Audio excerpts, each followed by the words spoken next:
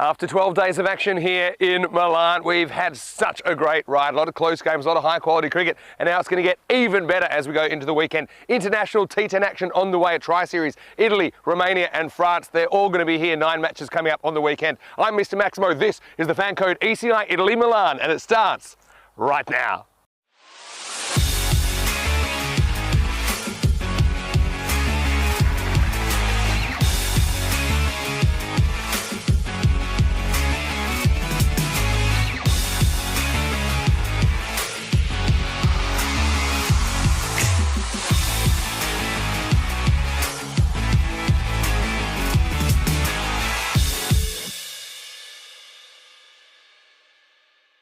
The European Cricket Internationals are proudly brought to you by HCL Software, Fan Code, and Grizzly Bear Sports.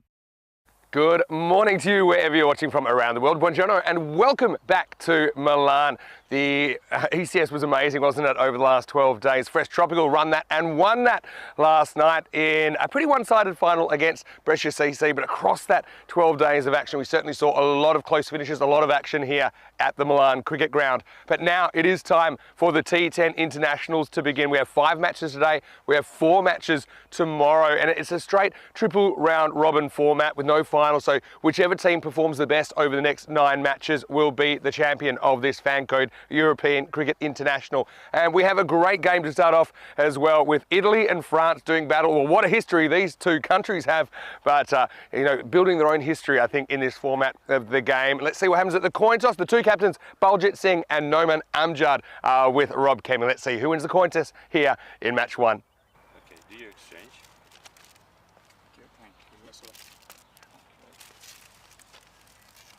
Your call? Yep. Heads is called. It is tails. Yeah, ball first. So it is the Italians that win the toss. Baljit Singh elects to bowl first. I think that's a pretty good toss to win. I think partly because of the conditions. We know that sometimes the outfield can be a little bit kind of slower in the morning with the overnight dew. And there's a little bit of it around this morning. But I think also it kind of exposes the French batters to this pitch, which they haven't experienced before. So I think it's a pretty good toss to win. We know this pitch, there's a bit of up and down in it. It plays a bit more like a traditional turf wicket surface, doesn't it? So yeah, France, their batting probably did let them down a little bit. We did see them in the European Cricket Championship last year. They certainly improved so much as the week went on, but their bowling looked really strong back then. We're going to see the likes of Rahul Mangal and Noman Amjad going head to head with some of these top Italian batters. I think that's going to be a really good contest. We'll have to wait for the second half of this game for that though. Yeah, but we'll never forget France with their dramatic golden ball they had with Belgium that saw them qualify for the finals in their group. They ended up knocking off Luxembourg to finish 3rd in their group. But they're coming up against a really strong Italian team that have T10 international experience. Of course, they've got championship week experience as well in the ECC. Interesting to see a lot of the players from the ECS come together. I know that Baljit's there, of course, leading the side, but we're going to have a bit of an all-stars team from the Italians, and I'm sure that they are pretty keen to show what they can do. They'll actually play 4 times today. So that's the fatigue factor as well. I think we'll see them rotating those key positions because they do have a lot of depth in their squad.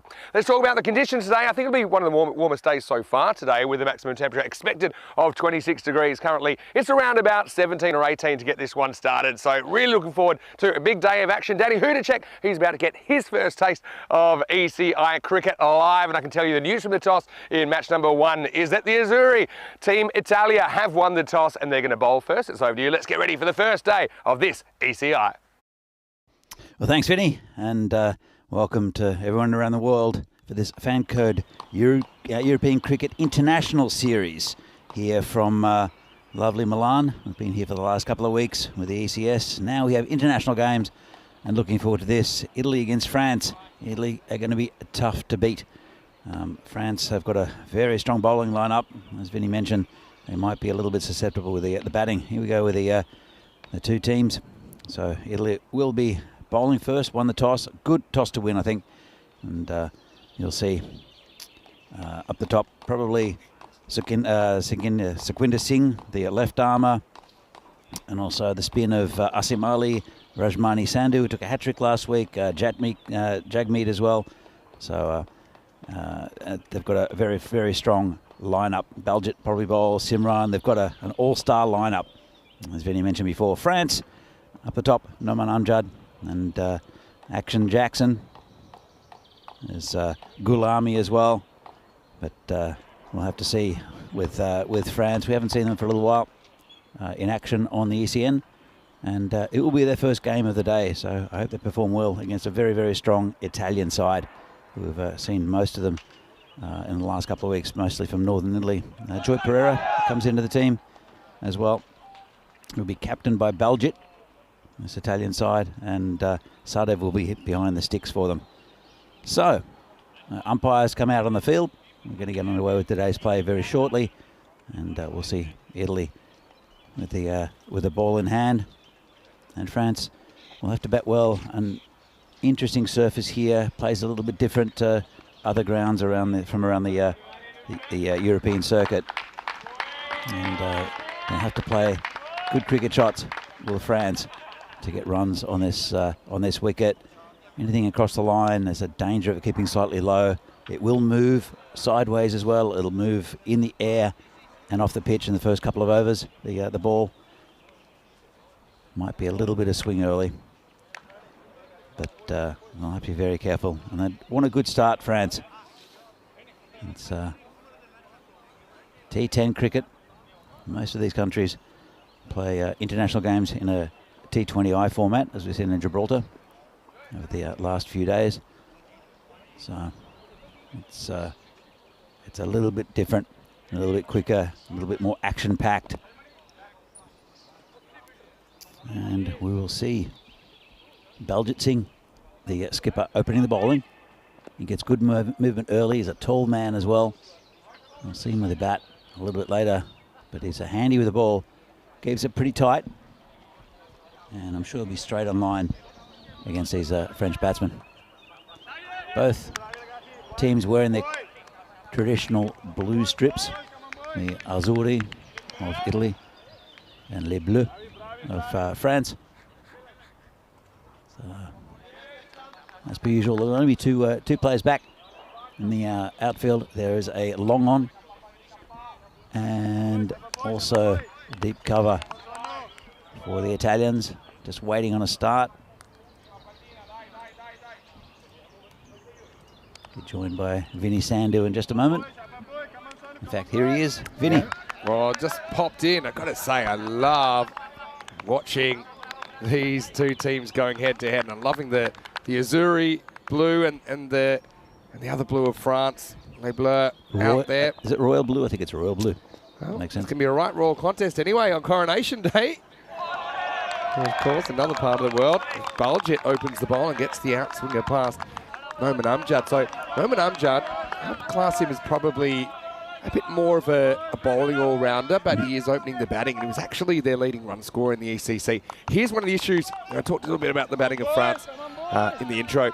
Their top score, individual score for their week, was 32 in their week, but they did have the best bowling lineup, and they restricted their opposition to less runs than anybody else in their group last year. Ended up sneaking into the finals after losing their first 6 games, and ended up third in their group. Baljit, another good outswinger this time. Amjad, he pushes it down to long off for the first run of the series, and this will bring one of my favourite players to watch, Heaven Aladdin Jackson, who I call Action Jackson. He'll also be behind the stumps for France. He'll be facing up for the first time. But what a great opportunity to see some of the players we've just seen in the ECS having a lot of success, coming together, but also to see how France go, probably, I think, the first time on this surface and in this field. Yeah, look, it will be very interesting. And, I mean, a question for you here, Vinny, and I don't know if you'll be able to answer it. France have got a good bowling lineup, so what's a reasonable target for them with a bat to be able to have a chance of defending? I think they've got to get 80 plus, I think, against this Italian team as well. Outfield has quickened up a bit, but still not particularly fast. They showed they can defend scores around the 80 mark because their bowling has been really good. There's Baljit. He was another outswinger. That gets past the back of Action Jackson first up. You want to have a quick hello to Rob Thompson, who's in the chat. Hello to the robot, who's saying, have a great call. International commentators. Thank you very much, robot. And that's true, Daddy. trying to think. You've got some international experience on the CE Cup. The CE Cup, yeah, I've done that a couple of times. Baljet. Oh, that outswing out. Wow, this is gone, is it? I thought it was straight into the pitch. I think, well, I don't know. I've got a feeling this is out because it went so fast. I don't know, I thought it was a crowd catch. It looks like it's a crowd catch reversed. Out. Bounces then. Bounces, hits the bat on the way up. See? Bounces, hits the bat on the way up and out. Let's have it one more time. That's pretty clear to me that, that's going up off the bat. See? And yep, there's the result.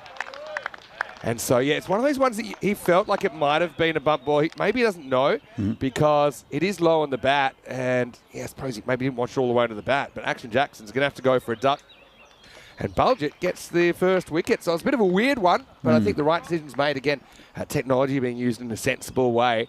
But France lose their opener, and it's a great start for Italy. It's 1 for 1. And Derek making an early start here on a Saturday morning. Yeah, I wouldn't like to see Derek too early, the French, but let's have another look at it. And yeah, he just got under it a bit, didn't he? Yeah, it's clunked right off the bottom of the bat, which is a bit of a dead spot on the bat. And Action Jackson, he just waits around for the umpires to make the decision. They have a look at it with the replay, and I think it was pretty clear that it's out. But it's one of those ones that kind of confused everyone. The fielder's like, hey, I think that's out. But it was one of those ones that you suspect of being a crowd catch, but actually it was clean. It's Joy Pereira who took the catch, and pretty imposing figure in the, in the field. Hard to go around him. But he's very close to the bat and walking in as well. Actually, they've got 2 slips in here for Baljet, who's been moving it away as Mukhtar Ghalami comes out at number 3. And yeah, I just think that this is going to be the challenge. That's why I think it was a good toss to win. Ghalami, we have seen playing in Sweden on ECN before, but he wasn't a part of the ECC squad last year. So let's see what he can do. Best score of 49 not out in T10 domestic cricket on ECN. Once again, Baljet swinging it round corners in the first over. It's 1 for 1 off 1 and a great start for Italy. Great start, and Baljet's controlling that swing as well. As we see the expected scores. Italy firm favourites here. They are much higher ranked in the T20I rankings, world rankings, at 34, whereas France 48. Remember, Romania 50, so there's not much between those two teams, but Italy are certain favourites here. Yeah, you'd have to say so. In France, you see the average runs for 78. You compare that to 108 for Italy. I think in the group stage, they were up even more than that. So Italy did win their group in the ECC last year, the Euros of cricket, and they made it through to Championship Week, where unfortunately they didn't make the final 4 in Europe. They finished 5th with a 2-6 record, just missing out on net run rate to Scotland. So Scotland also had a 2-6 record, and yeah, so that's why we didn't see them on the ultimate final day of the ECC, but they weren't far away. Right now, we're going to watch Sukhvinder Singh, who had a really good ECS with Wicket and Pressure, and he's going to come on with his left arm. And so I like this attack. They've kept the slip in, hoping for an edge. It's a very attacking move. Amjad on strike.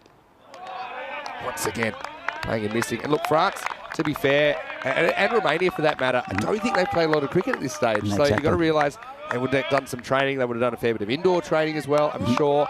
I know, speaking to some of the Romanians, they've been doing a lot of fitness stuff as a group. But it's not quite the same as getting out there and putting yourself in a match situation. So we might see Italy with a bit of an advantage with all that recent match practice in the ECS cricket. Of course, some of the other Italian guys from around the country wouldn't have had a lot of live cricket. Sure. Another swing to miss outside the off stump. Yeah, so going back to the Italian lineup, they've throughout the squad, and it's a pretty large squad, they've picked a lot of players who have played in this recent ECS, which is a really good move for a couple of reasons. Firstly, the local conditions. They've been playing on this pitch for 2 weeks. Yeah. They wouldn't have to travel too far. So, and they've been playing cricket again for the last couple of weeks. Yeah. And are really in form. And it's a very strong team on paper. Sure Asim Ali listed it coming in as number 8. This one misses the inside edge. So this is the issue. I mean, Amjad has made the adjustment. He keeps missing and swing and missing. So he plays outside that one a little bit. Then it kind of nips back in. So certainly An uncomfortable place to be out the middle at the moment, and you can see Italy winning the toss and bowling. Well, it's At the moment, tough. it seems like it's the right move. It's tough going. You saw Baljet swinging it around corners, and Sukhwinder Singh was one of the best bowlers we saw in the last couple of weeks. He comes in again. He gets a bit more bat on this, and this will test the outfield. Probably a 2, you'd imagine. It stops up in that running track area. That's Simran doing the fielding. Again, he hit a real vein of form towards the end of the ECS, didn't he, for Kings 11.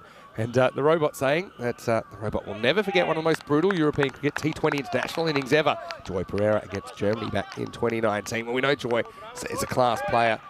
And I wonder where they'll bat him, that's the thing. And let's see if he hits his straps. Don't know how much cricket he's been playing recently. There's the next ball from Sukhwinder is off the inside half of the bat. There's Zain Naqvi, who is a winner of the ECS 3 times in a row now with Fresh Tropical, who won the final last night. A pretty one-sided final, which is a bit ironic in a series that had so many close matches that the final was a bit of a fizzer, but you can't take anything away from Fresh Tropical. They've won 3 titles on this ground now. They're a very good side, Fresh Tropical, and to bring some players in on the final day and to just they pretty much cruise. This was another great ball there from Sukhwinder, and another very good over. Yeah, Gulami swings and misses. He's off 3 at the end of the second over. Score is 4 for 1. Let's say a quick hello to Ritwick, who's in the chat as well. Ritwick Sinner, hello to you, and I hope everyone's enjoying the action so far. A little bit of a slow start.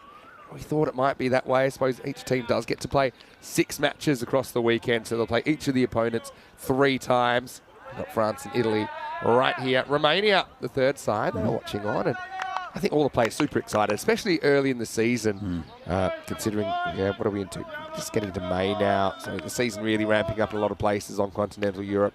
It's a great way for them to get into it. Baljet Singh coming back, no surprises there. Continuing to swing the ball. This one, not as much, it just angles in. Just get a single, so still without a boundary through the first 2 and a bit overs. Yeah, this ball does swing early, and then sometimes it does stop. Occasionally might be a little bit of moisture on the ground. Shouldn't be too much though. I don't think there was any really overnight dew, so it's pretty dry, but might be a little bit on the surface. But the first one didn't go. So Baljet will have to try something else because he got a lot of swing in the first over and made it very difficult for the French batsman, and took that wicket as well. He comes in, bowling to Gulami. He goes for it, and this is up, and away, and that is the short boundary here. Gulami goes maximal, and we finally have our first boundary, and it's a biggie. That's a biggie, all right.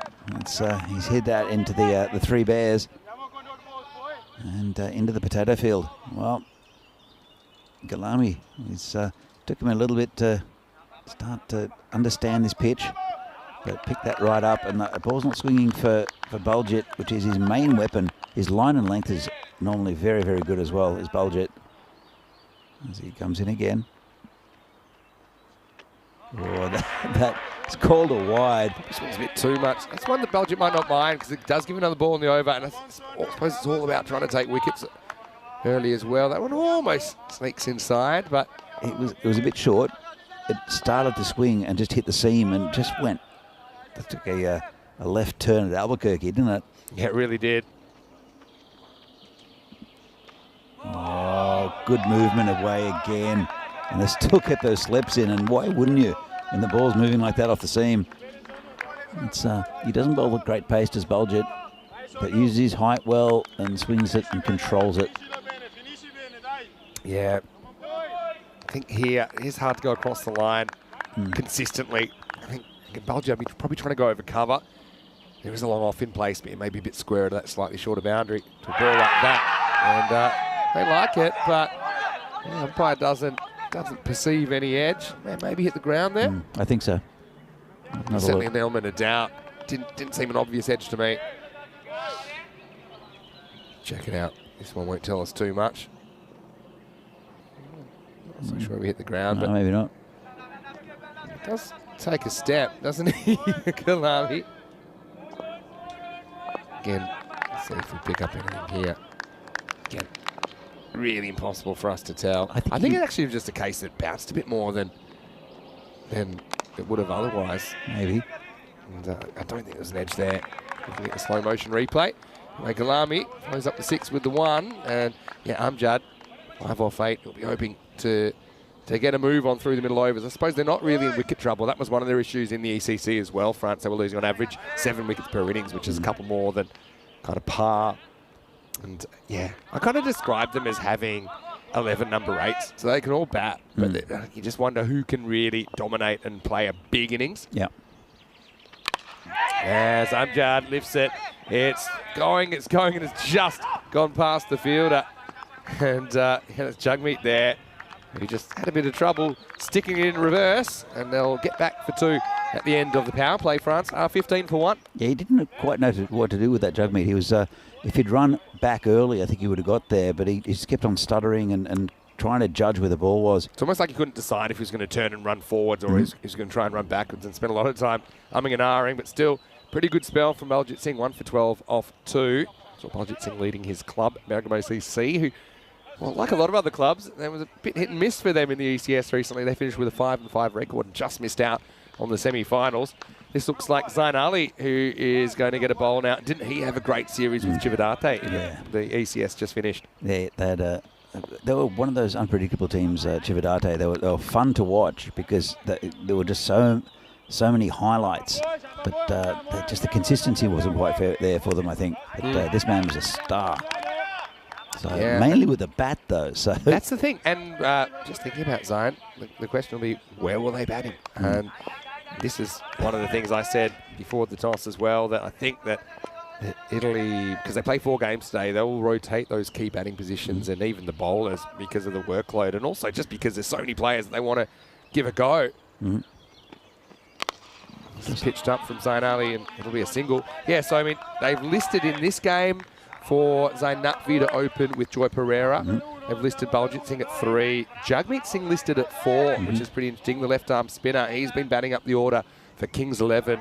So he's even batting above Rajmani Sandhu, who's 5, and Zain Ali listed at 6. Well, Simran's listed at 7, and Asim Ali, who came in at number 3 and smacked the ball around for Fresh Tropical in the final yesterday at number 8.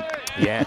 So they have 8 genuine bats. Even Patharagi Sadev, who's the keeper, listed at 9. I mean, he's not that weak either. And Amit Kosala, left-arm spinner, listed at 11. And he ain't no number 11, really. So, look, that is going to be very interesting to see what their batting order is every game, how much they do change it.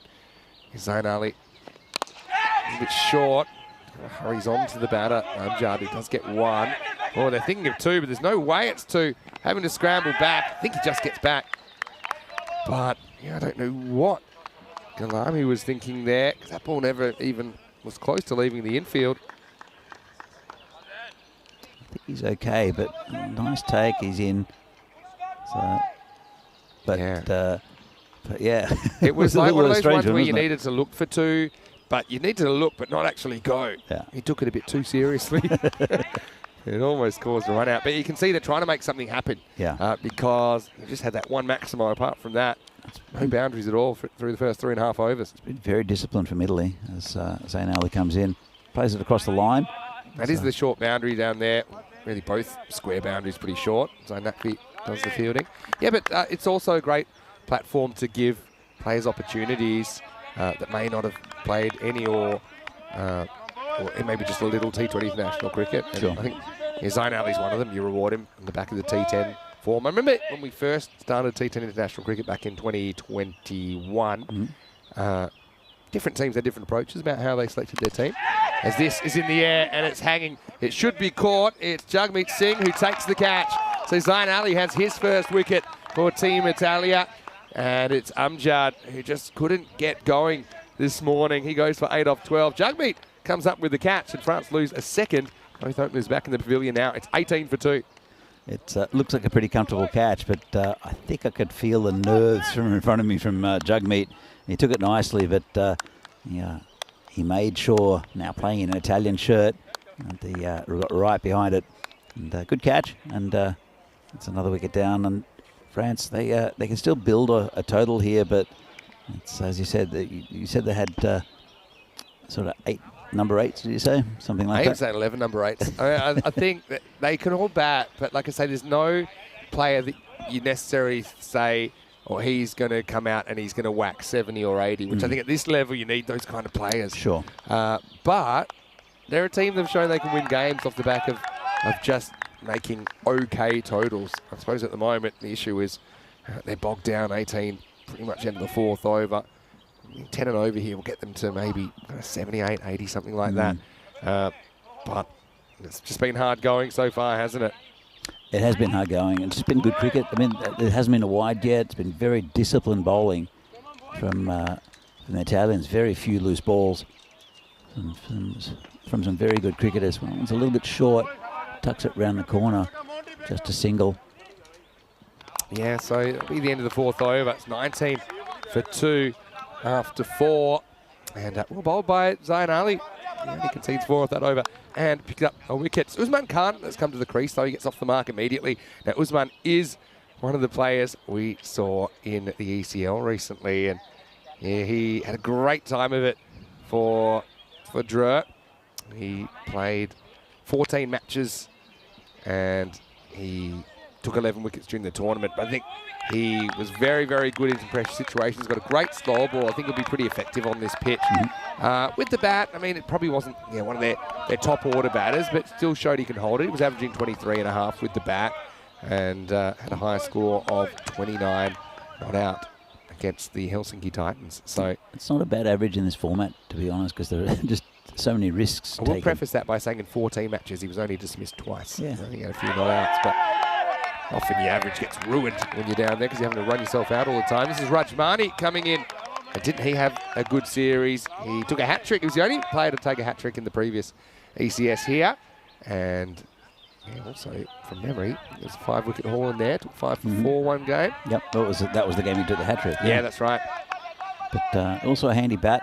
He's a left-hander as well, which adds a bit of difference. That's shot. That'll be 4 runs. Great shot. Usman Khan. Well, he's another guy. He's probably played more of this T10 cricket than anyone in the French team of late as well. And that was a really nice shot. Banged that one from outside the off stump. Like I said, short boundary. Even though it's not a particularly fast outfield, that one raced away. Yeah, lovely shot that. And well, France are 23 for 2. We're in the 5th over already. But if Usman can get going, so they pump that score up. There's that slow ball, almost gets chipped back to him. But just get the single. Yeah, it's almost like as a cricketer you have to calibrate yourself to the conditions, and one of those things is the outfield. So when there's twos, when there's not, obviously the pace of the pitch, the variations that you're going to get, and the variations you're going to expect from the bowler like Rajmani. So it's certainly not an easy thing to come in foreign conditions against a bunch of players, most of which have just played a couple of weeks on this surface. As Gulami moves into double figures with that single. The other thing now the field's spread, it's going to be harder to hit boundaries. A lot of singles around, but they need more than singles at the moment, France. They need to get boundaries. Saw Usman with that lovely cut shot. And, but there's a lot of protection on the outfield with some very good fielders. And I think what we're seeing here is we saw the concentration of the best teams from Northern Europe, from Northern Italy in the tournament, but now we're seeing concentration of the best players in those teams from Northern Italy, with a smattering of other players that have been added in. So it's distilled. Distilled, that's a good word for it. Yeah. Usman faces up, gets the slow ball, goes after it. Pretty good shot. In fact, that might go all the way. I think it has. Maximo! Oh, that's power, isn't it? And that's probably one of the longest boundaries here at the Milan Cricket Ground. It was the backhand slow ball. He picks it and he smacks it, always slicing away from the fielder. Brilliant batting from Usman. Clears the boundary by a metre, and 6 badly needed runs for France. He just basically rolled his wrists on it, which was strange. It was all a very wristy shot, but you don't see wristy shots in that part of the ground normally. Created that power with his wrist. Perfectly timed and perfectly placed as well. Goes back to pace on. Just beats him for pace, but it will be There's one that survives, moves to 12. Romania goes for 12 as well in the 5th, and it is 31, pardon me, for 2. Vinny Sander here, Mr. Maximo here with Danny Hudacek. Hope you're enjoying your day so far. Great kind of initiative, and logistically it's quite a miracle that we're able to do this, but it's thanks to the support of all of our partners and all of our viewers as well and everyone in the back office that allows us to get 2 other national teams here to where we are on the ECN Circus Roadshow at the moment, and it should be a great weekend, Danny. Absolutely. I was very excited to come to Italy for this for the Super Series, but I'm equally excited to come to see this these international T10 games. Yeah, so, definitely. And you know, we are doing this pretty much every time we do an ECS, maybe a couple of exceptions, but we're definitely trying to do that as Jagmeet comes in, loses the first one down the leg side. Will run away, but not quite to the boundary. That one pulls up, and yeah, Sadev down the leg side, couldn't quite get there in time. It's a pretty tough take though. Jagmeet, yeah, he was a bit of a breakout star with the bat. You know, we always know about his bowling, and he's a very effective bowler. But yeah, he certainly was banging them with the bat for Kings 11. He was, and just no run there. Yeah, he had a very good tournament both with the bat and the ball, as you mentioned. They're very spin heavy, but he was the probably the pick of the spinners for the for Kings 11, and I'm very happy to see him in an Italian shirt because I think he deserved it. Yeah, for sure. Anyway, Galami gets bowled. This one pushed through, and he tried to go leg side again and just hurried on to him. So Jagmeet has a successful start to his ECI. He knocks over Mukhtar Galami for 10, and the 3rd wicket falls in the 6th over. It is 34 for 3. Yeah, good piece of bowling. It's what we've seen all week from him. He puts it in those areas, and he knew straight away as soon as the batsman tried to play across the line that he had a chance for that. You can see him pretty much celebrating before the ball hit. So another wicket down. Yeah, it's just clever bowling. Just hurried on slightly, which, you know, Jagmeet will vary his pace slightly, and there's no real discernible change in his action. This is Zain Ahmed, who's coming out now for France. You can see how it was a tough ball to go back to because it was kind of foolish, but it was kind of in that zone where you've got to make up your mind. Do you come forward or do you go back? I can understand players wanting to go back because it allows you to maybe bring that short boundary into play square of the wicket. But yeah, a lot of balls that you'd expect to clear the... A lot of balls you'd expect to clear the boundary straight, maybe don't on this field. So you can see why I might be trying to target that. Anyway, let's see if Zain Ahmed can do something about it. He is left-hander, so that kind of changes things a little bit. Probably a better matchup against left-arm spinner. Yeah, I mean, he will be bringing the ball into the left-hander, so it's in the hitting arc of the left-hander. It's but he's a cagey customer. That delivery where he got the wicket will probably score about 8 or 10 of exactly the same delivery taking the stumps during the ECS. And says, again, played across the line a bit. Not the greatest start from the batsman. Yeah, tried to go leg side straight away. Lucky to survive that. Here comes Jagmeet again, outside off stump, hits straight, could be out, will be out. And that's another wicket down. It's Simranjit, doesn't drop him. And gives us the little love heart, and that's the end of the left-hander. Yeah, Simran doing the job straight down the ground, and we know he's such a good fielder. I mean, this is what I mean. It's probably a better shot, technically, when he goes down the ground, but it's just not easy to make the pace and to clear those outfielders. So Zain gets a fair piece of that, but he finds the very, very safe hands of Simranjit Singh. And so the 4th wicket falls. It's 34 for 4 as Lingeswaran Kanasan comes to the crease at number 6. But unfortunately, Derek, he's had a bit of work to do this morning, Danny. He has. It's the second one we've seen. And, well, France, I think they'll have to get Usman Khan on strike. He's been hitting the ball relatively cleanly, especially compared to other batsmen who... still halfway through this innings. They need to build a couple of partnerships and need to get some runs on the board. But they won't do that if they just keep on hitting in the air to fielders. So here comes Jagmeet again. So Kanasan is the owner of the highest score for a French individual batter. A fairly decent knock of 32, but yeah, it's a bit concerning that that was their top individual score of the ECC, considering they did play 10 matches. Anyway, right now, Italy doing a really good holding job. And really, we have seen innings go like this, haven't we, on this field quite a few times, where the bowling team gets on top and doesn't really give too many chances for the batting team to break out. And, well, it's going to be another duck loaded up. And Jagmeet strikes again. That's 3 wickets in the over. And Hassan swings all around it. It's 34 for 5. I don't think Usman Khan can quite believe what's happening at the other end. And he wants to strike. He's hitting the ball nicely. And he's, as you mentioned, the most experienced of the T10 performers here for France.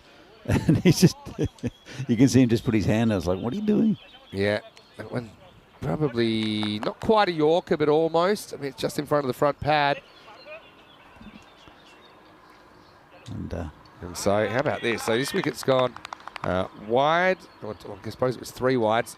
Dot, wicket, dot, wicket, dot. And yeah, the concerning thing is with that's a wicket off the last ball. So it's going to be a 3 for 3 over. You've got to say, though, the ill discipline with bowling a wide. It's the first one of the innings for Italy.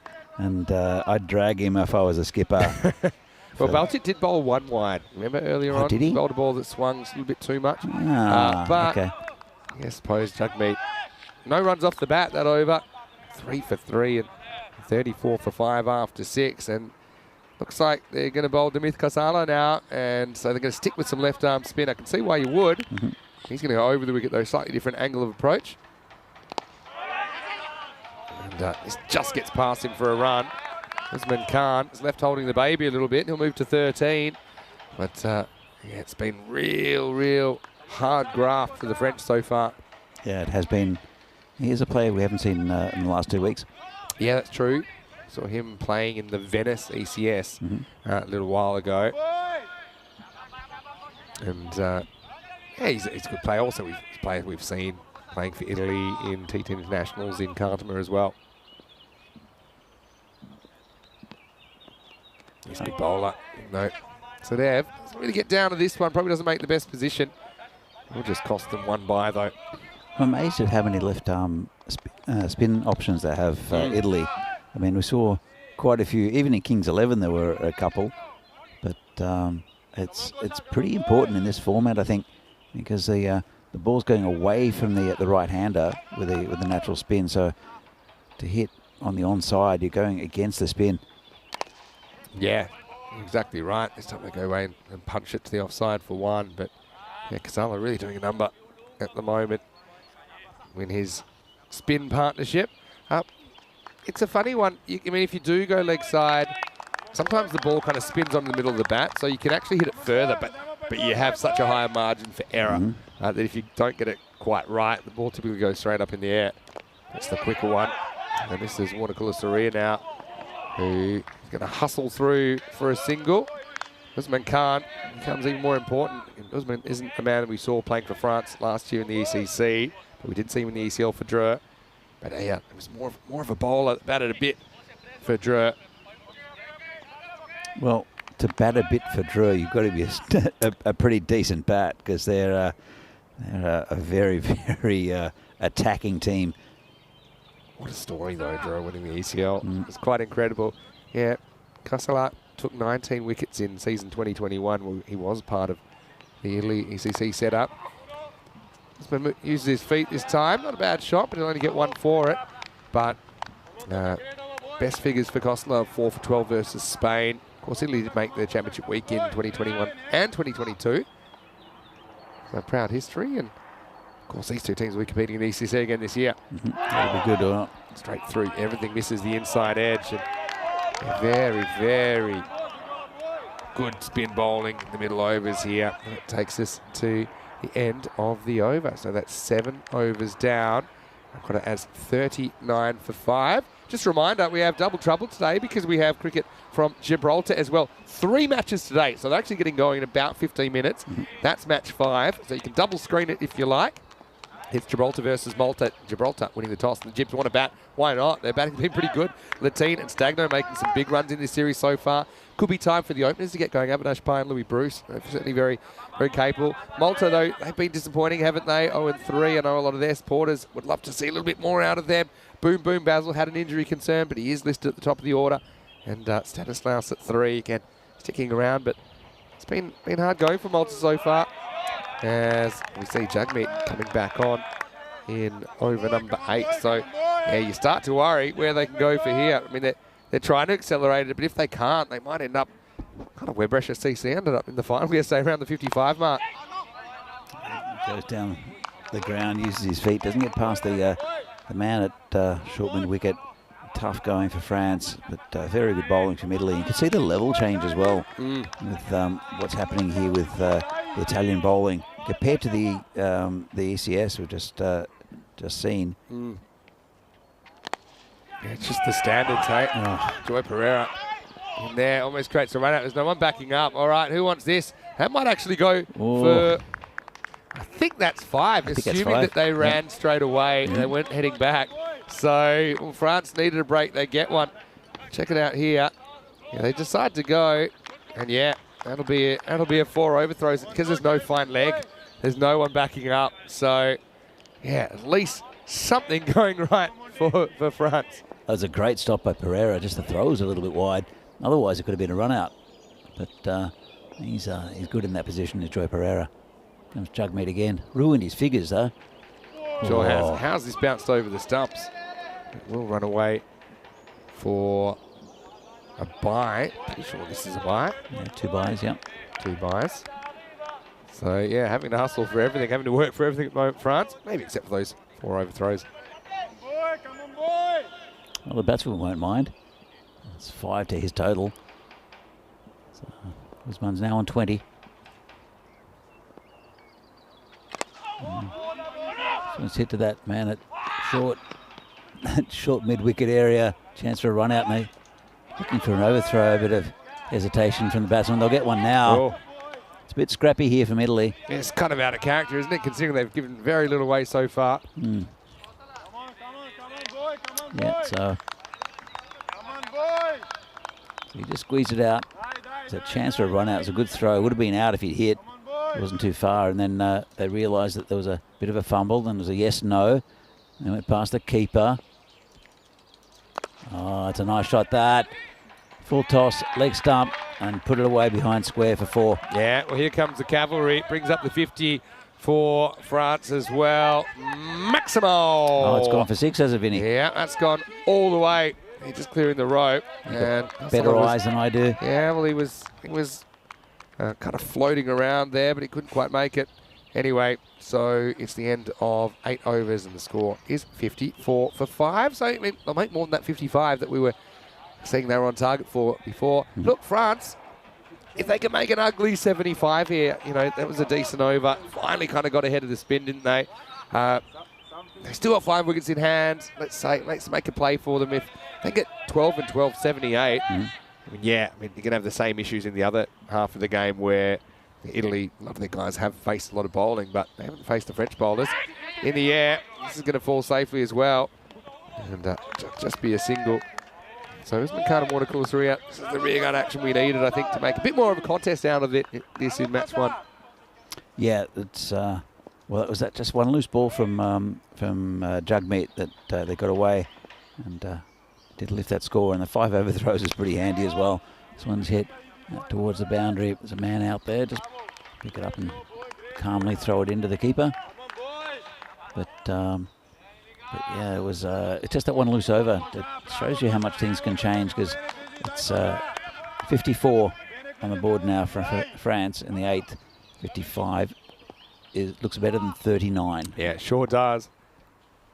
Kosala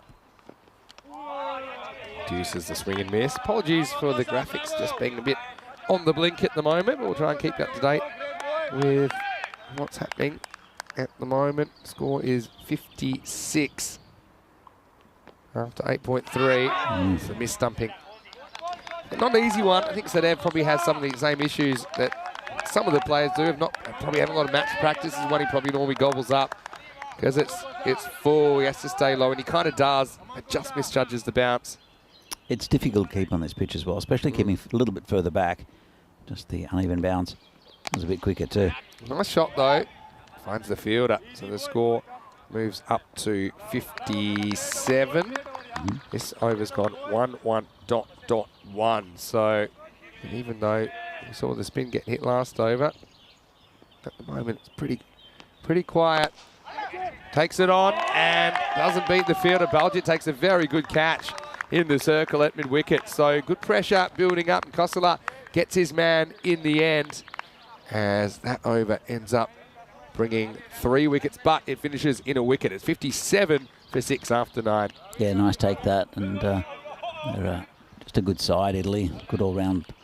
So a little bit scrappy in the previous over, but they just do the simple things right, and they look very polished.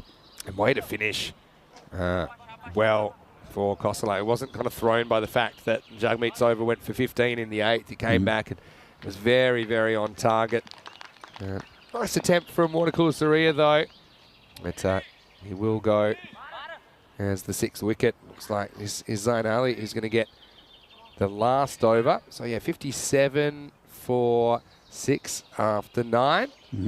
New batter coming out there is Ramatullah Mangal. We see Asim Ali in this lineup for Italy, who's a very good spin bowler and bowled very well for Fresh Tropical throughout the tournament, and didn't get an over in this Italian side.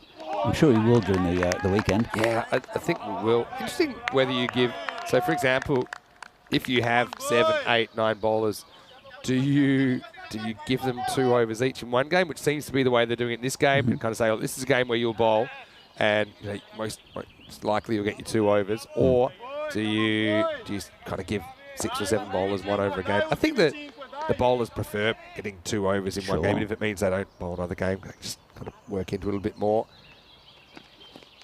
It's an interesting debate though, because I think as a batter, it's probably more difficult if you have 7 or 8 genuine bowlers if you don't get a second over, if some of them don't get a second over, because you're constantly having to adjust to new bowlers. And it's kind of natural you take a ball or two to have a look at someone and size them up kind of. We've seen quite a few batsmen just try to take on the bowling with the new bowler. Sometimes it works and you see a 6, but so many times in this tournament here in Milan, we've seen wickets go on the first ball of a spell, and having the bowlers with the figures of 1 for none off 1 ball. So that's true. But I do know that theory. This could be gone. Simran going to gobble it. So it's going to be a wicket in the 10th, and well, I like that little pointing at the Italia as well. I know it means so much to Simran to pull on that blue shirt, and Zain Ali gets another wicket. So this over so far gone .1 out, and so the domination continues for Italy.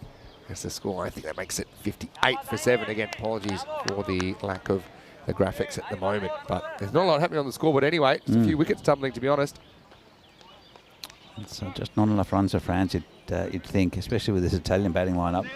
But it was a good toss to win for Italy, because France really have not experienced this pitch. And it's only been one batsman who's been able to bat on it correctly. This one's hit down the ground. Just be a single. It's Usman's going okay. The rest have struggled a bit, I think. He's hit 20 odd, just over 20. Yeah, I think that takes him up to 59 with a couple of balls remaining. Yeah, I'm sure they'll all get sorted out in the break. Sadev behind the stumps. He's still young. He's only 17 years of age. They like him, but the ball doesn't like him. This is going to go straight through his legs and almost go for 4 byes. Instead, it'll go for 2 byes. So, yeah, just had a few wishes. Again, probably hasn't had a lot of match practice. He's actually a teammate of Kosala's as well at Padova Cricket Club. But just having a few issues with the conditions. The keepers haven't had an easy time of it here. Any time when they've been keeping back at this Milan Cricket Ground because of the kind of state of it back there. Yeah, anyway, it's a little bit tricky, isn't it? Yeah, last ball coming up, 61 I think, plus this. Knocked in the air, fielder comes around, takes the catch, They probably have a little look at this for height, just in case it's high. It was pretty high. And I think that's probably a no ball. I've got to say, well, as a neutral, I'd probably like to see it called just because it's been called a no ball. Waist high or above is the ECN regulation, so they're pretty harsh on them. And so, all that catch was taken. The innings will extend and takes up to 63 for 7, so that one will be re-bowled. The bowler knew because he took the ball and went back to his mark. Yeah. So I mean, as long as they're consistent with it, that's the thing. You really probably don't have business bowling the ball that high. So Rahul Mangal will get to face the last ball. Usman Khan, he won't finish with the not out unless he gets run out here. He's on 24. So last ball of the 10 coming up will be a free hit as well. So Rahul, will he get bat on ball here? Yes or no? let's hope so. I'm going to say it's going to be one of the all-time great swings. It is, and he does get some bat on it. Oh, it's definitely an unnecessary throw. So Italy probably padding the score a bit, if I'm completely honest, with some overthrows and a little bit of indiscipline. I've got to say, 95% of it though was quite well drilled, and they're going to finish with a score of 65 for 7 off their 10 overs. You have to think it's not enough, especially with this Italian batting lineup. But France do have a very good bowling team, so hopefully they can put a bit of pressure on the opening pairs and the top order of Italy. So we'll see some of the highlights. Yeah, well, it was always exciting to get some international action back on ECN. That was a bit of a funny one. Action Jackson, he was in the action, but then he was out of the action pretty quickly. A ball that hit low on the bat, well caught by Joy Pereira, low down. Roy, there was that hit from Gulami. He was a bit of a one-hit wonder here in match 1, and he wasn't the only French batter to struggle under the conditions. I think it was a good toss to win for Italy, putting in France, who we know they bowl well, but their batting has been the Achilles heel for them in this form of the game. That was nicely taken by Jagmeet Singh down the ground. Usman Khan, though, he's probably the one batter to break through on the way to 24. Hit some really nice shots. That was probably the shot of the innings. All hands there, over cover. But then the spin came on, and really, that twin spin attack wrecked the middle overs just when France were hoping to get going. Absolutely. Jagmeet, 3 wickets in his first over, and it had just any momentum they were building at all through Usman just got destroyed when he watched his batting partners just fall at the other end. And then Kasala came on, and even though he only took 1 wicket, it was pretty brilliant. That was the overthrows there. Yeah, I mean, these are the ones I said kind of pad the score. They'd probably give away 8 to 10 runs that were unnecessary. But I suppose that came from aggression. Even the 4 overthrows, looking to fire the ball back to the keeper, just wasn't really well executed. But we're seeing some of the players that have been so effective. Bit of an all-star team, really. You'd expect it to be being a national team. Zimran, points at the Italia on his back as there's another overthrow. Bit of a funny end to the innings with a high no ball +1, and then the overthrow of the last ball. But still, I think all things considered, I make that score 65. Yeah, 65 for 7. We will take a quick break. After this, quick look at the scorecard. Usman Khan, 24 off 20. Apart from that, Derek was busy, wasn't he? Because there were 4 ducks, including a golden in there in the innings. 10 extras, we talked about that. Maybe a few too many buys. Wide's probably okay. With 4 overthrows, probably killed them a little bit. Should have been probably around the low 50s, if I'm honest. But really, for Italy, they were pretty good, weren't they, with the ball? Having a lot of good performers, I've got to say. I think Zainali bowled really well in the blue shirt, 2 for 10 for him. 3 wickets for Jagmeet, although his last over went for a few wickets also for Baljit and Samith Kosala. Rajmani, maybe not his best over. Sukhvinder didn't come back for a second after he only conceded 3. We will take a break and we'll be back in around about 8 or 9 minutes to take you into the chase. Italy, let's see how they go about this. They'll need 66 for victory. Vinny Sandu here, Mr. Maximo. And I'll be back with Danny Hujek after this on ECN. You're watching the Fan Code, European Cricket International.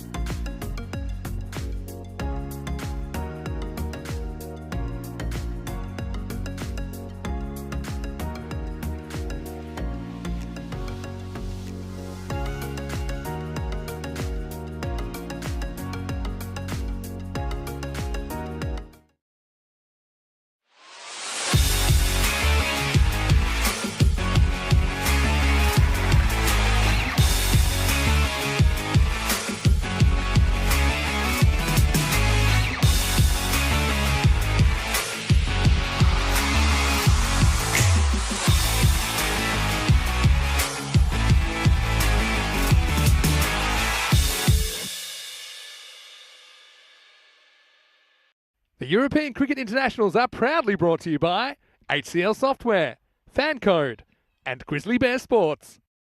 Hello, cricket lovers. Welcome back to Milan. Beautiful day. The weekend is here and international action rolling around as France taking on Italy in the first match of 9 in the ECI this weekend. We've also got Romania taking part in this Tri-Series International T10 cricket on the European Cricket Network. Vinny Sandy, Mr. Maximo with you. Joining me, of course, is Danny Hudacek. And Danny, pretty thin score on the board for France, 65. They've scored off their 10 overs. Italy need 66. But when it's our first chance to have a look at some of the French bowling, looking forward to that. Absolutely, and they do have a very strong bowling lineup, France. So we'll see how these Italian batsmen will take this on. This is Dawid Ahmedzai, and he was one of my favourite players to watch at the ECC last year. He is so full of action. He's just got a lot of energy. He bustles through with his spin. He could barely walk by the end, but he would refuse to go off the field, you know, even though he was all banged up in the field. And they're going to open with spin, so interesting. Here is Dawid first up, starts with a full toss and gets banged down to the ground. Well, slight error, big consequences as that one disappears. Maximo, perfect start for Italy. Zayn Naqvi with the 6 to get him going. We were wondering who they'd open with, and it wasn't the two we'd expected. Zayn Naqvi definitely. Rajmani Sandhu, though, it's an interesting one. Yeah, I mean, it has opened a fair bit for cricket stars, so you can understand that. Also creates a left-hand, right-hand combination. So, yeah, I don't mind that at all. They'd had listed Joy Pereira to open, but, yeah, deciding to go with a couple of players that have some more recent experience. Now, this is a no ball, and I think this is a no ball of having 3 outfielders. So, worst possible start. 6 becomes 7, and we haven't even had a ball yet. Well, it could be 13 as well. Yeah. Nothing to lose here, Naqvi. Free hit. All right, sliced away, and it won't be caught. Not that it would have mattered. Pulling up, or is it? It'll just be 2, so 9 off the first. Yeah, I suppose, you know, Ahmedzai is great to watch. Also looking forward to seeing some of the paces for France and see what they can kind of get out of this pitch. We talked about the fact it's not your traditional artificial pitch that's flat as a pancake. Sure. But there's a little bit in it. Anyway, hopefully the field is legal that time. 9 after the first legal delivery. They're doing a little exercise in counting, I think, the French, looking around. And they do have one man back at long on, the other one at deep mid-wicket. Anyone else? Can you spot anyone else? Yeah, I'm just trying to count the infielders, and might be one man missing that I can't see at the moment. But yeah, they got 5 infielders on the offside and 2 on the leg side. So yeah, with your 9 fielders available, you take out the bowler and the keeper from your 11. You've got 7 infielders and 2 outfielders. That looks right to me now. This one kind of slides on. This is what he does. And if I had to combine him, if I had to compare him to a bowler we've seen the last 2 weeks, probably someone like Kalab Sajjad, who he says wrist spinner, but he doesn't really turn a lot. He kind of skids onto you. And yeah, Kalab Sajjad taking the Player of the Series trophy. He was excellent. That one spins onto the bat of Naqvi, though, who goes large. Maximo! Maybe the kind of attempted wrong it from the bowler, Ahmedzai. And Naqvi being brutal on this opening over. It's a nice shot, that. And just played through the line. And right over the top into the grandstand. And it's been an expensive over already from Ahmedzai. A couple of balls left. Again, wouldn't be feeling too much pressure at all here, Naqvi, especially after a start like this. Oh, there's so much batting to come for Italy as well. It's what happens when you have confidence in your batting lineup. If you're the only batsman, so I'll give you an example with Zayn Ali for Chivadate. Yeah, there are a couple of batsmen who can support him, but then there's a long tail, so there's a lot of pressure for you not only to score runs but also not to get out. Yeah, exactly. Here it doesn't really matter for Italy because you're going to get another superstar coming in afterwards. I mean, we've got Naqvi here and Rajmani, but then you've got Baljit, Joy Pereira, Zayn Ali, Simran. At the international level, we typically see more, we see longer batting lineups, and so it just means they can be uber aggressive. It's pretty well bowled. Rajmani pushes, liking that hustle. And the throw comes to nobody in particular, just be a single. But yeah, you do see these kind of teams that bat to 8, whereas at the club level, maybe you've got 3, you've got 4 batters that you'd think you want to carry the innings. End of the first over, it's an expensive one, 17 come off the first. 28 matches since the golden ball. Well, maybe the weekend brings the golden balls, because it was last Sunday, first match of Sunday where we had the golden ball. Pretty memorable one. Baljit Singh was on the wrong end of that. He was bowling it actually, as Bilal Hamid of Fresh Tropical was able to hit him for 6. Mukhtiar taking the catch but stepping over the boundary line. Drama with a capital D. Right now, we haven't had a golden ball in an ECI match yet, although we did have an international golden ball when France played Belgium at the ECC last year. We'll see Romania come up later on, and they're a pretty well matched side with France. Italy, as I said, probably seeing the conditions and also the home team and the quality of the side, they'll probably, on evidence and on rankings, you probably think they'd dominate the tournament, but there's very little between France and Romania, so that could be a good chance there. So Italy could have a bad game. It doesn't take much to change things. Yeah. Or Romania and France could have a good game. Yeah. So I think they'll look for sure. It's an unpredictable format. Speaking of potential upsets, Zayn Naqvi, I remember when he sunk England off the last ball of an ECC match. Very, very memorable one. Great celebration too. As on strikers end, as we see Rahmatullah Mangal come in, and yeah, he's certainly one that I'm really looking forward to seeing with the ball once again. And yeah, France, chance for us to see their paces do a bit of work now, I think.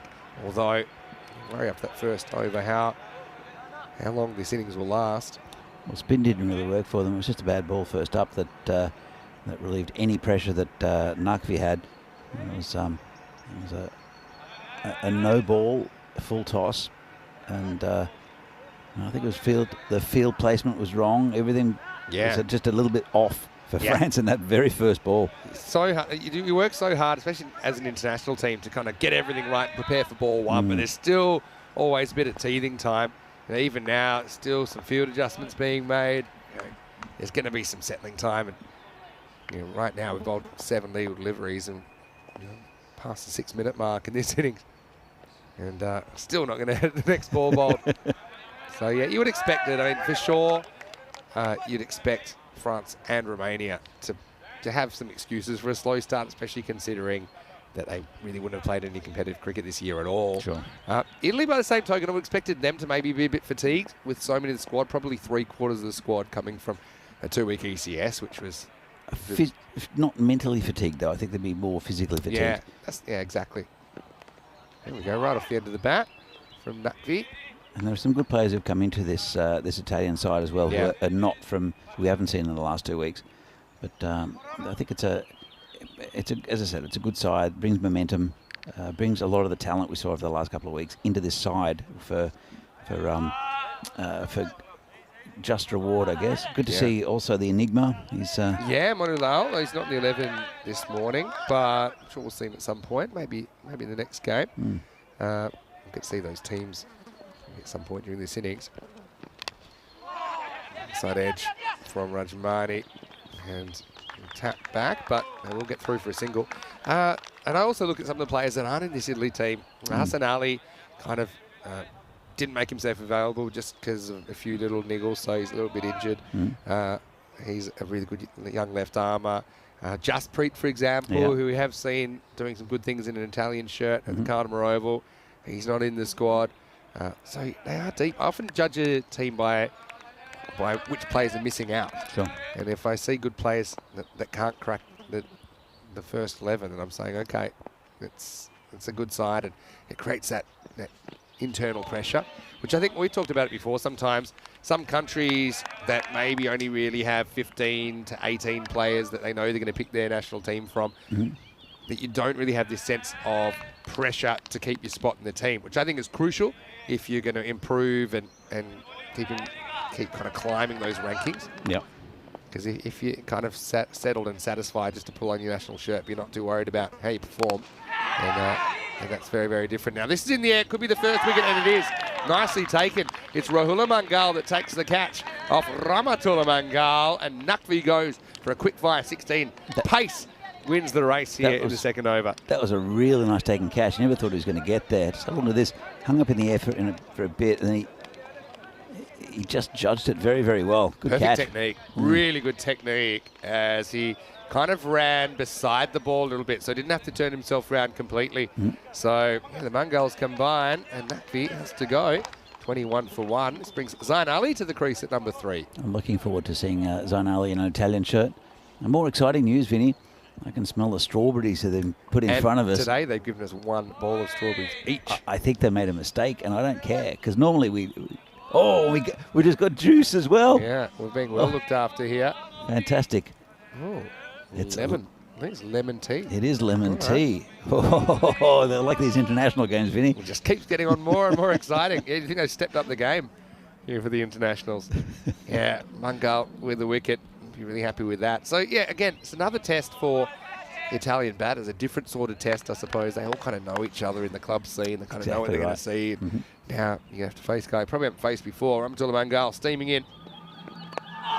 Zain Ali. It's a thick outside edge and turns Rajmani around. Rajmani was keen for the single. Probably was his call. Zain Ali says, no, that's been fielded. I think maybe you better go back to your end. Pretty well drilled, this French side. And apart from the fact that they only scored 65 with the bat, lost a few wickets, they're looking good in the field. Yeah. They set high standards for themselves as well. A team that clearly love to pull on the shirt. This one pulled a little bit wide. There's Action Jackson behind the stumps, making a diving stop. And you can see it's in France, they take the cricket pretty seriously. And yeah, who would have thought at the start of the ECL, the Champions League European cricket, that the trophy would now be residing in France? It also means there'll be 2 French clubs at the ECL next year. Oh, when I saw them play though, Drew, I mean, I heard of them and I'd seen them in the past a little bit. And Action Jackson takes the catch. So it's a duck for Zain Ali on ECI debut. And it's Rahmatullah Mungal that has 2 in the over, 22 for 2. Oh, are they in with a shot here, France? I mean, they've conceded quite a bit. It's only 2 overs in, but some very good bowling, and they've taken their chance as well. Well, I mean, if they can keep Belgium to mid-80s at the Cardimer Oval, I mean, who's to say they can't run through this Italian batting lineup and maybe defend a score in the 60s? Very similar to the score that we saw Fresh Tropical fail to chase the other night. Unfortunately for Zain, gets a nick, and it was well held by Jackson behind the stumps. Yeah, it was well held, and bring another good batsman out. It will be. It looks like Joy Pereira to me, doesn't it, Vinny? Yeah, let's have a look. Yeah, that is, no mistaking it, that is Joy Pereira who is coming out. And yeah, nice catch behind the stumps. He's a good distance back. I suppose this is where it's actually easier to keep to bowling that's a bit faster because he's getting that nice carry. We've seen a lot of balls bounce in front of keepers and cause all sorts of issues for them in this series. Well, that was through medium pacers who really don't get the ball to carry. But with pace bowlers, genuine pace bowlers like Mungal, then the ball will carry nicely. That's the difficulty of keeping, I think, on this surface, because we see a lot of medium paces, and it bounces often just in front of the keeper. Whereas pace bowlers does carry. Saw Sukhwinder Singh for in the ECS, and he was getting good carry to the keeper, even though he's not the tallest. Yeah, so I fully agree with that. Some genuine pace options here. It's going to be one of them now. It's captain Norman Amjad bowling over number 3. Really gets that ball to men. Caught it wide. It's a tough call. Let's have a look at it. Does it grab any of the line? His head's probably the way. Yeah, maybe just did a bit too much. It's a tight one, but I mean, the good thing for Amjad is that first ball moved prodigiously, didn't it? It did move a lot. But, well, the umpire called it wide. Yeah, if the ball's not completely inside the blue line when it passes the popping crease, that's when umpires are instructed to go wide, even if a little bit of it hits the blue line. And that's where he's trying to be, though. And I think you can see what I'm talking about, Danny. These guys really know how to get it through. That's a beautiful piece of bowling. And especially he's bowling effectively an in-swinger to the right-hander. That just moves away from the left-hander. It's hard to do for a bowler bowling at that pace as well. That was too good to nick. It's very, very well bowled. So, yeah, the pace is changing the narrative here in the power play. This time it's a little bit straighter, doesn't move as much. Rajmani glances it away.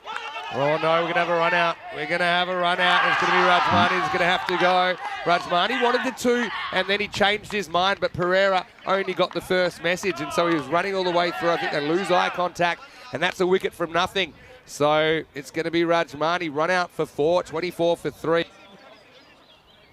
As yeah, Pereira, you see, he looks at Rajmani initially, then he just gets down to the work of running.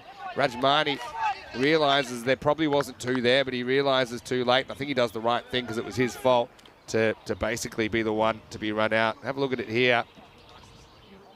You see how, okay, then he gets to running. For some reason, he looks at the ball, and that's where it really went wrong. Rajmani was the sitting duck. Well, he does make 4. The 3rd wicket falls, and another thing for the French team to celebrate. It's definitely Rajmani's call there. He called Joy Pereira through, and there's no way that big man's turning around. Yeah. He just kept on going and looking at Rajmani. But they're a different animal in the field, aren't they, France? Oh, 100%. 100%. This is exactly what we saw in the ECC. They're super fun to watch. They're just right on the ball. They're right at you with the bowling, but also with excellent fielding. This is great. Loving this now. Well done by Galami to get the ball back, but that was more about the batters gifting you a run out than really earning it. Yeah, it's pretty close. Oh, he must have hit this, otherwise I reckon this is gone. It might have been doing too much because he does get a bit of in-swing. He's nicked it. Have a look at this. Look at where it hits him though. He does get the in-swing, yeah, he's not doing too much, but... it's missing leg for me. Maybe, but I think he gives it a run anyway. But, yeah, maybe on... I thought it hit him a bit... Because he was on the move, I think live, it looked like it hit him further to the left. But I think you're spot on there, Danny. He's certainly bending the ball, isn't he? Yeah, so anyone that thought this was going to be a walk in the park, well, guess what? You're seeing there's a contest out there. Joy Pereira now faces his first ball. Baljeet has joined him at the crease, off the mark. And that little inside edge onto the pad. Oh, this is such a weird shot. He's actually hit this twice and is still going to go for 4.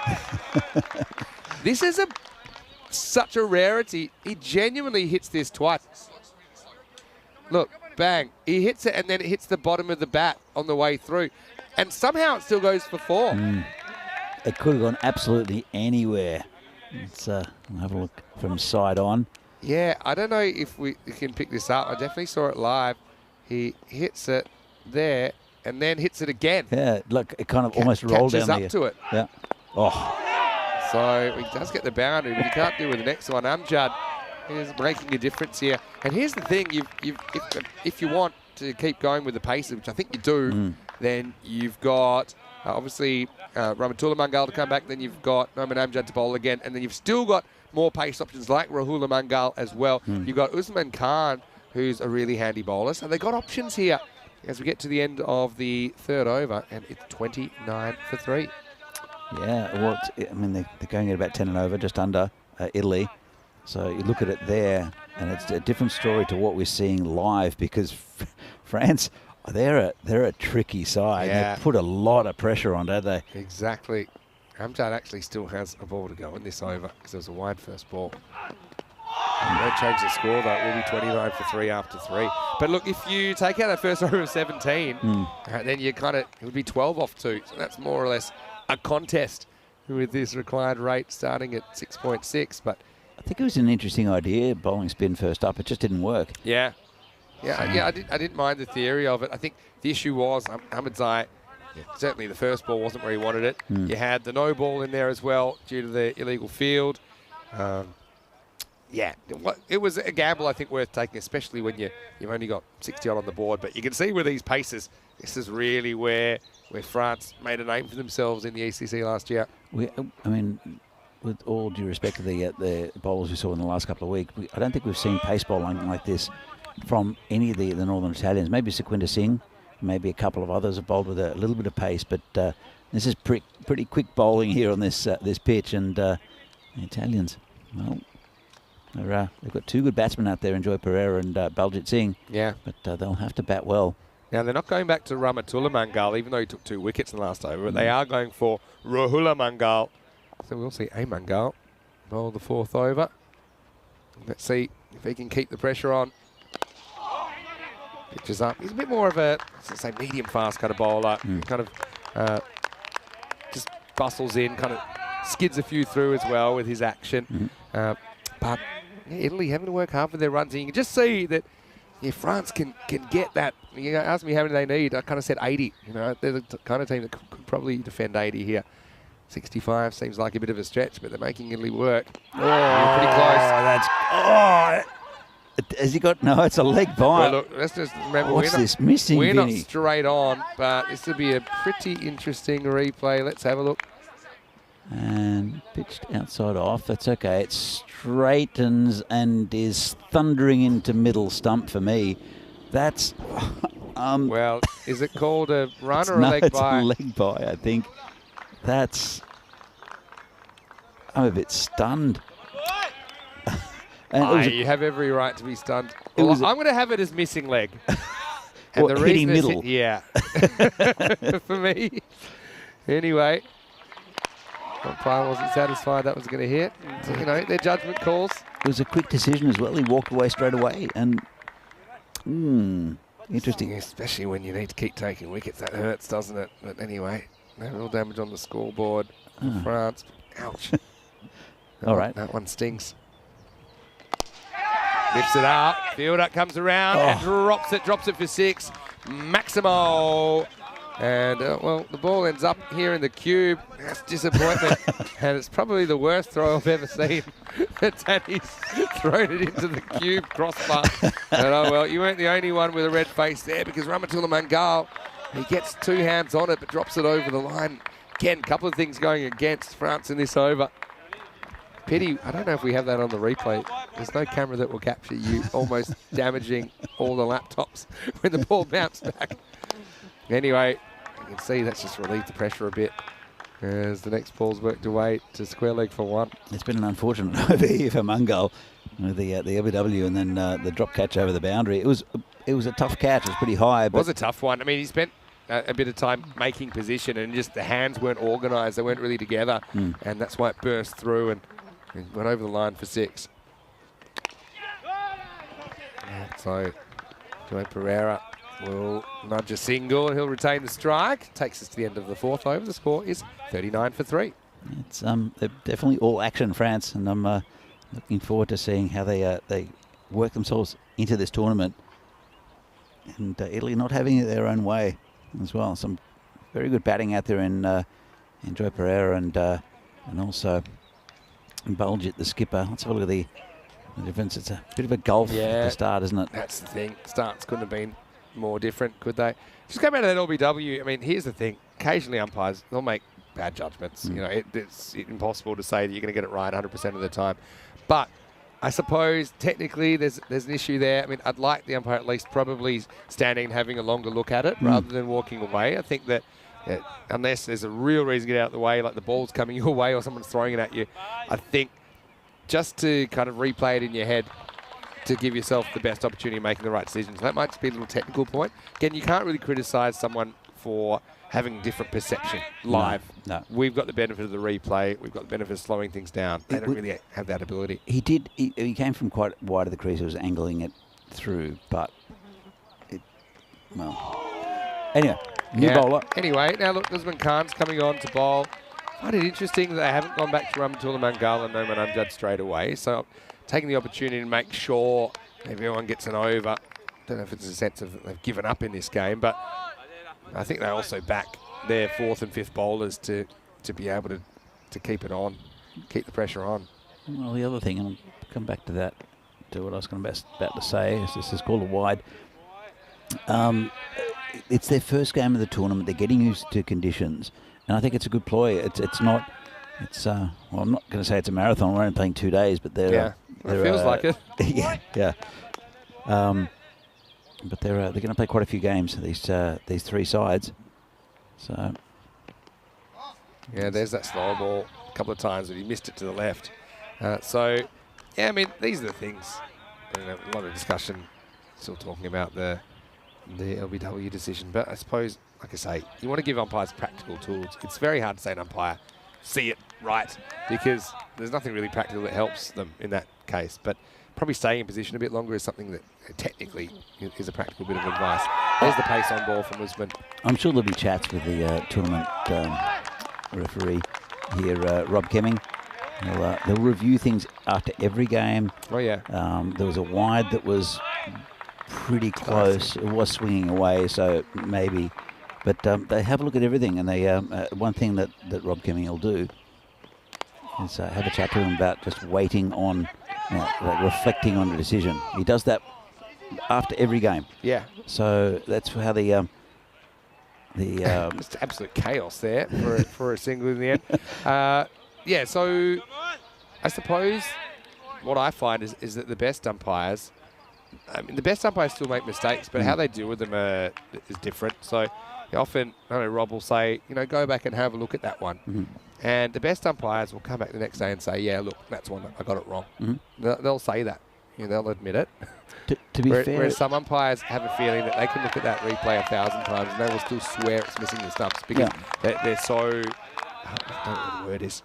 They don't want to admit they're wrong. And admitting you can be wrong is a very important quality to accept as an umpire if you're going to do the job. Look, we've had a tournament with 59 games, right? So that's what it's a lot. It's a lot.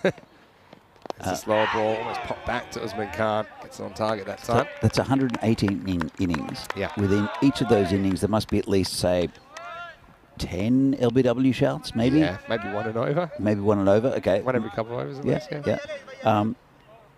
And of those, there have probably been about 4 or 5 we've questioned. Yeah, which exactly. is pretty good going. Oh, that's close. And he's gone. Yeah, it was the rolling slow ball again. Baljit kind of tries to get forward. Let's have a look at it. You see, have a look at his hand when he bowls it as well. Rolls over the fingers. Baljit basically plays outside. It hits him in line. The only question is it going over. With that over-spinning slow ball, sometimes they do bounce a bit more than the stock delivery. But, I mean, it looks pretty good. This isn't a view the umpire doesn't get that makes the decision. But not too many balls are going over the top on this pitch. That's the only question. It's climbing a bit, but hits him just above the knee roll. I mean, it's a fair enough decision, I think. Umpire's call maybe on the height, but a good bit of bowling undoes Baljit for 9, and that's the end of the 5th over as well. It's 42 for 4. Yeah, especially with this pitch, it doesn't.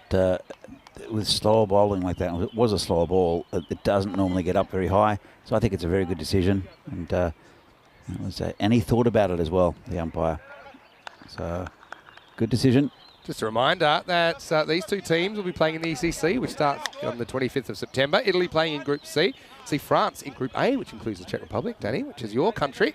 And also we'll see Romania, who play in Group E. So these two teams, or these 3 teams you see this weekend, they won't meet each other unless they make it to Championship Week in ECC 23. But a great opportunity for them to play each other then in this 9-match ECI series. Very true. You say Czech Republic is my country, but actually, France is my country. I'm actually Australian and French. We haven't touched on this morning, and you're exactly right. Obviously, growing up in Australia, but residing in the Czech Republic, I suppose. I spent 3 years in France, though, as well. And your French is okay, I heard. My French is okay, yeah. So you... I did see the French team having breakfast this morning. I didn't really want to disturb them. I'll come back to that in a moment, and I knew the French team was around because they normally have a big basket of croissants. Yeah. And they were all gone. So I knew the French team was around. Yeah, and so you can converse a bit. These guys speak great French as well. The French national cricket team. I love hearing when I've got the microphones turned up to hear them encouraging each other in French and. Well, I heard the coach as well, and they were everything was in French. It was really nice. I will go have a chat to him a little bit later on. Yeah, sounds good. Anyway, they have brought back from Mangal. Really good first over, picked up a couple of wickets, push and run, and that's really hurt. That Simran's come out and he's copped it on the foot or the ankle. This was a supersonic throw. Let's see the impact zone. It's gone bang. Well, it's hit him in the, I think more the back of the leg. It's just missed the pad. Well, it's hit the edge of the pad. Simran still hasn't picked up his bat. Well, if you're not winning on the scoreboard, you take whatever you can, and that was Kanasan that has done a bit of damage. Doesn't really bowl too much, so that's probably the only way he's ever gonna hurt a batter. Because the medic comes on. We haven't seen George the Animal Steel. No, that was for a little while. That was a bit of a shock. Magic spray will do the trick, I'm sure. Always. Talking about hitting batsmen, hitting batsmen. A good friend of mine back in Australia, Dean Renshaw, was going through a bit of a tricky time with his marriage and was angry, and so he took it out on cricketers. I love that you've named him there as well. I'm sure he won't be watching, but and all he did, and it was, I mean, bouncy pitches in Australia, a pretty tall bowler, got a bit of pace behind him, and he just kept on trying to hit batsmen just to relieve frustration. Yeah. I'll come back to that in a moment. Everyone's There's more to it. To let it out. The ball. Well, he likes it. I think the batter definitely hits the ground, but the question is, does he nick it as well? Because it did take a little bit of a sideways turn. Have a look. You could hear the bat slam into the ground, but is there an edge on it as well? Maybe. You'd be guessing, I suppose. It might have even hit it. He might have even hit it into the ground there, Vinny, I think. Yeah, I don't think he's hit it into the ground. I think it's one of these ones that it bounces just before the bat and doesn't bounce again. Look there. See how the ball comes up? And, it might have flicked the edge, it might not have. It's a hard one for the umpire to give without a bigger deflection. Maybe missed it, of course. It's a very excitable appeal, though. It was. He ended up at first slip. Went mucking around. Yeah, so tell me about your angry teammate. So we could see what he was doing, and we knew he was upset because it was an ugly situation. And he kept on hitting bats, and we were like, oh, Dino, like, yeah. And then we played 2 innings games in Australia. Nice ball over here from Mangal. It's been a good spell. Good looking shot, though, from Simran, who seems to be running it off with no real dramas. End of the 6th over, 46 for 4. Yeah, we used to play, so it was 4 innings games, I should say, so over 2 weekends. Anyway, he's come up to us while he's, after he finishes batting, or actually towards the end of the game, he said, oh, you know, I've hit every one of their players. I said, oh, Dino, dog, you bowled a few overs, but did you really hit all of them? I said, yep. I picked them out when I was batting and I smashed it at them. And he literally picked out every player on this side. Oh, that's remarkable. So, we don't try that at home, kids. No, that's not what cricket's about. Well, sometimes as a stress reliever. They've kind of up the penalty now for, you know, when bowlers throw back at the batters when they shouldn't, and the batter's in their crease. It's a bit of a cheap shot. So yeah, it's like 5 penalty runs now. It's a good thing, I think. If you do that. Yeah, it's a good thing. Anyway, I mean, mostly it's accidental though. Yeah, accidental on purpose. Rahul Mangal comes out, and it's just one of those. It's a bit of an easy thing to do if you're a bowler. You start fooling yourself that the batter's a step out of his crease when he probably isn't. And even if he was, it's a simple just step back in your crease. But I suppose the batter's got the pads on as well. It's good block on delivery. This is Rahul Mangal taking over in the 7th. And I think the worry from a neutral point of view was that Italy were just going to run away with this given the start. The no ball, 6 off the first ball. There were 17 off the first over. But you can see right now, I mean, can't see them messing this up, but they've always got it back to run a ball. And when you get down the stretch, last 2 or 3 overs, anything can happen. Wow, this is a pure shot, and this is why he's in the side. Joy Pereira, Maximo! Powerful strike from the right-hander. Yeah, just play through the line, and nice shot. You just have to sit back sometimes as a bowler and just applaud, and that was just straight back over his head. At the international level, that's the kind of length that good players can punish. And at the Carter Oval, for example, that's the kind of length that it's not quite a Yorker. It's probably a metre and a half short of that. Good players get the stride in and back their technical ability to elevate it over the straight boundary. Now, similar kind of length, but this is all the way along the ground. Probably push for 2 here and they'll get it. So that boundary relieving the pressure. And what we've seen here, especially from Joy Pereira, there's nothing across the line. It's just proper cricket shots going through the line of the ball, which takes out that element of the variable bounce in this pitch. Completely out of play. Good cricket. Couple to come here. So it's hit into the ground, picks out Kanasan. Eyes off who he might be able to throw at, decides to hold on to it. It's interesting to see that for both teams, they've got that short cover in. Yeah. And we hardly saw it all for the last 2 weeks. Yeah, I think it's clever. Yeah, very clever. Because if it goes past him, like you saw the drive go past him earlier over, it's not necessarily boundary.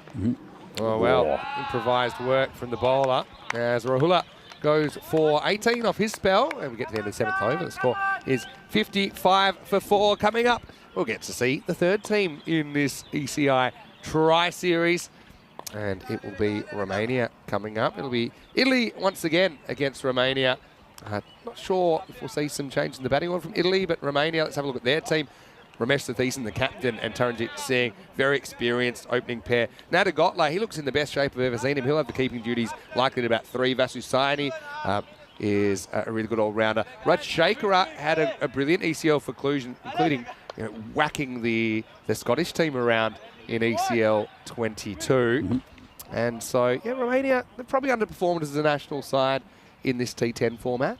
A few players, I think, would want to improve their numbers. They'll get that opportunity when they hit the park in half an hour.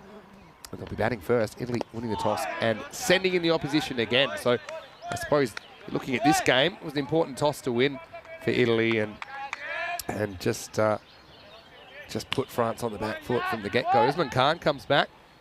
11 required off these last 3 overs. Swaps that slower ball. Bowls it more often than not. It's another one. So he kind of bowls backwards. I don't mean that he literally bowls backwards, but probably a regular bowler bowls 4 or 5 on-pace deliveries and maybe 1 or 2 slower balls and over. He'll bowl 4 or 5 slower balls and over, and then the normal one is actually a change-up. That's it there. I think it might be gone, It's caught this. Has it carried? It's another look. I think he might have actually caught it. I don't think... Looks like it's going to bounce in front of him, but I think he does really well here, Action Jackson. Let's see if we can pick it up. There's no doubt he hits it.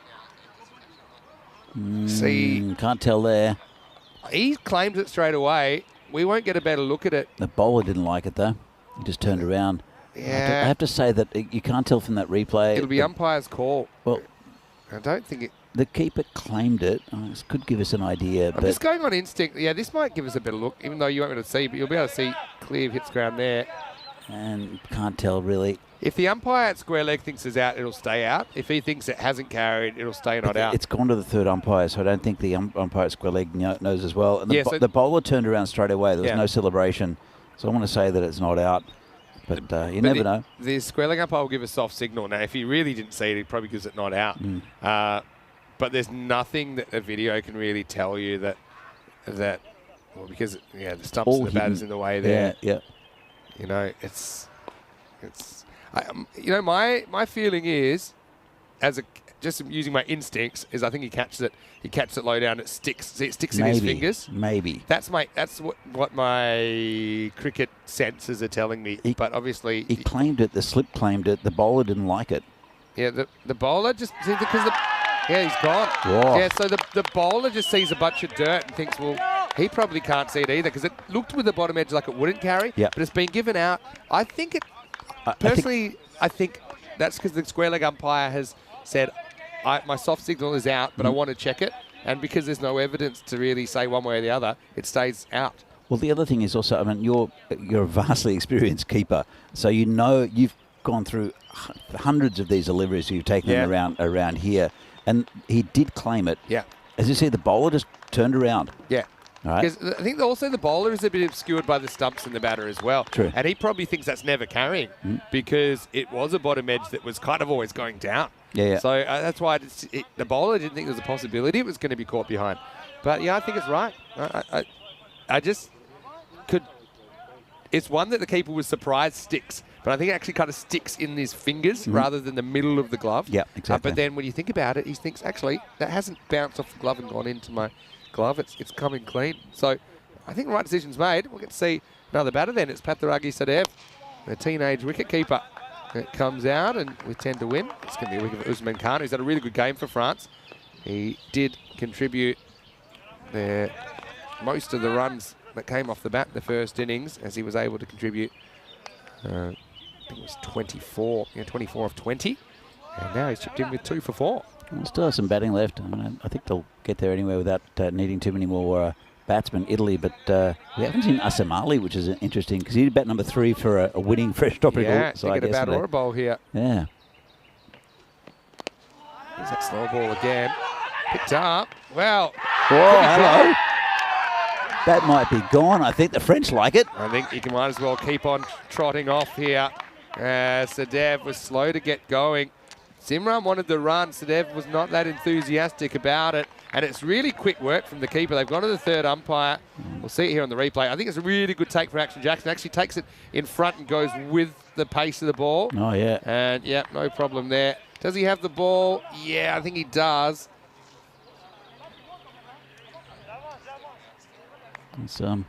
He does drop the ball, but I think he had the ball when he breaks the stumps, and maybe the stumps break the ball loose. It's here. Yeah. I think he dropped it afterwards. Yeah. He was already, he'd spun around before the ball left his hand. Yeah. So, well, this is getting interesting, Vinny. Yeah. Yeah, so yeah, I think it's a case of the ball being knocked loose in the process of breaking the stump. So no doubt about that decision. So, where are we at now? Sadev run out for 1, and it's 57 for 6. Okay, sliding doors moment. They're 4 wickets away from winning this cricket match, France. They are. And you got guys there. Okay, guys you would expect are going to be very, very capable of knocking off these 9 runs. The other thing is, maybe they'll get another minute back for that wicket that hasn't gone on yet. They've got 3 minutes to bowl 7 balls. But I feel like we'll see another minute go on that clock in a minute. Anyway, last ball of the 8th. Good looking shot. They won't get a run here. New batter is Damit Kasala. As we get to the end of 8, and Italy working hard for their runs, as we thought they might. It's 57 for 6. They're certainly putting a lot of pressure in the field, and it's been very good bowling. And considering that it was 17 off the first over, that's... take that out, and they're 40 for 6 off 7. They are in this game, France. As you can see, it's all converging, isn't it? And here's the thing, there's only 2 overs left in this cricket match, 9 off 12. Yeah. And if you can... I see who they still got to bowl. They've got Amjad to bowl 1. He bowled amazing in the first over. Didn't take a wicket, but then do you bring back Ahmedzai in the last? Probably, I guess. He bowled the first and got tanked a bit. But anyway, let's go. 9 to win. 2 overs remaining. Simran pushes, doesn't get a run. There's that tight cover. Oh, I like that. Go for the run out. There's a backup fielder, so don't give away anything. I'm really enjoying watching this French side. Yeah, I knew you would. Would this have been out? Yep. Yeah. It would have been gone. Again, like I say, you're 4 wickets away from winning the game. But now, theoretically, you could still win on run rate if you can keep tying it up. And I do like Kanasan in that short cover position. Boundary relieves the pressure. Well bowled. It's not going to be out, but it is a dot ball, 9 off 10. And if they can bring it back to parity, the way that France are defending, who knows? They're under a lot of pressure here, Italy. They still have 4 wickets in hand. And just reaching from nowhere was Simran. If they can take it to the last, I mean, the question is who bowls it. Yeah. I feel like they will go back to Ahmedzai. 9 off 10.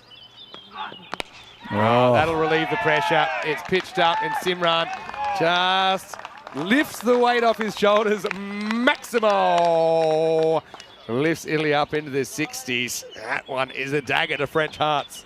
Yeah, indeed. Just that full toss, and you could see Simran nod his head, and when he hit that cleanly, and well, Italy are pretty much home.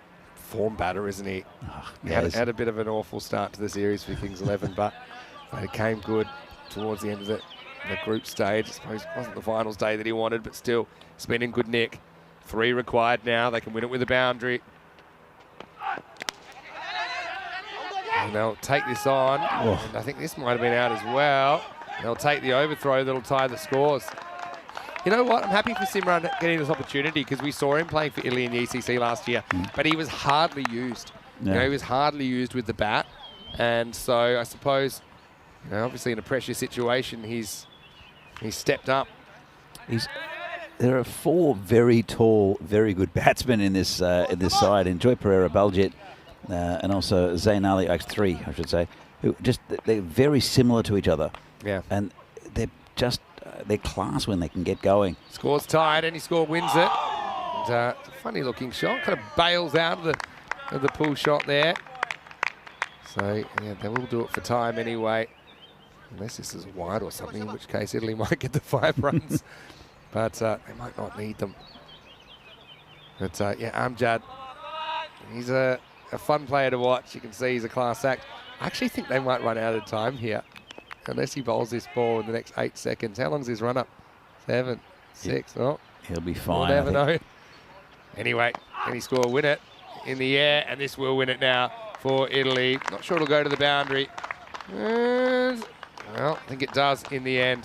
So they might just get the 1 for that because they might have completed the 1 before that ran over the boundary. But yeah, well done to Italy. They will do it with 6 balls to spare. But you know, anyone that thought that was going to be a one-sided affair, we certainly saw a bit more of what France can do, particularly with the ball and in the field. They're a fun team to watch. But it is Italy that get the first points of this ECI. Yeah, just not enough runs on there for France. They never really got going with the innings. But who would have thought that an Italian team, actually see what's going to come up next with Italy again against Romania. Having a look at that, you see Samara Nimesh will have the keeping duties for Italy in the second game. Monu Lal comes in, the enigma.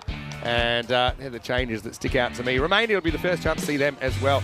Good smattering of local talent there with Luka Petre in the lineup for Romania. Watch out for Gaurav Mishra down the order as well. Mamik Kohli, he's a fairly decent pace bowler to watch out for. Let's go to the highlights. It was a tale of 2 innings really within the 1 inning because Dawud Ahmedzai, the Energizer Bunny, got whacked in the early part, but then the wickets started falling. I think that the Mungals were outstanding. Action Jackson did his job really well behind the stumps. And Italy has found it tough going against a French side that showed that if they can get some runs on the board, they're going to be a tough proposition for chasing teams. They're a very handy side, the French, and you're right about the batting. They're just there's just no real quality, I guess, that can get big runs. But with the bowling, they are absolutely fantastic. And you can see even the way they set the standards in the field pretty high. They're throwing, they're backing each other up. That was Joy Pereira kind of had an important role in the middle of the innings as well. That one came off the fingertips. And you look back at how close this got, and that was pretty important. I didn't mind this decision. I think it was the overspinner that hit Baljit in front of off stump, was probably going on to hit. This was a funny one as well, under edge, and the bowler thought, well, there's no way that could have carried. I mean, the keeper thought that it did, the umpire thought that it did. There was nothing to contradict that when we had looked at the fixtures late in the piece. It was a funny little turn from Sadev that created that run out as he wanted to get out of the way of the ball. That's smart, but he was in no danger of staying on the field. That was the issue after he ran himself out for miscommunication. That was the winning run. In the end, it was given 1 run because they completed their single before the ball ran over the boundary. And this game was over. Italy 66 for 6 off 9. And they do it with 6 balls to spare. Looking at the scorecard, it was a pretty low scoring game across the board. 16 for Naqvi, 16 for Pereira, 13 not out for Simranjit. Came up with a big bomb when they needed it. Pretty disciplined with the ball. It's 5 wides and no ball in there. And France almost defending a score in the 60s. Certainly pushed them a long way. As far as the bowling went, yeah, well, Dawud Ahmedzai didn't have a good first over. 17, he conceded.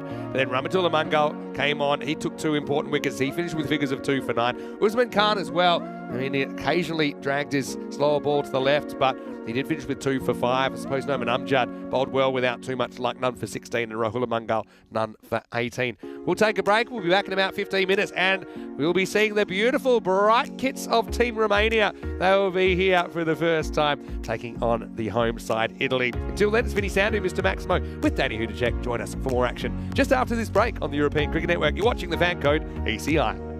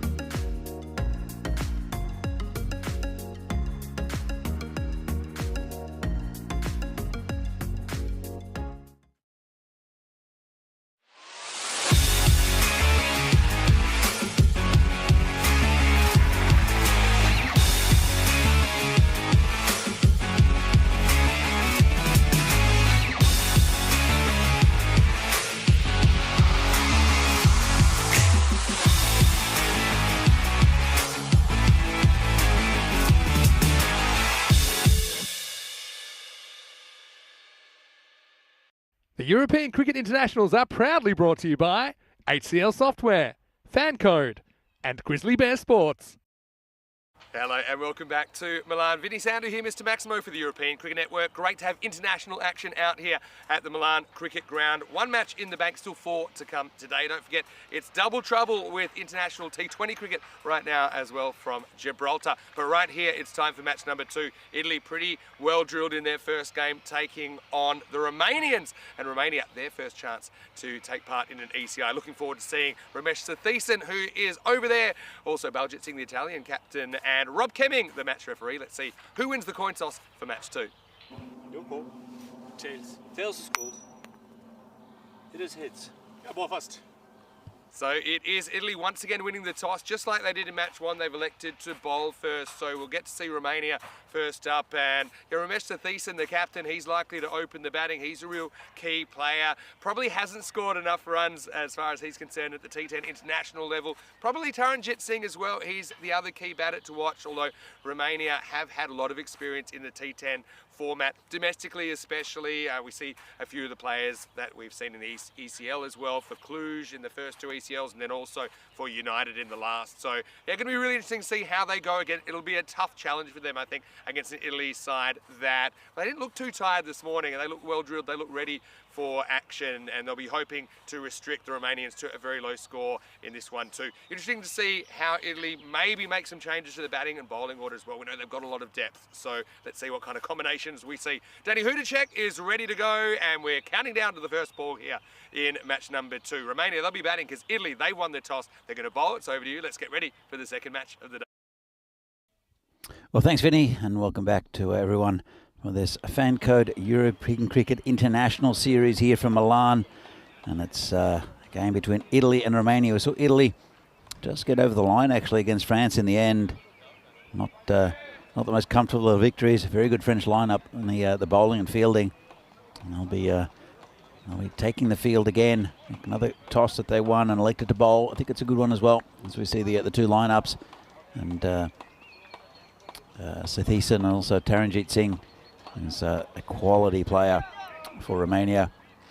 Will probably do most of the heavy lifting. Also the keeper and Nadagola and Vasusani for Italy. You saw they've got a lot of bowling, and they've taken a bowler out and put Monu Lal in for his debut for Italy. That's going to be an interesting one for the Italians, but with the ball, Sequinder Singh, Baljit Singh will open the bowling as he did before. Got a lot of outswing and lots of options there for Italy.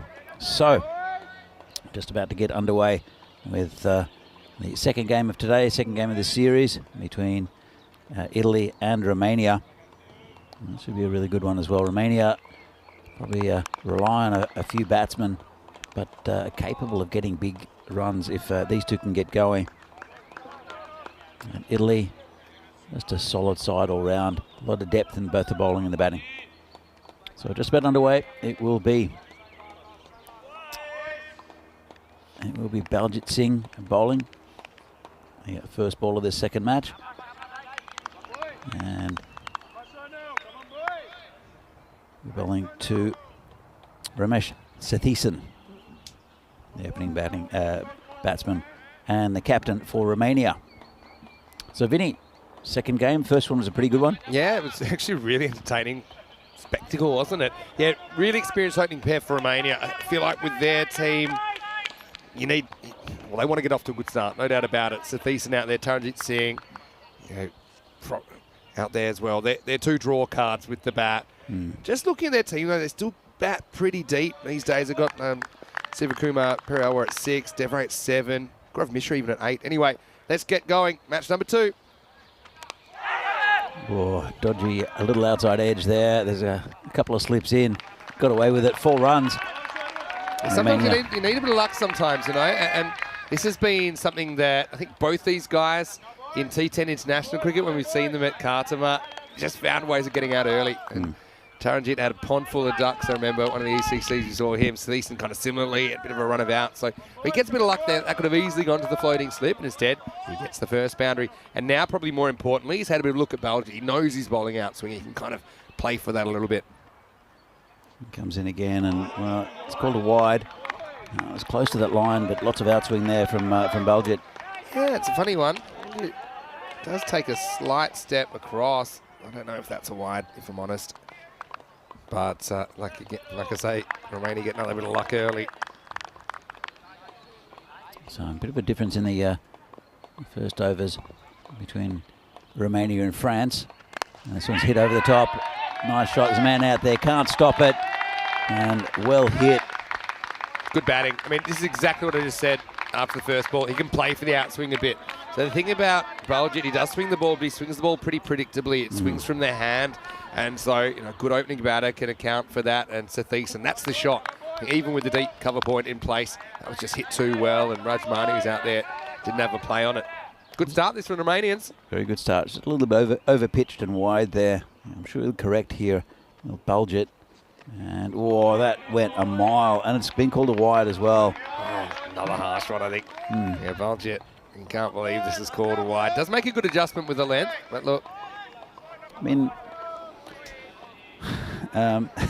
let's just say if it's consistent some things for both in this world sides. are beyond our understanding. And this one in no danger of being called wide, but it'll just be a single. Credit to Baljit though, he just shakes it off, kind of gives it a little bit of a high eyebrows and continues on. It's such a tactic in this form of the game as well to bowl towards that tram line. Yeah. And there are not too many advantages for bowlers in this format, considering how far these batsmen can hit it. Can't accuse the home umpires of favouritism so far in this first over anyway. No.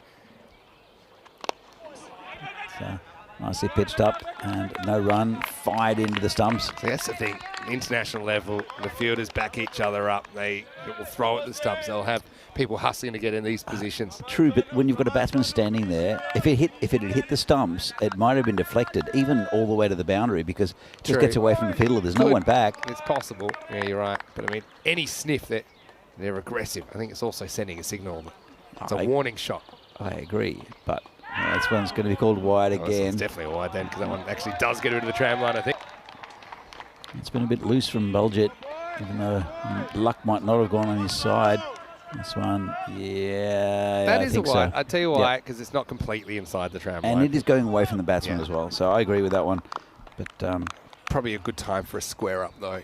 Not call that one. and then you're almost back to par. So he's in the air and dropped. That would have been such a great catch. Sukhvinder Singh, he really climbed the ladder. It's almost like he jumped off a trampoline to get that high. So again, Thiessen gets another bit of luck. And it would have been a sensational catch, but the Romanian skipper survives what's been a very eventful first over. It has been, hasn't it? And he did well there. He did cut off 4 runs, it was just a single in the end.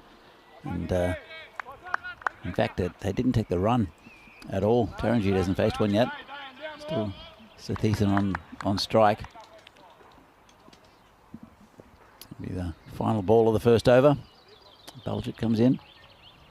And this one's hit to, well, got a bobble there. Did Sukhvinder. Yeah, this kind of spun away from him a little bit, but he does knock it down partially. It means that Thiessen will retain the strike, and at the end of the first over, the score is 12 without loss. Let's have a look at the bat versus ball walls, predicting Italy as 8-run favourites. Yeah, this has been the issue for Romania, considering all these T10s that they've played as a national team, been at the Cardam Oval. 89, still a little bit light on with the bat. And they also have had trouble containing the opposition. They're conceding 119 with the ball. So I'd say Romania, for the most part, they probably bat better than they bowl at an international level.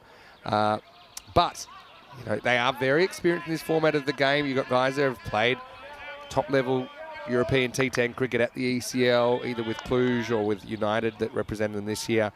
And, of course, you've got guys that played 1 or 2 ECC tournaments. They've all the T20I, the 10-over games that they've played have been at Kardama. It's a very different ground to this. Kardama. It's a bit of a road. There's a lot of massive hitting. So Ball comes in again, Oh, and that's gone four. through him. Yeah, and change of keeper for Italy, and it's Samara Nimesh that can't deal with this. He really has no idea what's going to happen on the second bounce. Kind of skids through. So I don't know if that's the case that he's too far back, or really it's just a ball that keeps low from Sukhvinder that caused it. A tough take for the keeper. So more bonus runs for Romania early on. Well, Sukhvinder's he bowls with good pace and was ahead with a lot of bowlers with pace that does carry nicely, but he is not the tallest and he does skid it through quite a bit. That fooled the keeper as he comes in again, bowling to Sathisen. This is in the air and over the top of the field. That'll be 4 runs. Good start here for Romania. Yeah, power play batting at its finest. This shot probably gets you 1 later in the innings, but he gets enough bat on it, doesn't really try to pull it square, tries to hit it down the ground and gets enough of it. Romania off to a flyer here. That gets you caught later on in the innings because there's always a man at long on. Yeah, I don't know if it would have carried to Mount Long on, but maybe. But anyway, gets enough bat on it. Yes, Murray Nimesh behind the stumps for Italy. I've seen him playing his cricket for Kent Lanka. We've seen in the ECS a couple of times over the past couple of years. So again, hit the man at, well, a bit of misfield, a bit scrappy here from Italy. The couple of misfields already, and drop catch. A bit itchy. I mean, starts are so important, aren't they? To just settle the nerves for Romania. Think about the start that France had this morning. They were right behind the 8 ball and always playing catch-up. With a fairly long batting lineup, Romania will feel pretty good about how they're going, and I think a few of the middle order players as well will be breathing a bit easier. I know they're not going to be thrust into the power play at kind of 5 for 3 or something like that. As a batsman about to come in, as I think Taran Jeans gets attacked by something. Yeah, there's a few bugs around. I know because I swallowed one during the trophy presentation yesterday. And actually, luckily it was off camera this morning, but I swallowed another one at the toss. So I'm getting my protein. They are constantly around. But anyway, Taranjeet sorted himself out now. Let's see what he can do, if he can mirror the success of Sathisen early on in this contest. Here comes Sukhvinder. He's bowling to very experienced Taranjeet, who just prods that down to the gully. And Taranjeet's a good player, full stop. He's very organised, got a good technique. He can extend those shots into more attacking strokes as well. So I think you need to be technically a pretty good player to do well on this pitch. We talked about the fact it's not necessarily completely flat. Their bounce can be a bit variable. So those that can play with a straight bat and play a bit more correctly, I suppose, I expect them to have success. That's what we saw through the ECS recently. It's batsmen who play correct shots. We have 2 of them out there as well who are very good technical batsmen. So they're the right type of big guns at the top of the innings for Romania to be able to get them a good start. And it's been a good start already, going at 11.5 and over. But he's brought it back a bit, has Sukhvinder Singh. It was that 4 buys. Now it's the non-striker that gets attacked by bugs. The bees, Vinny, the bees. Yeah, birds and the bees, they're all here. It's in the air, 1 bouncer to the fielder. So Taran again gets a little bit of luck early on. That's the ball. If he hits it slightly better, it probably carries all the way to Rajmani.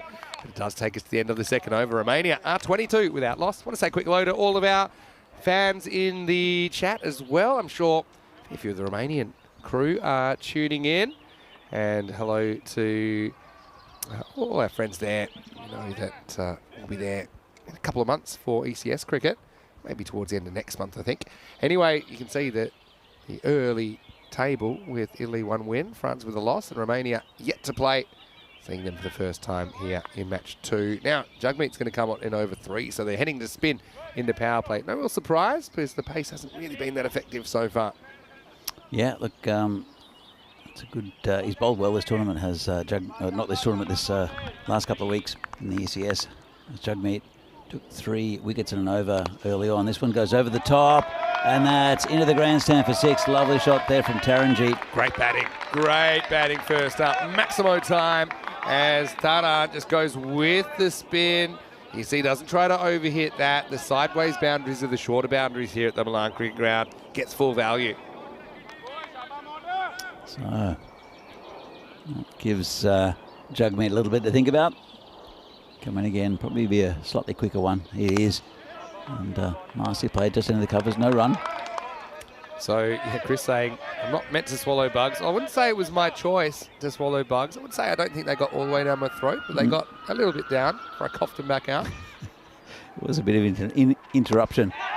This is in the air, won't be out, just chipped across. We'll just get one here. So like, I'm not detracting from the skill of cricket, and skill is very important, but when you don't have that luck, it's a tough game. And just Taran found ways to kind of drill balls to outfielders early in his innings at Cardamom when we last saw him playing T10 international cricket. Seth Eason kind of similarly, he went out to one of the catches, the best catch I've ever seen. Oh, that's close. And a no from the umpire. Might have been heading down leg. He does straighten it though. Against Hungary, there was a ridiculous catch that got out Seth Eason. That Look at this one. Angling pass, it's pretty close, you know. It is pretty close. Was it straightening enough? Maybe.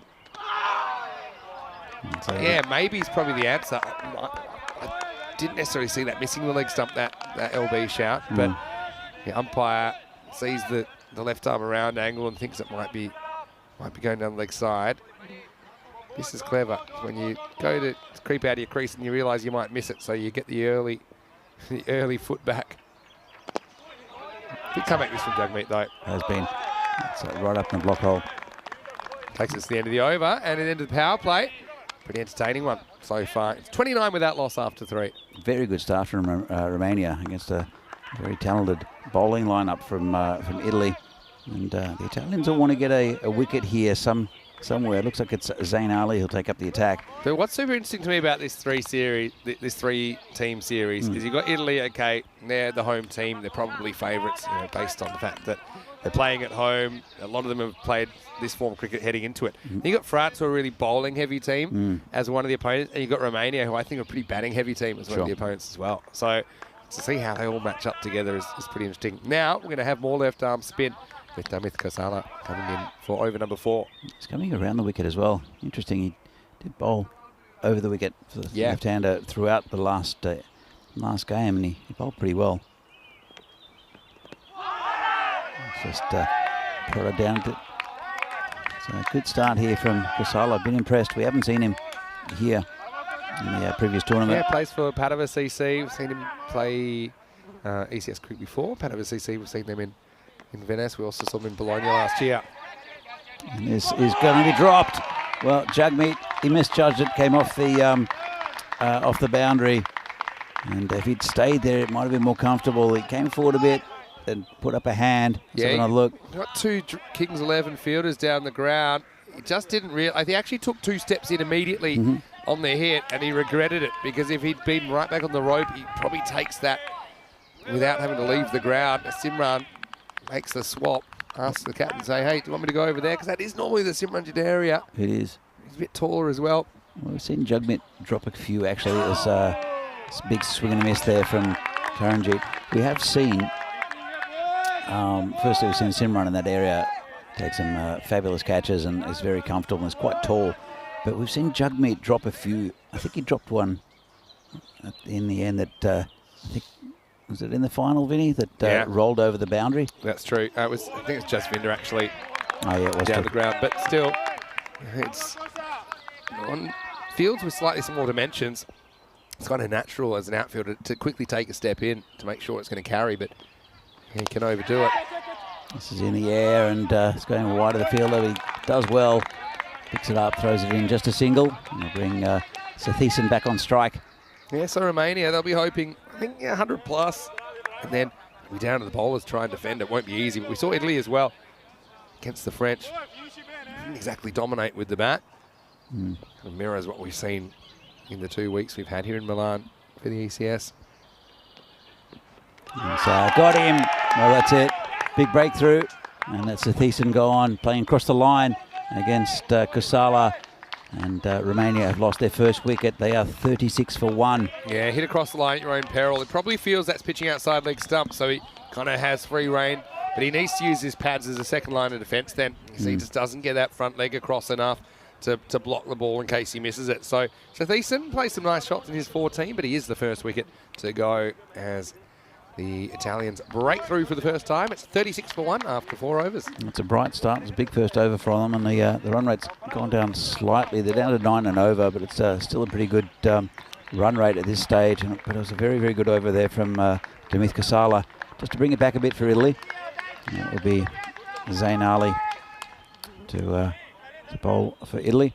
Well, Nishant Devray coming out there. Now, he's listed down at 7, but he's a genuine bat. So he's plays his cricket for the Cluj Cricket Club, very famous cricket club there in Romania.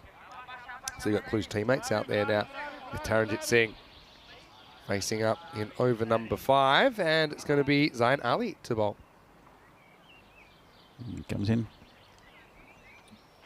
And a bit short and smash there into Mama Bear. Well, it's you can't afford to do that at this level. That is absolutely pound, isn't it? Now, if you're not aware of who Mama Bear is, we've got the 3 trees there. Danny calls them Papa Bear, Mama Bear, and Baby Bear. Mama Bear with the pink flowers in the middle was under attack there. There's the 3 bears. What a shot from Taranjit, though. Maximo time. Just gets a little bit short. And, yeah, that ball's been a lost replacement ball on the way. Yeah, a little bit easy there for the batsman. And you can't afford to bowl loose balls to a batsman of the calibre of Taranjit Singh. So, we'll see how he corrects here. Zain Ali. Bit short on the other side this time. Lifted over the top and dropped. Oh, boy. Well, it's been a bit scrappy here. It's the second one it's gone down. Well, he tries the short stuff again. Maybe brings it across outside off stump a bit more. And Taran hits it straight at Rajmani, who shells a setter. You wouldn't read about it because Rajmani is such a good fielder. We saw him take one of the best catches in the outfield a couple of days ago. I think it was our player of the day, HCL Software player of the day. But Taran gets that slice of luck that he needs to keep going. Devray is going to come out now, left-hander. And yeah, he's a really fun player to watch as well. Loves to clip away on the leg side. He's a boundary hitter. That's why they've thrown him up to 3 in this innings. That's a good move. I think they've got a good start. So if they can get another 16 or 20 from Devray, and that's just dropped in front of Joy Pereira. A bit late on that, wasn't he? Zain Ali.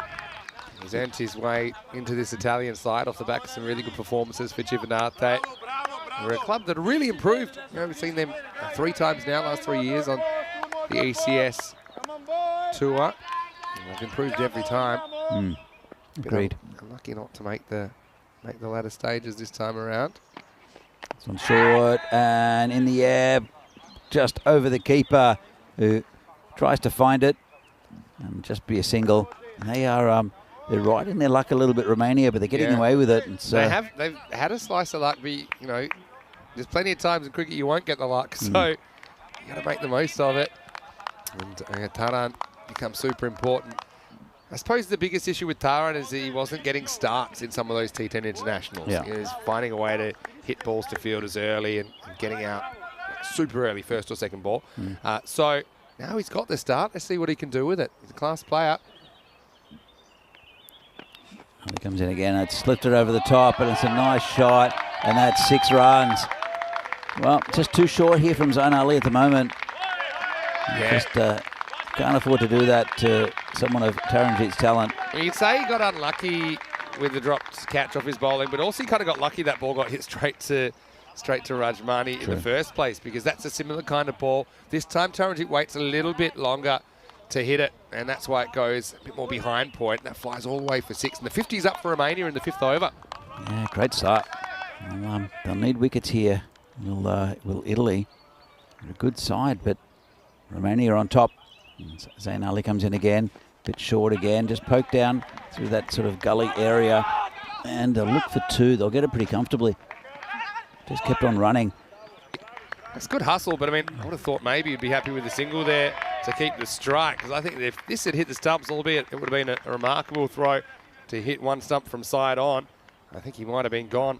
Anyway, takes us to the end of the over, halfway through, and it's 52 for 1. Vinny Sandu here, Mr. Maximo, with Danny Hudacek with me, as you have been for the last couple of weeks. Had a great couple of weeks in Milan. The weather has been magnificent. What a great time for 2 other international sides to visit. Yeah, it's been fantastic here in Milan. Been well taken care of here by the staff as well, and it's a great little extra, like a cherry Yeah. on top of the a very nice cake. It is. It's the cherry on top of what's been a pretty fun cake to consume over the last couple of weeks. But yeah, Romania off to a flyer. Big hello to all of our viewers, of course, watching from Romania. I'm sure you're tuning in, as well as plenty of people from Italy and France this weekend, but also all of our viewers all around the world. Big welcome. Oh, it's going to be gone, you know. It's out. Casala gets it up, and yeah, the question is it turning past the leg stump? But the thing I noticed with Devray, look at his toes on off stump, and it's full. It hits him pretty much in front of middle and leg. I mean, it's touch and go, but I can totally understand the umpire thinking that's going to hit the stumps. And Devray, well, I suppose he shouldn't have missed it in the first place. He's the second wicket to fall, 52 for 2. I think it's a pretty good decision, and it's difficult to judge how far that's turned from by the umpire, because it is very pitched up. Let's have a look at this. It's right pitched up, and it's pitched on middle. Yeah, Devray probably feels, you can actually see the leg stump behind his leg. So he probably feels it's going down the leg side. But the truth is, I think he just snuck across a few, a bit more than he thought he did. And so I think it's a pretty good call. Yeah, I agree with you, Vinny. I think it's a good decision. And remember, it doesn't have to smash into leg stump. I mean, some of the ball just has to hit some of the stump. I think that was smashing into leg stump. Yeah. Anyway, Rajshekar comes in, and he will get off the mark immediately. Rajshekar played one of the best innings I've seen at an ECL, where Cluj were up against Carlton in the I think it was qualifier it was qualifier 2. So they almost stole it as well. I think he scored 66, and took on some really, really good bowlers. It might have been qualifier 1 actually that they met. Yeah, qualifier 1. He scored 69 off 24 balls against Carlton. That's right, because Cluj finished second, so they got double chance. So it ended up, unfortunately for them, they lost to Carlton. Then Brescia CC came from third to win that group. That's right, in Group C in 2022. But yeah, Rajshekar, one innings that was 8 sixes, 2 fours. He's pretty much unstoppable. This one wouldn't have been a wide, even if he'd missed it. Taran backs away, premeditates it, and just gets a bat on it in the end. But yeah, so look, they do bat pretty deep, Romania. I think they'll be confident with over 50 on the board already. But again, the spin has been really effective for Italy today. Has been, and Casala has been right at the forefront of that. I think he's been very impressive in the 2 games so far. Jagmeet got a little bit of stick in the last in his over in this game. Yeah. But Casala, he's quality. Yeah, he hasn't missed a beat, has he? He's lucky he doesn't lift his foot there because he bounced off the keeper onto the stumps. I just think with Taranji, I'm not so sure about the tactic of backing away. He's trying to elevate over the offside. Casala just goes for 8 of his 2 overs, picks up 2 wickets as well. Really good morning's work from him. It's 53 for 2 after 6. Do you think that Taranjit is a player that likes the ball coming onto the bat more, though? Yes, although I think he's good against both. I just think, maybe he was a bit too inflexible with his plans there, having to create the pace. Probably is more. He would probably say he's more comfortable against pace than spin, but it's not that he's incapable. Just would have thought maybe it would have been a better tactic, knowing it Kosola's trying to bowl on the stumps and outside of stump, maybe to move towards the ball rather than move away. Sure. Anyway, Jagmeet is coming back in over number 7. Yeah, it could be close, and it's given him a quick decision there.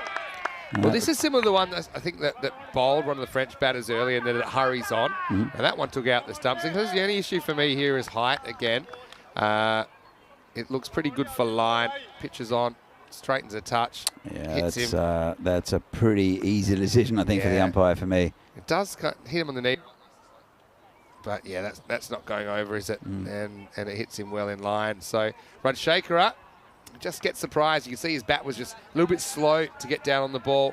See, and the pad almost gets in the way. And he's going to have to go for just 1. Jagmeet breaks through as the left-arm spinners accounted for all 3 wickets in this innings. 53 for 3. This is Sivakumar Perialwa coming to the crease, and they see he's had a few injury concerns in the last 12 months, but nice to see him out there. And like a lot of his Romanian teammates, they're looking pretty lean. I know as a group, they've been doing some fitness challenges over the off-season. So you'll like this, actually. That's a very important thing to do, is get fit when So you're playing sport at a high level. basically, the management, the coaching staff, they give them, as a team, as a squad, a certain amount of kilometres that they have to do. And they can do them however they like. So they kind of motivate each other to make sure everyone's doing what they need to do. And it seems to work pretty well. No, it's a good initiative. So Jagmeet continues. This is hit over the top. There's a player out there and won't reach it. Yeah, this is a good shot. This is what Tarangic was trying to do to Kosala, who was over the wicket. It was a bit easier here when the ball's angling into him because he's not having to basically reach as far outside off stump to access the ball. So he picks that gap nicely. There's a deep point. There's a long off back, but that one split the middle. Another boundary to Tarangic. Will Jagmeet respond? Well, not well. It's in the air. It's going back, and that'll be 6. Caught over the boundary there by Simran.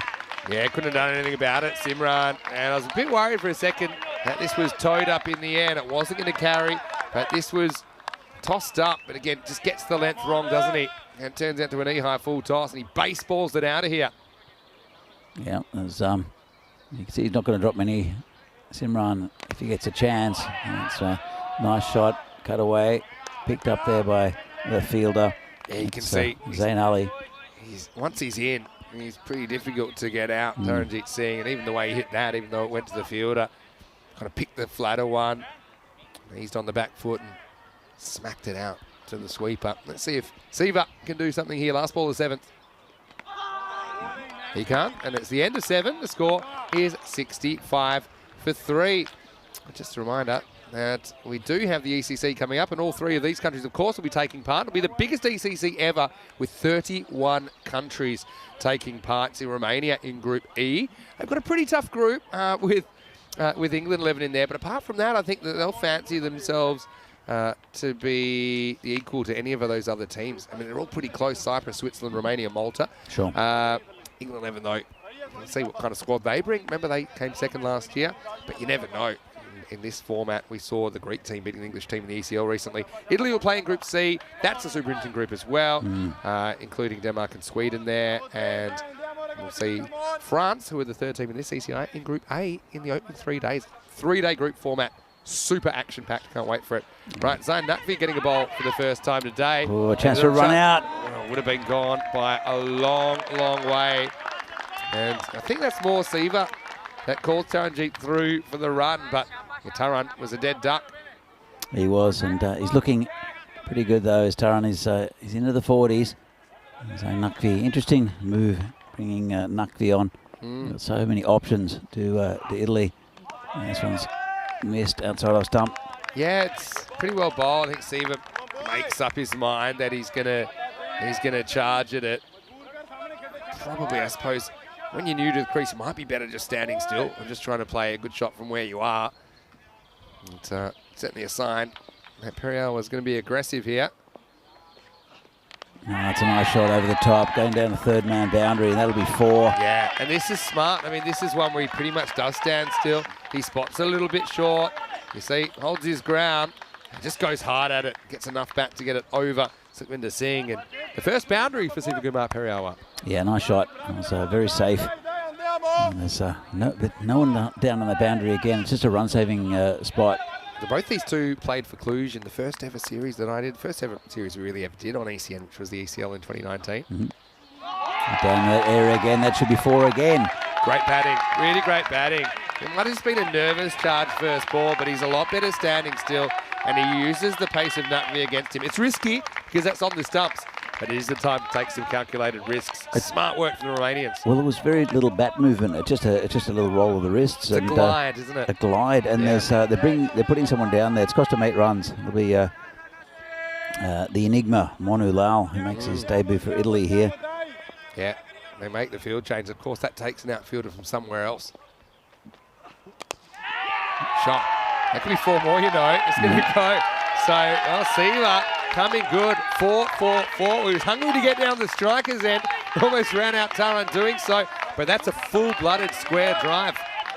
He's very strong in that part of the ground, isn't he? And it's just good cricket shots. Zain Naqvi's just putting him outside off stump, and that's where the ball's ending up, along the boundary on the offside. This is infectious energy from the Romanians. You know, they are so excited to be out there playing some cricket, and they're playing some good cricket right now. Oh, well, that's not on the offside. That's smashed into Papa Bear, I think. Papa Bear has worn that one around the neck, and he angles in. So it's almost like Periawa's a step ahead here. He knows the bowler's probably going to come in, angle a bit more towards the stumps. He was waiting for it. He clipped it away. What an over that is. In the end, it's 84 for 3. Periawa goes bang, bang, bang, bang. 19 come off the 8th over. Fantastic over for Romania.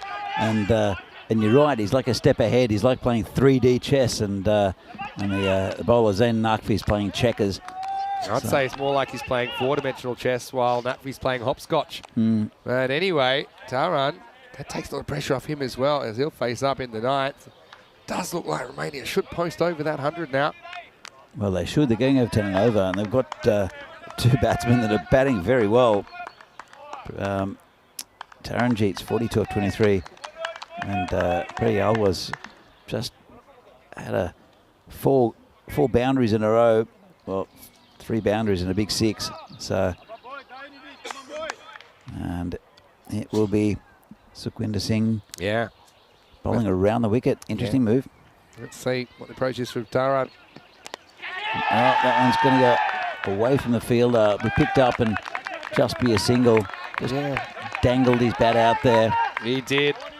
Taran seems his go-to move is to back away, probably because he feels like Sukhwinder wants to follow him, and he can still slash away over off, which is not an easy shot, especially against a bowler with the pace of Sukhwinder Singh. But I'm looking forward to the Periawa show. I think he'll have a different approach. He'll want to, if it's on the stumps, he wants to step across and whip it. But if it's wide, he's just going to throw the hands at it, maybe try and go over backward point.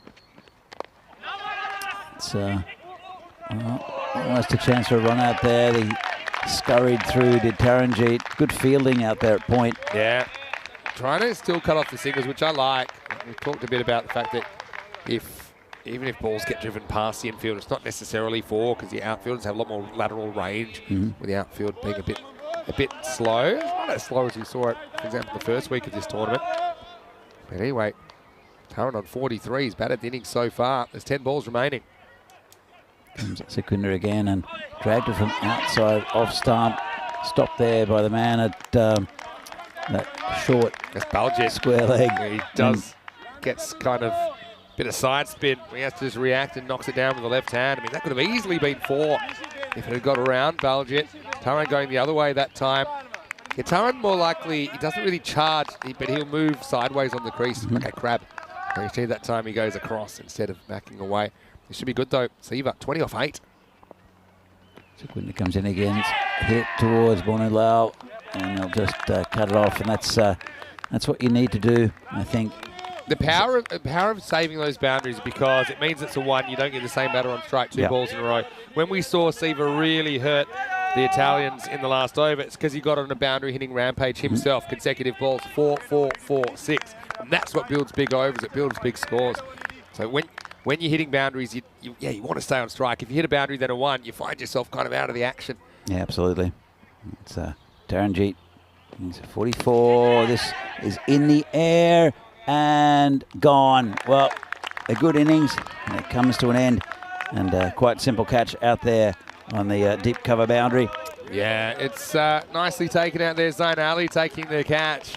So Taran, all things considered, he'll be probably happy because he was on borrowed time. Rajmani shelled a sitter earlier in this 10 overs. Taran, good knock from him. He leaves his team in good shape. 44 off 26. And with the ball remaining in the 9th, it's 88 for 4. This is Vasu Saini coming out at number 6. It's a pretty good total already mounted up by Romania when you compare the first game. And but will it be enough? Romania have, as you mentioned, are batting heavy, and they're showing it. They've been batting very well. Let me go through their bowlers then, who I think we'll see. We've got Gaurav Mishra. He'll bowl some big swingers up first up. He's not very quick, but he'll bowl big in swingers. You've probably got Taranjit Singh with his off spin to bowl 2 overs.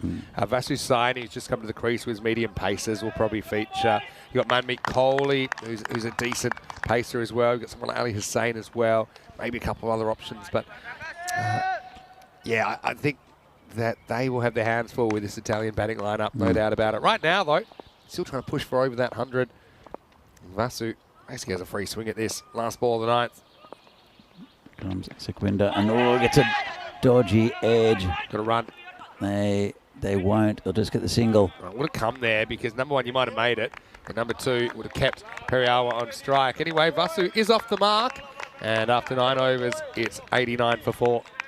89 for 4. 1 over left. They can get to that 100. That'll, psychologically, I think it'll be really a good one here. As I said, they're bowling. And Baljet went for 12 of the first one. It was a good over for Italy. And then have a look down the bottom. A couple of big overs there. The rest has been pretty tidy, especially especially the off spin, left arm off spin of Kasala. So it's a good game. Really good game. And well, it looks like it's Zayn Ali taking the last one. Took a bit of a pasting from Taranjit. As he comes in again. His second spell. Yeah, well, this is going to a gap. They'll run away probably 2 into the long grass. Well, everyone has a bit of a touch. Now they're going to come for 3. He's made it, you know. But it might be out. Some caveat. I think there's no problem with the boundary stop. You see here. See, Baljet touches it back in, and then once he lets go of the ball, that's all good, even though he bangs into his teammate. All right, let's have a look at this run out, though. There's Siva. I think it'll be fine, Vinny. Yeah, they do want to see it. There's 1. It's rare you get a genuine 3, but 3 fielders after the ball, they get back for 3. It is tight, I'll tell you that much. And there you go. Does it. Really good running. Also, yeah, gets Periawa back on strike. So, good hustle. Liking it. 92 then. 3's your perfect result there. That's, you don't see many 3s on this ground. This is in the air, could be out. And nice catch taken back there. That's just to that short, fine leg area. Yeah, that's Sukhvinder Singh, who's found himself on that side of the field. I think it was the slightly slower bouncer from Zayn Ali, where he kind of rolls his fingers on a little bit, cuts it a bit into the pitch. And so Siva, again, good impact innings from him, 21 off 10. Wasn't mucking around, was he? And a pretty good player to replace him in Satwik Nadagodla, who sometimes you'll see opening up, or at least in the top 3 for Romania. And sometimes they bat Sathisen at 3 and they'd open with Nadagodla and Taranjit Singh, but I think I like the way it is at the moment. You've still got players like Nadagodla in reserve. So Satwik also looking in pretty good shape at the moment. 4 to come. Can they get the 100? We've got a few balls left to get there, and it'll be a good chase for Italy. So they struggled a little bit against France, but I think France have a very, very good bowling and fielding unit. And just poke down on the offside to point, just for a single. So he's satisfied just to get Vasu on strike, see what he can do. I thought maybe I'd like to see a bit more aggression from Satwik there. He's a good boundary hitter in his own right, but I suppose it is frustrating if you miss it and then you find yourself under even more pressure. So high 90s, you'd think. 3 to come. Vasu, what can he do? So turned around the corner. Look for 2, will they? I'm happy with the 1. On this field, also got to learn you've got to be pushing for 2s. It's not the easiest field to field on either because it's a bit bobbly. And if you just make up your mind, even if you cause a run out, you've still got some batting to come. So you've got guys like Mishra we haven't seen yet. It doesn't hurt you too much. You've got like deep in his crease. Got to swing at this one. I'm sure he will. He's across and called a wide, but I don't think it is a wide. No, it hasn't. He's looked moved like a so wide. far across that he loses the call. You see, before he bowls, I think that's probably a good call because he's gone 4 stumps outside off. And so you got to move that blue line 4 stumps. True. And then, just a bit too clever by half there. He did move very early, didn't he? Yeah, moved before the ball's bowled, which is why he moved the line. Last ball then. Straight over the stumps. There'll be a run out. Well, no, there won't be. Yeah, well, chance for an impossible 2. I think Natagotla is thrilled to remain not out at the end of this innings after those 2 balls. But this will do it. I think there might be a scoring mix-up here because I think they did score it a wide, the second last ball, and it wasn't a wide. So let me get my abacus out. I'm going to say that the final score will be 90. I'm going to come back to you. I was going to say 3, 4, 5, 6. I'm going to say 95. But anyway, we'll get back to you. Let's have a look at the 10 overs. Pretty interesting the way things worked out. When you need the luck factor, so Thiessen edged the boundary first. There were a couple of drop chances in there. It just allowed Romania to get off to a decent start. Some high-quality batting in there against an Italian team that have played a lot more cricket. But Romania showing that they won't be any easy beats this weekend. Really sticking it to the Azuri in this 10 overs, especially with this partnership from Thiessen and Taranjit Singh first up. You're right, Vinny. They're the 2 that impressed me, as well as Periwala in the end with some nice hitting. But Taranjit, he's looking good in this tournament already. And it was a pretty good opening stand. And that went down by... Catch went down from Rajmani. I would have put your house on it, Danny, that one. But Taran then just turned it on a little bit. Had a bit of a merry-go-round of partners. I think Devray just getting a bit too far across. And there was another LBW there. As Shaker was pushed back. But yeah, just confirming it is 95 for 5. That's the score at the end of the innings. Finishing with just 6 off the last over, just 5 off the second last over. So there was just this one big assault from Sivakumar Periawa. He went 4, 4, 4, 6 in the 8th, and 19 came off that. So to contrast, the 7th and 8th overs went for a combined 31, but the 9th and 10th overs only went for 11. So that's where things really did slow down. And this was the last ball where the keeper is probably saying, "What are you doing to me?" Because that's going to go as a bye, and I thought I did everything right. But Zain Ali wasn't able to handle the throw. And 95 sets up a pretty interesting chase. 96 will be the target for Italy. 44 for Taranjit Singh. Great to see him amongst the runs once again. And he struck his runs off 26 balls.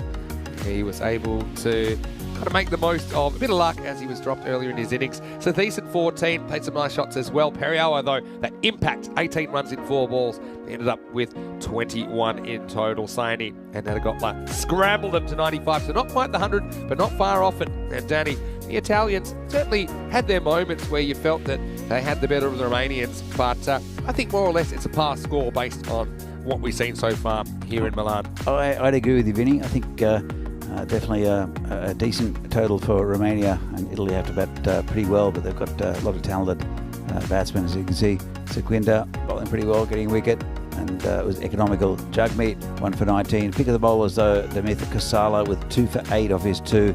Bit expensive, Zain Ali and also Zain Naqvi. Yeah, Kostler's been great so far this morning, hasn't he? We'll take a quick break, back in about 10 minutes with the chase. Italy, let's see how they go chasing this time around. A few more to get. Romania, first time to see their bowlers go to work. Vinny Sandy, Mr. Maximo, with Danny Hudacek. See you just after the break for more Fan Code European Cricket Internationals.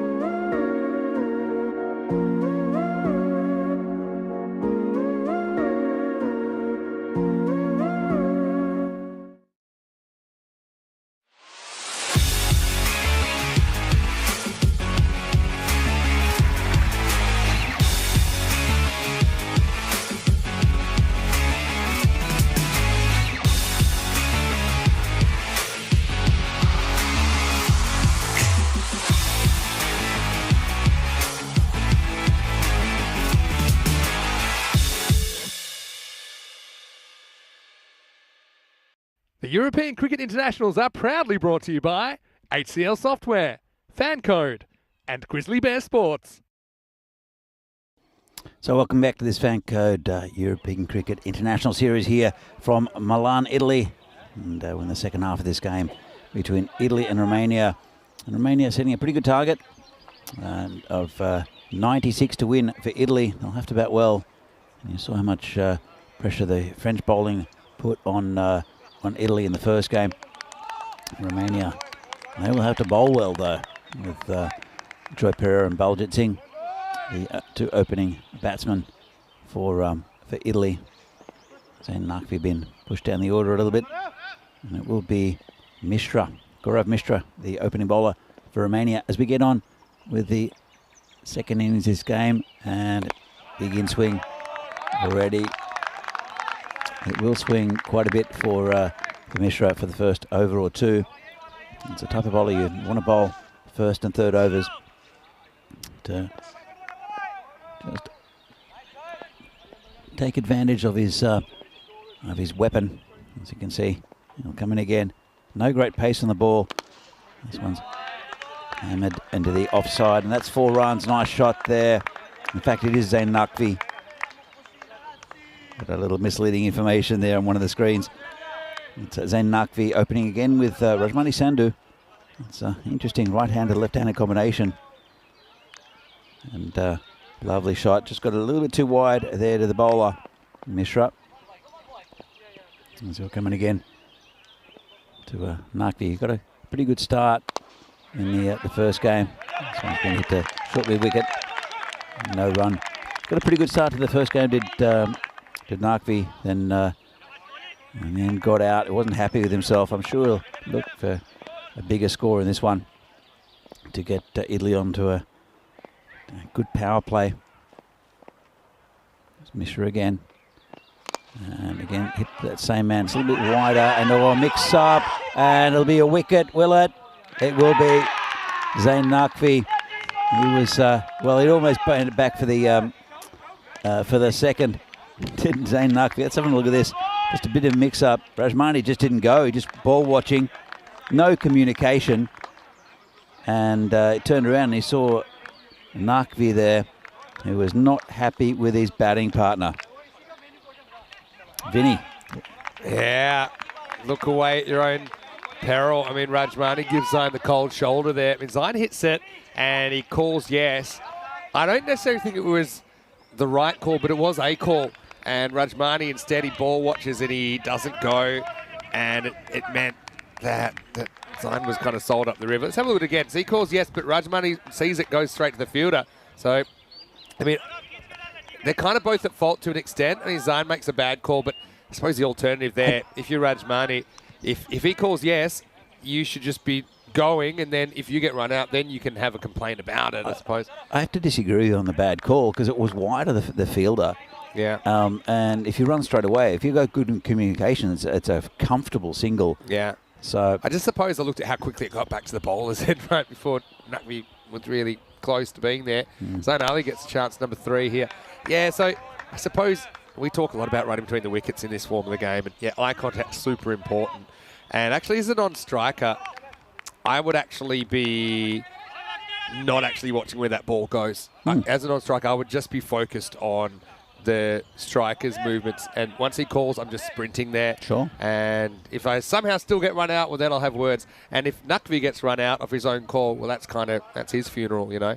As it is, it's a bit of a gift for Romania. And Naqvi, he was the one batter that looked so destructive at the start of the innings in the previous game, and he looked good here with that one boundary off Mishra. Last ball of the over. Oh, this is hit high in the air.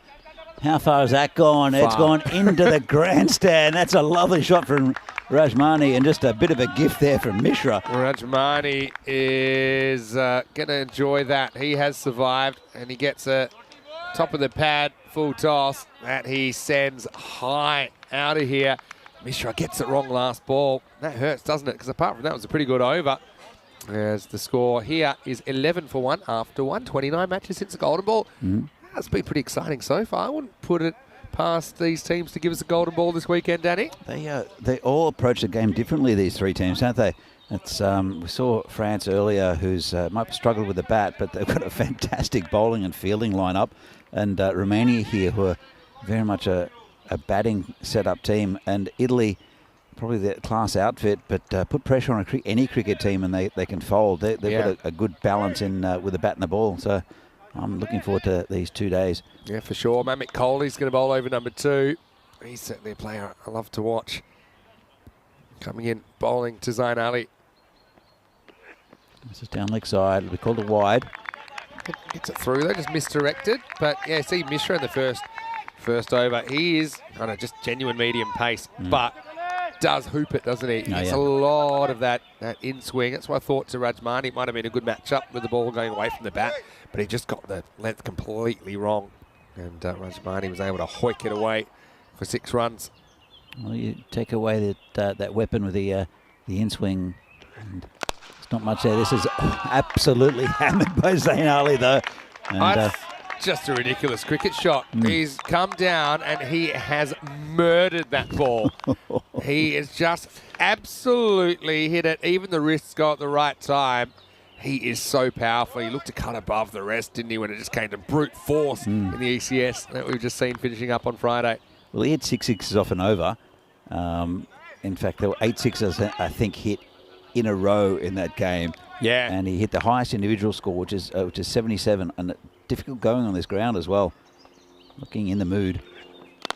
It's just been prodded forward. It's just be a single. Pretty good comeback, actually, from Kohli after he's just been smacked into the sight screen. Yeah, Chris in the chat was just saying, yeah, if the ball's in front of the batter, then the call's the batter's. If it's behind the batter, it's the non-striker's call. Yeah, that's true. I mean, for the most part, Chris, that's why I was saying that if I was a non-striker, when I saw the ball hit forward, and it's probably an indoor cricket thing because we talk about it so much. We have such specific plans, but you don't actually even watch the ball anymore. You just watch your partner and mirror what they do. Yeah. Anyway, Kohli trying to break through against Rajmani. It's in the air and gone. Well, I thought that Rajmani could have made up for that earlier mix-up after that 6 with some big runs, and he didn't. Yeah, played sort of across the line, and a nice catch out there. It's Perualia in the point area. Nice catch moving around to his right, wasn't it? And so, yeah, Italy wobbles a little bit early. It makes it 19 for 2. Romania got their tails up here. Well, Rajmani's opened the batting twice for in the first 2 games this morning, and he hasn't looked good either time. And considering that you have probably about 4 or 5 of these batsmen who can open the batting, I don't see him keeping his spot for Italy. Yeah, I would have thought maybe they would have already rotated a bit more, but I can also understand that maybe you hold the order for 2 games in a row to give someone another opportunity. If you're chopping and changing and people haven't done well in those positions, that's a lot different to chopping and changing when people are doing well in those positions. Sure. But he hasn't done well in that position twice. Exactly. And his bowling hasn't been convincing. I'd be interesting to see, because they've got 4 games today, Italy, if they don't bring someone else into the lineup.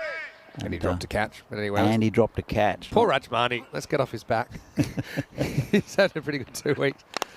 I'll tell you something that I think is relevant, and it certainly came into play the previous ECI men's that we did in Portugal, was the fact that the home side at the current format, they play 4 times on opening day in the ECI, and that's off the back of 2 weeks of cricket, and normally a pretty intense finals day where a lot of them have taken part. Sure. I suppose here, because there were so many more teams that didn't make the semis, they've had a day off, some of them like Baljit, but yeah, the fatigue factor. So I mean, Rajmani didn't play finals day, but still they've played 10 games over the last 2 weeks. Probably maybe feeling the pinch a little bit. Well, that, and also that quite a few of these batsmen, especially you look at Zain Ali, but also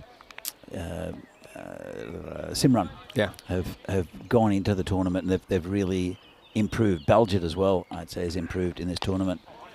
So, and this gets past the fielder. Should just be 1. It bounces off Luca Petre.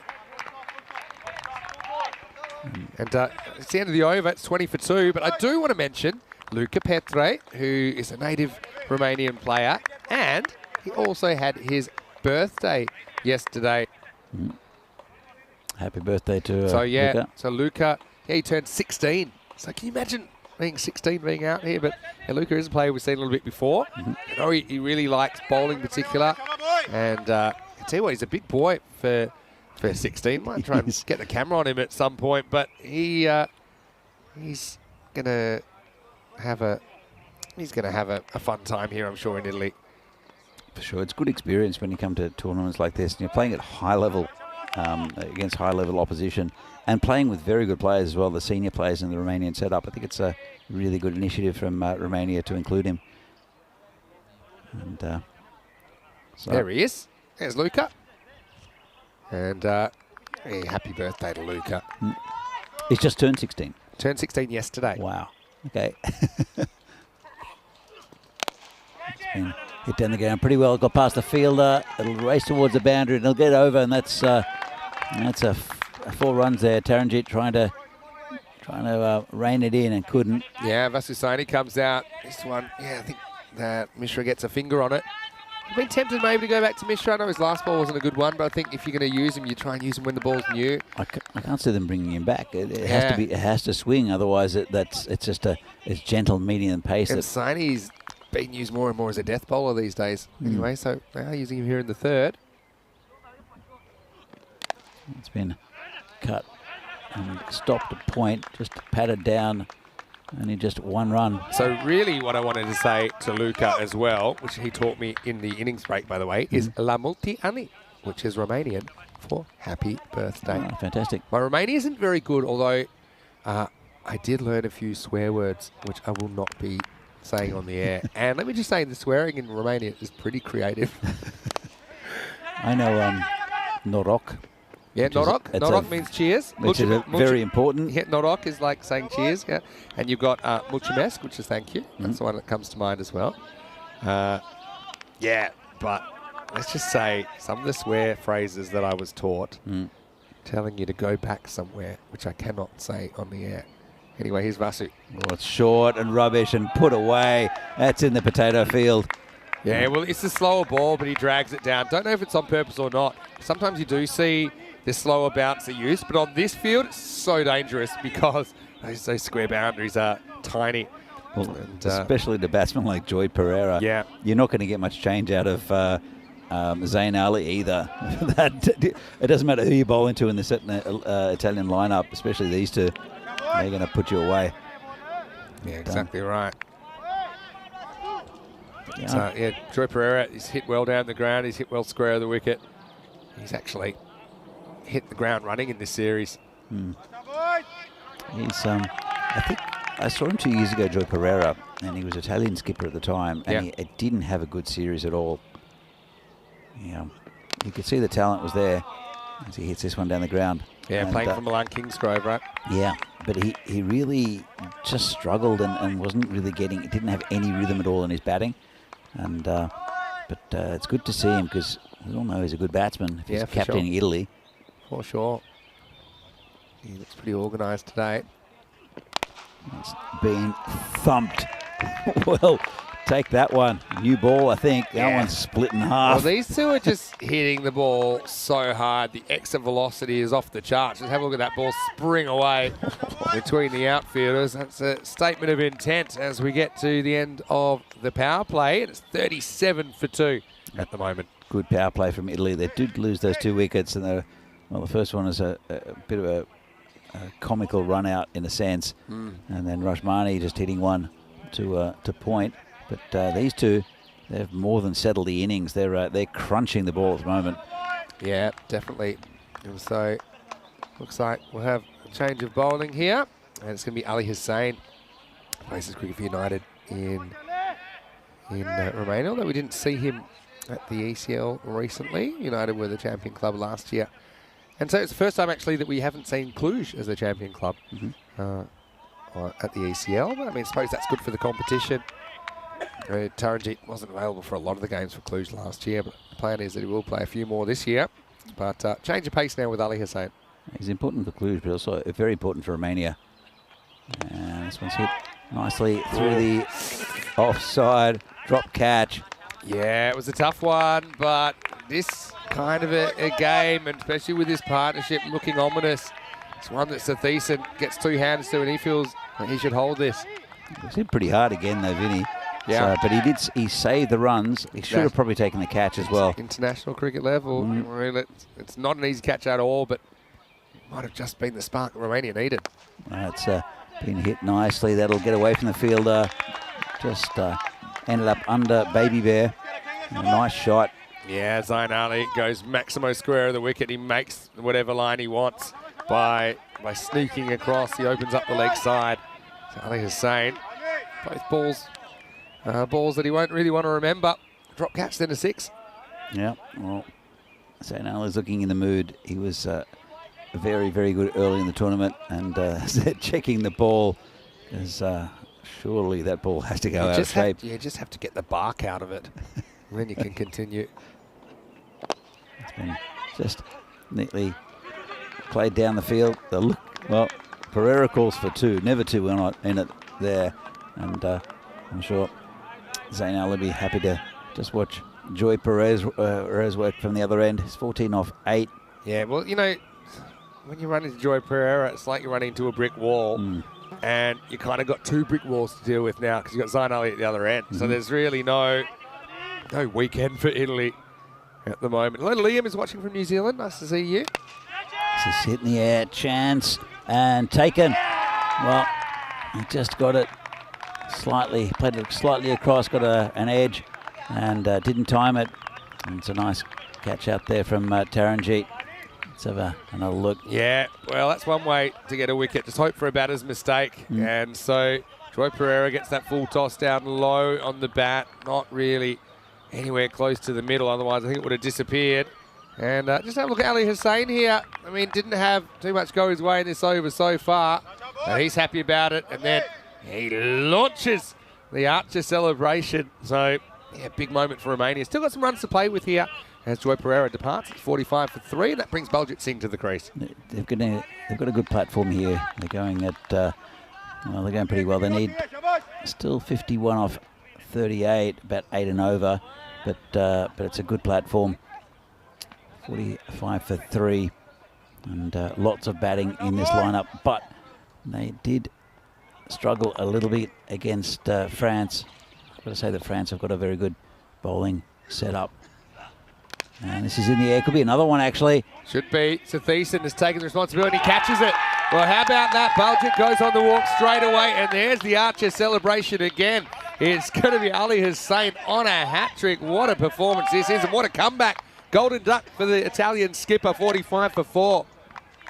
Yeah, that's not the greatest shot to open an innings with. And Baljit, he needs to just play how he normally does, just correctly. And he went across the line and lost his wicket. Yeah, I mean, it just because he was charging, he didn't quite get to the pitch anyway, went through with the shot anyway, so he'll be disappointed. And so Ali Hussain, 2 in 2. And Rajmani, who is playing in this game, he was the last player to take a hat-trick on ECN. And that was in match 12 of the ECS. Could we have another name etched into the Hall of Fame?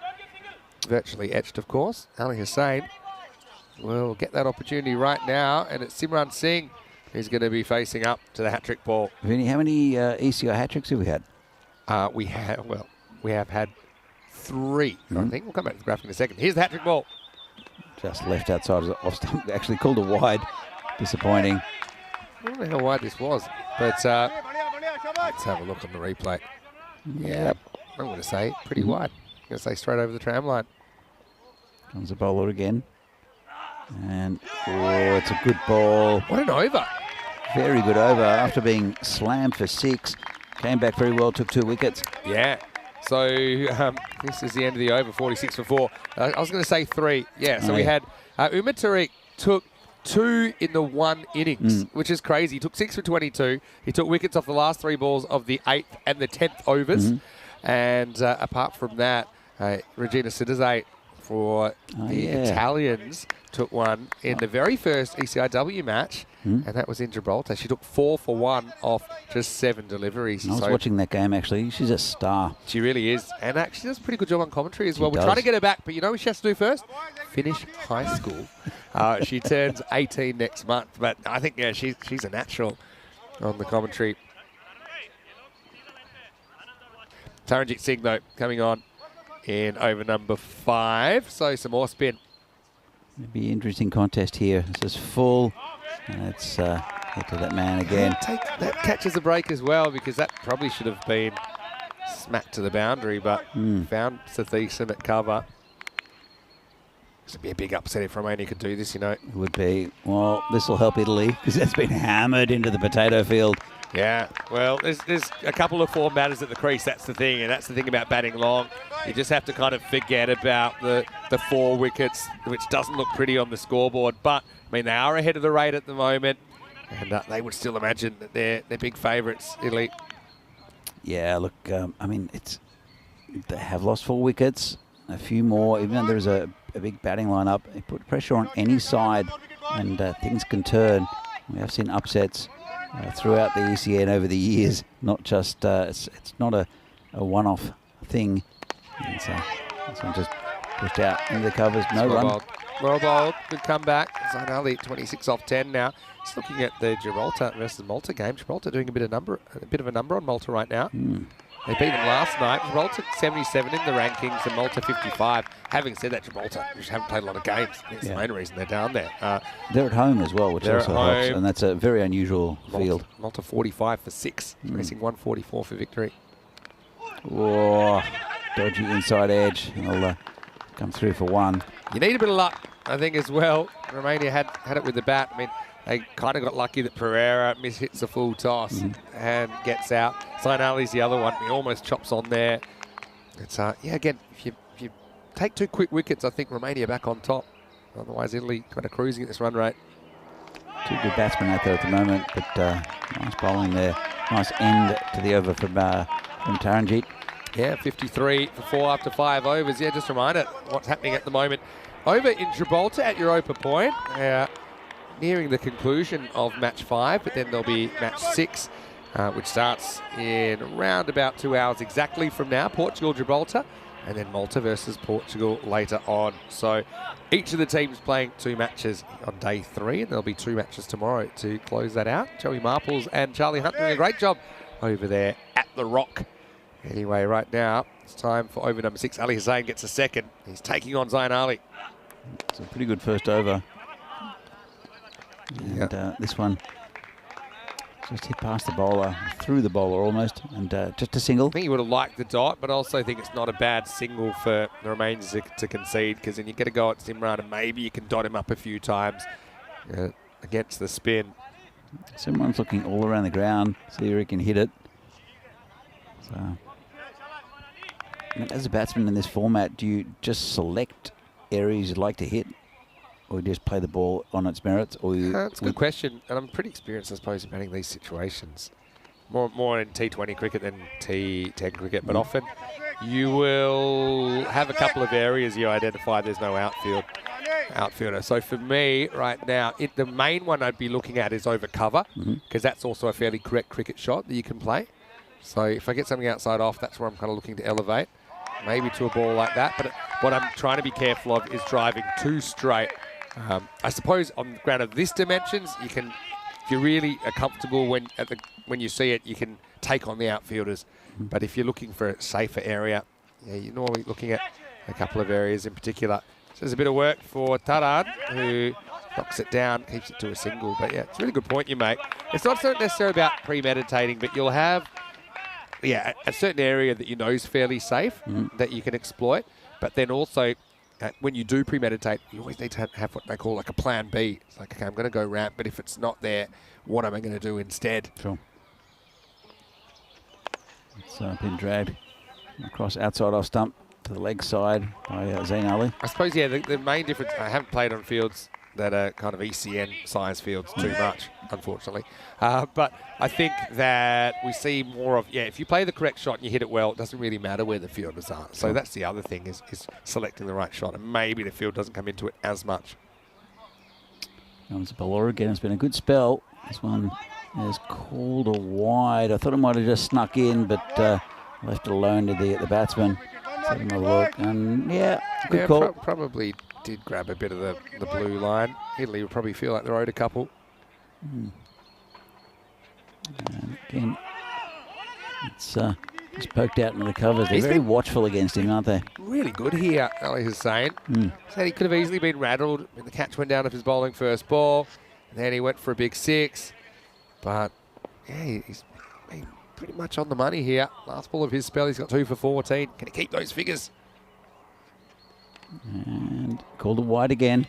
Yeah, Simran, good eye from him. He's hoping this is a wide, more than knowing, I think. But, maybe half the ball on the blue line. Still, not a bad place to miss. Last ball, take 2. And just poked down, won't get a single. It's a very good spell there from Hussain. Really good spell. Yeah, 2 for 15. Yeah, and only 6 runs come off that over. 3 of them were actually in wides. Anyway, it's the end of 6, 59 for 4. So right now, Italy pretty much right on the red line, just a scratch above it. But, Romania certainly competing really well. I suppose Zain Ali there is an ever-present threat and plenty of batting to come. That's the thing. You've got Jagmeet still to bat. You've got Manulal, the Enigma, who we haven't seen yet. And then you're kind of down into the keeper and a couple of bowlers. But still, everyone can hold it here. Mamit Kohli coming in for the next over. He bowled the second over. Did get hit for 1 big 6. Apart from that, was pretty good. Anyway, here we go with over number 7. And it's down leg side, called a wide. Pretty good block by Nadigotla. And he's keeping the helmet back. You might say, well, that's a bit crazy, a bit village, but I think it's kind of also sensible on this field where we've seen a lot of second bounces come up, and we've actually seen some of the keepers hit above the shoulders with some of those. Anyway, Kohli has to get it on target. And he's been hammered again. That's gone a long way. Used his feet well, did Zain Ali. And, missed, probably still rolling this one. It's a great shot. I mean, the way he keeps his balance despite being on the move, I think that's really the hallmark of a very, very well organised player. I suppose Kohli, it's that kind of pick-up length, isn't it? So I know he's on the charge. I'd like to see maybe trying to jam in a Yorker here. Now, Nadigotla, who's good up to the stumps, but he's coming out the stumps to Kohli. He's pretty quick, trying to stop the batter charging. There's the cutter, and it could be gone. Yeah. What a catch. Unbelievable catch down there, and that's the big moment in the game because Kohli rocked out the off cutter. It was taken, and Ali Hussain having an absolute heater in this innings. This one I thought had gone forever, but there was a fielder in the way. His name was Ali Hussain, and there is the big wicket of Zain Ali for 35. It's 66 for 5. Yeah, really nice catch out there, and you thought that when he turned and hit it, that it was going to go either along the ground for 4 or over the top for 6, and he just didn't quite get enough of it. Hit it pretty well.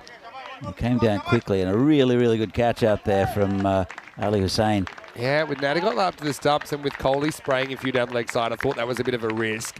But I think that Nadigotla did it because of the fact that Zain Ali was charging and he wanted to discourage him from doing that. Anyway, what a good time for the Enigma to join us. It's Manulal. Great to see him in an Italian shirt. He's a very, very capable batsman.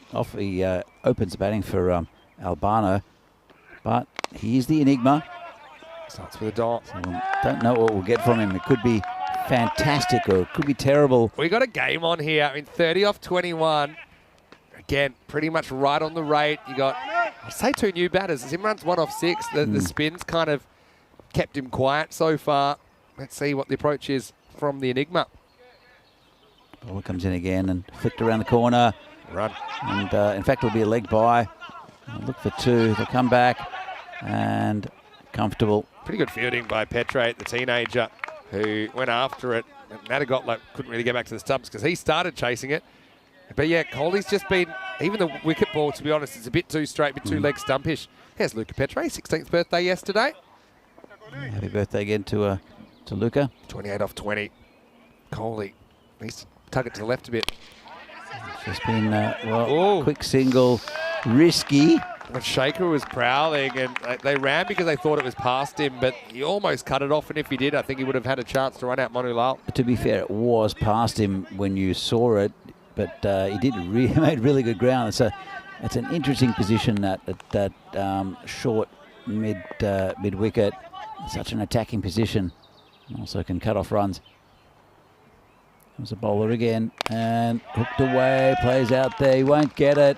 And that's between the two, right in that cow corner area. That's 4 runs. Bit of a loose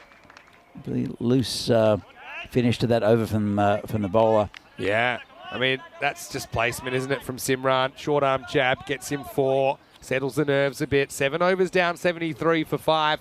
Coming up next, it's the first match that Italy won't feature in, as they'll get to take a breather in match 3 before they come back for 2 more later on in the day. But Romania versus France, I mean, what a great contest this is going to be. Romania winning the toss, electing to bat. I don't think France are too worried about that. I think both teams leading with their strength then in the first half. That match is coming up in around about 35 minutes, and we're going to see some great contests in there, Danny. They were fun to watch earlier on, France, and I'm looking forward to this one. It's tucked around the corner. It's going towards the boundary. Man's chasing it and won't get there. Yeah. That's 4 runs to the Enigma. Taran, first ball of the over, getting away from him a little bit. This is one that turns a bit too much. Probably turns onto a leg stump line. It's a fairly comfortable shot from Manu Lal. Gets the boundary. I mean, a boundary and over kind of keeps you on target. Right now, it's slightly under 8 and over required. Oh, it's got him. Straight through him. Great bowling there from Taranjeet. A bit of a nothing shot there from the batsman, and it's the end of Manu Lal. And, well, they keep on losing wickets, Italy. Well, the turn worked against Taranjeet the ball before, where Manu turned him away, but the turn works out nicely this time. Goes back through the gate. Every off-spinner loves that. Taran looking cool in the shades. He just gives a little bit of a fist wave, and Italy loses 6, so it's 8 over yet. 77 for 6. As this is Damith Kosala that's coming to the crease at number 8. And Simran, who's there, did hit a boundary fairly recently, but I mean, he's 5 off 7. Still some work to do. 19 off 16. Even though if, I don't know if you can call it a tail for Italy, they've got into the fragile, soft underbelly of their batting. And still got Simran at the other end, who's one of the best batsmen we saw in the recent ECS here in Milan. We have a left-hander in Kosala. And Taran will come around the wicket. He's 1 for 11 at the moment. Got about 4 balls left in his spell. But new batsman. Let's see what he can do to the stumps of Kosala. Pretty good ball first time, wasn't it? Very good ball. That's the thing, there's more dots out there than normal with the field. A bit more attacking, and they can be more attacking because it's not necessarily 4 if it gets hit past them. Comes in again and plays it slightly across the line. He's swept it. And there's a fielder down there, just a single. What a great game. Yeah. What a really, really good game. Yeah, credit to Romania. They have every reason to kind of feel they're playing on Mars here. And, coming in, some of them came in pretty late as well. But they look really well drilled. They all look in pretty good condition as well. There's Taran, a couple balls to come. Another ball that bites back. Simran, again, he's just kind of been deering the headlights a bit to the spin so far.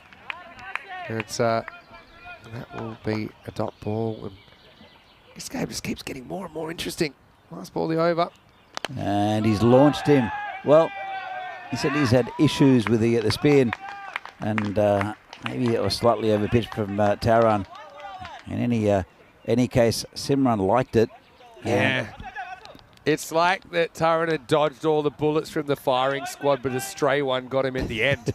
So he'll finish 1 for 18, which are decent figures, but it does make it a run-a-ball proposition. 84 for 8. 84 for 6, pardon me, after 8 overs. Having a look at the run rate comparison. Without that 6, I think they're pretty much on the red line there. Yep. But with that 6, they're actually, I think, maybe almost exactly the same as what Romania were at this stage. At this stage, they were 84 for 3.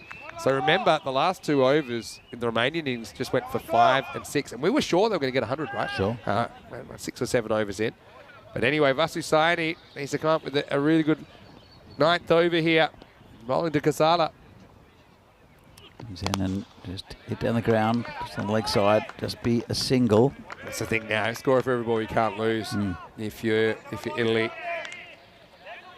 And, yeah, Romania has got an effervescence about them, really.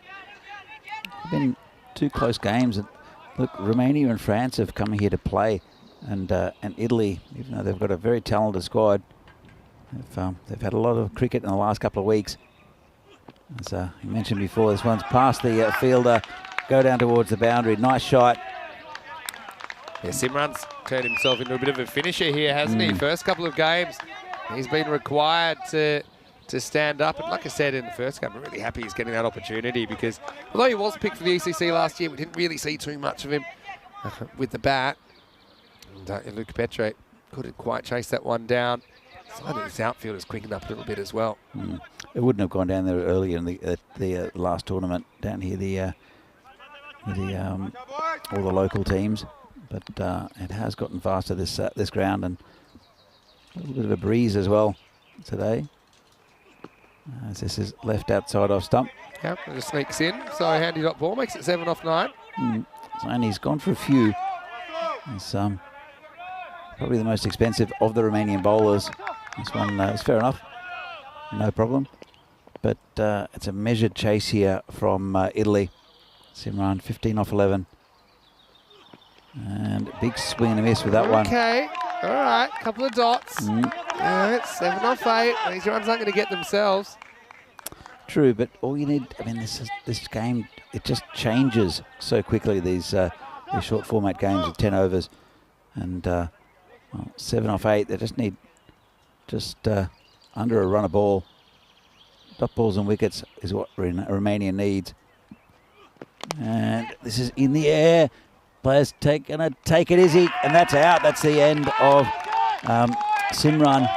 And it's another little twist in the tail here. Oh, it sure is. That is a pressure catch as well out there. Look, again, if this goes for 6, it ties the game. That's Sivakumar Periawa that takes the catch, holds his nerve. Difficult kind of footing over there. That's near the edge of the old running track.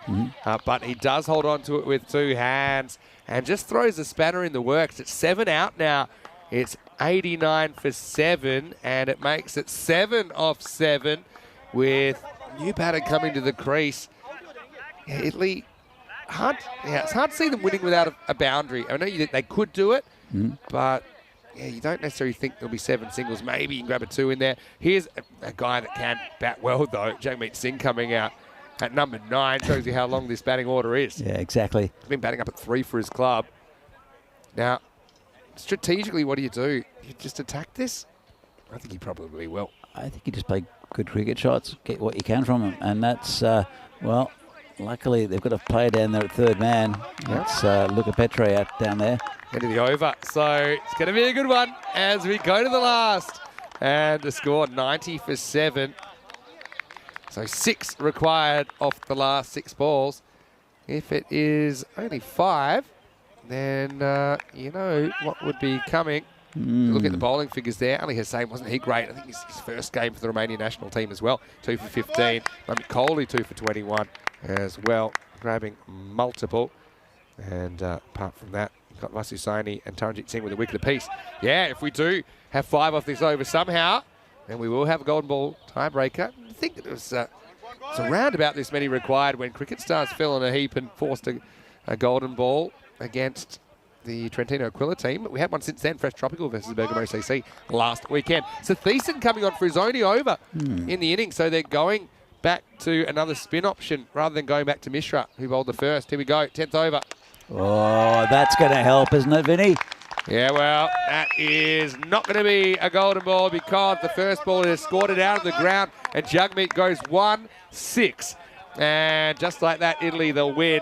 And they win with 5 balls to spare, though Romania pushed them every step of the way. Italy 2 for 2 now in the CCI.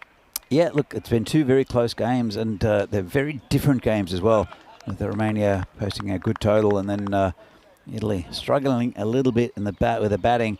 They lost 7 wickets, but there were quite a few good performances in there as we'll see with the scorecard in a minute. But a good win to Italy. Romania, they're still getting used to this pitch and the conditions, but did pretty well. This is what's coming up next. And it'll be Romania and France, which will be a cracker. Very different approaches to the game. Both these two teams. France with live wire fielders and fantastic bowling. Romania with great batting up top. And look, these teams are setting high standards for themselves, and so they should. That game's coming up in around about 25 minutes right here on the European Cricket Network. Well, let's have a look at the story of this chase. Nuckby went out there, whacked that ball, but then there was a bit of miscommunication as, well, I don't know, maybe Nuckby was calling right-handed. It was that Rajmani was listening left-handed maybe. And he did get a bit of a gift there, Rajmani. He was able to bang Mishra's last ball for 6. And he was joined by Zayn Ali. But then Rajmani went to a good catch by Periawa, who held a couple of pressure catches in this innings. And this was the partnership that looked like it might take the game away pretty quickly from Romania, with Zayn Ali and Joy Pereira both looking pretty strong. But, I mean, Romania showed they just had the ability to take that wicket and get them back in the game. This is how they got Joy Pereira off a miss hit, Taranjeet doing the rest. Ali Hussain, he was outstanding after a bit of a shaky start. His 2 wickets were crucial, but really, really close game between two teams that were both really desperate to play their best cricket. Yeah, absolutely, Vinny. And I think we did see some very good cricket from both sides, but I don't think the Italians have really clicked as a unit yet. And whereas it was a great catch as well. I mean, Romania, I think they were really good in the field. I mean, Sathisen dropped a tough one, I suppose. Taranjeet came on. He was showing that he was able to spin the ball sideways. He's got that one through the gate of the Enigma, Manu Lal. But yeah, really, Simran, I suppose, yeah, he stood up even though he didn't have a very good start. He was struggling a little bit, 1 off 6 at one point. They just did enough, I suppose. Vasu Sayani came up with this wicket of Simran, which kept it interesting, didn't it? But Jagmeet, he went 1 and then he went 6 to Thiessen, took the responsibility in the last over. But Jagmeet, as soon as he hit that ball, he knew that Italy had the points in the bag. But nonetheless, really, really entertaining match 2. Italy 96 off 9.1, defeating Romania 95. Looking at the scorecard, Nuckby 4 and out. He was the victim of a run out. Rajmani 6 before he was caught by Periawa at backward point. Zayn Ali and Joy Pereira, really important. I think they score 49 between them. Zayn Ali top scoring with 35 off 16. Just look at that strike rate, over 2 a ball. Simran with 15, but they were important runs towards the end, creeping towards the line before Jagmeet finished it off. Yeah, look, Italy, I mean, just looking at this scorecard, you can see that without Zayn Ali's innings there, they did struggle a bit. A few wides from Romania, but very good effort from them. And I think a couple of innings there, especially Baljit going first ball, just they'll have to reflect on what's going on. And they do have a break in the next game. And, yeah, well, they've won 2, but they've not been convincing either. Yeah, you're right. I mean, all teams I think can even improve. That's the exciting thing as well. I mean, Kohli 2 for 21, 2 for 15 for Ali Hussain. Wickets also for Vasu Sayani and Taranjeet Singh. And yeah, I mean, tactically it's an interesting one. Maybe they should have brought Mishra back in the 3rd, but it's very hard to do post-mortems on these things. I think Romania, they can be proud of their efforts, but they'll be hoping that they can get their first points in the next game against France, which we're all really looking forward to. That one is starting in around about 20 minutes' time. So we'll have a break. We'll be back with more ECI action after this. Vinny Sandhu, Mr. Maximo, with Danny Hudacek. See you soon for more cricket from the Milan Cricket Ground. You're watching the Fan Code ECI.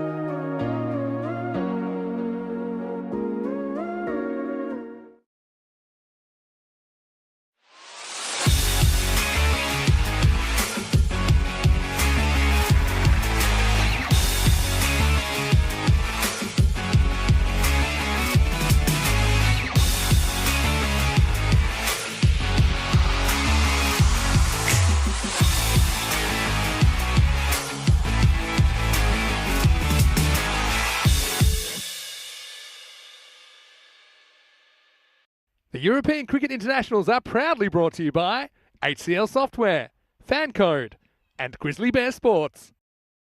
Hello, welcome back to Milan. Loving the ECI action today as we get ready for the third match. And it's the first match that doesn't feature the host nation, as it will be Romania versus France in match 3. A little bit earlier, Rob Kemming had the two captains. Let's see what happened at the coin toss.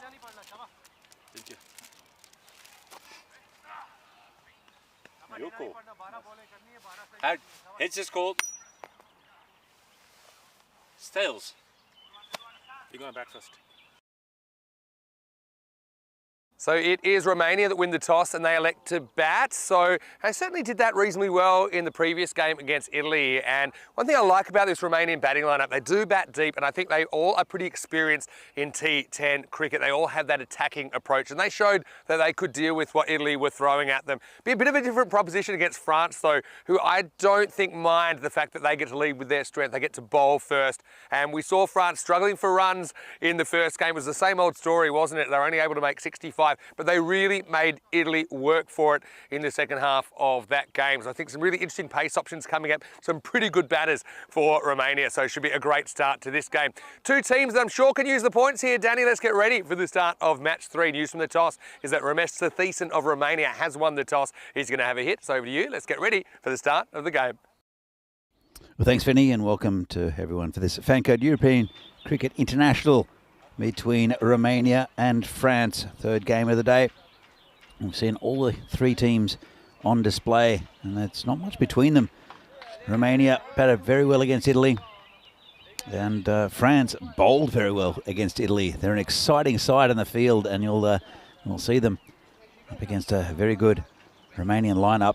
So Romania, their skipper, Ramesh Satheesan, won the toss, elected to bat, which is their strength, definitely, with Satheesan and Taranjeet up top. There's also some good little innings there from Perawalya a little bit later, but France, their skipper, Noman Abjad, and the Mangal brothers. And we did see a little bit of leg spin from Ahmadzai. Got a bit of stick from the Italian bowlers, Italian batsmen first up. And, we'll start with pace, and it's Ramatullah Mangal, who was excellent in the first game against Italy. They're a live wire side, are France, fantastic in the field, and they put a lot of pressure on the batting. And Ramatullah, he's pretty quick as well. Probably the quickest of the bowlers we've seen on display so far in this tournament. It's just waiting on a start here. The umpire's got the ball, and here we go. So, as predicted, the two batsmen for Romania will be Ramesh Satheesan and Taranjeet Singh. Satheesan will be facing the first ball here from Ramatullah. And it's down leg side. It's going to go for 4. Well, loose start from France. And the bowler, Ramatullah, just dragged it across. And as you can see, he started it 2 straight. And it went with the cut off the pitch slightly, kept low, gave the keeper absolutely no chance. And not a great start there for France. So,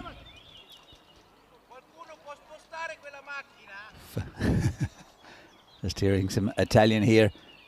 Not sure what's going on. The umpire. There's a macchina.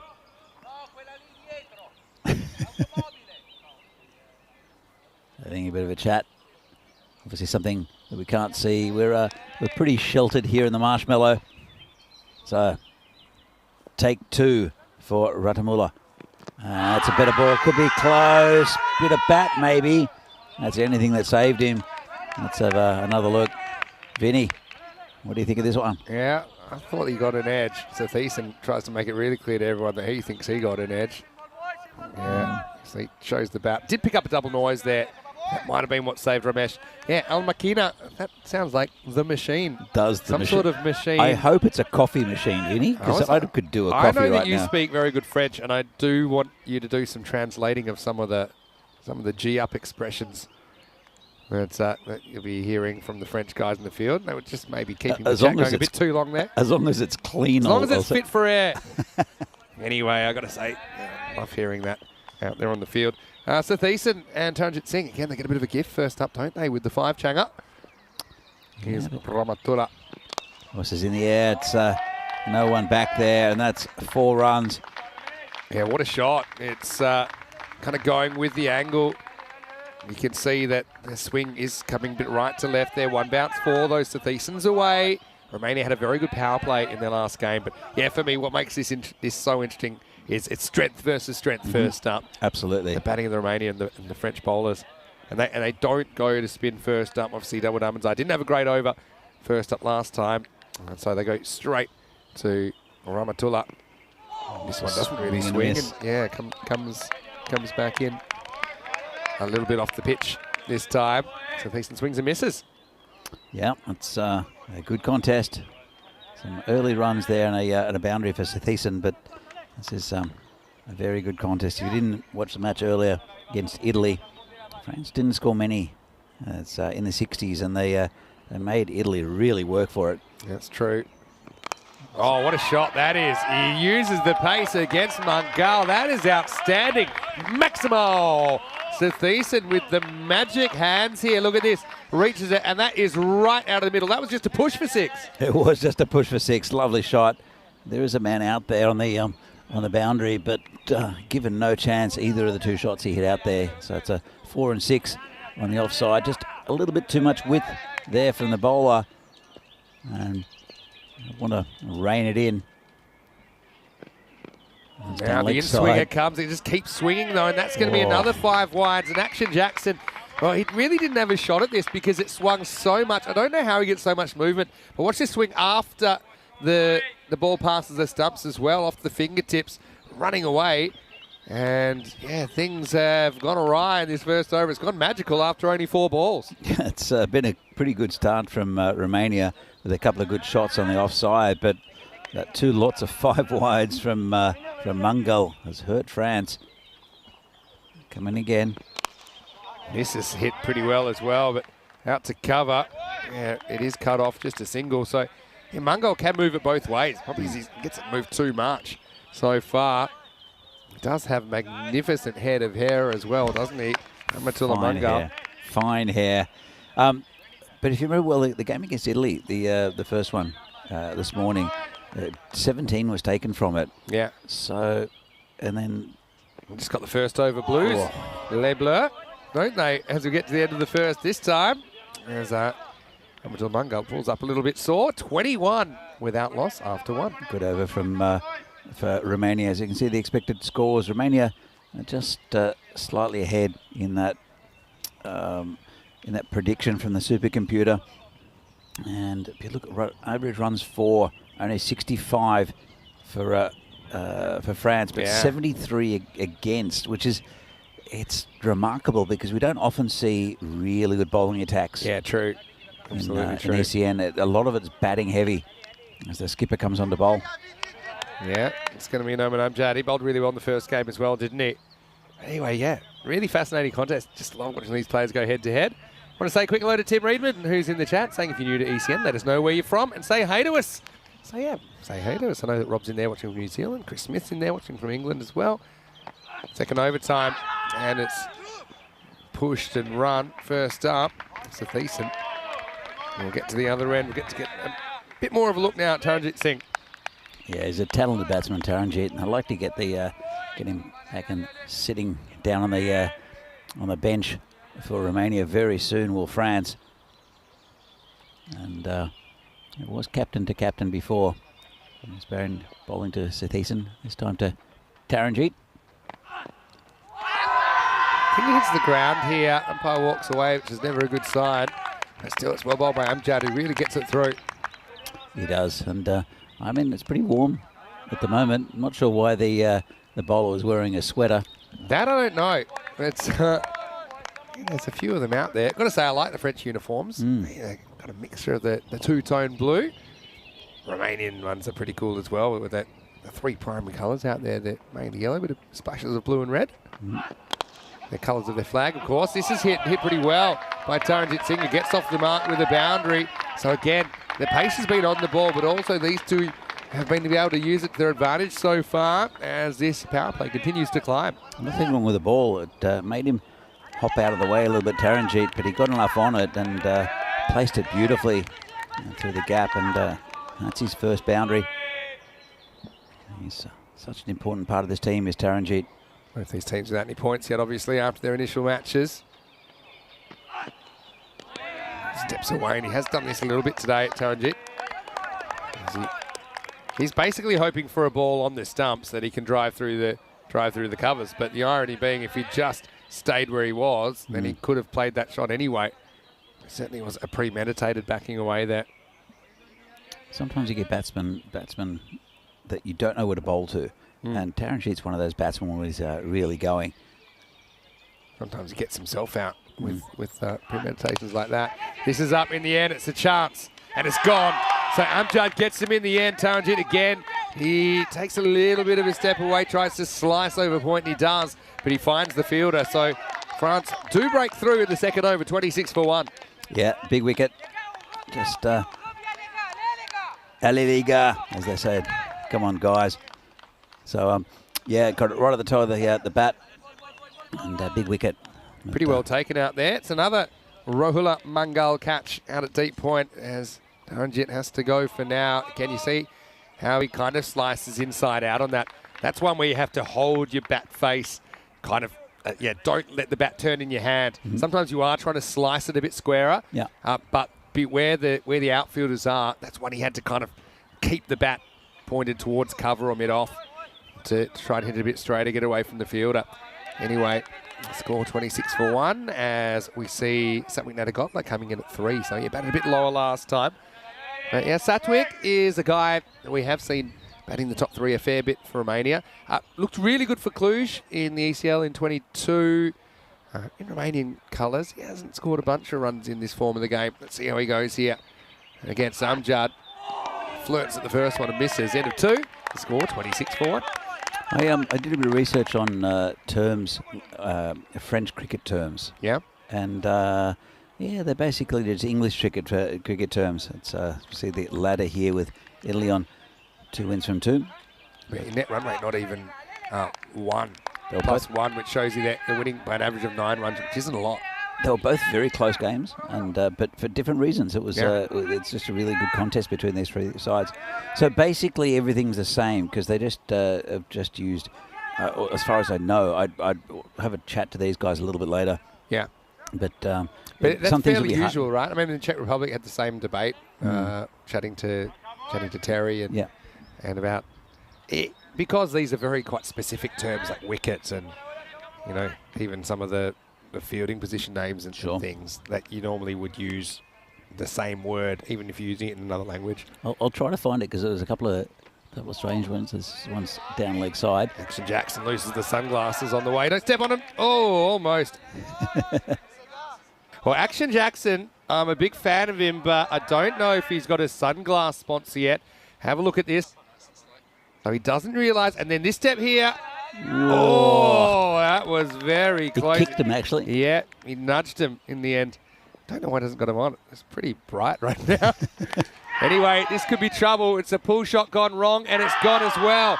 So Rahula Mangal comes up with a wicket, and it's another Mangal combination of Ramatullah with the catch. So Thiessen, big wicket. He's gone for 12, and it's 27 for 2. That is a really big wicket, and especially they're so important. Thiessen and Taranjit up the top of the Romanian order. They do have a lot of batting, but really, really big wicket there. And the French, even though Romania they've got a pretty bright start, it's just on you all the time, this French side.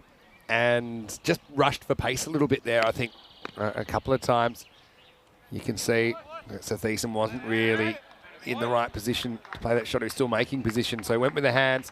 Nicely taken, simple catch. I want to say hello to Claudia as well, who's watching from Florida. here in the USA. She said she's a huge fan of this channel. She also said she's off on a cruise, so she's going to miss a few days. Well, hopefully you can join us in Austria at some point when you get back. And I just put in the chat a few moments ago, where are you off to on your cruise, Claudia? Hello to Tim as well. And 17 Sumi saying, Allez, les bleus. A lot of support for all the teams here this weekend. I think also, even though the teams are really competitive, I think there's a sense of shared community between all the international cricketers here this weekend as well. All looking to improve their game, no matter what level they're at, and also they're looking to learn from each other as well.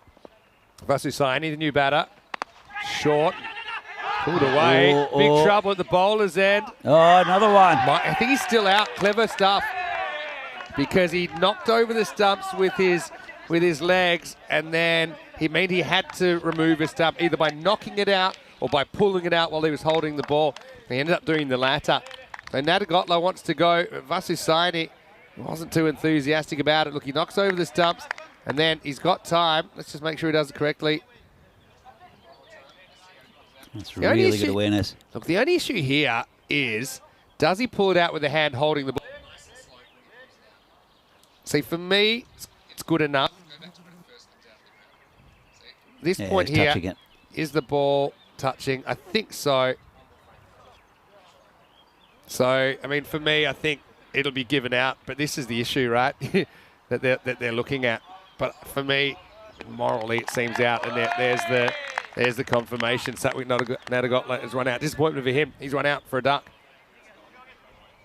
Yeah, golden duck. And while they've lost a few very quick wickets and important wickets here, have Romania, and they're a little bit shell-shocked, I think. Yeah, it was good fielding. I mean, Mangal, again, he's watching the ball, which is important, and he's lucky that Nadagotla was out by that much.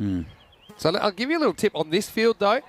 If that happens again, which probably won't happen again, because it only happens about once every month or so, you can, and this is a bit of a myth in cricket laws, or people's understanding of it, as long as the stump is knocked out clean, that's fine. So he could have just smacked a stump out. On this field, you can do it pretty easily, right? Yeah, absolutely. As long as the stump has to be completely removed from the ground.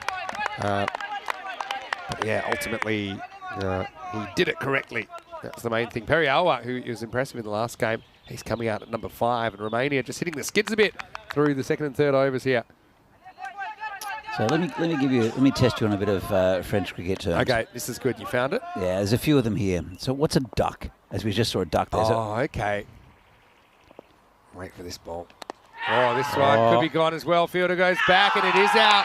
So Saini is rushed for pace as well, and Rahul Mangal gets a second as well as having a hand in the run out. Romania, bit of a collapse on the cards at the moment, 27 for 4. Yeah, it's on the back of some good bowling and excellent fielding as well. Just the pressure that this team puts on a batting side. It's fun to watch. And there's Derek again. Derek is not somebody you want following you. So okay, yeah. Is it the French word for duck? Canard. Is it? Canard? Canard is the French for duck, but the French for duck in cricket is duck. They say duck. They just say duck. So, according to this is Wikipedia that says... It's close enough for me. Okay. A couple of... dismissal could be dismissal or elimination. Okay. Elimination, so like you eliminated from the play? Yeah, a batter is batteur. Batteur? Just it's same with the French accent. Yeah. There's... Let me just see. So the wicket could be a guichet. Okay, right? guichet. Does that mean, is that just out? No, that's the wickets, like the stumps. The stumps of wickets. Okay. And what do you think the gardien de guichet is? Gardien de guichet. Is it that'd be the wicketkeeper? It is the wicketkeeper, the guardian of the wickets. Say it again. Gardien de guichet. Gardien de guichet. Yeah, nice. That's my position. I'm born to play that. They also say wicketkeeper. So. Yeah, I mean, these things do translate a bit, don't they? Anyway, here's Rajshekhar out to try and save the day. It's tied up first up. I like the appeals coming from people that are, well, about 50 metres away side on, but that's the sign of the enthusiasm. Super interesting French cricket chat here. A run could be a course. Okay. Like I know in Spanish, so for example, fuera would mean out. So sometimes they'll use that for out. But again, because these are pretty specific cricket terms, normally they just keep the English word, right? They don't have out here in the Yeah. But a bowler can have two different terms. I was going to say, how do you say right arm around the wicket? No, I'm sure that there are terms out there. This is just the Wikipedia, but they said that a bowler could be a bowler or a lanceur, as in a lancer, someone who throws something. Yeah, a lancer. like it. End of the power play, by the way. It's 27 for 4, and France have stormed back into this contest after a really rough start. Remember, there were 21 off the first over. But since then, we've had overs of 5, and that over only brought 1 run. It was a wide, and 3 wickets were lost in that third over. Well, that was definitely a good one for France. And Romania just been pegged back, as you said, and after what was looking to be a really good power play, this is not going to get any easier with Ahmadzai coming in. He's a bundle of energy, isn't he? Yeah, sure is. So, yeah, you'll have the protection of 5 outfielders, I suppose, this time. Last time we saw him bowling over number 1. Didn't go that well, but... It was an experiment worth trying, though. Yeah, I think so. And he was really impressive, actually. And watch him go right off like a frog in a sock if he takes the wicket as well. Here we go, over number 4. And he does straight away. And there he is. Somebody follow him. And there he is. Dawood Ahmadzai. Well, he's a little strong man. He gets the chop on from the batter. And so a 5th wicket falls. Now, immediate success for the spinner, 27 for 5. Yeah, he just doesn't stop moving. This, I mean, you call him the Energizer Bunny, don't you? Yeah, normally. But maybe he's a new nickname because it looks like he is ripped at the moment. He's the biggest arms on a leg spinner I've ever seen, 27 for 5. Periawa goes for a golden duck. And, yeah, he doesn't really spin the ball sideways too much. Bowls a lot of wrong. It's not top spinners. That one, I think, was the top spinner hurried on to Siva. He could only deflect it onto his own stumps. Yeah, look, I'm really enjoying it. I mean, not the fact that I'm sort of French-ish, I guess. I am French. I'm going to give you a stat, but just quickly, go on. But I'm really enjoying watching this side. They're just fun to watch. In the last 7 balls, Romania have lost 4 for 0. And left-hander, I think he's going to have his hands full here. It's Nishat Devray coming out. And yeah, it's just hard to stop, to feel like this momentum is... It was hard to stop the momentum if you're Romania. The other thing is, how many can France chase? They're true. Whoa. There you go. See how it slides across. He's loving it here. He's got his confidence back now, Ahmadzai. Yeah, so, I mean, if you get an ugly 60 on the board against France and you bowl well, who knows? A ball. This could be another one. It should be another one. And it is another one. We'll make that 5 for none.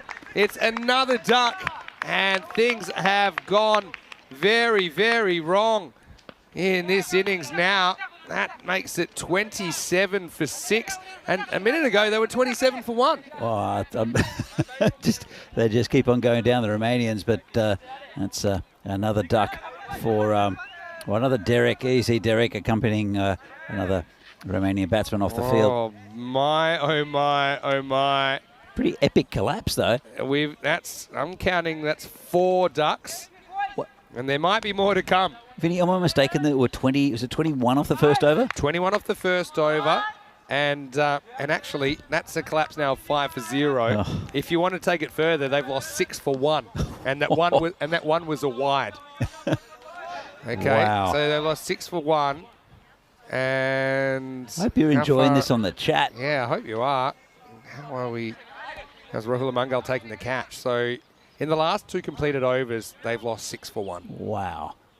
So that's in the last 12 balls. Anyway, good luck. There we go. Something that resembles normality.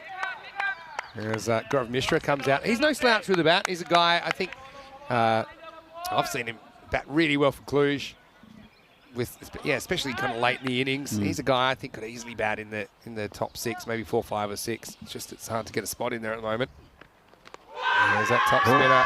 They like it. It's an out, but it's a really good appeal, and you wouldn't expect anything less from Dawood. I love the fact he just picks up the ball and just runs back to his mark. He's got just a... I wish I had his energy. His energy is infectious. It is. Absolutely infectious. It's got me. He's got me infected. Yeah. Not in that way, Vinny. I mean, imagine this under lights of the Cardamom Oval with a bit of a crowd as well. Yeah, he was really, really, really fun to watch. So last ball of the over coming up. They do get a run this over, so there's something. Well, there's a plus. Wow. Just one off the third, I think one off the fourth, where things are going. They will get a second run as well. And what a turn of events we've seen. They're still adding it up in the scorer's box, but I'm going to say that 29 for 6 after the fourth over. And what a turnaround in this innings. Well, scorers have got a difficult job when wickets drop so quickly. They've got a lot of names to write in and things to do, so I can understand why they're struggling a little bit, because I'm struggling to keep up. I don't even know who's batted, Vinny. They've just gone. They were there. They're gone. 2 for 2 off that over from Dawood Ahmedzai. He does provide important variety their attack. This is Rahula Mangal. He's caught really well today, Rahula. Coming in to bowl over number 5. That's a good ball. I promise as soon as everyone works out what has just happened in the last 7 minutes, we'll have those score graphics back on the screen. But I can tell you after that, it's 30 for 6 off 4.1. It's, yeah. I'm a little bit speechless here, Vinny, but it's been a fantastic effort from France after a dodgy start. It's understandable, Danny. But this is the beauty of ECN cricket. And the other thing is, I wouldn't even count Romania out from here either. No. And so this is nicely angled away. And they'll get one. That's all they'll get. So just dribbling along for Romania with a score, but and they haven't taken a wicket in at least 4 balls, have France. But it's just so much fun to watch, and it's a good contest, you've got to say, between the batting of Romania and the bowling and fielding of France. So nicely hit again. That's a lovely shot, and they'll go to the boundary. But you can see they're throwing themselves around the French side. I mean, there are no easy runs out there, even if they're wider fielders. Have a look at this. So full length dive and another full length dive here. He almost dolphins himself in the rope there, doesn't he? But yeah, again, Romania just need to try and get this momentum back. And they've got 2 guys who can genuinely do it here. Red Shaker, like I said, he's made runs against quality attacks. They got Mishra, who I like his batting, even though he's coming in here at 8. 35 for 6. This one sneaks past the outside edge. Good bowling. Yeah, very good bowling. So, but as if you're watching this as an international team in Europe, and one of the main things that really needs to improve in European cricket is the fielding. And I know that from the Czech team, because the fielding in the Czech team is not up to par compared to a lot of these teams. But look at France, and they're a really good example of what you should be aiming for. And they bring the best out in each other. Yeah. They have high expectations, they have high standards with what they're doing. As this is out to off for 1, 36 for 6 off 4.5. Yeah, it's great to watch. And but Romania as well are a very strong batting side, and hopefully try to claw it back a little bit. And big swing and a miss from outside off stump. Takes us to the end of the 5th over. So, wow, we've seen it all so far. The score is 36 for 6 after 5. Vinny, sound to him, Mr. Maximo. Here with Danny Hoodshek. Great to have your company here on a Saturday. We're loving our time in Milan. Romania and France, 2 teams without a win in their first matches, but they're going head-to-head. And yet right now, we've seen Romania off to a strong start, but then what a kind of collapse there with 6 wickets falling for just 1 run, 5 for no runs. Yeah. And now Romania, it's up to them to try and fight back. They have to fight back, and otherwise they'll be bowled out of this game. And but they're capable. They're very capable. And as you saw against Italy, they mounted a 95 against a very good Italian side. Yeah. So, but it's fascinating. All 3 teams in this competition just play a different brand of cricket, and it's great. Charge it up. Here's Dawood. It's angled away for 1, maybe 2, because that runs a bit. No, they won't go for 2 in the end. Got to be careful at this stage. They just take the 1. Yeah, Dawood is hard to charge because he's so quick through the air. And like I said, he's like a genuine top spinner. That's why I compared him to Sajjad, even though he might be a bit quicker through the air than Kalab Sajjad from Brescia CC that we saw. Slightly different physique as well. Yeah, that's true. There you go. Oh, chance. Would have. It would have been gone. In fact, they don't take an overthrow because everyone's on the ground. Yeah, this was definitely a chance for a direct hit run out, push and run. He's slight starter, he knows he's in trouble. The bowler didn't really have a chance to get back behind the stumps, so he settles for tripping the batter. I don't know if this has hit the pad or not. Chance for a run out. He drops his bat. Leg by signalled, so it must have hit a bit of the batter's pad on the way through. But wow, I mean, he drops his bat here, and I wonder if he was in or out.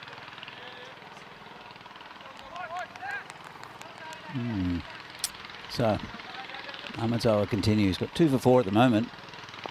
Yeah, Ahmedzai's been brilliant. Another third wicket, though. He'll go right off. Oh, He's done it. He's got another chop on, and there's the celebration. Well, that shirt might not hold him the way he's going at the moment. Mishra, the next victim to the chop on, and that's a 7th wicket down. Romania, 39 for 7. That's he's such a good bowler. He comes up way outside that line. It did come back a little bit, and then that inside edge. So he's bulging like the Hulk, isn't he? Darwood, this will show up pretty well as well. You see inside edge of the bat. You know why he's getting inside edge of the bat? Because they're playing for a bit of leg spin. Because he looks like a guy that'll turn it away from you if you're a right-hander. I actually think he got a little bit of turn there, but it was just the wrong shot to play. I think it's more just like a hurry on. Yeah. If it's very hard to get it a slow-mo when he bowls because he's pretty whippy. But yeah, the ball almost comes out like straight out the back of his hand, so it kind of rotates with overspin. He's been brilliant to watch. 3 for 4. It works. It really works. And it's a good... There was that experiment in the last game against Italy where he opened the bowling. But now with the protection in the outfield, he's... Whoa. Wow, Ali Hussain takes it on, and he's almost caught. Instead, I think it's been dropped for 6. Maximo! What a shot to take on from the left-hander first ball. And it was a great effort out there from Shane Wanakula Surya, but it cost him 6. Let's have a look at this again. Great effort. Right up, and he's flying. And that would have been a fantastic catch. Look at the roll afterwards as well. Could have maybe run a bit more around the boundary than taking a metre in, but great effort. In hindsight. Oh, he likes it. He wants the stumping. I don't think it's caught behind it. They're not asking everyone for everything at the moment. The thing is here, let's have a look at Action Jackson. Draws him slightly out of his crease. Tries to get back. Is he back? Not yet. Oh, he's gone. He's out. He's out. I can see the backside of that line. So I think this is out. I'm pretty sure that's out as well, Vinny. Yeah, I think it's gone. I got to say, I don't even know how to look at it, but it's definitely one you got to have a look at from the last ball last over, because that kind of shows it. We'll just have another. Well, he's gone. I mean, you got to be able to pull this back because they haven't bowled another ball yet, and that's out. You can see there's nothing grounded there. Yeah. So great work from the keeper too. So yeah, I think this could be trouble, and. Yeah, there it is. He's been given out, and it's the non-striker being given out stump because they were all ready for the next over, but he's out. And it's a real tight one, but it's going to be an 8th wicket down, 45 for 8, and that's smart wicket keeping. As Ahmedzai, he's going to get the late congratulations. He's going to finish with 4 for 10. What an effort. He just showed the fingers. Look, he's showing me again. 4. He can count as well. Quatre. Yeah. Close enough. Gartler's pretty good. It's Dawood Ahmedzai. Look, the thing is, he can bowl in the power play as well. We saw him do it in the ECC. It's just one over that didn't really go to plan. Oh, no. So, but he's been brilliant in the middle overs there. You see, he wanted the caught behind first up and didn't get any love. But yeah, you could see that he just didn't quite get back there. Great keeping. Really good keeping. Very sharp. He's probably one of the best keepers we've seen in this since we've been in Milan is Action Jackson. I like his stuff. Action Jackson loves to throw himself around, loves the stumping. Here's Noman Amjad coming back. This inning seems like it's been going forever, but it's only 6 overs old. And they've lost 8 wickets, Romania. Oh. I do, as I said, I do feel for the scorers having to put all these names in. It's 46 for 8 now. Yeah, where are we at? We've got Kohli there with Raj Sekera. Again, 2 guys that can bat. I mean, it's just... you're running into some really good bowlers of the pace and the spin variety. And one of them's Amjad. Kohli faces up. You can see from that, this guy knows how to hold the cricket bat. Kohli off the mark immediately. But they just put so much pressure on the field. And then they're all just live wires, the whole side. You know, if there's something slightly away, even if, away from them, even if it's a lost cause, they'll dive at it. And it's great to watch. I hope they can get the runs they need at the end. I don't know how much it's going to be. Yeah, you know, we've never seen a team defender score in the 50s. Yeah, well, this could be it, couldn't it? Anyway, this is round the corner. They'll still want to make more than that. And you're looking at the lineup. We've got Nick Tanase to calm. And yeah, at the moment, still 3.5 overs to bat. This is one time I think, normally I'd say, look, you might as well still go for it because 60 won't be enough if you just nudge from here. But I think I'd be nudging. If you could take a run of ball on average from here, yeah, you've still got 21 balls left in the innings at 69, and I think at least that gives you a prayer. I'd take any runs I could if I remained here at this stage. This is not a bad shot from Kohli. He'll get another single. Oh, Romania so impressive with the bat against Italy. And I think they've just been undone by, a bit of momentum and the French pressure which they're bringing. They have enormous confidence in their bowling unit. So they should. They've been great with the ball, but also it's not just bowling. You could have the best bowler in the world and not being backed up by your fielders, but your field is just putting pressure on. Oh! Launches. Is this going? I think it is. Short of boundary, and it's great effort from Usman Khan, but he can't keep it in play. Maximo Rajsekara fires the shot in anger and he gets 6. A little bit of relief there for Romania. Got it just where he wanted it, and it was close margins. It's an instinctive shot from Rajsekara, who is a hitter. Like I said, that 69 he scored in the ECL on finals day. It's one of my favourite innings that I've ever seen, given the circumstances. Anyway, Amjad will have the right of reply. Last ball for him. Edged, and that was almost one of the great catches of all time. It'll be 4 though. And yeah, I like Action Jackson, does everything right. He's well positioned, well balanced. But Romania burgle another 4. Does he get anywhere close to this? Yes. Oh, he touches it as well. Didn't realise the first time. He did very well. I don't think he could have gone a lot further. It'd be harsh to call that a chance. 59 for 8 after 7. So it looks like they will be getting up in the 60s, maybe more. You can see in the upcoming events, we are in the midst of the weekend that we have both the ECN Gibraltar T20 Internationals and this ECI in Italy. But then we'll have Austria and Bulgaria. We even have Hungary, I think, coming. We've got Sweden first, actually. We've got Sweden, then Romania, and then Hungary, 2 weeks apiece. And finishing with these ECIs, which I just think are such a great addition to the calendar. So join us. Rico will be in Austria from Monday. I'll join him on Tuesday once I've made the journey. All right, Usman Khan, again, he's an ideal guy to be able to bring it at this stage. He'll bowl a lot of slow balls over the top. Kohli on strike. Gets an on pace first. It's almost about establishing that pace, so then the slow ball comes as a bit of a surprise. Let's see what he bowls first up to Rajsekara, who will face the next ball. He's been good, Rajsekara. I mean, he got a dodgy outside edge then to get the 4 runs, but he's been good. He's just digging in and really having a go at this French bowling attack. There's that slow ball. He picks it, and had to time it just right. Yeah, Rajsekara batting 6 here. Maybe he's 5 actually. He's batting 6. I just feel, maybe he's a bit short of cricket. I get that, but I feel like you got to try and make some room in the top 4 for him. I think maybe would have him batting above someone like Vasisayani. He's very good as well, but I just think that Rajsekara is a genuine boundary hitter. Got to get him a bit higher. Takes this one on. Does it have the journey? It does. Maximo! And now Kohli gets in on the act. He's better than your average number 10. Romania fighting. And now suddenly, you start to look at this score. They're 67. There's still 2.5 overs remaining. They could still push in the 80s or 90s. It's been a remarkable journey through this first 7.5 overs. Yeah, it's a good counter punching here from Romania. So they also need to protect their wicket a little bit because Nick Tanase is the only batting to come, and I don't think they want him out there at all, potentially maybe just for a little bit at the end. But they've kicked along nicely. This is the partnership they needed, Romania. You're exactly right there, Vinny, and it's been tucked around the corner. Got to be more selective than usual, I think. Whereas Saker kind of that 6 he hit earlier in the over, it's kind of on instinct. You know, it was there. He felt he could flick it away, and he did, and he got enough of it. But yeah, this partnership is super important because it could easily be bang bang. The innings is over at 68. True.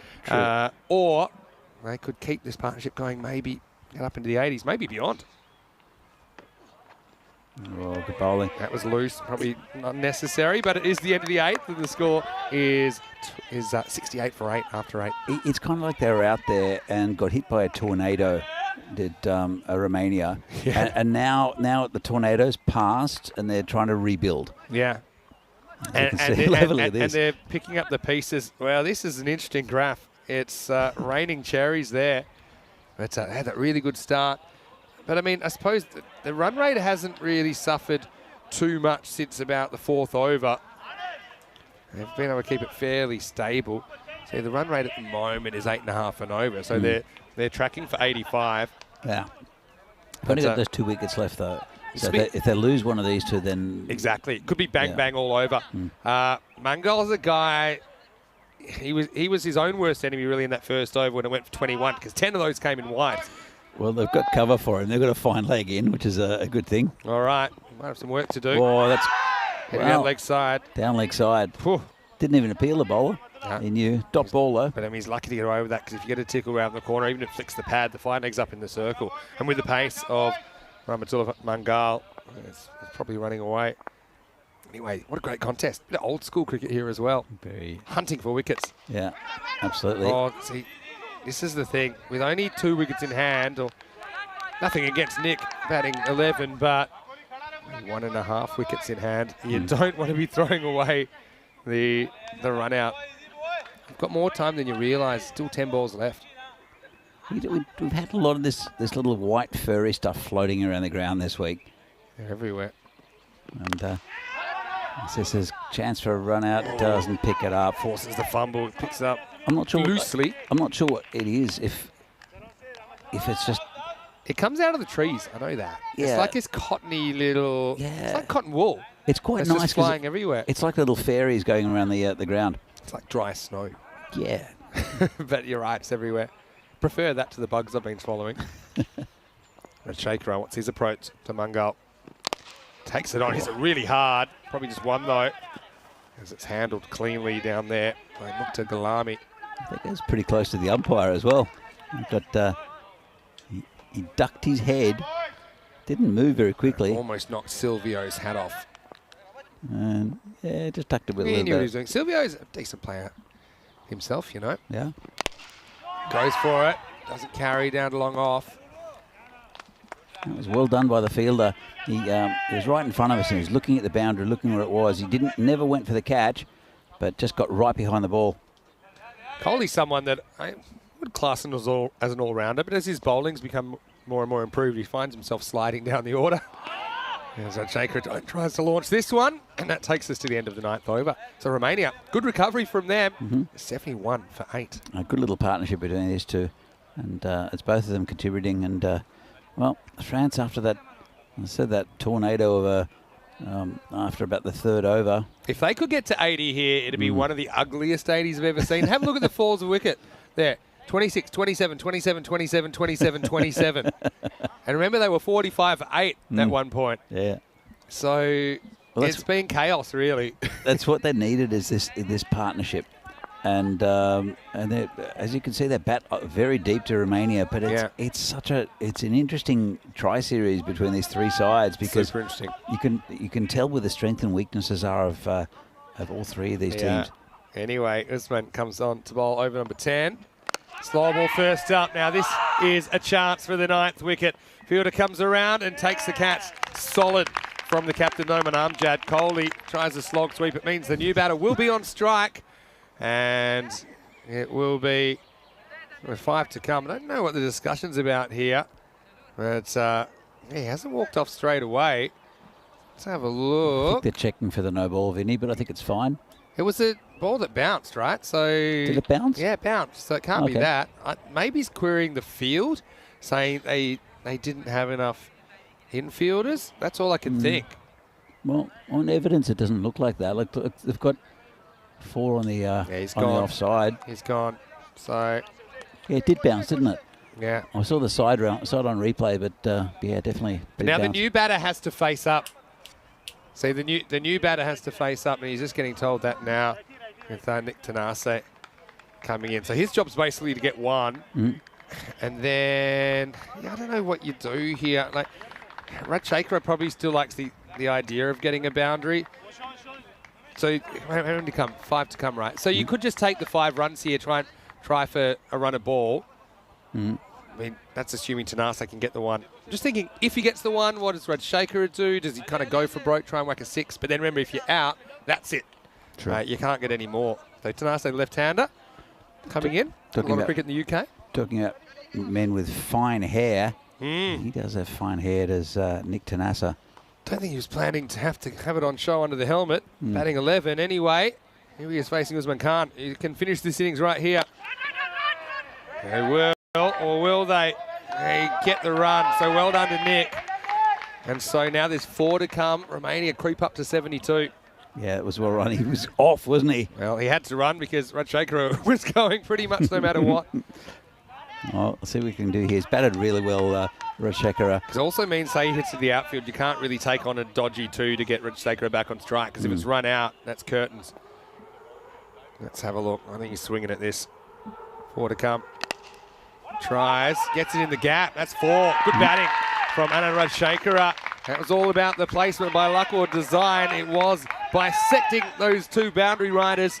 4 valuable runs for Romania. Yeah, lovely shot, and that's exactly what he needed. It's getting that score towards that 80 mark here for Romania. Going slower ball here. Get it outside off. Rajshekhar wants to drag you. He could get up straight up in the air. There it is. Goes too far though. That'll be a wide. Romania, in a weird way, they're finishing this innings with a bit of momentum, because we thought this could be a no contest when they were 45 for 8. Maybe they're rock and rolled for something in the 40s, but they do have a score to bowl at, and now they're approaching the kind of average score that France score off the bat. Well, that's a good one from Usman. So they're going to finish on 77, all out, but Rajshekhar can hold his head high. 26 for him. They leave 2 balls on the table. Romania all out, 77. This is going to be a very good second innings, because Romania don't have a stronger bowling side as what France do, but the French batting is susceptible to being out. So yeah, that's true. They suffer from that. But look, 78 is the average score per 10 overs for France, and that's exactly what they need. I don't quite know what they're looking at here. Maybe looking at the height, but I'm saying that ball bounced on the crease, so there's not going to be an issue there. I think we'll see. That's they'll all head off the field. 77 all out. Let's go back to this, and yeah, it was a kind of gifted 10 in the first over, which got the ball rolling in the right direction for Romania. That was an incredible shot from Manchester Thiessen, just pushed it over cover point. And Action Jackson, well, here's all action. He's flying through the air.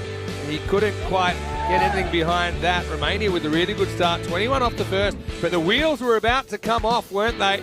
Taranjit, he was caught well on the boundary, so there was that. But then we would see a crazy collapse of 6 for just 1 as Romania slipped with that score on 27.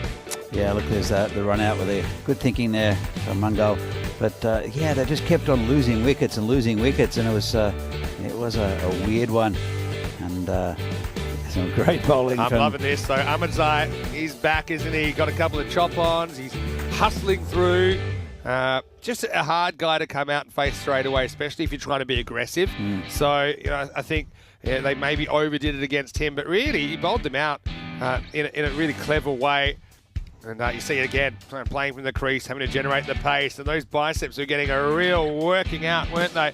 But that was Mishra that came out there. And then this shot from Ali Hussain was quite extraordinary first up, as he was able to hit that for 6. And this is one that kind of fooled everyone after some deliberation. It was given out stumped, and correctly so. And that was a 4th wicket for Nawaz Ahmadzai.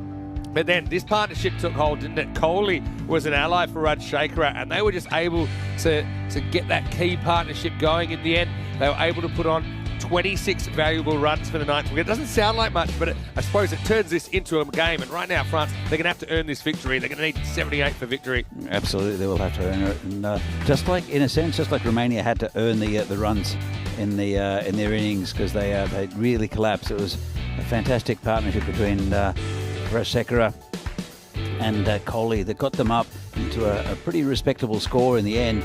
And this is a very even contest between two good sides with contrasting strengths. As you can see at the top, Sathitan went for 12, and then 4, a bunch of ducks.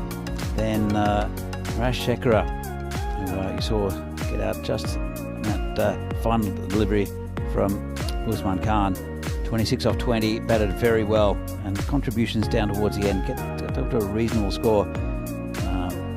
Ramatullah at the top, no wickets, and the economy rate of 12 per over. It was those 10 wides he conceded in his first over that really got Romania off to a good start. The rest got wickets. The pick of the bowlers, Dawu Ahmadzai with 4. So let's have a look at this. Very even contest. 77, when you think of the scores we had all week, was probably a little bit under par.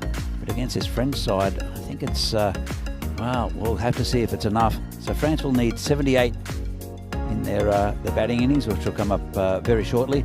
Romania will have to bowl well and hold their catches. And we'll see the second half of this innings, of this match, the second innings in match 3 of the Fancode European series here from Milan, Italy. The international games between Romania and France. Italy the third team, but this is a great game between these two. We'll be back soon for the second innings of this match.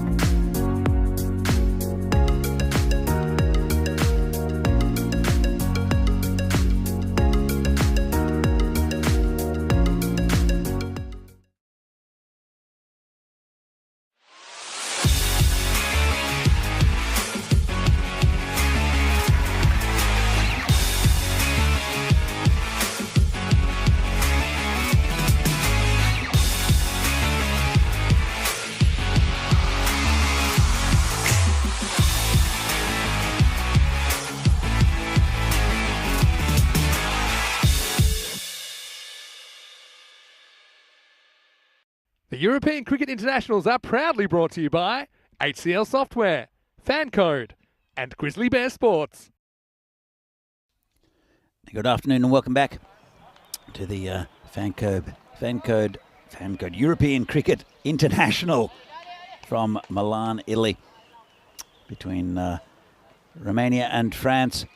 And after looking in all sorts of trouble, Romania dragged up a score of 77, all out.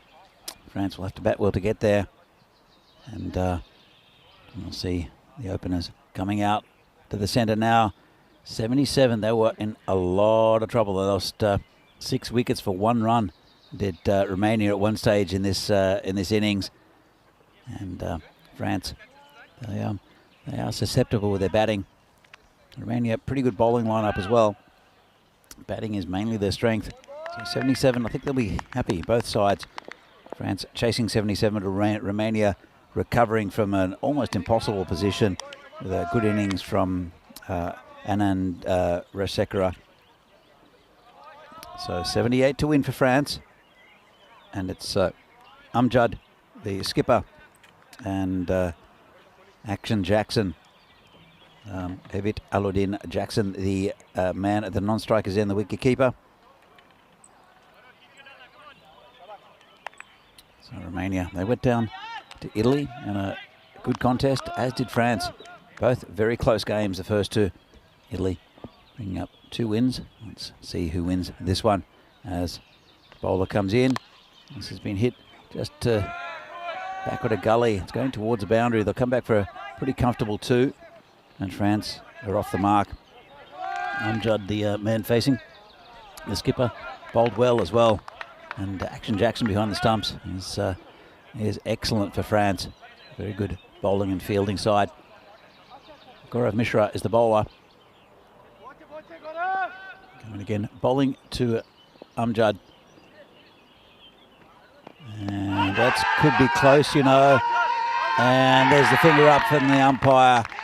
That was hit him in front. Let's have a look. The keeper standing up at the stumps came in a lot. Hit him in line and, well, it hit him in front of middle. It's probably going on to hit leg. He was on the crease and he was, well, it's very good there from the Romanians with the keeper, Nadigota. He's keeping up to the stumps for the medium pacer, who gets a lot of in-swing. And it was well-worked ploy there, kept the batsman in his crease. Let's have another look at this. So it gets a lot of in-swing, and it's hit, and it was, I would say, you can just see the batsman's leg stump there. He was caught in his crease because the keeper had kept him in his crease by standing up to the stumps. It gets very, very good bowling, very good captaincy from the Romanians. So, France have lost their first wicket. Gulami is the next batsman. And he does get a lot of in-swing, does Mishra in the first few overs. He only bowled 1 against Italy. That is his main weapon. There's no great pace on the ball, just massive in-swing. Let's see what he comes up with next, and it's down leg side, and it's gone past the keeper as well. There's a player back there, just be 2 wides. And we'll bring Aludin Jackson on strike. It's a good start here from Romania. They'll have to bowl well to keep France from getting that 78. And France, they just need good partnerships and some consistent runs. So Mishra comes in and hit into the covers, no run. That's it with this with the bowler, Gaurav Mishra. You know exactly what you're going to get. He's going to pitch it up. It's going to be, well, he's going to try to pitch it about 4 stumps across from the actual wickets, and it'll swing in. Have a look. There you go. And it's got past the keeper. That'll be buys. It's going to go down to the boundary as well, and that's 4 valuable runs there for France.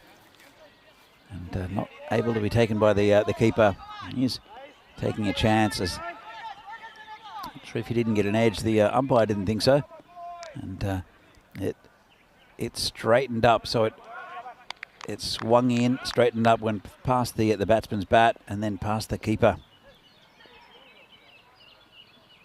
Comes the bowler again. And again, hit into the covers. A bit of a misfield. Didn't run. Would have been a tight one if they did. It's been a good first over from Mishra. A little unlucky with those 4 byes. Only 4 off the bat. And that 1 wicket. Here comes Mishra with the final ball of the first over. And big swing and a miss. Bit of a stifled appeal. And at the end of over number 1, France are 8 for 1. So Vinny, pretty good start for both teams. A wicket and a few runs, right on the pace. Super interesting. Yeah, the LBW was an interesting one. It's a question, was it doing too much or not? Umpire felt it was hitting some of the stumps, so fair enough. 30 matches since the golden ball. And that says how quick the matches turn over. Because it was only 6 days ago we had a golden ball.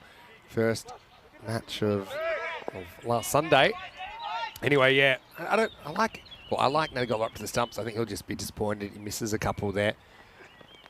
This one isn't a good ball from Kohli first up. It's going to be 1 bounce 4. And Manmeet Kohli struggled a little bit with his line today. This has been the problem, as that's outside the front knee and just pretty much a stand-up sweep from the batter, 4 runs. That was a nice shot, but just got it a bit loose. And you can't afford to do that at any level. It's just a stray onto that leg stump. Or outside leg stump, actually. Nice shot by Gulami. Gets him off the mark. Yeah, so the 4 byes hurts, I suppose, in the first over. That 4 is genuinely off the bat. Yeah, so, the question will be, can you continue to take wickets, move the line? Can you bog down the batters that are there if you're Romania? This is pretty straight.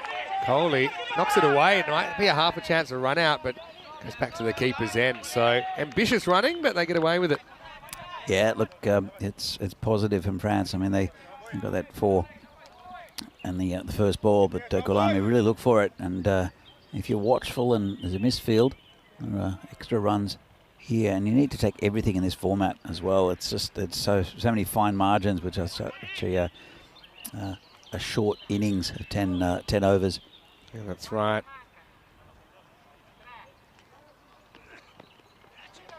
Will be called a wide. Swings a bit too much. Yeah, so I think that's what Kohli's trying to do. He's trying to swing the ball right to left, but when he's kind of aimed it down the leg side, it hasn't really gone. I think it's to do with the angle of his approach and just kind of the mechanics of his action. So that's why, when he tries to move it to the right, it's not swinging and he loses it for wides. Just looking at that first innings, it was a crazy innings, wasn't it?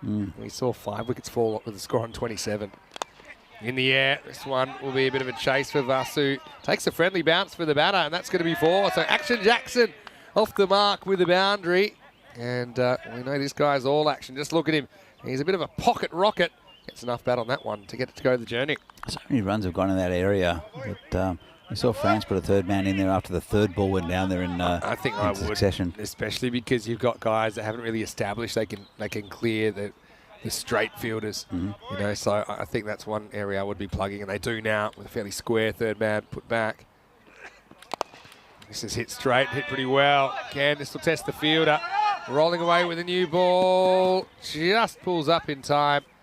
And Mishra makes sure that he doesn't touch the ball while he's over the boundary. That'll be 2 runs. Yeah, so there were 2 partnerships of 26 for the first wicket and for the 9th wicket. But that shows you that apart from that, all the other 8 partnerships combined were only worth 25 runs. That's a crazy stat, really. Oh, this one just goes over the stumps, and I mean just. Yeah, and I suppose I wouldn't worry too much about swinging the ball too much and trying to do too much with it. I think you can kind of bowl good areas to France and hope they can make a mistake. A lot of that is just getting a lot of balls in to hit stumps. You already saw Mishra force an LBW.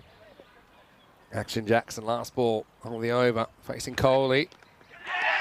And there was some noise there, but I don't think it was a nick. I think he hit his own pad. But anyway, it's the end of the second over, 20 for 1. Yeah, pretty good start from France, apart from that wicket. But it's not been much off the bat. As you see the table here, Italy at the top of the table, but they were pushed in both of their games. Italy obviously in a great position because there's 6 games in the series, but we've already seen that these teams can all push each other. And let's say Italy do keep winning. The battle for second place, I think, is a very interesting one, depending on who plays better across the weekend. But I think that all these players that still have visions of being at the top of that table and taking the trophy, which does resemble a blue house brick. I don't know if you'd be able to get it on the plane. They might think it's a deadly weapon. Anyway, Mishra does come back this time for a second over. This one's turned away past the fine leg. They'll get one, they'll think it 2, and they'll get it. As Rajshekhar is not able to pick it up cleanly. So what's the blue house brick supposed to represent? I don't know, but I know that a kind of deep blue is our tertiary colour of the European Cricket International. You see it in the top left of the screen there. Kind of deep blue. So I think that's the colour. Why it's a brick or not, I don't know. Surely they didn't just get a brick and paint it blue. It's a bit more advanced than a brick, but it does sound like a brick when you clonk them together. Anyway, in the air, and Taranjit should handle this. You've been clonking trophies? There is an MVP trophy and there's a winner's trophy. And when you clonk them together, it does sound like 2 house bricks. Not saying that they are house bricks. They're a lot prettier than house bricks, but tomorrow you'll get to hear the sound. I'm looking forward to hearing the sound. We'll do it on air as well. Could you make a house from these bricks? It would probably have a few holes in it. You need a lot of grout. As Bill O'Reilly said famously, we'll do it live. Anyway, live here, and Mishra gets the breakthrough. Action Jackson can't deal with that inducker. Tilts back the off stump, and France are going to lose another wicket. And, well, this has been an interesting start. Now they have lost both openers. The score 23 for 2. He does move the ball in, doesn't he? Does Mishra, and it's his second over. He only got 1 against Italy. I thought it was pretty good, but that one he's still moving the ball in, and it's the 3rd over. So the score's looking okay for France. Just lost those 2 wickets though. But then again, you can't really judge. Yeah. Because Italy did lose 2/3 of their batting lineup in about for 1 run. Here's a guy that did kind of stick around with the bat for France in their opening game. It's Usman Khan coming out. It was actually the top score, top individual score of match 1. He scored 24 off 20. So let's see if he can get going again. If you're Romanian, get him, then you're kind of getting into a bunch of guys that have no real runs on the board in this series so far. Well, it's only played 1 game, but yeah, I know what you're saying. We know that France struggle with the bat, but are superb with the ball.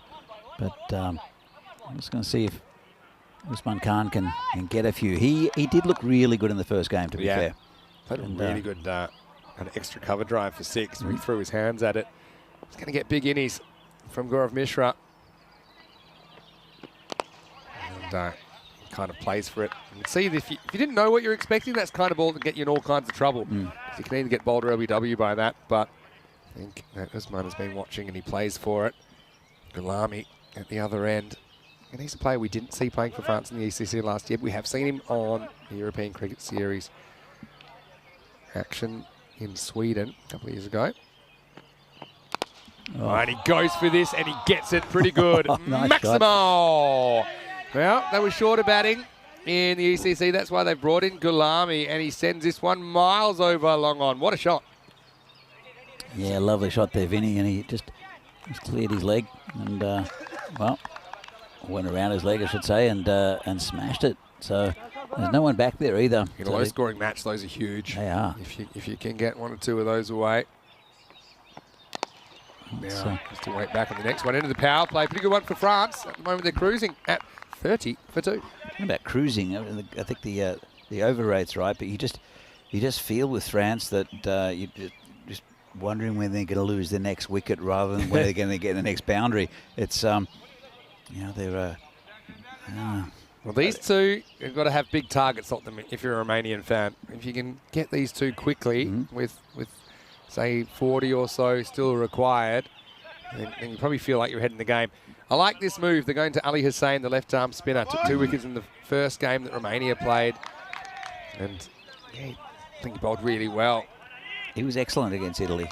And well, these left-arm bowlers, left-arm spinners are tricky. And we see a lot of them in a lot of these ECI games, especially at the higher levels of with the teams, and also in the ECC, and you just see these, just a constant stream of them now.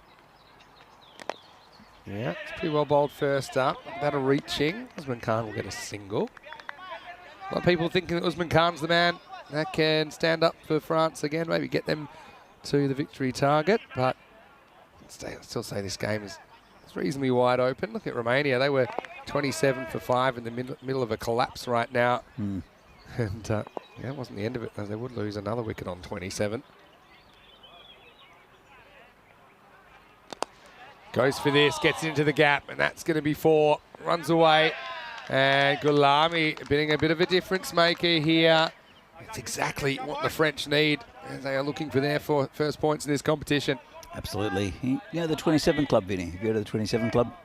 Is that the famous people that passed away at 27? Yes. Well, that was almost the Romanian innings. That was they almost joined the 27 Club, I think. That's very macabre, but accurate. It could be the Australian 87, though. Yeah, true. 87 because it's 13 from 100. This is 13 from 40. Yeah. Yeah, good enough for me. That's a really good observation. What have we got in the 27 Club? It's like Amy Winehouse is one of the more recent ones that I know. Got any other names in there? Plenty. Yeah. Get to there in a minute. Insane. One would have been a wide, but it gets spoilt by Usman. We'll take a single for it. Jimi Hendrix, Janis Joplin, Jim Morrison. Yep. Brian Jones is another one. As we get bananas, thank you. The delivery. There was Kurt Cobain as well. Yeah. And I think Robert Johnson was the first one who was, this is a bit of strange feeling there. Not quite sure what happened. Meant to pick it up, but forgot to pick it up. That was the issue there. That's death rate down there at backward point. Do you know Robert Johnson? Tell me. He's an old blues singer. He kind of started, there's a whole thing about him going down to the crossroads and making a deal with the devil. Whitish ball that they swing at. They won't get a run this time. Into the 4th over as Romania edge back into the conversation. 38 for 2 after 4. Yeah, so France, I think they're on track at the moment, but anything can happen in this game. So how long ago was this, Robert Johnson? 1920s or 30s. It was a long time ago, but we'll have to ask Rob Kemming about it. Maybe he knows. I think probably saw it live. Yeah. There was you know the song from Blues Brothers, Sweet Home Chicago? Yeah. That was one of his. Okay. Crossroads and lots of other sort of blues standards, but he was notorious because he was not a good guitar player, and no one liked watching him, and he went away for a year and came back and was brilliant. And the rumor was that he sold his soul to the devil, and he died early. He died at the age of 27. Famous. All right, Taran spun it pretty well before. He's one guy that did get a bit of side spin as he comes on the 5th over. Well, Shazad is in the chat saying good to see Gulami doing well. Lovely guy. Plays his cricket for PUC in Paris University. Well, this one's too short, though, and he's going to get punished. That's out of here. Maximo in the long grass. Gulami takes full toll. Taranjit tried to spin the ball, but I think the more you try and spin it, the less control you have, I suppose. That one was just a bit too short. Yeah, just fine margins, isn't it, Vinny? Just a little bit too short and put away by the batsman. This one's nicely hit through the offside. Just be a single. Down to run a ball now, so certainly in a good position at the moment. Got to get wickets, particularly these two, I think, are key wickets. Yeah, totally agree. Can roll through them, maybe. So you can understand these two want to be a little bit careful, knowing how important this partnership is. Yeah, and Taranjit's a good bowler as well. You're not going to get too many free hits against him, not from that one short ball. He's consistent. It is super interesting with these three teams, like we said it a few times today. Taranjit gets knocked into the offside for 1. Yeah, because we've got two teams that I think bat really deep. We saw Kohli at 10 doing some really good things for Romania. We saw Jugmeet come out really late in the piece for Italy, hit the winning runs. And then you got one team that, no disrespect, but they've got a tail longer than a frill-neck lizard. France, where you're feeling like if you just get a 3rd wicket here, you might be able to open them up. So it's such an interesting dynamic. But their their bowling and fielding is amazing. And 100%. And it papers over the cracks, doesn't it? 46-2 after 5. And I know that we are probably about 2 minutes away from a start in Portugal. Second match of the day over there, Portugal and Gibraltar. So Gibraltar have 2 wins in the series now, and they'll be hoping they can go to a 3-1 record if they can beat Portugal in this one. And they kind of had Portugal on the ropes when they last played, but Portugal got out of it in the end. News from the toss, Gibraltar winning the toss and batting. That's what they've wanted to do. Bruce, I think, came into a few runs this morning. Latine has some runs in this series. Stagno played a great knock the other day. Avinash Pai's probably one you'd like to put a big innings together. Anyway, start of a new over. And Ali Hussain, he's bowled with good control today. Coming on to bowl his second over. He bowled very well against Italy and really changed the game and gave Romania a real sniff of victory. Yeah, very watchful. That's a wide. Bit of inside info as well on the French selections. My source, who shall remain nameless, just call him Deep Throat. He said actually a fair few of the Dreux players are eligible for national selection, but just the practice for national side happens in Paris, and Dreux's a bit far away from there, so they can't really make it national practice. So don't get considered. So maybe a bit of politics involved as well. It's difficult. I know there are other issues in Spain, but that's one of their problems as well. Geography, big countries. But then also, I mean, having seen and dealt with probably 20 plus national federations, there's always issues. Sometimes more serious than others, but sometimes some segments of the community feel marginalised, rightly or wrongly. This is into the air and it's gone. So Galami's going to go with 30 still required.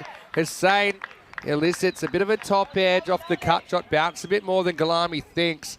And Satheeson's been in the hot zone over there, especially when Ali Hussain's been bowling. Nice catch by the skipper, and that's the wicket the Romania needed. It's 48 for 3. Yeah, it's a big wicket in the context of this game, and well, we'll see what they can do. France, they'll keep on trying to get these runs, of course, but just a bit of a loose shot, good bowling, and nice to catch. Just looking at Dreux, it's not that far away from Paris. About an hour? Yeah, hour probably. 20? Yeah, I'd like to say so. And the transport system, especially the trains in France, are very good. I suppose, you know, there's the issues as well with players working and trying to juggle. So, yeah, it might be an hour, but that might be 2 hours in the day that you don't have, depending on when the practices are. So, I mean, you'd include someone like Nabi in your side, and you wouldn't say, "Oh, sorry, if you can't come to training, he's available." I think. I mean, you'd be able to hear him practicing even if you were 150 kilometres away. Here's the Energizer Bunny. Dawid Ahmedzai. I'm a bit scared for the handle of his bat that he might crush it with his kung fu grip. He's looking pretty built, isn't he? He doesn't get this one away. Game on, though. I'm loving this. He's still jumping around everywhere. Oh, yeah. He wants to run, but he's not going to run there. He's one guy that when he crouches down in his stance, I can almost see the bails poking out from above his head. But look at the blade of the bat compared to him. I love it. Watching this guy, whatever he does. Anyway. Hits this straight to the fielder. So good finish to the over. It's exactly what Romania were hoping for, that they're able to get the wicket and maybe a few dots off the back of it. That's how the sixth goes. It's 48 for 3 after 6. And yeah, Shazad in the comments saying, imagine the Dreux top 3 with the bowling attack that you see here from France. You know, the bowling has been super strong. Well, they could, honestly, in the T10 format, could take on pretty much anyone in Europe at an international level, I think. Or the world. I mean, look at the way that Dreux knocked out the Scottish team, the English team. It's mind-boggling. And yeah, if you were to combine the batting of Dreux with the bowling of the national team, as it's a new over, Taranjeet, he's able to stop this Kohli down there on the boundary. I was a bit worried for that ball originally for Taranjeet. Thought it might spin away from the field, and it kind of did, but Kohli did well to keep it to 1. 29 of 23. It's a nice shot too. Energizer Bunny time. Oh. Gone. Yeah, slight fumble, but it's held in the end by Nishant Devray, and it's going to be a 4-ball duck for Dawood.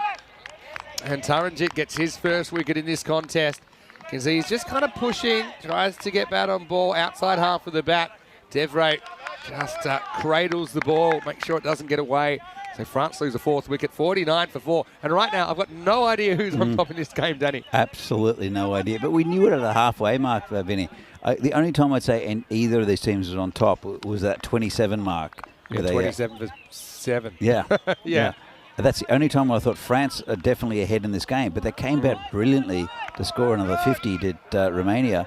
And now it's, I don't know. They'll have to bat well to get there, but they're only 4 wickets down, but that doesn't really matter. Pardon me, they weren't quite 27-7. It wasn't that bad. It was 27 for 6 after 3.3 overs. And when did they lose their 7th? 39 for 7 and then 45 for 8. Before that, 26-run partnership, which is super crucial because if they were to get rock and rolled in the 40s, this game's over.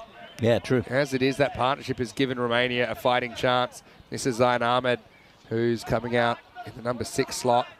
Left-hander, so Taran's going to go around the wicket again. I think it's a good matchup for Taran, turning the ball away. So he'll be hoping to kind of pitch it on the stumps, straighten it down the line, maybe get a bowl dismissal, bring the LBW into play, maybe even spin it past the outside edge of Zayn Ahmed. Well, with Usman Khan there, we saw him, he batted very well in the game against Italy. They've got a good chance here, but if he goes, then it's... they'll eke runs going forward, but it's not going to be any fluency in it. Here we go. Oh, yeah. This is the outside edge, and they've got that offside field in. So you've got cover, point, and like a short third man, all trying to cut off the one. And they know that if they can get this gap out between runs and balls, maybe to double digits, they'll feel like they're in charge. Oh, a little top edge this time. Goes over the keeper. Nick Tanase is in pursuit. They should get 2, and they will.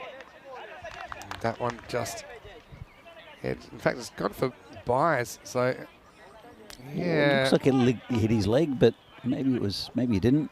I think it did hit. I hit something. I think it's a harsh buys call. Doesn't really matter, I suppose, in the end.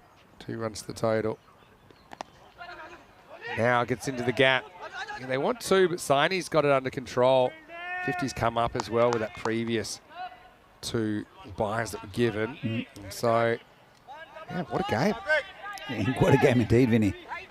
Well, when we see, probably in an over or so, you can see the red line pretty much right on it at the moment. 26 off 19, last ball of the over. Usman, it's under pressure, isn't he? Last ball of the over.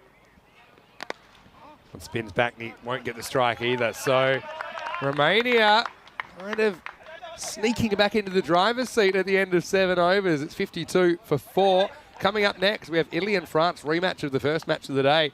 And France, this time, they've won the toss. They've elected to bat. They were sent in this morning in match 1. This time they say, look, we want to bat. They'll be hoping they can get a few more runs because certainly defending they look good against Italy, but Italy just got there in the end in the first match of the day. I mean, if they get a decent total, by a decent total for France, I'm saying 80, 70, 75, 80. They almost defended 65 innings. Yeah, look, Irosh Vikmurthy comes in for his first game for Italy. He's the tumbler. He can do backflips or front flips or whatever you want to call them, but he can do somersaults. And I mean in the air, flipping somersaults. It's good to see Asim Ali in the lineup as well. Yeah. We saw him in the first game, didn't bat or bowl, which was a shame because he batted number 3 for the winners of the tournament up here, Fresh Tropical, and bowled very well through the tournament. I suppose marathon, not a sprint with the 6 matches this weekend, but we'll be hoping for some opportunities for sure. All right, here we go. Again, if you can protect the singles here, it's going to ramp up the pressure.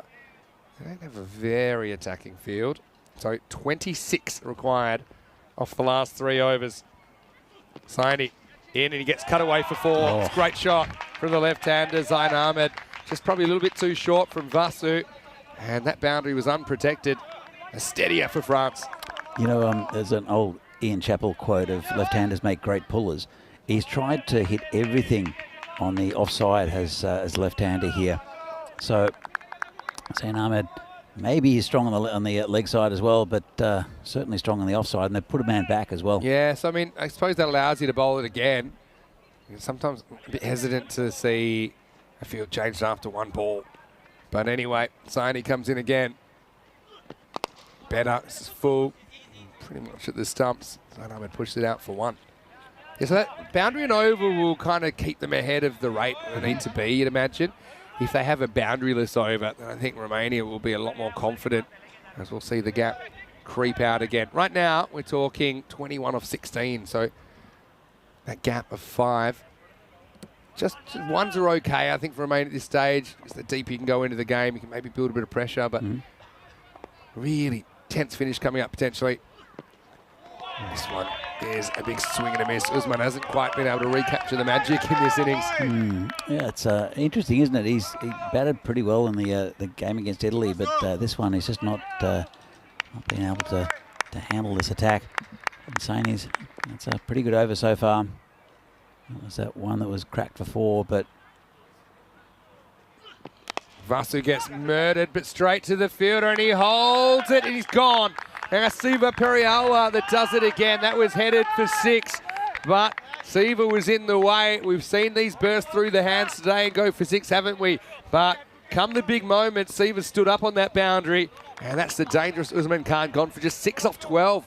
And France now in a bit of strife at 57 for 5. Yeah, he looked a little frustrated there, Usman, and tried to launch towards that boundary. Only one man there, and he picked him out. Hit it really well, didn't he? I mean, he made great contact, but Siva did really well because he kind of had to be on the move. So he didn't have a lot of time to get organised with his footwork and to get set, but he was able to hold it. And 57 for 5. Kanasan comes to the crease now, and he does hold the highest individual score at the ECC with the 32 that he scored back in ECC 22. But I mean, here he's under pressure, coming out at 7. Saini, after going for a boundary, he's come back well. 21 still required. They've removed the 2 players we said they needed to. Big swing and a miss. First up from Ligaswaran. Saini sneaks in the dot. Right now, I think Romania are in control of this game. I have to agree with you, Vinny. It's going up to, well, creeping up to 10 and over. And I don't see where the runs are going to come from France at the moment. They do need a boundary or a couple of boundaries and a 6 off each of these next 2 overs. This could still go either way. It could. It's a huge ball coming up. Saini's only gone for 5 in the over. Last ball of over number 8. Beats him. Nadagotla does well to get something on it. Stops it getting past him. End of 8 overs, and they still need 21. France are 57 for 5. Yeah, so that recovery from Romania after a disastrous, well, I wouldn't say a disastrous start, but a disastrous, look at this. Yeah, they look at that. 4 wickets on 27. Fantastic start from them. And France were ahead of the run rate for most of it. And they started losing a few wickets and then now dropped under it. So it's been an intriguing game. 2 overs left, 21 needed from 12 balls. All right, let's dance. Who are we going to get? We're going to get Kohli here. He's been a bit off today at times. I suppose it puts pace back on the ball, doesn't it? And if he gets it wrong, maybe you can kind of get him away behind the wicket. Left-handed though, so this might actually suit him because when he has lost balls, he's lost them to the right. So he's got a bit more room to play with a left-hander on strike. But yeah, what a great contest. This is what ECI cricket is all about. Even though it's in its infancy, it's just our first year of doing international T10s outside the Carter Oval and outside the Euros of cricket, the ECC. This is a real tense contest between 2 teams on neutral soil. Zain Ahmed in the hot seat right now. 21 required, 12 balls remaining. Hit pretty well. Take 1. Clean pickup prevents any chance of a 2.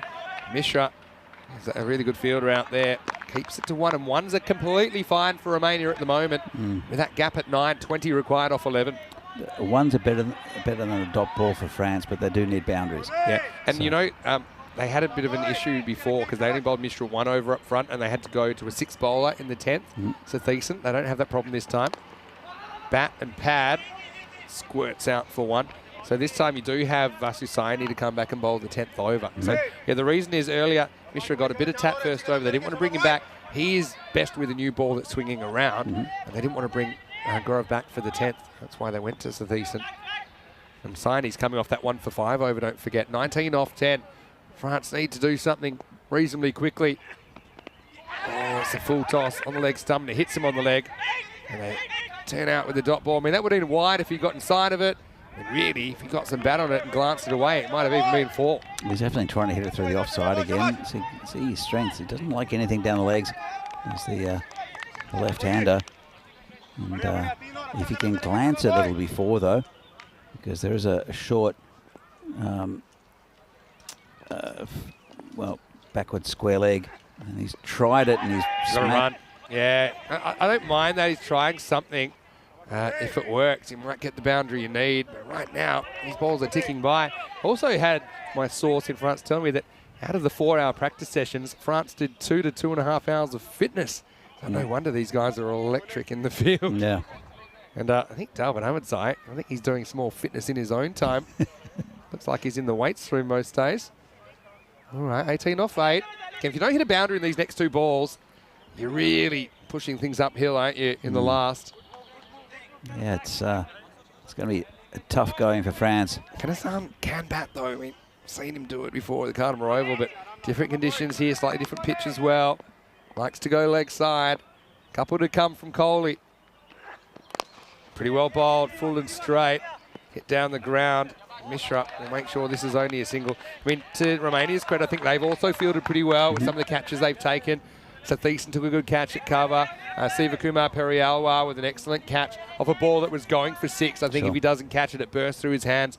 And those 6 runs would be valuable right now. Not to mention it was the wicket of Usman Khan. Last ball of the 9th.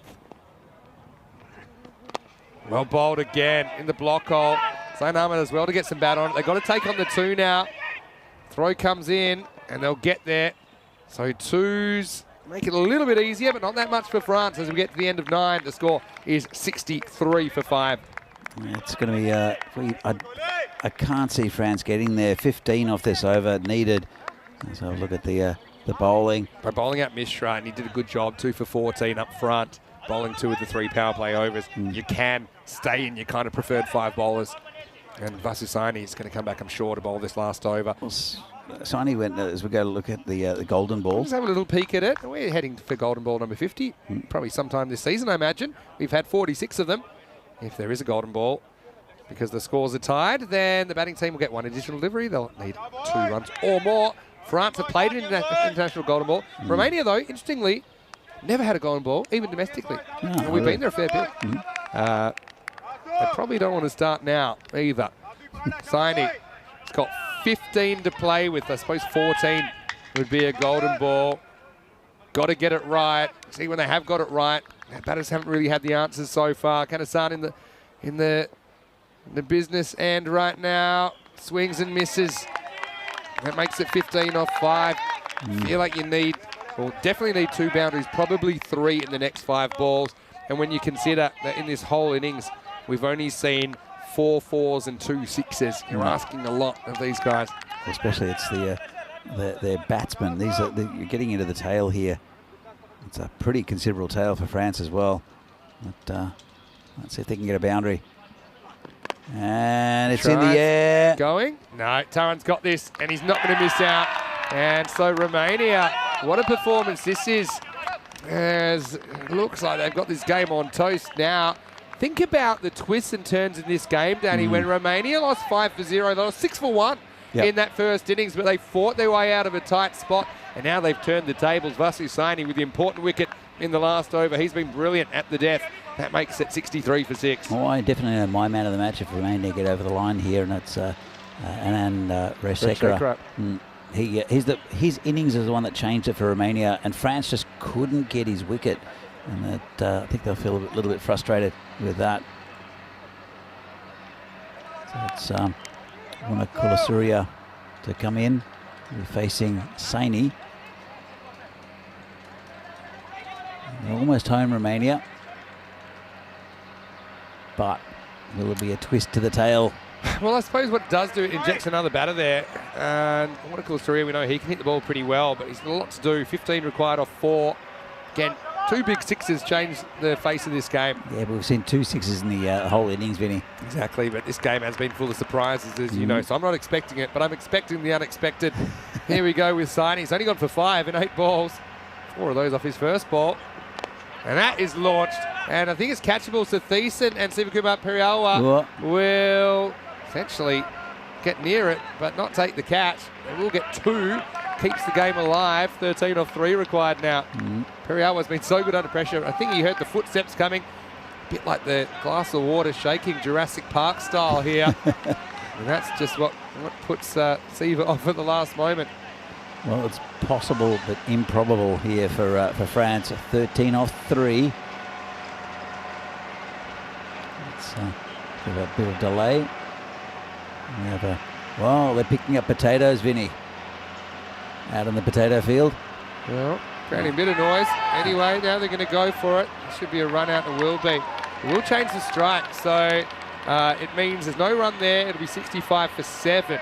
And Zain Ahmed will need back-to-back maximos to tie the game and send us into golden ball overtime. And based on what we've seen so far, I don't think it's particularly likely. Romania, I mean, what a turnaround.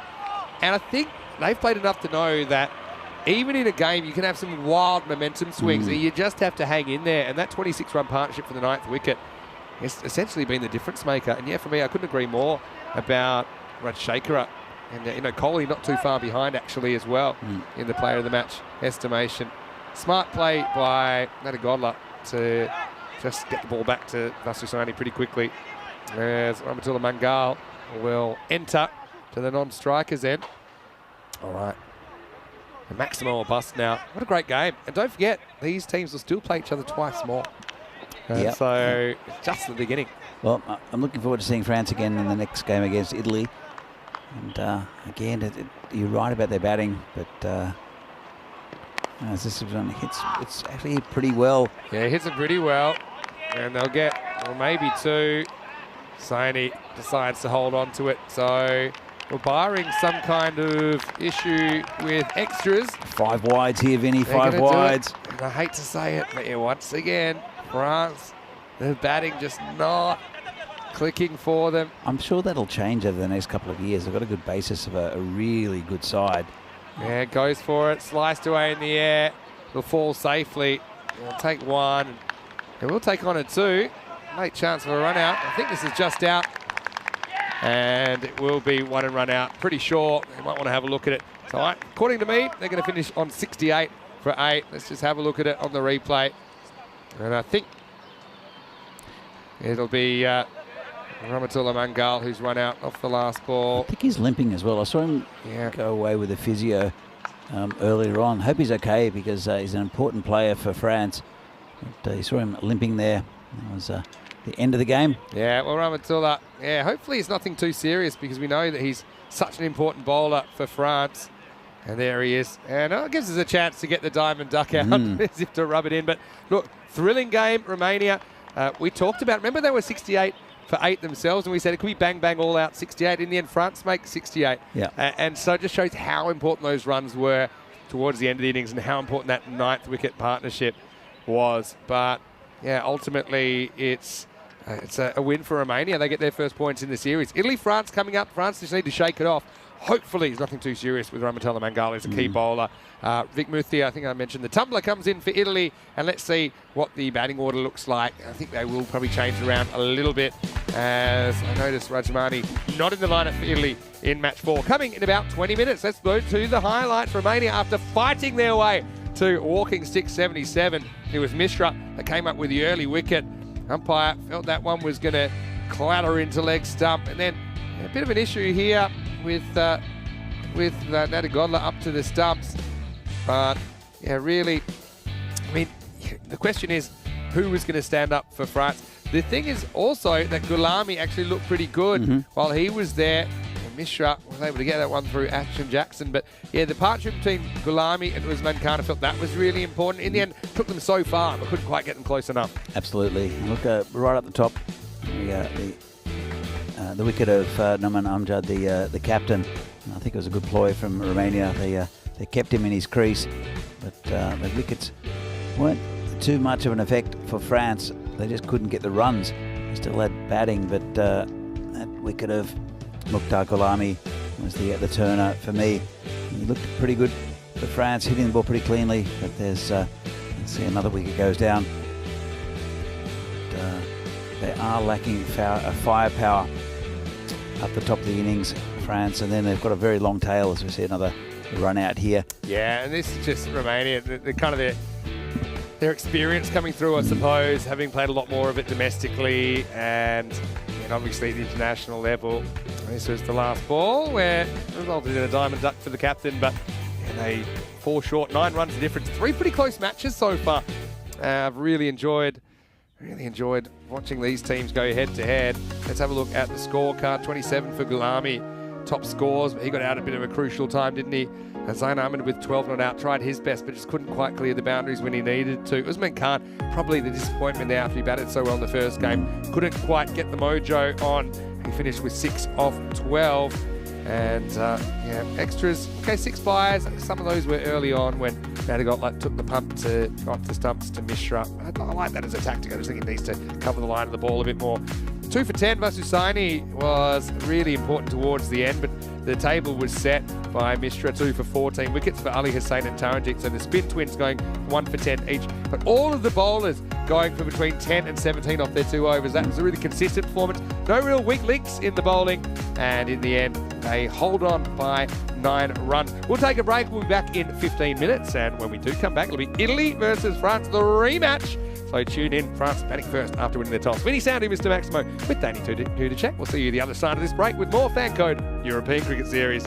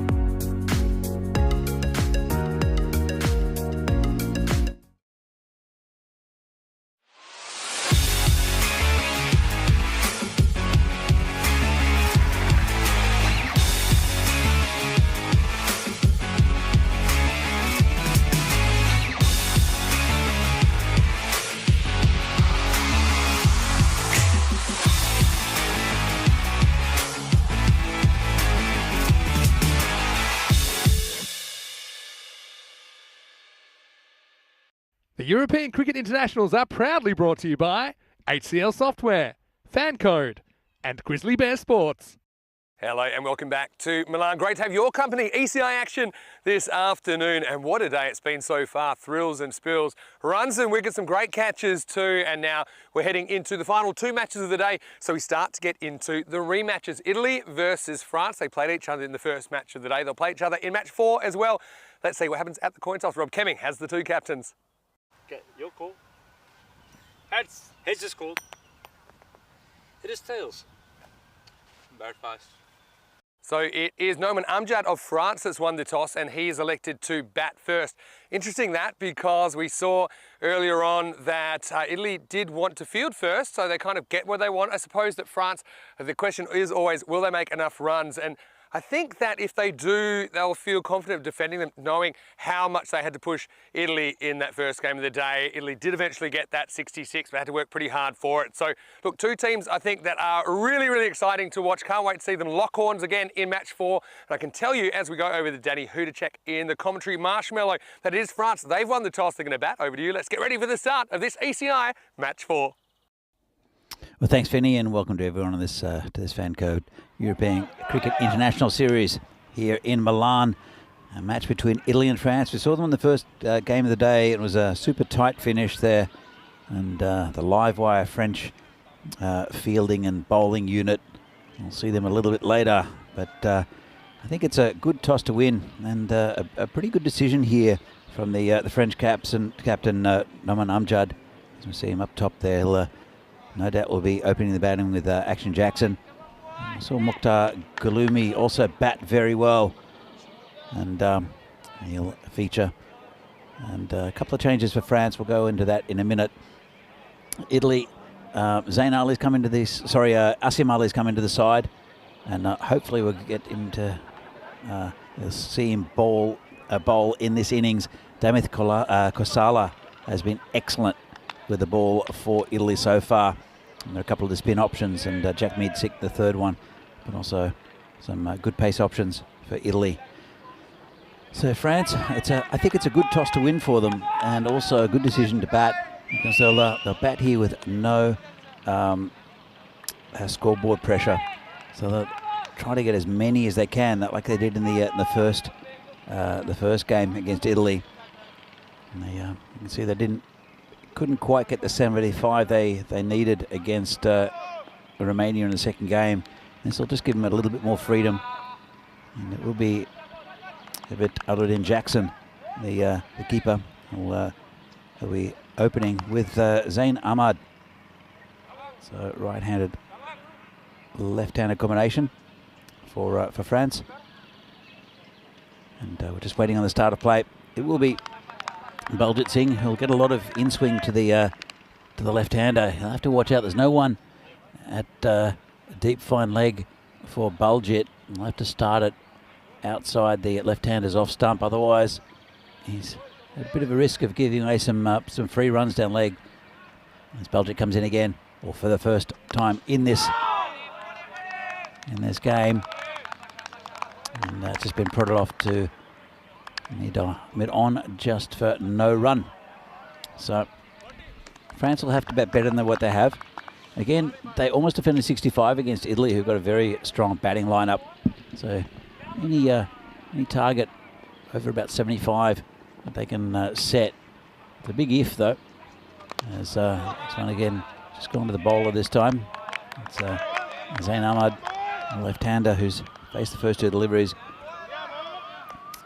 But if he can turn it round the corner, Zayn Ahmad has free runs down at fine leg, but he hasn't looked like hitting one there in the last two games. There are some outs for France, and as this goes round just behind square, they'll look for one. They'll just get the one. Big one is that Ramatullah Mangal is not playing. I think we saw him limping after the first game. Even he went away with the physio just to get a bit of attention. So he's not playing. And have a look at if there's any other changes. Pierre Baccaran's in the team. I think that might be the only change We'll keep an eye on it, but there is a change at the top of the order with Zain Ahmad opening here with Aladdin Jackson. And this could be a single, going to be a tight one. Gone to the keeper's end, direct hit, could be out. I think the umpire sees that no. I'll just have to fix the stumps. Let's have a look at this. It was a direct hit. And umpire's watching, and well, can't tell there because the opposing frame of Asim Ali is in the way, and can't really tell where it is. Anyway, umpire certain he was not out, so it'll be Bulgett to continue. I've got the man just a backward square leg now. It's gone over the top.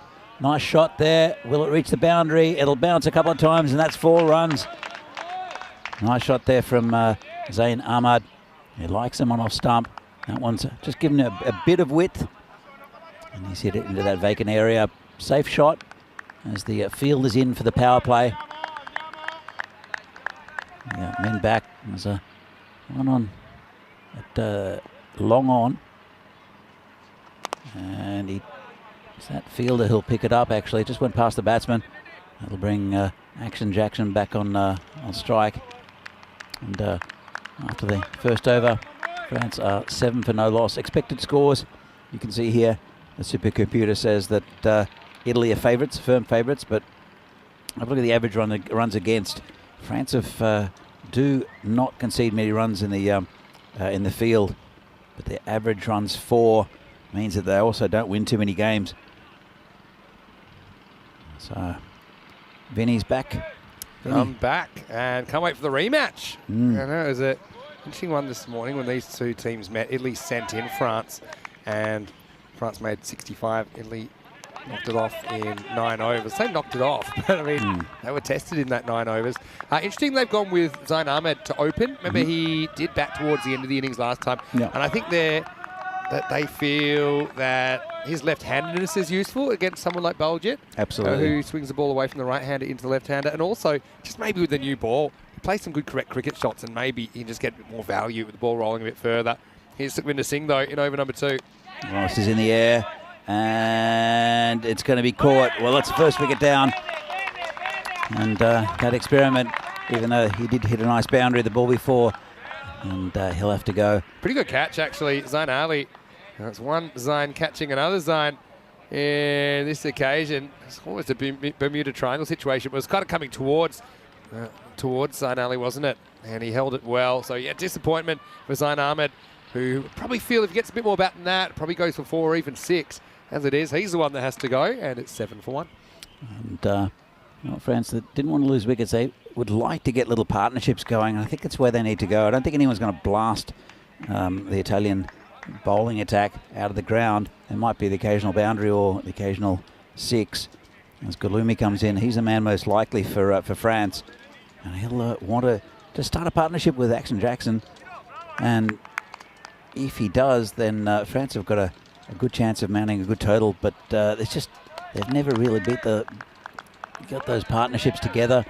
It's been a bit patchy, and just they are also lacking firepower. But if they can just cobble together some scores, even around 75, they've got a really good bowling attack and a fielding team that can limit sides. So Galumi will be facing his first ball from Sukhvinder Singh, who's been very good today. Comes in, and this one's been hit into the covers. They'll look for one. Lucky they didn't, because Joy Pereira has picked that up and rifled it into the keeper just over the stumps. That's better, rather than having a random throw it for no reason. Joy Pereira knows what he's doing there. A very experienced cricketer is Joy Pereira. Captain Italy also. Yeah, very experienced player. Sukhvinder, though, is an impressive character, isn't he? Bustles in again. It's called wide outside off stump. Yeah, I mean, France just need to get a bit of a wriggle on, don't they, with their batting? I don't really know what advice I could give them. I don't think there's anything wrong with the approach. I just think outside of Gulami, who's there now. And I suppose as McGann this morning, they've just struggled to kind of compete on, I suppose, technically with the kind of bowling they've been given. This is down leg side, knocked down partially by Summer Nimesh. Another teenage wicketkeeper for Italy. Seen a couple of them today.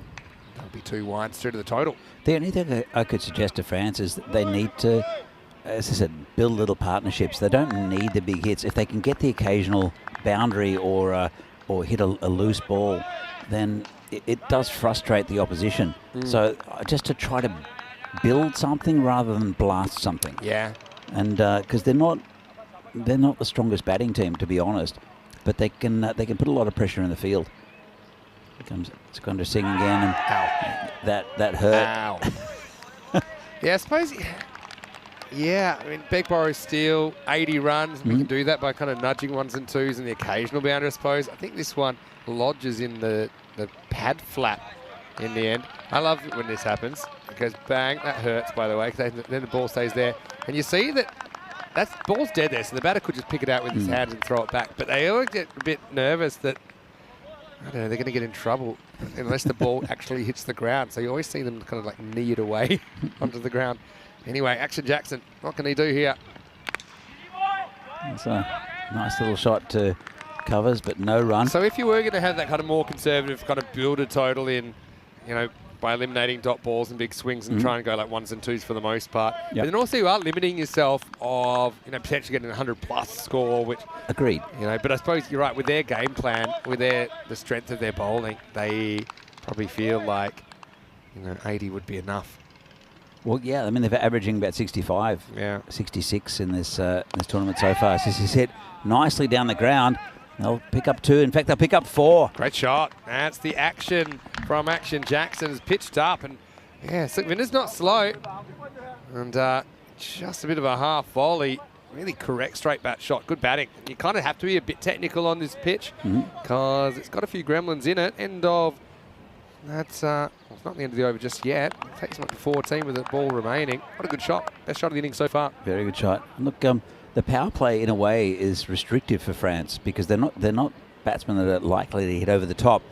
And when the field goes back, as that bowler comes in, well, as I said, they're not likely to go over the top except for Action Jackson, who just slammed that for 6 over cow corner. Well, come the moment, come the man. Well, there's the French flag flying high in the background. And this ball flies high over mid-on. Great power play batting from Action Man. And at the end of 2, it's 20 for 1. Lovely shot. And as we look at the table, and we see France at the bottom, yet to win after that loss against Romania, where they had given themselves a very good chance of getting there. Italy up the top with 2 wins. But there's not much between these 3 sides. Even though the rankings tend to favour Italy, they have shuffled the deck a bit and they've given the local players up here from northern Italy, they're given a chance, who've been playing over the last 2 weeks in this ECS in Milan. And he's one of them who's one of the players who's really impressed. That's Zayn Ali. Here he is. That's a lovely shot. Gets through the field. That'll be 4 again. Wow, here we go. Galami's absolutely poleaxed that down the ground. Proper cricket shot. Again, this is a shot that, you know, from the next over probably only gets you 1, even though it's hit really hard. So, yeah, making the most of this power play and a couple of little tweaks with the batting order working out okay. I liked Zayn Ahmed at the top of the order. Galami, I think, looks at home at 3. I mean, he's another guy, maybe you'd consider even opening with him, but I suppose Action Jackson coming good as well here in match 4. Comes again, short, pulled away just over the field, another 4 runs. Well, as I said, that a couple of balls before, actually the exact ball before the 6 from Action Jackson is that the power play might not be suiting France because they don't hit over the top. Well, that one's hit over the top nicely. Great shot. Just, I suppose, half a metre over the fielder. Had a good jump at it. But, yeah, France, like watching a baby learn to crawl and then start sprinting. Here we go.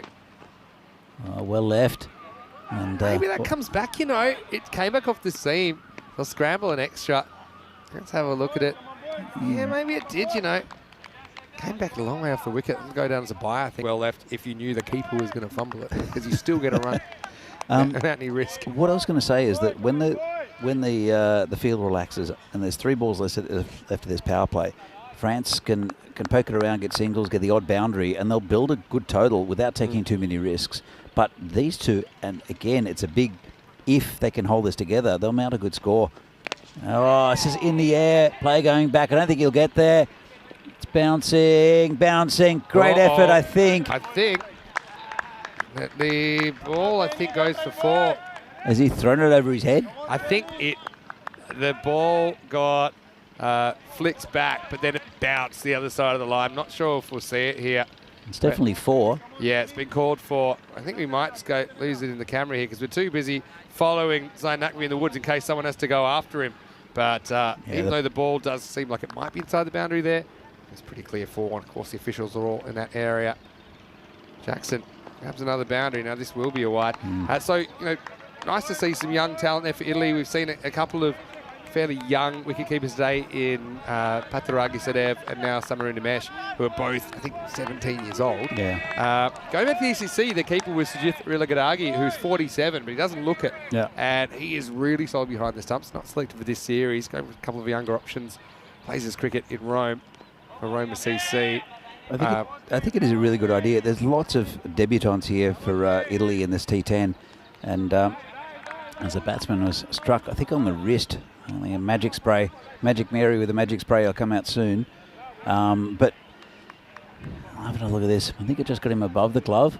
Yeah, maybe. So he's just a bit early through the shot. Action Jackson. Being a keeper, he's going to look after his hands and his wrists, obviously, because they get a bit of a workout. Yeah, so here's Nurse Nancy. Yeah. Or Magic Mary. We've been very lucky. Oh, there's Magic Mary. There we go. This will make him actually 20% stronger. Gives us a chance to say hello to a few people that are watching in the chat, maybe. Hello to Chris Smith as well, who is watching. And you know that everyone's enjoying the action so far. Nick Devonshire saying had a few tight games today. But, Action Jackson, he won't want to be going anywhere. He's been really important through this power play. It's been a good start to the series here for both teams in a way. But the tournament's been really good. They've been close games. And on paper, Italy with the rankings, their T20I rankings, and Italy ranked 34, France 48, Romania 50. But it is a little bit different to that because it's probably not a full Italian side. They have picked a lot of players here from Northern Italy. Played in the Milan series. Yeah, that's right. Tucked around the corner, good single. And it'll bring Gulami back on strike. Well, I know that we've got Taranjit Singh playing for Romania in this series, 35 for 1 after 3, France. And I can just see Taranjit's family, including Prabjit, who's the youngest co-commentator I've ever had. He commentated with me, I think, at either 4 or 5 years old, maybe at 4 years old in Romania.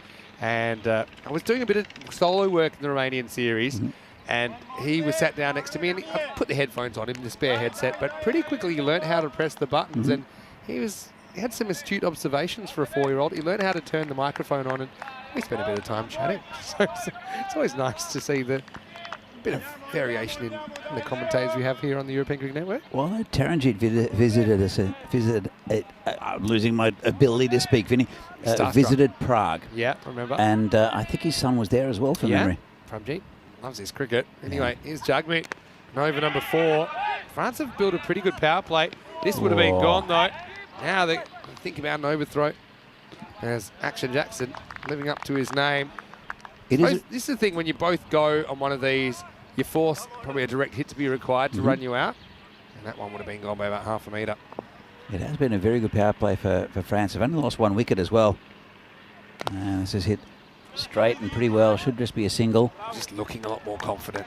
Hitting a lot more balls. Galami's impressed me. I think he's just what they need. Yeah. A genuine top order batter that you feel could score the kind of 50, 60, 70. But Action Jackson's on 17 from 9. Yeah. And tries to play down through the leg side. That might pick up 2, actually, yeah. Should be fairly easy, 2, actually. They'll get back. Action Jackson hitting the ball pretty correctly. And we talked about the fact that it's hard to continuously trying to hoik across the line here with the nature of this pitch, a bit of variable bounce. And so that's why, I think that Action Jackson's played some really nice shots down the ground. It was a straight bat, but still pretty powerful. The field going back, though, presents a new challenge now for France. Absolutely. And this is a nice shot, hit straight. Player coming under it and takes it. Well, Action Jackson is gone. And that's another catch there by Simran, who I think he rubbed the Italian badge that time. Yeah, gave a little kiss as well. It was not a bad attempt, but yeah, if you don't quite get it in the middle, then you're going to run into trouble. When we've hit the middle overs with the outfield being a bit more crowded, Simran does the rest. Jugmeet with his first wicket of match 4. Action Jackson, after a bit of a cameo, he goes for 19 off 11. It's 39 for 2. A pretty good start. They want to consolidate, and they've got a good batsman coming in here, Usman Khan. But yeah, they keep on wanting to try to take him on. They're Simran, he's got a good pair of hands, and he's pretty tall as well. He was frustrated last time, Usman, after batting well in the first game. He was the highest individual scorer of either team in game 1, but he was only able to put together 6 off 12 in that chase, fairly low scoring game in match 3. And so let's see if he can get back to a bit of form against Italy that he batted well against this morning. Last thing that France will want is to lose another wicket in the next few balls.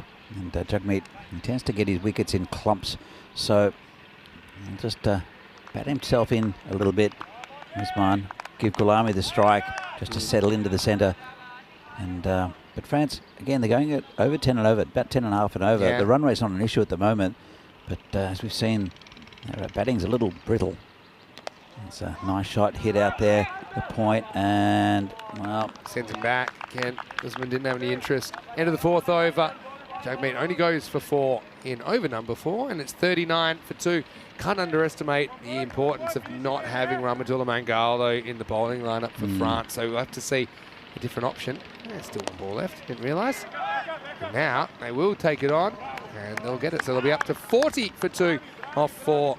Yeah, so with no Rahmatullah Mangal, maybe, yeah, Pura Kaja and Pura Bakaran, who comes in, maybe gets a bowl, or maybe find another spin option from somewhere. But yeah, certainly kind of throws their bowling plans out. One of the real strengths as a team, France, is the fact that you look around, there's no weak links at all. No bowler that you think, okay, I can get after them. And they're always coming at you with top quality bowlers. When they're fielding as well, they're always on point, and they're throwing themselves around, and they don't drop many catches. Here's a man that you've wanted to see all day, and now you will see him. Azim Ali getting a bowl in over number 5. A real key role for Fresh Tropical in their ECS win. Great to see Azim Ali. He's a former Albano player. Yeah. But he did play very well for Fresh Tropical in this tournament. Have you noticed we've changed things in the marshmallow, Vinny? Turned around, and then more. Oh, you made a bit more of a gap in it. Oh, watch out. Well, we had to. It was getting balmy under here. Yeah. It was like we're in the tropics. Well, we call it the commentary microwave sometimes, because in Italy in July last year it was. Well, I would have liked to have a. Oh, this is in the air. Well, I think this is going to be 6, but I'm not sure. It is 6. Maximo. Zain Ali went right back. He was the right man to be guarding that boundary. He's probably the tallest man on the field, but he couldn't pull it back in. The result, 6 runs. Well, the wind's picked up, and we've got a flapper now. But yeah, it was very balmy here in the marshmallow. So you've dispensed with one of the corners, and so we've got a bit more air. Should be gone, and it is. So it's going to be 6 and out. Azim Ali does do the trick, goes 6 and out, and that's the 3rd wicket to fall. 47 for 3.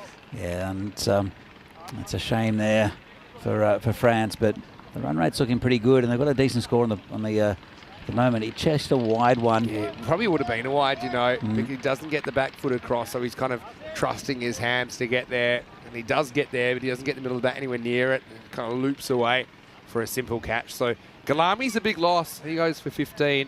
Scores 47-3. Nicely taken as well by Baljit Singh. Yeah, it's a good little innings, but Usman's still there, and I think he'll be vital for France. But it's a better batting performance here from the French. Good to see Asim Ali taking a wicket. He bowled very well, I think, during this this tournament. Yeah, he sure did. Didn't take too long to get in on the action. Even that one that went for 6, it might have been a wicket each side. And been right on the rope. Might have had a play on it. New batter out there is Ibrahim Jabakel. And yeah, he is a guy, we haven't seen him do too much today. He's been in the team. And he gets bowled. He gets bowled for a duck, and Asim Ali gets 2. That's what they feared, is quick wickets, France, and they've just lost a couple. Usman Khan's still there, but he's watching it from the other end. And again, really good bowling from Asim Ali. Just rolled his wrist over that one just a bit quicker. Yeah, it's like that quicker, almost like a back spinner. It's not really one that he's trying to turn sideways, and caught in the crease. And we've seen this happen a couple of times. Those balls have hurried on. And a lot of balls hit the stumps rather than going over the stumps on this artificial surface. So a disappointment for Jabakel as he's dismissed without scoring. There's Derek the Duck. It's 47 for 4. So again, they'll just have to build a little partnership here, France. Usman Khan's there. Yeah. Well, it's a good option with the batting. He's dropped himself down a little bit. Yeah, He's, he has not dropped himself to 6, Amjad. I think he's definitely a guy that can hold it. I like the way he has taken the responsibility. They don't really have an obvious opening option. So he was in that position, but now it just gets a bit of a different look. Middle overs. Shine's knocked off the ball a bit. Goes away and plays a pretty nice looking shot. First up, he finds a sweeper. That takes us to the end of the 5th. And the score is 48 for 4. Want to say a very, very warm welcome to all of our viewers who are watching on Fancode in the subcontinent. Also, all of you watching on our YouTube channel, ECN European Cricket Network. If you haven't already, make sure you subscribe, hit the like button on this video as well. And join us in the comments section. I see that Nick Devonshire saying he's watching 2 games right now. So, yeah, he's watching us and he's watching the Gibraltar versus Portugal T20 International. But he's listening to us. I kind of am too, because I'm watching both, but I'm listening to us because I have to listen to us. I'm concentrating on this game. Yeah, that's good. I'm just keeping half an eye on it, but you're right a good now, multitasker. I'm not. it's okay. I'm not as good as people think sometimes. Anyway, let's get back to the action out there. And looks like Jugmeet is going to bowl over number 6. And well, that's got to be close. Has to be close, given. Well, this is not good from France again. Yeah, and look, here's the thing. It's drifting in. I don't think it's going over the top. There's no doubt for me it's in line with the stumps. The only question is it going over the top? And I would say no, because he's down, his knees pretty much on the ground, hits him on the back thigh. And I don't think the batter can have too many complaints about that. So another wicket falls. It's 48 for 5. Spin to win once again for Italy. Well, it's a bit of a collapse here for France. But really good bowling from these two, Jugmeet and also Asim Ali. Yeah, I mean, the only thing that might have saved him is if it was going over the top. And I think you look at that side on, it's hard to believe that that ball's going to pass over the stumps without disturbing them. Going back to the marshmallow, yeah. one of the corners has gone amiss. So because we've got nails there, yeah, and we'll try to fix it at half time. But the main thing is we're getting a bit of fresh air coming through, which I think is nice. But then, because of the nail not working, one of the assistants here tried to help us by closing it up again. So bringing back the balmy conditions. If I had a cocktail or a nice IPA, I'd be very happy with this warm weather. But otherwise, I'm sweating a bit. If we're in Portugal, they would have offered us some beverages by now, probably when it gets to the afternoon. I think we have to get you on that tour one time. I think you'll really enjoy it. I'd love Portugal. Anyway, it's another wicket for Jugmeet, who's having a bit of a day out here. It's going to be Watercolour Surya coming out at 7, pushes and gets off the mark straight away. So, yeah, they've had a good start. Let's see what they can turn it into, France. They got a good start. They just lost a bunch of wickets, though. Lost 3 for 2 in the last 6 balls. But Usman Khan's still there. Let's hope he still is after this ball, and he is. So let's see if they can mount a bit more. 50 comes up for France. Yeah. What can they do with this? But they're still going at 9 and over. The run rate's pretty good. They're just got to keep on plugging away and getting the odd boundary and wickets. Not wickets, runs. Yeah, that would be a better. For the French team at the moment. Yeah, look, just try to find a way to get that one boundary and over. It's hard to do that. There's no real obvious risk-free way to do that. No. You can see actually at this level, you don't get so many gundy balls proportionally. I think at the domestic level, you get 1 or 2 and over that you can put away fairly risk-free, but Jagmeet's asking the right questions. Well, you're getting the top players from each country. I mean, Italy have a different T20I team, and they increase the quality. But there are some fantastic players here on show for Italy, and you'll see how good the French and Romanian sides are as well. Tossed up. Wanakulasuri feeling for it. That takes us to the end of the 6th over, and a pretty good performance from Jagmeet. Once again, his overs go for 5 and 4. The score is 52 for 5 after 6.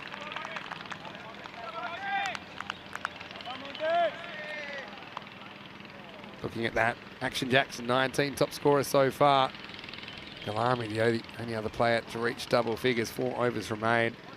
I suppose from here, let's be realistic. If you get 8 and over off these last 4, and you get up to 84, bearing in mind that France did a pretty good job, almost defending 65 earlier against Italy. So we were saying then, if they'd had those extra 20 runs, would have made a big difference.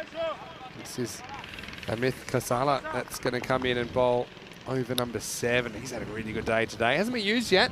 So this is his first over. It's not going to get any easier for France. He's a very good bowler, Kasala.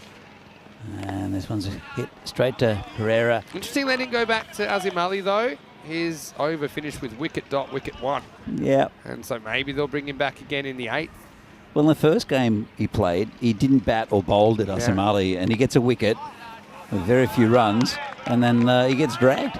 I'm sure they'll bring him back. I feel like they're just kind of sneaking an over of Kosala in because he hasn't bowled yet, and the plan would be to bring Azim back in over number 8. Yeah, I think you're right. It's a nicely hit, but straight to field. It could be run out. Oh, He's missed the stumps. Well, I have a feeling he should have been out if he'd hit him. And by hit him, I mean the keeper. Somewhere in the mesh. Have a look. Big air swing. I think he would have been in. Yeah, good dive. Because he didn't get close enough to the stumps for us to tell. But yeah, really good dive, in fact.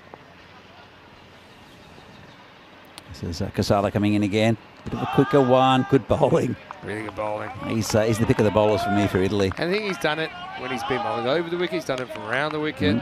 He's a very clever player. That's another one of his left arm around the wicket. From memory, he took a hat-trick last year as well. Oh, really? Oh, tricky little shot. Just tucked it around the corner. It's going towards the boundary. It won't reach, but they'll come back for 2. From memory, again, I'll have to check this up. I think he took a hat-trick, and then the next ball was dropped. So he would have had a double hat-trick. But anyway, let me go to the archives. I'll try and give you the best info on that. I'm sure if you ask him, he'll tell you who dropped it. Yeah, I'm trying to remember. Was it Jaspreet? I can't remember. Oh, this is nicely hit. Going back, and 6. Well, that's a nice shot. And it's Warner Kulasuria who hits it. And that'll help again. Just that odd boundary, the odd 6, and then singles and doubles. As we see, upcoming events. We're in the middle of the Gibraltar and Italy International Series, the T20 in Gibraltar, of course. And ECS in Austria starting on Monday. Yeah. It'll be fun. It's you and Rico, I think. We'll be having so much fun in Austria. We always love being there. And yeah, I'm looking forward to it. Then Bulgaria. Unfortunately, I'm sitting Bulgaria out as I'm off that one, but a little bit jealous because Bulgaria is a really different and interesting place to visit.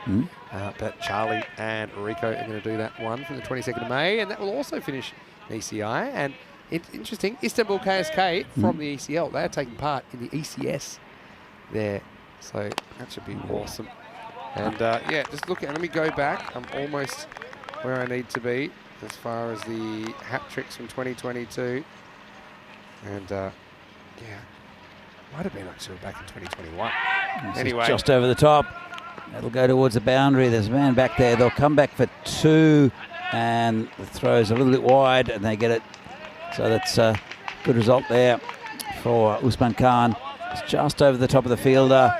And it is Azim Ali, the bowler. It's good to see him get a second one after taking 2 wickets in his first. But yeah, you're right, Vinny. He did come back to the 8th. And you'd have to think that Casala will get another one. Yep, you think As so. This one's hit. 6 is a handy one though. I mean, in a potentially a low-scoring game, like we saw in the first game between these two, the 6 is just worth more. Yeah, proportionally, they're worth more of your total. And you can get one away, Azamali. So just poked down, back to the bowler. That's right where you want to be. There's not really much you can do with that as a batter. Just jammed into the block hole. And of course, Saria trying to go large again. And just plays across the line with this one, and no run. Yeah, just took some pace off that. So you can see that last one was kind of jammed in fast. This one was a little bit slower, kind of drew the batter out, couldn't make any contact. Back to live action. Again, hit back to the bowler. Got past him though, just take a single. Yeah, it's full. Oh, it's too full. Have a little peek at this one. Azamali then puts the pace back on. Yeah, so that's the end of the 8th over. As we saw the replay of that one. And France are 65 for 5. Oh no, I think, to be honest, if I look at that one, he's on his tiptoes. I think it was Worth a look. I think it was a no ball, Vinny. I think it's a no ball. I do. I don't think they consider it. But I suppose touch and go. But he's up on his tiptoes and hits it from around. I think it would have hit him in the belt buckle, which I think is kind of, that's the, if it's there or higher, that's normally what gets called anyway. 8 overs down, 65 for 5, as first ball of the ninth is lifted away, and hey presto, just like we thought, we've got Damith Casala bowling over number 9. Yeah, he's a good bowler. Wicketless so far is Casala, as we hear the bees coming back and invading our microphones. Yeah. We've got the birds and the bees here out on the Lion Cricket Ground. Great complex here, multi-sport complex. And, obviously first time we've had ECI cricket in Italy. Charges and hits the ball pretty firmly through the offside, and that will go all the way for 4. Lovely shot. Don't know how he generated so much pace there, Usman Khan. It shows you there is value on the ground sometimes here. It turns that into a full toss, and I don't think he would have been able to do that if he'd kind of stayed put. Probably would have been something that yorked him. So now Casala's going to go back to his original plan from this morning, which is going over the wicket to the right-hander. Oh, he's got him that time. Or does he have him? I thought I hit the stumps, but Almost. got impeded my vision by the non-striker. Yeah, it was so close to the stumps. See, it just sneaks past by a bee's leg. And tries that little ramp shot again, and wrong foot of the fielder. They only get the I think that might be gone. Yeah. Oh, you know what? He's been sold up the river here a little bit, Warnakula Saria, who does respond to his partner's call. First, Usman ramps it over the keeper, and that's fine. And the fielder took a while to kind of get on it, but I reckon he's gone. Look at that. Good pickup and breaking of the stumps. Yep. Just out. Well, it's a little bit of luck there for Italy. Yeah, I think he knows he's gone. So, yeah, there's the decision. Yeah, but have a look at what happens here. He doesn't do too much wrong. He wanted Kulasuri, number 39. He sees his partner going, says, yeah, okay, cool. And then it was just long enough for him to be out of his crease. And a really good pickup from the keeper, Samaru Nimesh, who picked up in the half volley and kind of broke the stumps quick as you like. Absolutely. So excellent wicket keeping. And, yeah, I suppose it's a bit of an unlucky one for France, who lose the 6th wicket now, 71 for 6. And he was going well, actually. But there'll be a new batsman to come in. But they've got a decent total, actually. They've got more than what they did earlier against Italy, and they've beaten their score against that they had against Romania as well. So it's been a pretty good batting effort on the back of a good power play. And they're finding a formula, I think, with the bat, France. Still got an over and a bit to go in this innings. Love to steal another, 15 runs here. High 80s. That was the tumbler, Irash Fitmuthi, that was able to throw that in, even though the spin kind of did him first up. Ganesan coming in pretty low here at 8. He gets one in the block hole first up, can't score. Yeah, he dragged it across the line a bit. There's a man at short cover. Last ball of the 9th coming up. And this has just hit to Pereira and misfield. The first field at that time, just a single. If he fielded it and got it back to the bowler, I think that Kanasan was probably going to be in some trouble. As it is, he'll retain the strike. He's off the mark, and it's 72 for 6 after 9. Again, it's a better performance from France. Still a bit shy with runs, but have a look at this. It was a really good power play, and they're going great guns after 3. It dipped a little bit, and then those wickets didn't help. They've kept up a decent run rate, but normally you'd want to accelerate. They just don't have the batting to really do that. But Usman Khan's still there. He's still there. And Kanasane as well. Yeah, Kanasane, we'll see him launch a couple. Talked about the fact that he did score their highest individual score in ECC 22. And that was against Scotland. So, you know, it's not bad opposition at all. Scored 90 runs in the 10 matches. And let's see if he can launch one out of the ground. Hit 7 sixes in that tournament as well. So we haven't quite seen the best of him so far. I mean, like quite a few guys out there, probably a bit short of match practice, but here he's got his chance. It's going to be Sukhvinder to finish. It's hit nicely down the ground. It should be cut off there. It's see from that's a really good cricket shot that he plays there. He gets a fair piece of it, but doesn't get the elevation. Just a single. Yeah, it was a good shot. But, it'll bring Usman Khan back on strike. And Sukhvinder Singh is bowling left arm around. So it'll change the angle slightly. He does tend to slide the ball through. He's pretty quick through the air and then skids through. Does Sukhvinder. He's pretty much going at the stumps here. Sukhvinder, I'm pretty sure. Usman Khan has been good to balls into the width today. Hit that pretty well. And it'll be a catch. Nice catch there. And Simran does what Simran does. And points to the Italy badge again. Not a bad little innings there from Usman about to run a ball.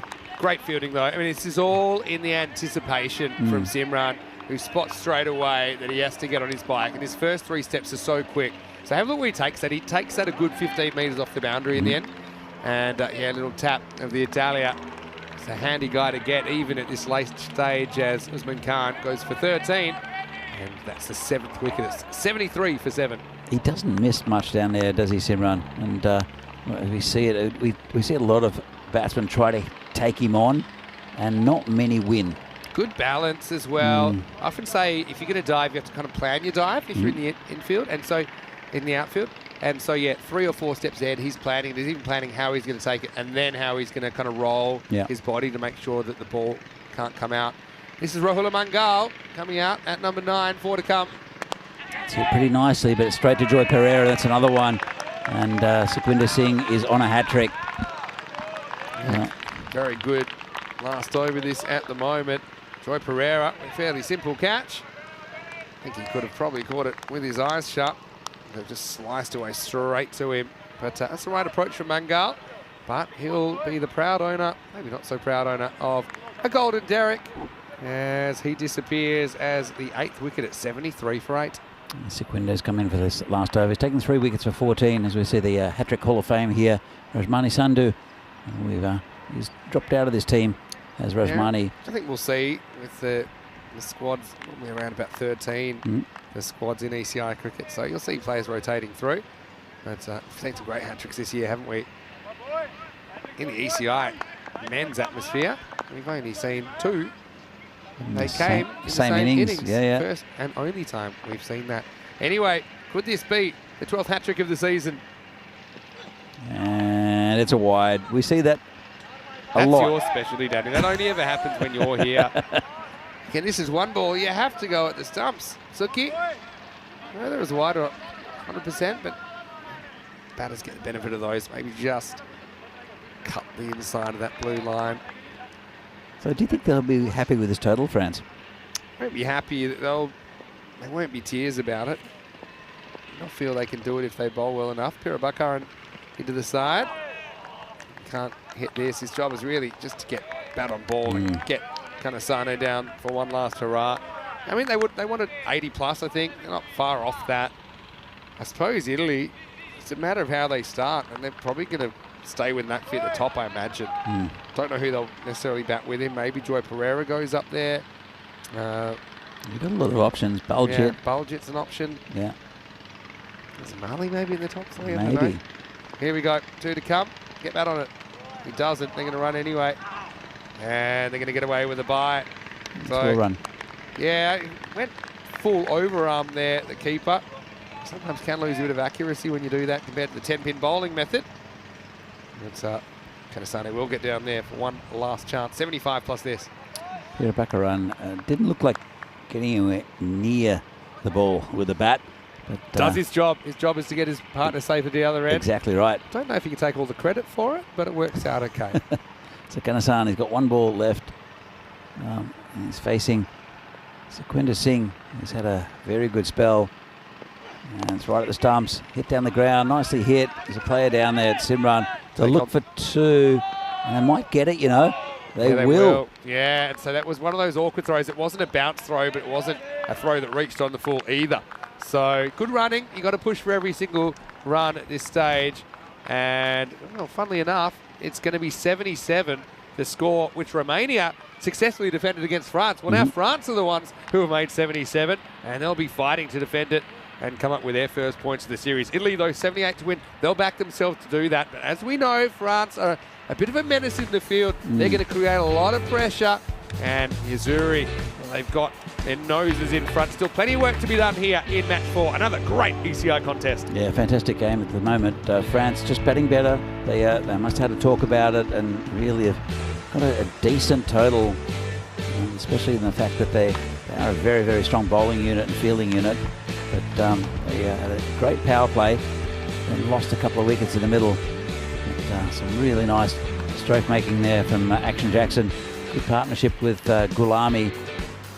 And then the spin came on, changed things a little bit. That was Simran taking another catch. But it wasn't until a little bit later that the collapse happened. Another 6 there. So as I said, it was a good partnership between Hevet Aladdin Jackson and Mukhtar Gulami. And Usman came in and helped out a bit, but then there was that little collapse in the middle. They still hung in there with wickets, and they still got some runs on the board, and I think they'll be pretty happy with that. 77 for 8, France, 78 to win for Italy, and they have to bat well against a very, very good bowling and fielding unit in France. So, as we saw, a really nice catch there from Simran, and points to the Italia sign on his back. Another wicket went down 2 and 2. Sukhwinder, this was the last ball. Came back and took a nicely run 2. And had to hustle. So France, better effort with the bat, 77 for 8. They have to bowl well, and they usually do. As you see the scorecard there, Zain Ahmed went early, but Jackson and Gulami, also Usman Khan, all got starts, and also Warner Kulasurya there with 12 of 10 contributed nicely. But 77 to 8, it's not the highest total we've seen in the last 2 weeks in this in the ECS, or even in well, in this tournament. I think it has been actually the highest, apart from the second game between Italy and Romania. As you see the bowling figures, Baljet just bowling 1 up top, but pick of the bowlers, Sukhwinder Singh 3 for 17, and 2 each for Jagmeet and Asim Ali, spin twins. Kasala taking a bit of stick for him, going at 8 and over. Zain Ali with an over, going for 14. So interesting tussle here, and Italy will want a good power play just to give them a bit of a launch pad to chase this score. As we see here, the mid-match summary in match 4 here in this this tournament, the Fancode European Cricket International Tournament between Italy, France and Romania. A match between France and Italy, and posted 77 France, 78 to win for Italy. I have to bat well, and we'll see you just after a few minutes time with the second innings of this match. See you soon.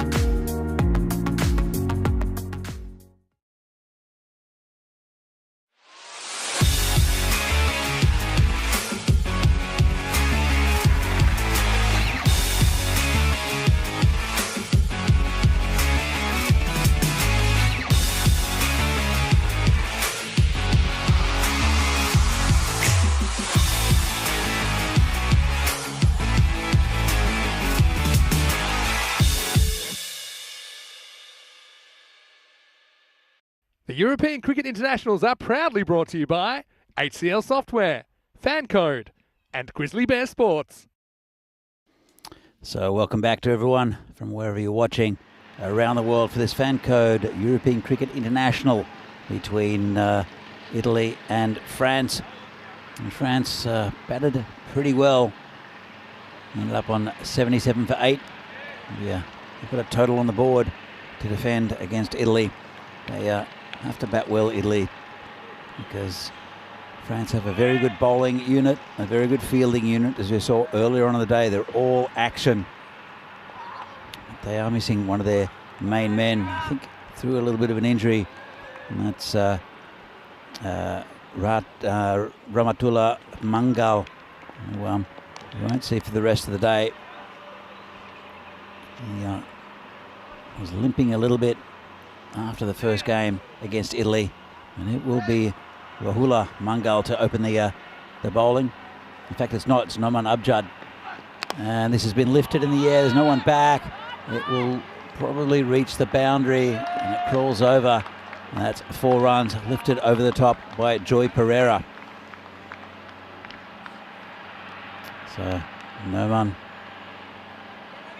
is a little bit straight. It's a good bowler, the skipper. In fact, it's Zain Naqvi, the batsman. Baljit Singh is the other opener.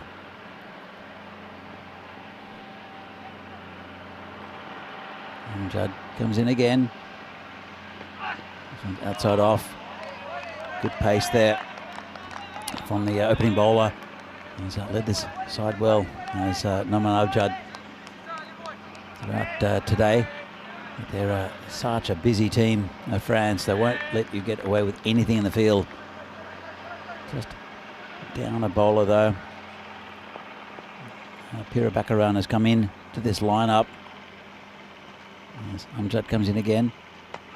And nicely hit to straight to the man in the covers. There's a shot at the stumps. Well backed up. Very disciplined side, this French team in the field. When they get a roll on, hard to push back. So only runs on the board with that 4 off the first ball by Naqvi, who I think he's missed out a little bit so far in this tournament. He's looked good and then just lost his wicket cheaply. Was run out in the last game. That's been patted down in the gully. Just 1 run. Probably saved 3. And bring Baljit to the on to face his first ball from Amjad. Baljit, he's played a couple of games in this tournament already. Hasn't really scored much, but he's quality as Baljit, the skipper for Italy. Facing his first ball from Noman Amjad. And just pokes it out to the covers. Bit of a yes-no call, and again fired in by the cover fieldsman. Well backed up. They do pride themselves on their fielding, the French. You can tell that all they need is a couple of top-line batsmen to come in, and I'm sure they will for France. They've got the makings of a very, very good side at T10 level, but also for T20 internationals. And they're building up to something, I think, the Frenchman. Here comes Amjad again. And it's full, probably going to be called a no ball, and has been at square leg. So it'll be a free hit. Just over-pitched it. Pushed it into the covers for a single as well. Let's have another look. And pretty clear there. It's over waist high. Waist is the from the most part is the join between the trousers and the shirt, just to give it an indication of a line. It's about waist high. It will be a free hit, and it'll be Zain Naqvi to face it. See how he handles this Amjad. And pretty well hit. It's caught spectacularly, and no run. Well, fantastic fielding there. And I said they pride themselves on their fielding, and that was Warner Kulasuria. Let's have a look at this. It takes the catch, of course it's not out, does the forward roll, and then flicks it back to the bowler in one action. And a spectacular end to the first over. And it's Pretty good one for both teams, 7 for no loss. 31 matches since the last Golden Ball. That was Fresh Tropical against Bergamo CC. If you haven't seen it, go and watch it. I won't spoil it for you, but it was a great game to watch. And Fresh Tropical, as you know, won this tournament in Milan for the 3rd time in a row with a very, very good performance in the final. It ended up not being too close, just a really good effort on the finals day by Fresh Tropical, who have a knack of winning games. They won a lot of close games in the preliminary rounds, but the final they really took charge and stamped their authority on the tournament that just finished yesterday. And here comes Rahula Mangal. It's hit just straight into the ground there by Baljit. No run. I saw Baljit struggle early in the tournament for Kings 11, and then he came good with a few nice innings. Was hitting the ball well, was playing correct shots. But these are a new bunch of bowlers that he hasn't really faced before. Whereas he's pretty used to the bowlers here in Northern Italy. This is a full toss and couldn't get it away. It will be called a no ball as well, so it's another free hit. A couple of those already in the innings. Let's have another look. And yeah, good call. It's over that waistline. Didn't even have to use the side on for that. So it's a free hit. And bowler comes in. And that's hit pretty well. And that's the first 6 of the innings. Nice shot there. It's a bit of a hit-me ball from Rahula. And with the free hit, he gladly accepted, did Baljit Singh. So Mangal, it's Rahula Mangal. We'll have to improve on that one. Amatullah Mangal is their bowler up top normally for France. So this could be out in the air, should be caught and gone. First wicket. About to say that Ramatullah is not in the team with a little injury, but it is Rahula Mangal who takes the wicket, and he's not happy with himself as Baljit. They'll lose their first wicket. They are 14 for 1, only 1.5 overs in, and just placed the full shot, tries to drag it from outside off, and a nice catch. Pretty simple actually there at square leg. Well, they'll like to get these regular wickets. Will France. So another good batsman who'll come in for Italy is Zain Ali. He'll join Zain Naqvi out there. So the experiment with Baljit up top didn't really work. Zain Ali, he's been in good form throughout the last 2 weeks of the Milan tournament. Scored a big 77 early on. Scored 6 sixes in a row as well off an over. So he can hit the ball hard. It's a little bit different here against the very good bowling attack of France though. We'll be facing the bowling of Rahula Mangal. Comes in again. And kept a bit low, clamped down on it. And no run. Zain Naqvi at the other end is 5 from 5. It's a pretty good start from France with that early wicket. And they need just under 8 and over to France. They're right on the run rate at the moment. I don't think that's really relevant yet. As Mangal comes in again, and this is in the air, just over the keeper. And they'll come around, just be a single, but a bit of a sketchy shot there from Zain Ali. A bit late on it. And they'll just get one more to the total, 15 for 1. But could have gone anywhere really.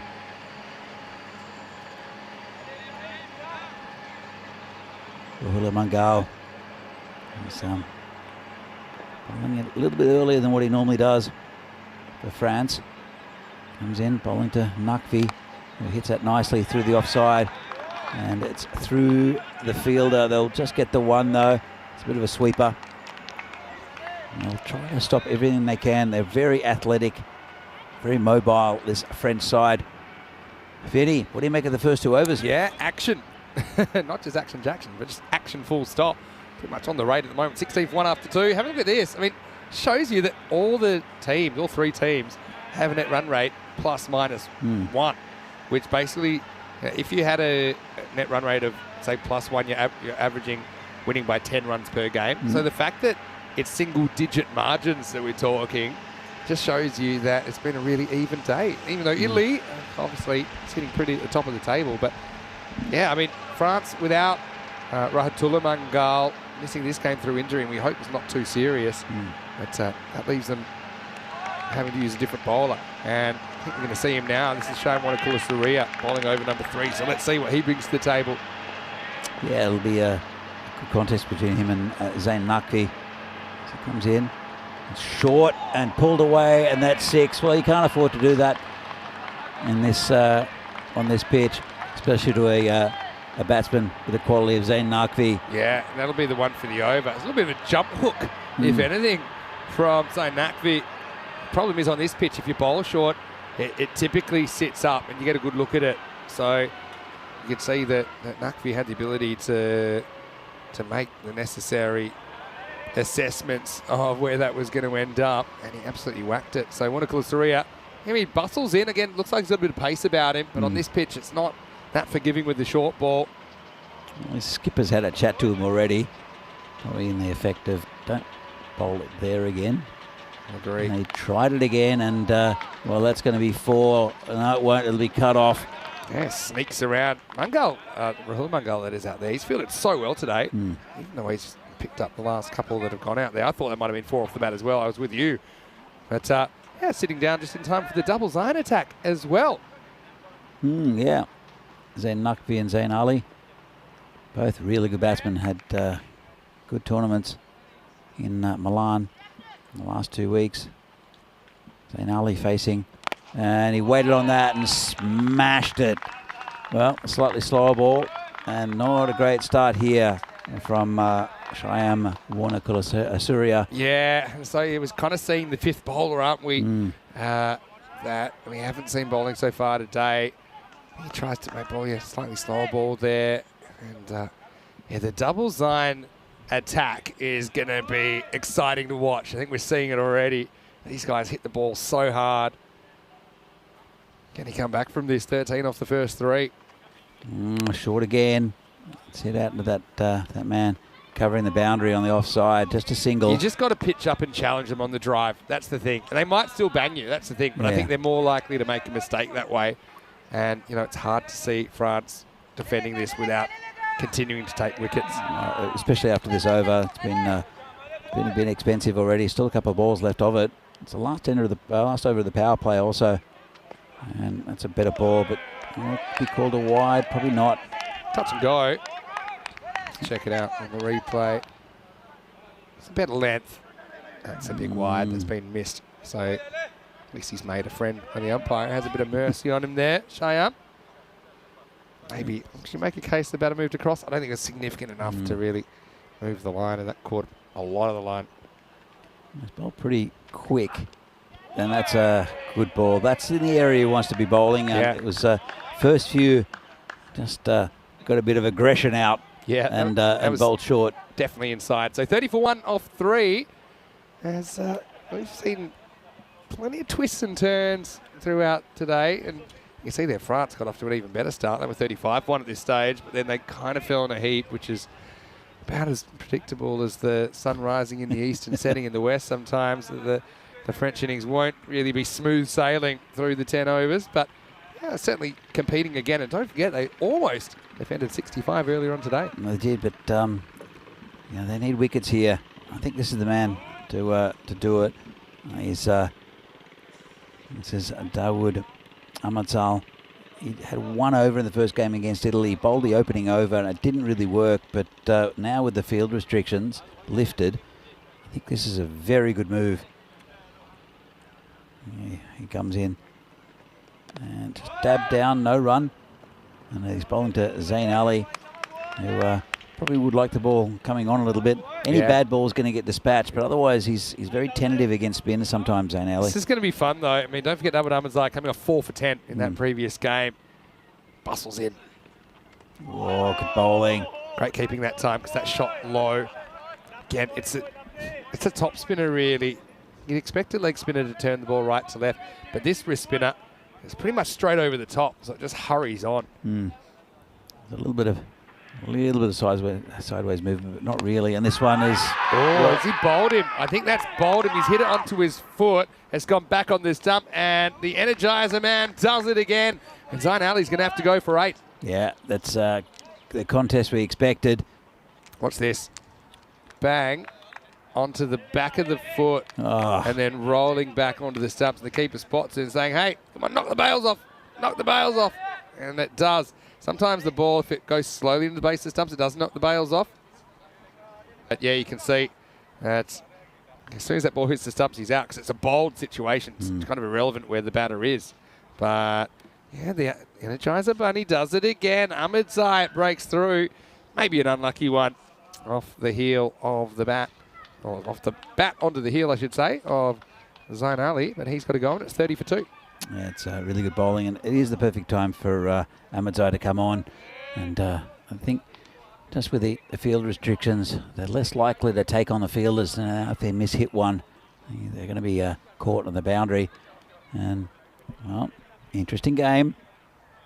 And Ahmadzai, again, taking another wicket. So important for this French side.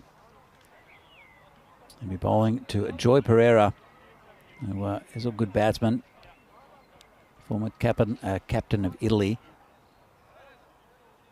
And well, as the fielders are all on the boundary, just lots of singles, and well, it doesn't go for the single, hits it over the top there. A lovely shot there from Joy Pereira. First up, it's 4 runs. Well, what a way to start your innings. And so I think Joy has got the 4-1-1 on Darwood, saying, I think this guy's turning it. I'm just going to play it like it's going to come straight on. Had a bit of width, only a little bit though. And you can see him flexing those muscles. Joy Pereira, what a shot. Not a bad way to introduce yourself to Ahmadzai. So now 1 for 4. Still got a couple of balls left in this over. First runs off Ahmadzai. And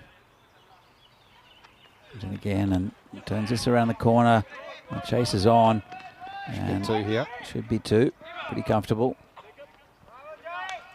Yeah, good batting again. Just knows it's going to slide on. Turns it around the corner. And you can kind of play him a bit like a medium pacer, I think, because it actually is coming at a decent pace to you.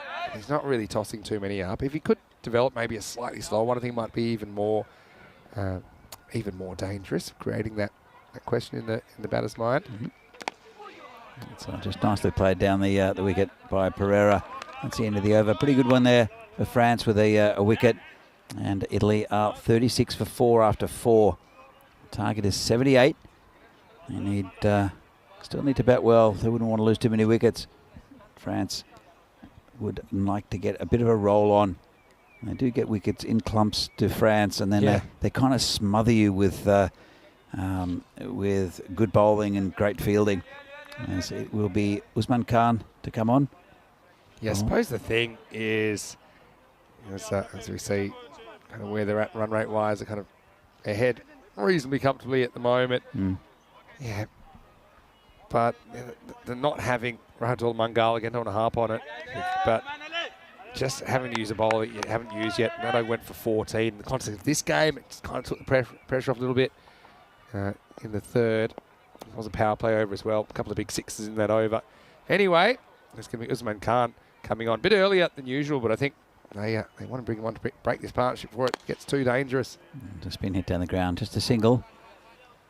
Be interesting to see if Pierre Baccarin will get a bowl. So he's obviously selected for France for a reason. And but it's hard to get into this team as a bowler. It's hard to sneak your way in, isn't it?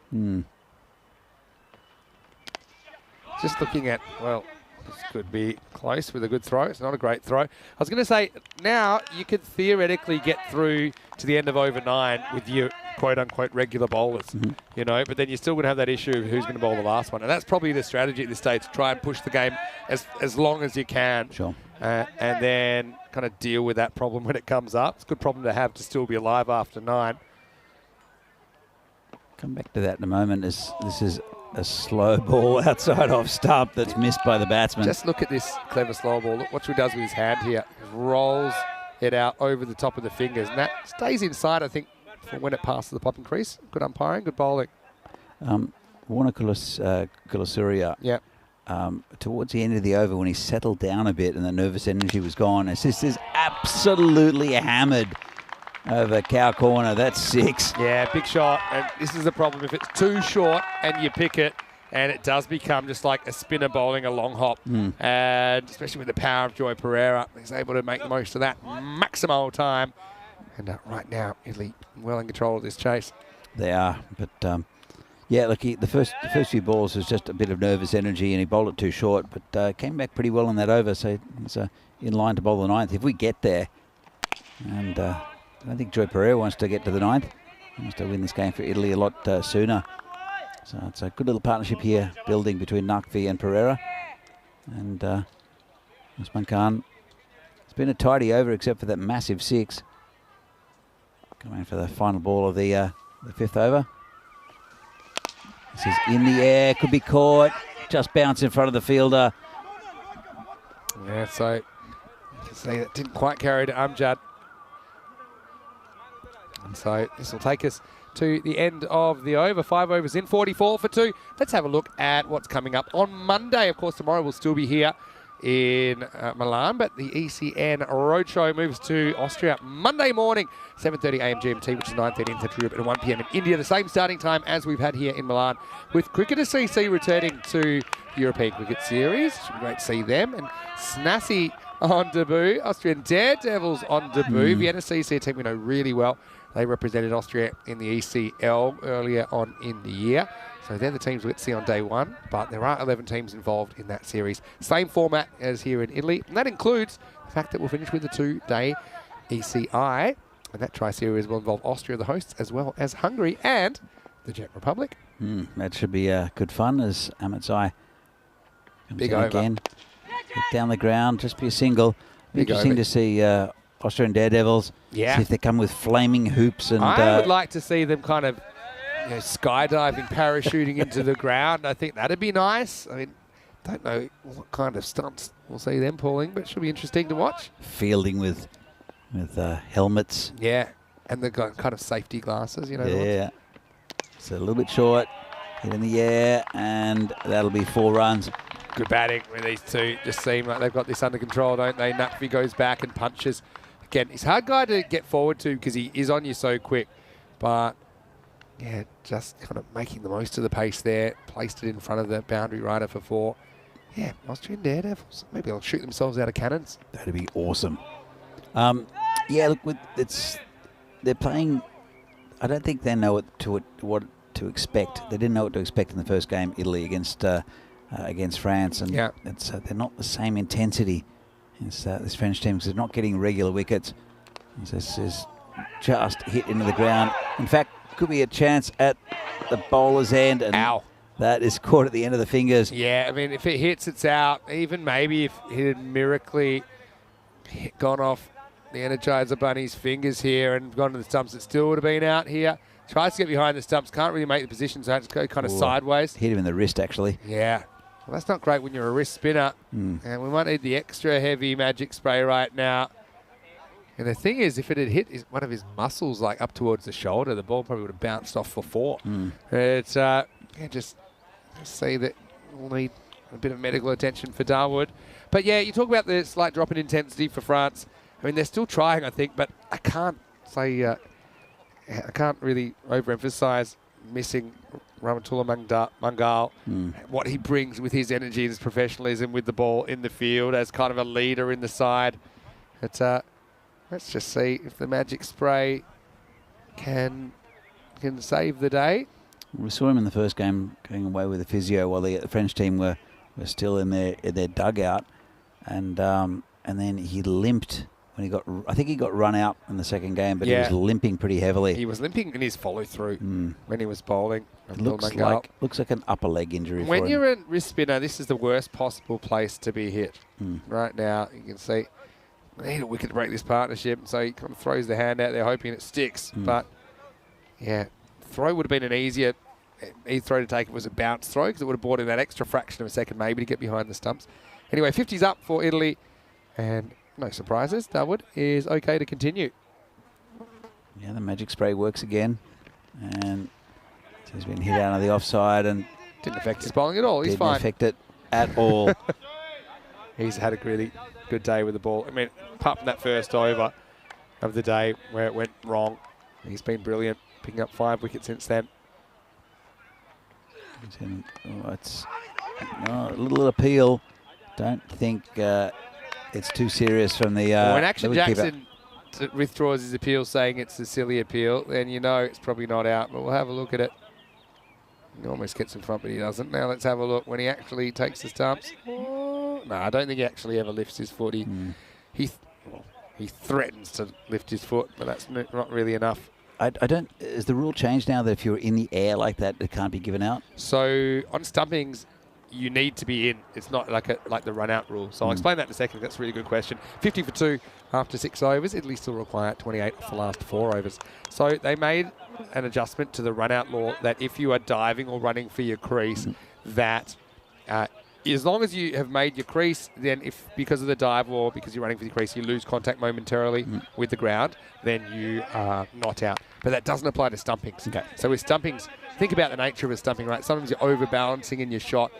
Think about when in a stumping, by definition, you're not attempting a run. Sure. So we've even seen somewhere guys bang their bat down, but then the bat bounces up, and at the exact moment the bails are taken, it's in the air, in which case it's out. Yep. So it applies to that bouncing bat rule applies to run-outs, but not to stumpings. Here's Rahul Mangal trying to keep his team in the contest. Meanwhile, this is in the air. It's a big moment in the game, and it's caught. France have fielded so well, you know, and that is a nicely taken, nicely judged catch out there by Zain Ahmed, as Naqvi is the man that's going to have to go. So it's not all plain sailing. Italy still need to get a few. 28 of 23 now, as Zain Naqvi departs for 19. It's 50 for 3. We know they do get wickets in clumps here, but there's not the same intensity, I think, from this French side. It's later in the day. It's the 3rd game of the day, as you can see.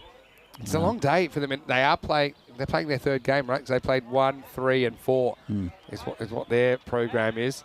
I think we've got a 12th man. Yeah. I think Amatzal will go off, and he's still concerned with that arm. It makes sense that he goes off because he's already bowled his 2, and that's Abdul Malik Jabakel who's coming on, the 12th man.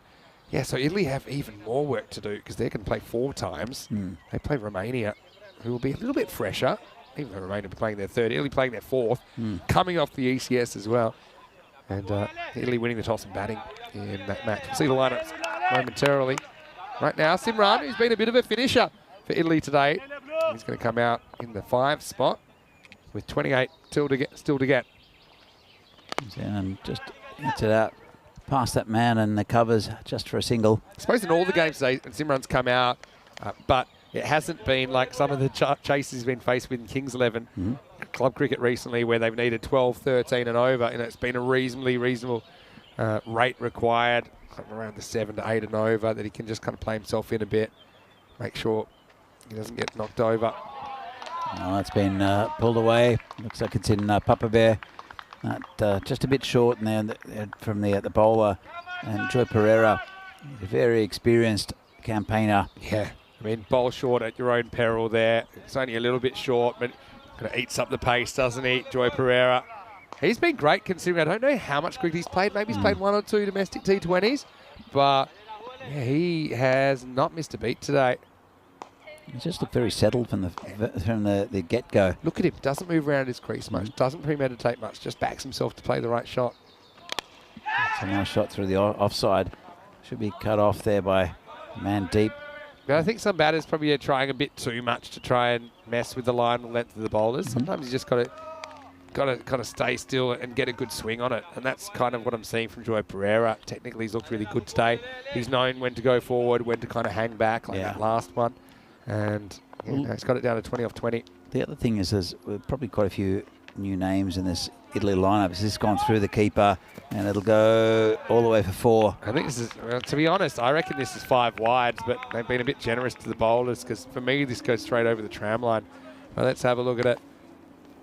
Yeah, that is a wide. I think so, but maybe came back a bit. I don't know if it came back in time. But the biggest problem is Action Jackson can't deal with it, so it runs down to the boundary. And now Italy only needs 16. That wasn't the greatest of deliveries. So Italy, unless something really changes here for France. This is, again, just hit out to the covers. No run. Well, no run. They won't get a run despite the fumble. End of the 7th over. Rahul Mangal, not the worst figures in the world. 2 for 17 off his 2.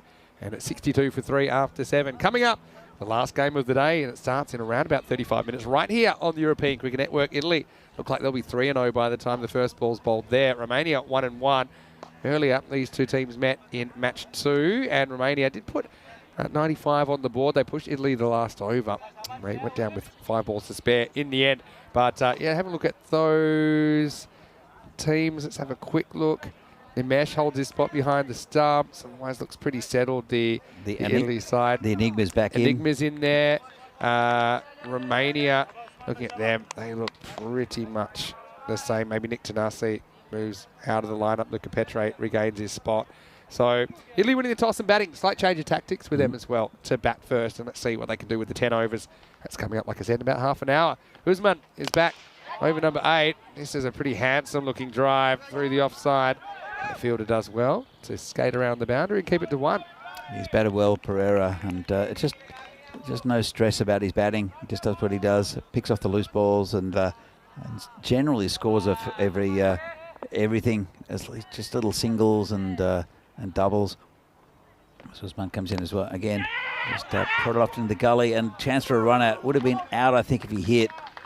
You can have a look at it from the side. Yes. Simran says well run. Simran says well run. That's probably because it doesn't result in a run out. Let's have a look at it on the replay. To be honest, Simran does look at his partner, and Joyce said, yeah, I'm coming through.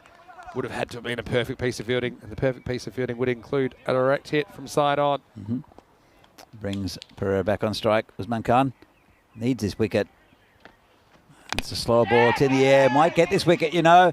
And just in between those two fielders. And it goes all the way. Maximo, because that is in the gap. Again, it's that overspinning slow ball, but he kind of takes it on. It's easy to elevate that because of the top spin on the ball, but it's often you'll hit it too high, not far enough. That one, because of the placement, it gets over the line for 6. I think if there's a fielder sitting right back on the boundary, they take it about shoulder high. Yeah, comfortable catch if there's a fielder there, just no fielder there. So they need 8 or 15. They should get it pretty comfortably. It's a better effort with the bat from France, though. Just not the same energy with the ball, and they do have their main man out injured for the final game of the day. I think it's they've still got tomorrow to come, so hopefully he'll be back. Yeah, I really hope so. I mean, I suppose if you give him a rest here, you've got the whole night to recover. Obviously, they've got 3 more matches tomorrow, France. This has been cut away nicely.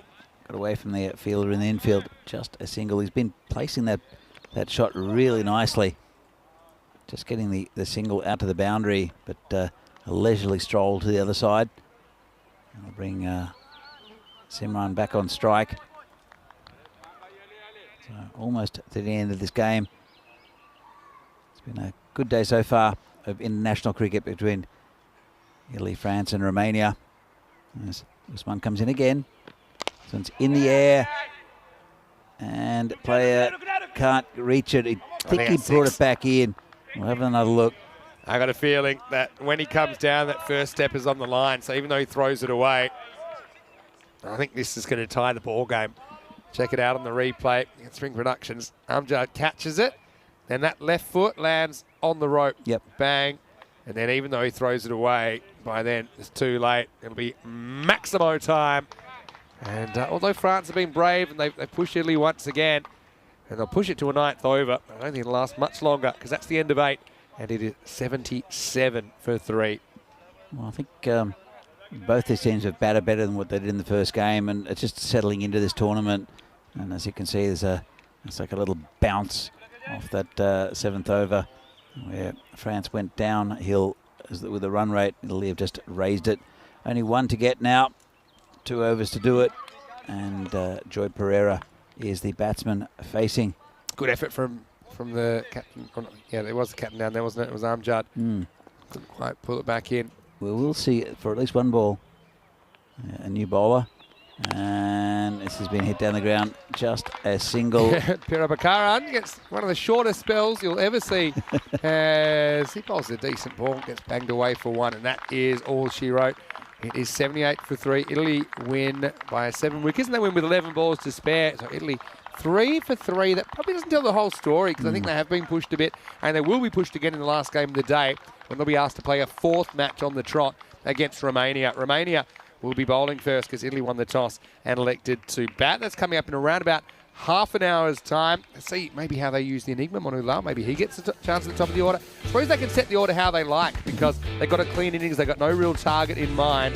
And, well, I know Italy would like to make it a perfect day and go 4 for 4. Romania, though, they do have some points after beating France in match 3. Let's go back to the highlights in this one. That was great catch by Wanakulasuriya, wasn't it? Baljit was sent up the top to try and do a job. Got one out of the middle, but that one wasn't. And yeah, France, again, they tried to kind of manufacture something, didn't they? This wasn't a great over for them, though, in the third. Wanakulasuriya going for a couple of maximos. Maybe a bit of a lucky one for them there as Zain Ali chopped onto his foot and it rolled back onto the stumps. But then Joy Pereira, he has looked a cut above today, hasn't he? He's got the power, he's got the technique, and he's got the runs today. And he was a real key figure in getting Italy across the line. He absolutely was, and he's a class act and a lot of experience. It was just a cool head that came in and just he's got this innings with just kept on scoring runs. A couple of players batting around him. It was a good start also from Zain Naqvi, who again didn't go on with it. We saw this 6. Yeah, I've got big feet, so I know that those problems that you can have where you just step on the rope, and that cost him 6, tied the game, and then single off first ball of the 9th, got Italy over the line. So you're looking at the scorecard. Wasn't all smooth sailing. A couple of wickets, Baljit going for 7, Zain Ali unlucky to be bowled for 8. Naqvi with 19 got the ball rolling, and Pereira 30 off 18 was dominant, wasn't he, towards the end. Simranjit with the Maximo as well late in the piece. It's not too bad as far as the bowling went. No wides at all in the 8.1 overs. The 4 byes that kind of shot through Action Jackson, a couple of noes in there. As far as the bowling went, Rahul Mangal tried to step up to the plate with Randwala's absence. 2 for 17 for him, 1 wicket for Dawud Ahmedzai. Roman Amjad never came back, surprises me a little bit, but I think they knew when the game was tied after 8 overs, they would give someone else a go. And Pira Bakaran just had the one delivery that he delivered. As we look at the game summary, France again, 77 with the bats, kind of on par with their all-time T10 international average score with the bat. They need to get a few more, I think, if they're going to be competitive. But they'll get a chance to go back to the hotel now. They'll be able to come back tomorrow, I'm sure, working on a few things, and we'll see if Mangal's injury improves. We'll take a break. We'll be back in about 25 minutes with Game 5 here from Milan at the MCG, where Italy, the host, will take on a 4th game against Romania, who would love to upset the apple cart and knock off the Azzurri. Vinny Sound to him, Mr. Maximo, with Danny Hudacek. We'll see you after the break for more ECN action. You're watching the Fan Code, European Cricket International.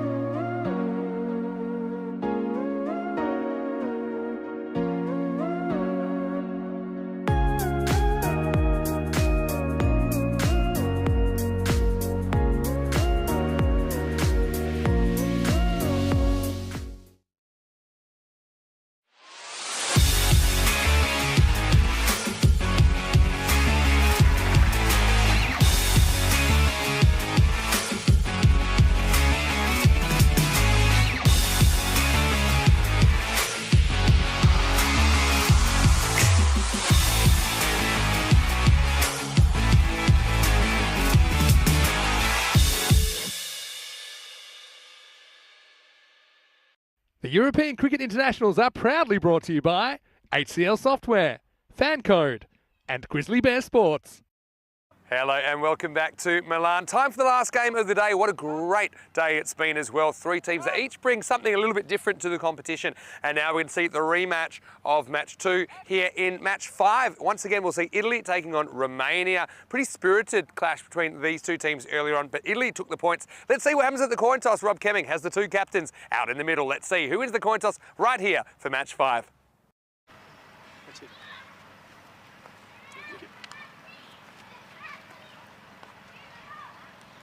This is your call. Okay.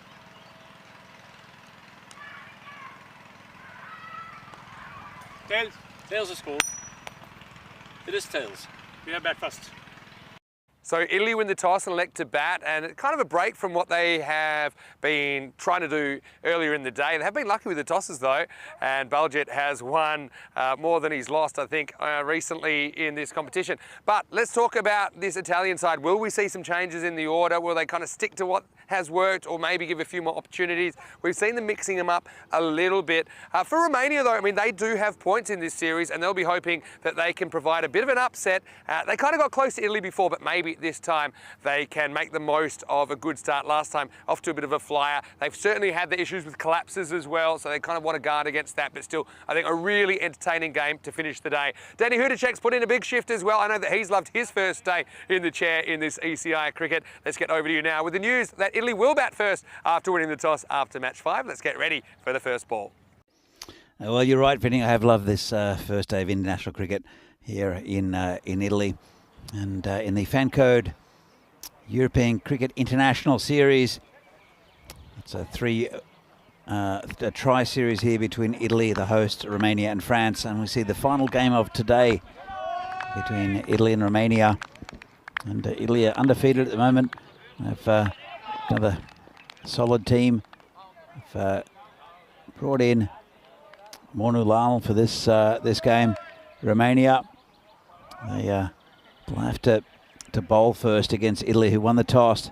They'll try to get a decent total up, get a few of their batsmen in form as well. Looked pretty good against France in the last game. So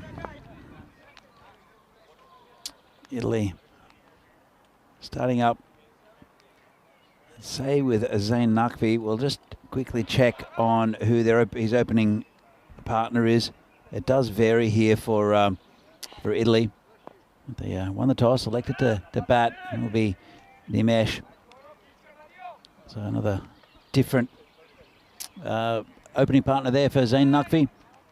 Mishra, the bowler for Romania, who bowls big in swing. No great pace, but it is quite difficult.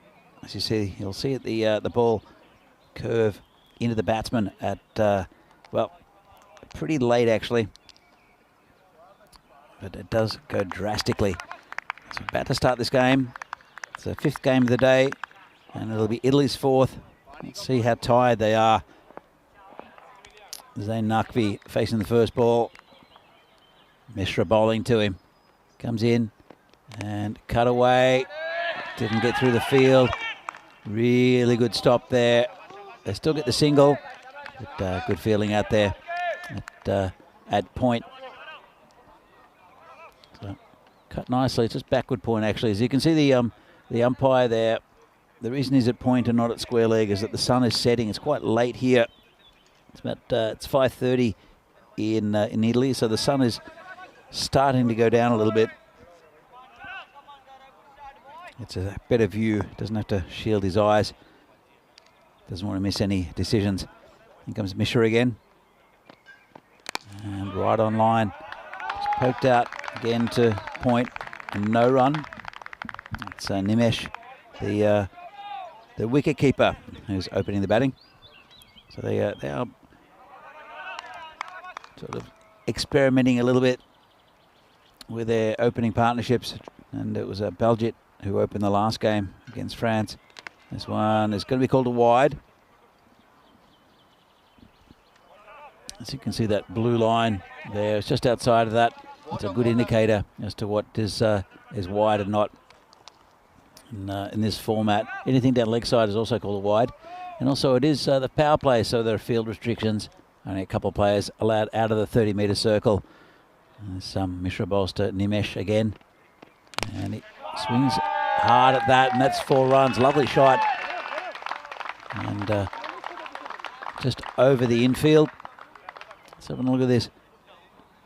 Takes it, just lifts it over the outfield, or the infield I should say, and bounces over the boundary for the first 4 of the innings. Nimesh looking comfortable. So near the start of his innings though, we see Mishra come in again.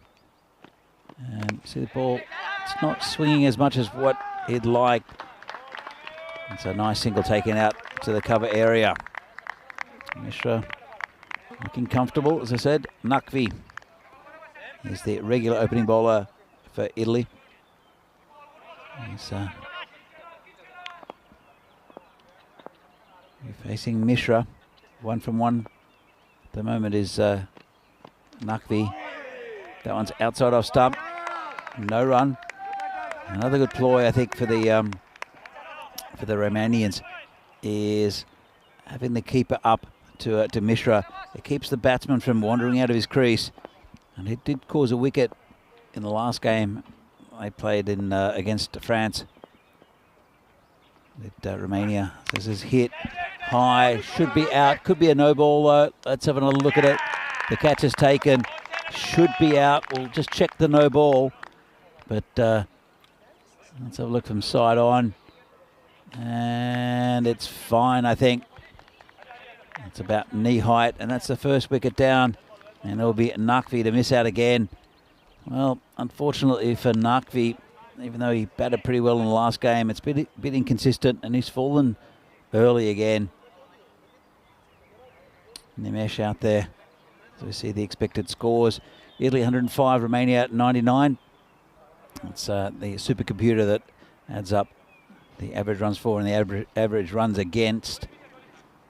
So firm favourites are Italy, but Romania have got an early wicket here. And they are higher in the rankings, but the rankings are for this tournament are not affected because it's only a 10-over international games rather than the standard 20-over international games played by teams around Europe. There's that series in Gibraltar at the moment between Gibraltar, Portugal and Malta. That's been going along since Thursday. It's a good tournament, that. Brought to you by ECN. And that was the end of the over. Let's have a look at this is what we've had to contend with, especially today. And it must be distracting for the batsman when you see fairies flying around the ground, especially in the batsman's eye line. So, Vinny, what do you make of the first over? I'm dreaming of a white. It's fake snow. I still don't quite know what this is, but it's like little bits of cotton that are just flying around. It looks like the hair from my dogs, which just covers every bit of clothing that I own. Anyway, look, they're going to Ali Hussein early. They're going from the power play. There's a bit of a tactic.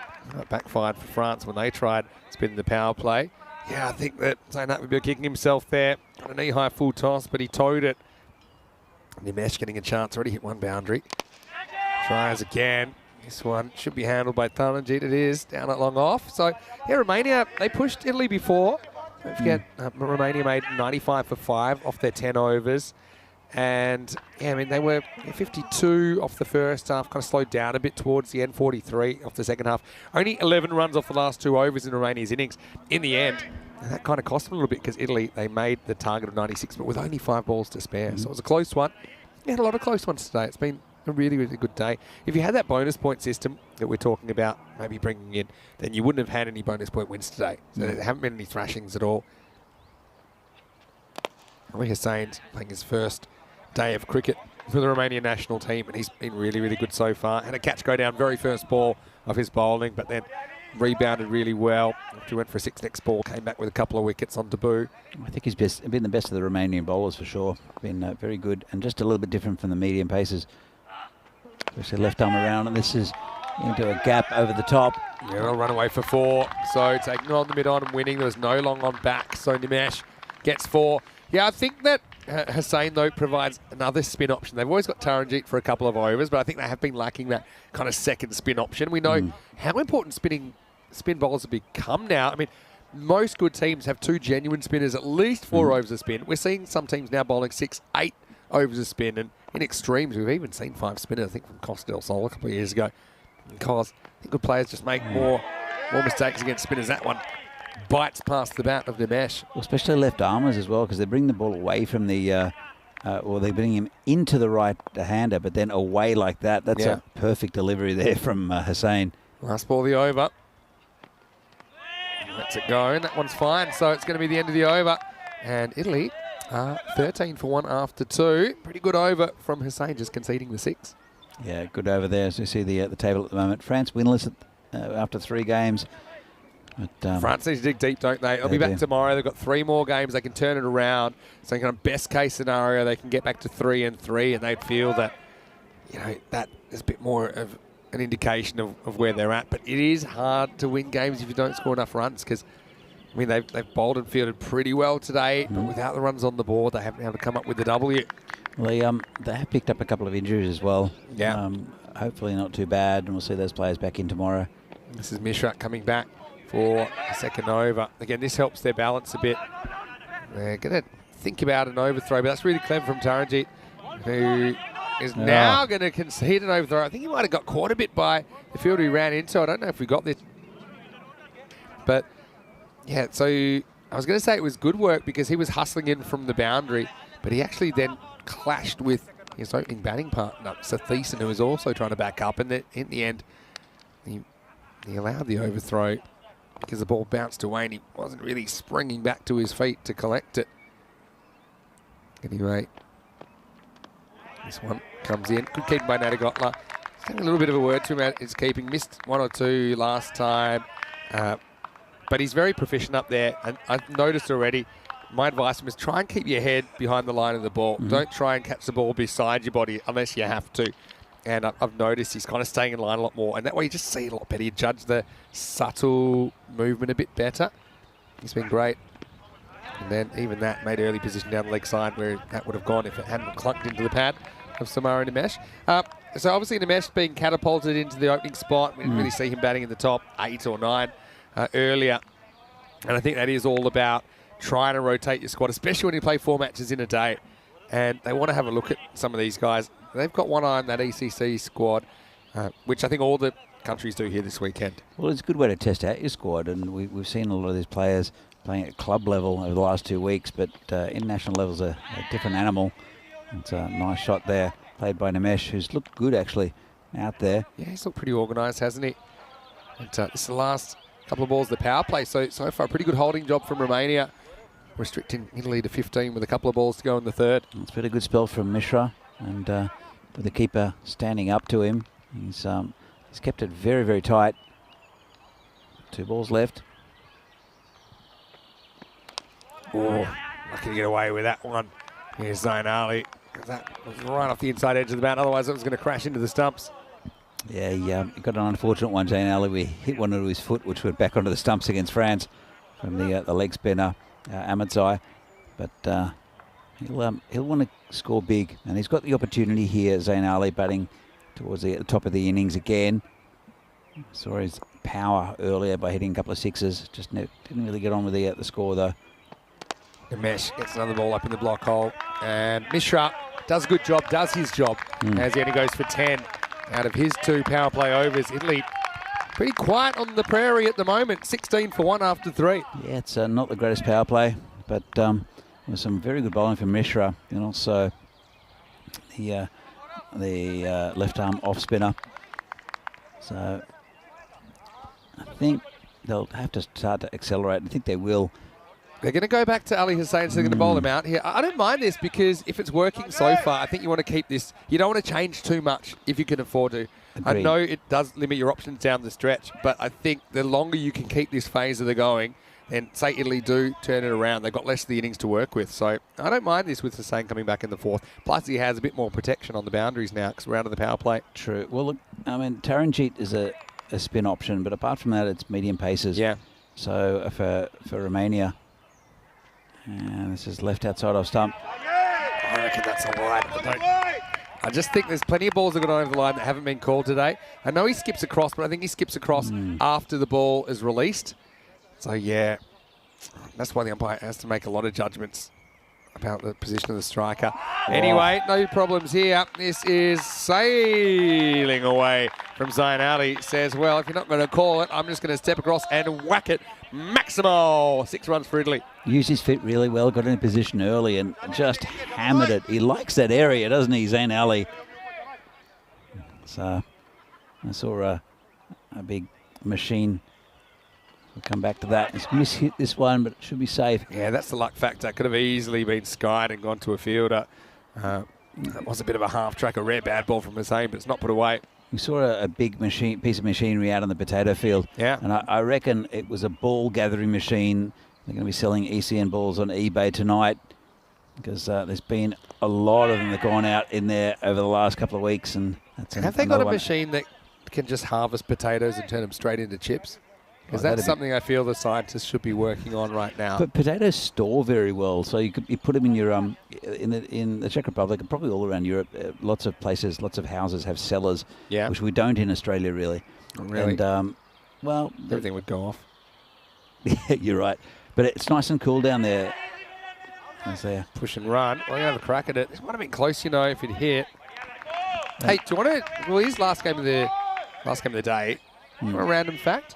Yeah, I think I've mentioned this before in 2,500 matches.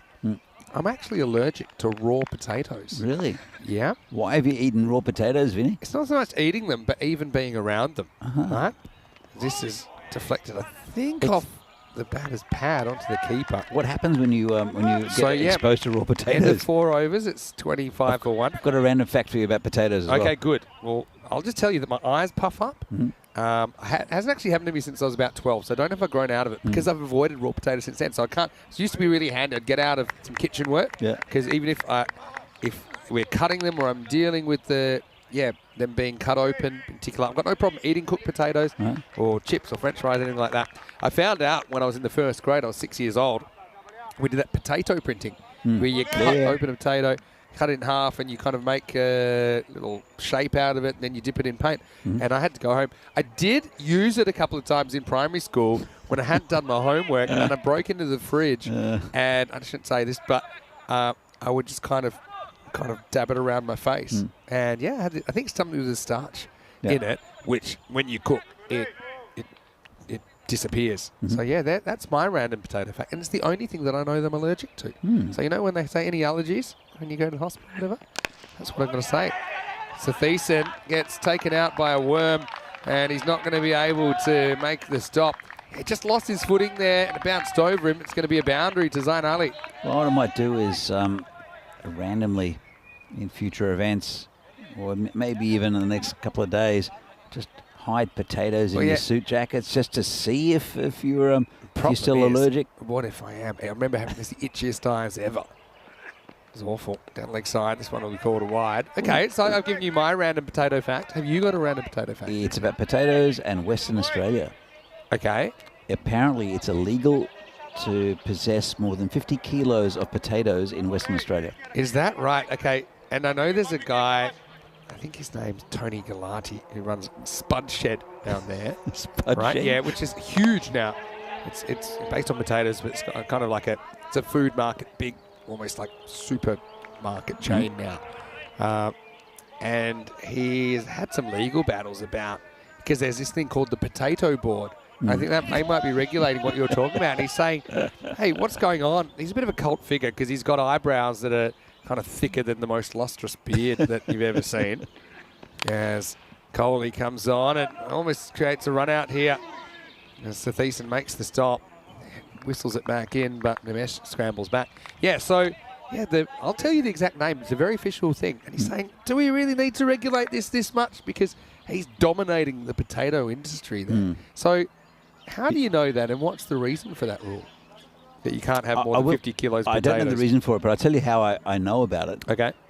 As we see the bowler coming in again. I love our random Game 5 chats. Fake footwork. Hits out to Thiessen again. He's finding him very easily, isn't he? He's like a ball magnet at the moment. The mesh after starting well is just bogged down here. Okay. So I'm a fan of The Amazing Race, Oh, yeah. right? Me too. But I really like Amazing Race Australia because the American one started off, I'll go through a little bit of history, not history, but a little bit of the whole thing with The Amazing Race. So it's an interesting reality program where there are teams of or pairs, could be husband and wife, could be brother and sister, could be friends. They travel around the world. They're given tickets on planes, and they'll travel around the world and do different things in different cities, and go through language barriers and cultural sort of issues. And it's really good fun. And I think at the start they didn't really know how to work it. Yeah. In America, and it ended up being pretty good.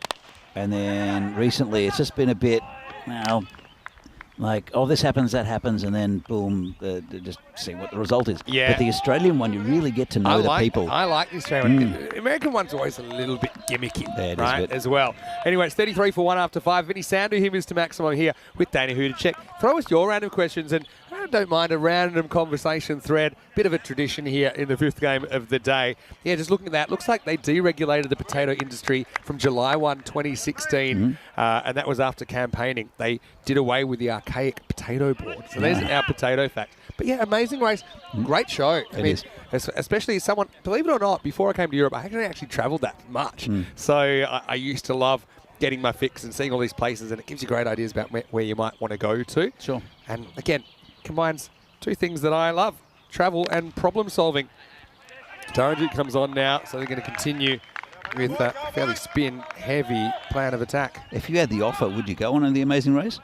I probably would, but I'd have to choose. I can imagine they want to stick me and Rico on there. Do you know? Like, I think, because you know how it's always how they describe the people, and it'd be like something unusual. So it's rarely just, Jill and Bob, accountants. It's like, circus people or whatever. It would be Vinny and Rico, cricket commentators, probably. European cricket commentators. Exactly. Yeah. So, I mean, I don't think I could turn it down.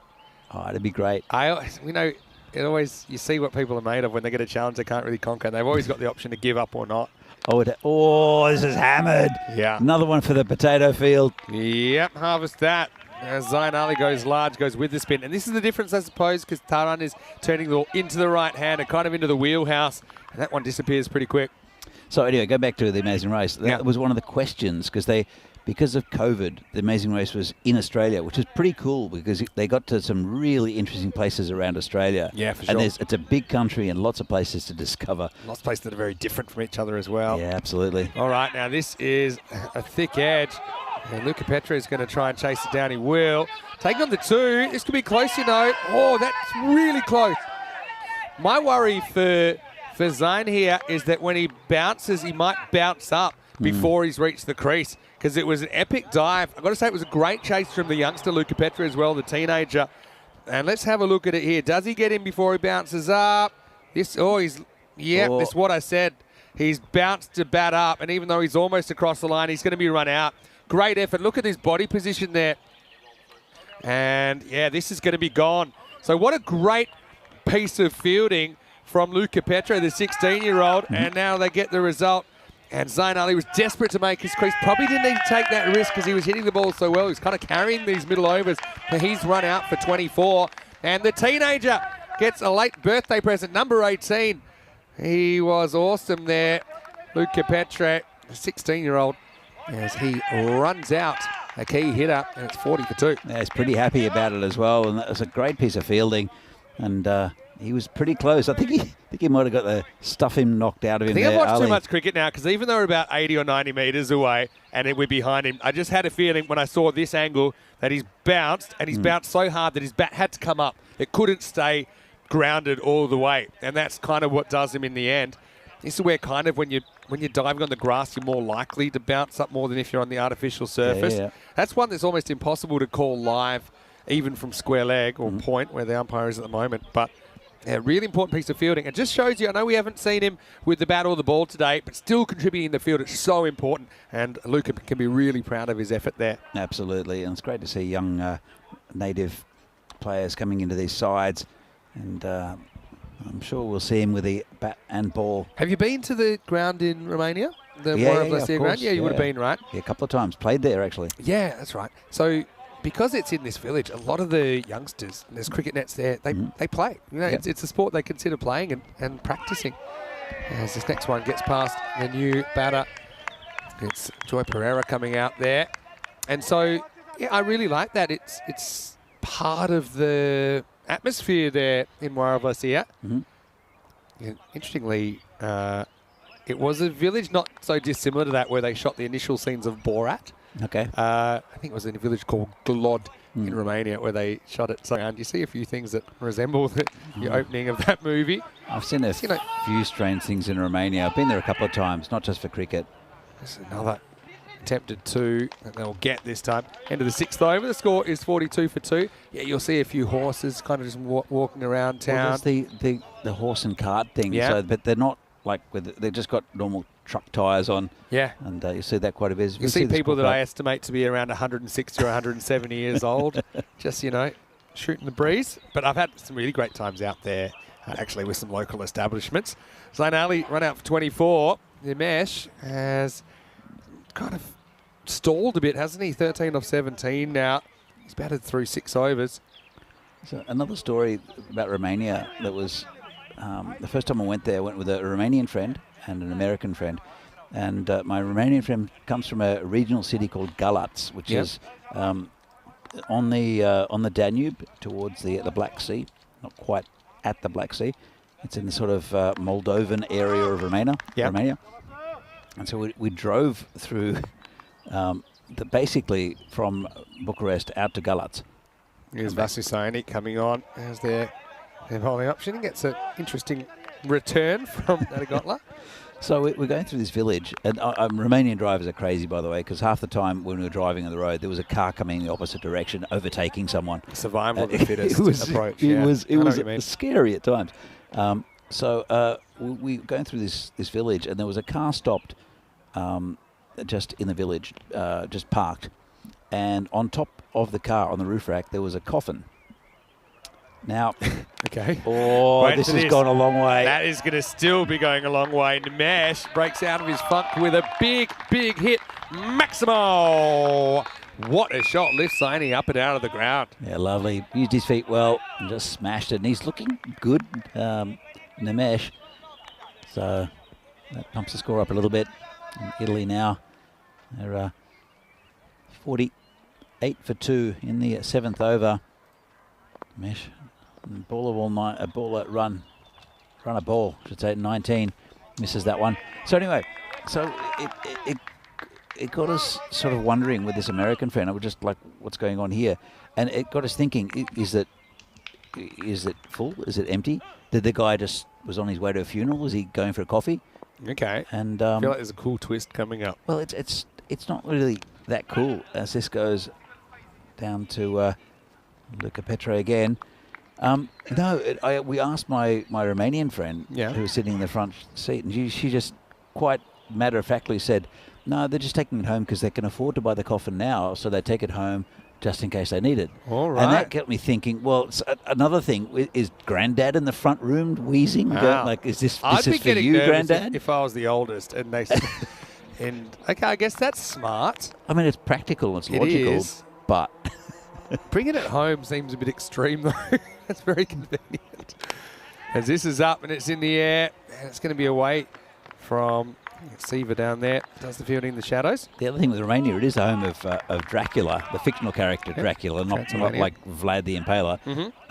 So is it just someone who wants to get into character and wants to sleep in a coffin? I'm not. We generally asked all these questions, but no, it was a pretty matter-of-fact type answer from my Romanian friend. It's part of life. That's pretty front and centre. Last ball, the 7th coming up, and it's an inside-out shot, and that is going to go just wide of Perialwa for 4. And what a shot. Look at the way he generates the pace there. He brings it around like a lasso, doesn't he? So 4 to finish the 7th. Italy still trailing that kind of 8 and over rate at the moment, 54 for 2 after 7. This is what's coming up tomorrow. We have the final 4 matches of this ECI. So starting with France, Romania. That'll also be the last game of the day. Italy will play the middle 2, once against France, once against Romania. Join us for the second and final day of action And that'll be from 9:30 in Central Europe, 1 p.m. in India. Then, of course, it's the last day also in Gibraltar, because we'll get Gibraltar, Portugal, and Malta, Gibraltar finishing off that series. This is in the air, and it's caught. Great catch. And Vasu just kind of propped. He didn't think this was going to carry, but it just kept on coming at him. So did well to keep his composure. And that's a really handy wicket to get with 3 overs remaining, because Joy Pereira has been damaging today. That Vasu takes that clean as a whistle. It's the 3rd wicket, 54 for 3. Yeah, he's caught in 2 minds, wasn't he? Do I go forward, do I go back? And then ended up, he realised that the ball was coming, took a really good low catch. He was almost committed to just taking on the bounce and saving the boundary. Then he realised, hold on, if I just let it bounce, it's going to be even more awkward. So even if he didn't catch that, he keeps it in front of him. But a really nice catch taken. Taranjit Singh with the wicket. And that's actually where Taran normally fields. But because Taran's bowling, Vasu's taken over, and he's taken over very well. Baljit Singh comes in at number 5. He just needs someone to play a bit of a cameo here, get them up above that 80, maybe to 90, if you can really get going. I want to say a quick couple of hellos to Aftab Kayani. Nice to see you in the chat. Of course, saw him for United in the recent ECL. Also plays for Romania sometimes. Close. And he's gone. So it's going to be a golden for Baljit. And yeah, the only question for me, does it hit him in line with the stumps, or is it outside? Because he kind of sneaks in front of off stump a little bit. Got to say that after seeing the replay, and again, it's a super tight call, so you can understand the umpire is just going with what he sees. But I feel it may have just been outside the line. Check it out. First impact there. There, you see. You could see the stump just above his... Have a look at the gap. Yeah. Just where he's bent. I think it's going to... It's super close. Yeah. Because it's a matter of where it first hits the pad. I suppose you've got to give that umpire's call in the end, because it's a reasonable analysis from the man in the standing position. But that's going to be a golden for Baljit. And suddenly, Taranjit Singh's on a hat-trick at 54 for 4. There's a couple of things for sure. One of them is he's out, and second one was not a great shot. So probably deserved it, did Baljit, to be honest, because he played right across the line. Yeah, that's true. Probably wasn't the best shot. Just beaten by the turn. This is the hat-trick Hall of Fame in 2023. Rajmani Sandhu, who is taking part in this series. He's on there. Here's the hat-trick ball. It's turned away, and it won't be a hat-trick, although almost a run-out opportunity. As Simranjit Singh, who's been a bit of a finish-up for Italy in this series, he's off the mark. Well, they've got 2.5 overs to get this score up, but at the moment the projected score is 72, and I don't think it's enough against Romania, to be honest. I don't think so, but we know that they're prone to the odd collapse as well. This time, Nimesh, who's batted through the whole thing, is going to get a single. Yeah, hello to Sarabjit Kaur as well. It's Taranjit's wife. And also hello to Prabjit. I'm sure you're watching Prabjit. And he said a little hello earlier as well, but hopefully enjoying the action. And right now, Romania have been a real surprise package today, haven't they? We know they're capable, but it's always a question about if they can do it against the higher ranked opposition. And I suppose, well, now we're going to go for 2, and there shouldn't be a 2 then. It's going to be a run out. Well, that is an absolute disaster, really. I mean, Nimesh, having said that, he's kind of gone run a ball pace. They're probably looking for a bit more. So, yeah, obviously gives up his wicket there, essentially. Don't think that was his intention, but he knew that maybe he was an expendable commodity because with 6 wickets still in hand, they can maybe bring someone out that can really go for everything. That'll be 1 and a wicket to finish the 8th over. It's 58 for 5. Looking at the batting lineup for Italy, I'm not sure who's coming out at the moment, but there's Jugmeet who can smash them. There's the Enigma Monu Lal. In fact, it will be Asim Ali, who is, I think, is the right player to bring out. Yeah. So I think Taranjit, by the way, almost missed the stumps there, but he didn't. So that's fine. But yeah, I think it's a tactical switch that might be worth making. Still one to go actually in this over from Taranjit, and Simran will retain the strike. Not sure if this is that close. Fazim was just being a little bit lazy with the running. Let's have a look at it on the replay. It's a very vocal appeal. It was loud. It's like a surprise appeal saying, hey, I think this is worth a good look. He's in by a mile. Maybe it's close if it was the line of the stumps. But anyway, that'll be fine. And it finishes the 8th over at the score, 58 for 5. So 2 new batsmen, and a very good over there from Taranjit. Let's have a look at this. So Yeah, I mean, 3 wickets then.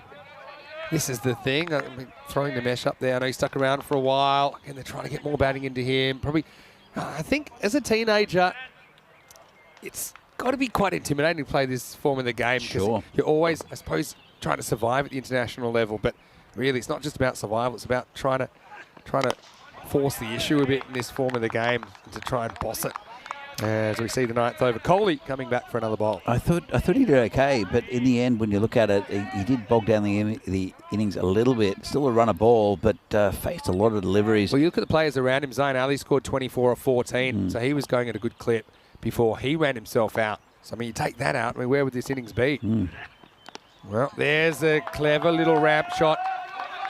Not sure if it goes, though. On this field, it's pretty frustrating. I think this is okay for height, but I think they probably will have a look at it because he does actually get down a bit. So, again, you first got to see kind of where he is at the crease. And yeah, I think that one's okay. It's the first time we've seen Asim Ali with a bat, and he bowled pretty well, actually, in the last game. Yeah, when he got his opportunity. Coley. That's really well bowled, up in the block hole. Really not much you can do with that because you can only get the toe on it. It's very hard to get the middle of the bat on this ball, and that's exactly where you want to be. And if Coley could come up with 3 more of those, he'll be really, really happy. Yeah, absolutely. And you can see that Asim Ali is taking this seriously because he's wearing a helmet for the first time. Normally just comes out with a pair of shades. International cricket. I think Vasu should be watching that ball and trying to replicate that. He might get the 10th over. This time he overcooks it slightly, but still low full toss, good enough. Just a single.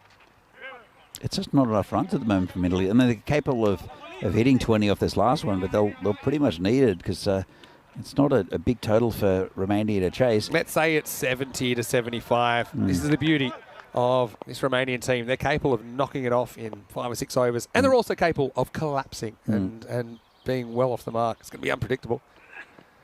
Again, that's great stuff. Hits this into the ground, I think. I think the replay will confirm it, but still, I'm loving this length from Coley. You can see Simran goes back deep in his crease, but this is one I think he squeezes.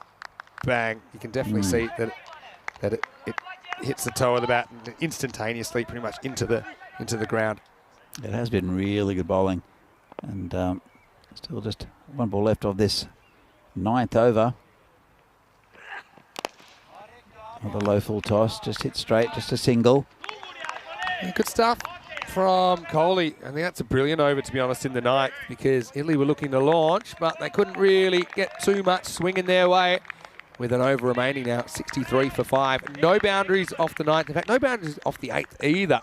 Just 5 off that, 4 off the one before, and Italy are 63 for 5 after 9. Anyone that thought this Italy team was going to come out and just completely smash the opposition, and there's been another thing coming. In fact, I don't think we've had a score over 100 today. No, we haven't. Yeah, highest score was 96 for 7 Italy, although that was with 5 balls remaining. We had a successful chase in match 2. All right, everyone, seatbelts on. Here's the last over. What can Italy get? Oh, well bowled, and well, Vasu was paying attention. We said he should be playing a bit of copycat, watching what Coley did in the 9th. He gets it full, he gets it straight, and he knocks the off stump back.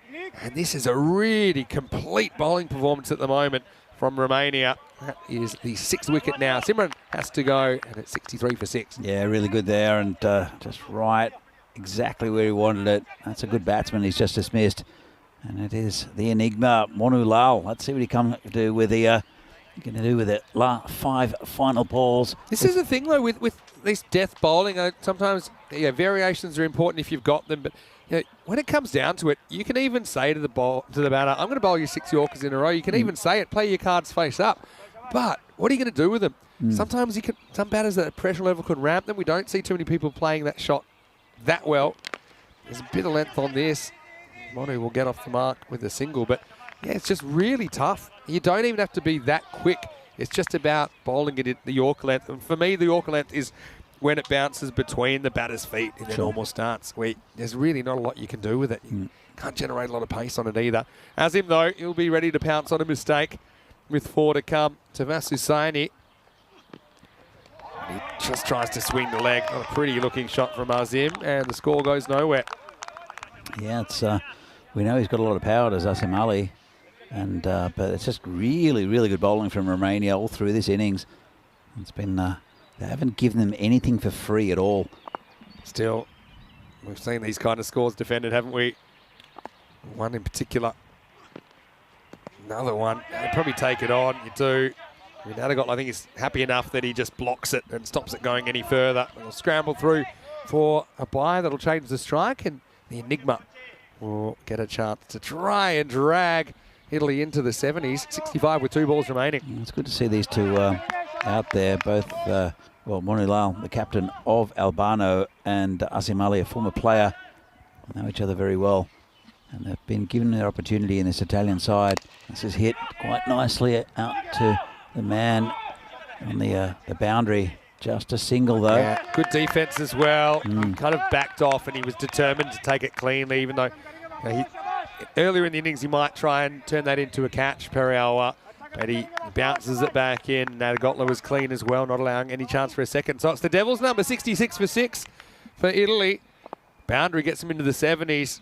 Can Saini hold his nerve? What a good performance from him as well, conceding 14 only. But still, one more chance for Italy to advance the score. Slashed away. They'll get 2, I think. They might try for a 3rd. Don't think they'll have a realistic chance for it. I think they might now. And, well, they could even potentially get more. They are going to go for a 4th. Should be an easy run out. And I think he's run out. And, well, a few laughs there, but nothing funny about this last ball if they end up going down by a run or 2. Let's check it out here. So definitely 3 completed. That's the second. And they do the right thing. They run until they run out. You see Vasu's holding his head, but he has to recover. Gets an awkward little half volley, takes it, runs the batter out. Just. So they get 3.9 off that. And so they're going to finish 69 for 6, or 69 for 7, pardon me, with that run out. Asim Ali, he will be the not-out batter on 6. But, well, it is a 70 chase, and Romania, we know that they lost wickets in clubs earlier today. Italy as well. Let's see what kind of energy they bring. I mean, this is the kind of score normally you need to bring a lot of energy to put that pressure on. They are playing their 4th game today, but it was a pretty good holding job, although they did send Nimesh to the top of the order, and he looked good early, striking that boundary. Just got bogged down a little bit. Lost Natvi to a full toss. Ended up losing the other zone to a run out, but not before a couple of lusty blows from the right-hander. I think all things considered, Romania will be super happy with where they're at. This was a great piece of fielding, wasn't it, to cause the run out? Luca Petre, he's only 16 years old. He only turned 16 yesterday. Nice take from Natagotla on the bounce as well as as Zain Ali, pardon me. Look, he gives everything here, puts everything into the dive, but the bat bounces up. That caused the run out. And really, Joy Pereira came, he went, and yeah, Romania, they've got to be super happy with where they're at in this cricket match. Oh, absolutely. I mean, if you were to give them the option of whether they would have liked to have bowled, was it 70 to win? Yeah, 70 to win. To have 70 to win at the captain would have absolutely just said yes. Really? Yeah. And look, the death bowling was incredible, I thought. They went for 4, 5 and 6 off the last 3 overs. Remember, of that 6, fair few of them came here off the last ball when they got an extra run that they should. I suppose only cost them 1 run, the overthrow, because they did get the run out as the batters were attempting a 4th. We even saw a run out of batters attempting a 5th run, didn't we, during the week? So it's been that kind of field. Having a look at this, Nimesh, he was the top scorer, but took his time doing so. A couple of nice strikes in there, though. It's just the in-betweens. 25 off 23 from him. He was one of the run-out victims, one of 3 in the innings. 24 for Zain Ali looked good, didn't he? But he took on Luca Petri's arm and lost. Apart from that, no one getting more than 6 for Italy. And a really disciplined bowling performance. 2 wides and a bye, and that's it as far as extras go. And I think that's why they're only chasing 70. And speaking of a complete bowling performance, there you go. Everyone between 10 and 17. 2 wickets for Taran, 1 for Mishra up front, and 1 for Saini at the back end of the innings. But everyone doing their job. Again, they used Ali Hussain fairly early with his left arm spin. Worked out nicely. One criticism of Romania maybe over the last few years, they're playing teams lower ranked than them, and they're kind of not challenging themselves. I think that in this format, they have to challenge themselves, and they have really been up to the challenge. I'm really impressed with how they've approached it today. They've been really professional, but let's see if they can finish it off, because they should get these runs, these 70 runs. Italy, though, fourth game of the day, they'll be throwing everything at the men in yellow. Vinny Sandu, Mr. Maximo, with Danny Hoodcheck back in around about 7 or 8 minutes with the reply. Should be a good finish to the day. You're watching ECN. This is the fan code ECI.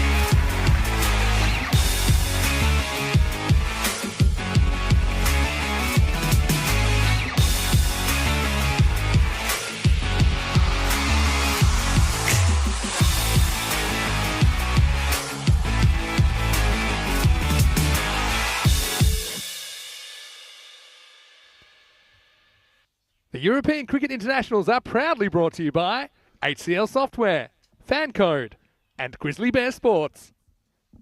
Hello, cricket lovers. Welcome back to the beautiful city of Milano in the north of Italy. Vinny Sander here, Mr. Maximo, with you, and we're watching the host nation, Italy, challenged by Romania here in match 5 of this Fan Code ECI Italy Milan.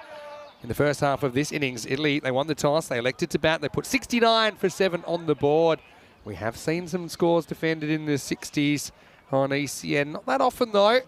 It'd be in the top 15 or so chases if they could defend this score. Romania, though, I don't think they want to take this too deep. They've got some powerful hitters. They do bat deep. It's T10, the captain, to face the first ball. Captain to captain here, Baljit Singh with the ball. And he gets one to swing past Ramesh's outside edge. Taranjit Singh out there as the other opener. And my partner in crime for this series has been Danny Hudcek. Danny, welcome back. And what an interesting finish to the day we've got here. Romania on the verge of a huge upset. Yeah, we'll have a very good finish to the day. And they'll have to bowl very well, will Italy, to keep this dangerous batting lineup for Romania in check. Good start, though, from Baljit. Does get that out swing. Ramesh plays for it this time, and this is miles in the air. This will be one of the all-time great catches as he goes back and feels for it and can't get a hand on it in the end. And then he gets fouled by his teammate, this Jagmeet Singh. Yeah, I mean, it kind of bails out of it. I would like to at least maybe to have a dive on this. Maybe he was unsure about where the fielder was coming the other way. Even though, like I said, it would have been one of the all-time great catches running with the flight. But he just doesn't have to play on it in the end. And then I think he's trying to appeal to the referee for a foul. Anyway, that's a long, high single to get us going. That went a mile in the air. And, yeah, I think Jagmeet got the ball on the shin and then he's... I actually think he got kicked. He got kicked as well, I think, because he was holding the other leg. Taranjit, he goes full and straight, and there's no mid-off back. More of a deep cover for Taran.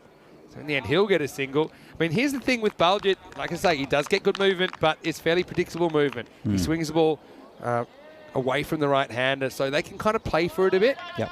And I think the danger with him is to try and hack across him when he's bowling that good outside off stump line.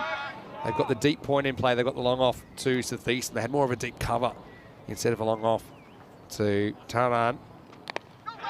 Sathis goes back. And so there's not many balls from Baljit that are hitting the stumps. So I think that's why you can kind of afford to get across your stumps, maybe put your pads in front of your stumps as well, and open up that leg side a bit if it's straighter. I agree with you. I think Baljit uses his height well, and you're right, he's pretty predictable, but the ball is always moving away. Yeah. So there's always the danger of that at edge. But they're having launching an attack against him. So from Taran here, I'm looking to hit over cover, and I don't want to do what happened last time, which is the bat turning my hands and getting a bit lazy and slicing it to point. You need to stay strong and go around out there. Problem is, too much movement for him. He doesn't hit anything at all. Yeah, good bowling there from Baljit.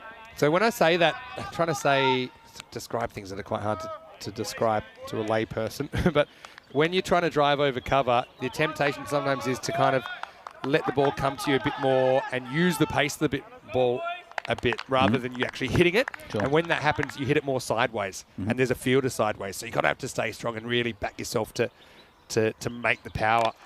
This time he has to reach, and he slices it away. This is a one-handed shot, but it will reach the boundary. So Romania throwing the wooden spoon at the moment. Look at that, he has to reach for it. Has got himself in trouble. Sometimes they backing away when I don't think he necessarily needs to. Anyway, it works. It's the end of the over. 7 without loss. 32 matches since we've had a golden ball. It was almost a week ago that we had a golden ball. Wouldn't that be an exciting moment if we do get one this weekend? That would be a great... Actually, all these teams are pretty close, so I wouldn't be surprised if we got a golden ball, to be honest. And as we... well, it was an eventful over that. 2 high catching it, or potential catches. Both these batsmen hitting down the ground. They were really throwing everything at it. Sukhwinder Singh is the new bowler. He'll be more at the stumps, I think, than what Baljit will be, and he'll skid it through. A little bit more pace, but I don't think they've got much protection down the ground, do they? Yeah, so that's where I would aim at hitting. Yeah, that's the thing, though. I mean, you can still potentially take catches at mid-on, mid-off in the circle, especially if they go high. Anyway, Sukhwinder versus Sathis, good contest. It's the first one go past. That was a bit of a spicy one from the bowler. Yeah, so I suppose the approach here for Romania, if I was coaching them, I'd say, look, forget the target. Just pretend you're going out there and batting first. I mean, you'd be hoping for kind of 100 plus if you were batting first. Don't necessarily get too conservative or pay the bowling too much respect. You don't want to really see that rate rise into the 8s, 9s or above. So go out there, be attacking, and try and do this with time to spare. This is well bowled. Sukhvinder gets a couple of dots up onto T10 early in the second. I agree with you, Vinny. It's one of those things where sometimes if it's a lower total, then batsmen will play for that low total, and that's often dangerous. Just go out and then bat, and the idea is just get as many runs as you can in any innings, and it doesn't mean taking risks. It just means getting as many good runs as you can. These two have been throwing the bat at it already. Yeah, and that's the right approach, you know. But I think also you can afford to respect the odd delivery. You've got bowlers of the quality of Sukhvinder Singh coming at you. All right, 2 dots. What's next? Full toss. Chopped back. They think of a single, but there's some hesitation. They won't get one in the end. As that kind of bounced around like a pinball off a bunch of fielders. So yeah, slight change in the infield size this year to mirror the fact that the whole field's a circle. Sure. Now it's actually a genuine circle rather than an oval. Yep. And it means that kind of 30 yards or so is from the middle of the pitch. And it brings the mid-on and mid-off fielders a bit closer than they would be in a traditional infield circle. So you can see it just kind of cramps it a bit. And that was a good example of how if they do knock it down, they're a bit closer to the stumps and it's harder to get a run. This one, I think, is okay. It's got 4 dot balls now. I think it's a good move because it also brings that circle in from the boundary. Yeah. Because it looks, well, I mean, there's not much gap between. Sometimes, yeah. So, but I think it's a really good move. And it was always a bit of a surprise where that 30-metre circle was because it was always assumed that it was a circle, but it's not. Yeah. Or not in... it's a fake circle. It is a fake circle. Anyway, 4 dots. What's next? Well, that'll be something. This has been blasted away up and into the amphitheatre. Maximal! When you've been dotted up 4 times, you're itchy for some runs, and I suppose Sukhvinder has his pace turned against him. That's the second time we've seen Sathisen hit a 6 in that area, where he completely turns the tables on the bowler. Yeah, he's so strong that that sort of part of the ground is as the skipper. Good shot. I mean, not fighting the angle, going with it. He's tried that a couple of times. But I mean, that relieves a lot of pressure, doesn't it? Gets him pretty much up with the rate with one swing of the bat. Sukhvinder still can't be too disheartened. But you need to break this partnership. You need to keep turning the batting order over if you're going to defend this. Goes for it again. This time he puts a bit more into it. Gets the width and deals with this time off the front foot. Maximal! Back-to-back for Ramesh, and he puts Romania in the box seat, and he gets 12 somehow out of that over that started with 4 dots. It's 19 without loss after 2. He's playing a bit of Belgian ball there, I think, the batsman. That's nicely hit over that area, and he's so strong there. As you see the table. Romania win this, then they'll go to 1 win behind Italy, but bearing in mind Italy have played 1 more game than them on opening day. So, I mean, it would be a big upset. I mean, we talked about the rankings before. Italy, it was 34, was it? And Romania around about 50 from memory. Yeah. You gave us exact numbers earlier, but you know, significantly ranked below. That is for T20 cricket, of course, but it's an indication, isn't it? And you know, Romania, just have that belief about them. I think that's something that's come along in the last 2 or 3 years since I've been following them closely. Baljit comes back and he gets whipped away. Clever footwork by Taran, who spotted there was no fine leg, and the boundaries just keep on coming. That time I think it was a good pre-movement from Taran. He's kind of forward, so he's protecting against the LBW, because even if he's hit on the pads, it's a tough call for the umpire to make to give him out. And he opens up that top right corner. Yeah, it's just look, talking about Romania, there was always a bit of perception that their ranking was a little bit lower than what Their official one. well, their official one, because they played a lot of the home series, well, a lot of home series in their Continental Cup in Romania, and they're very strong there. But we're looking at a slightly different animal here in the Romanian side we've got. And they give them credit that they're actually a really very good side. I mean, they've restricted Italy, even though it is a bit of an experimental side from Italy. It's players that have played a lot of T10 cricket over the last couple of years. Yeah, and you can only play the opposition in front of you. You know, they executed their skills really well in the first half of this game. And I don't think there's really an attempt to run out the non-striker there. But just didn't feel right, the delivery stride. That is how to deal with it, though. Everyone up in arms about mancads and these things. Just look at what Ramesh does. Does everything right here. Bat in the inside hand.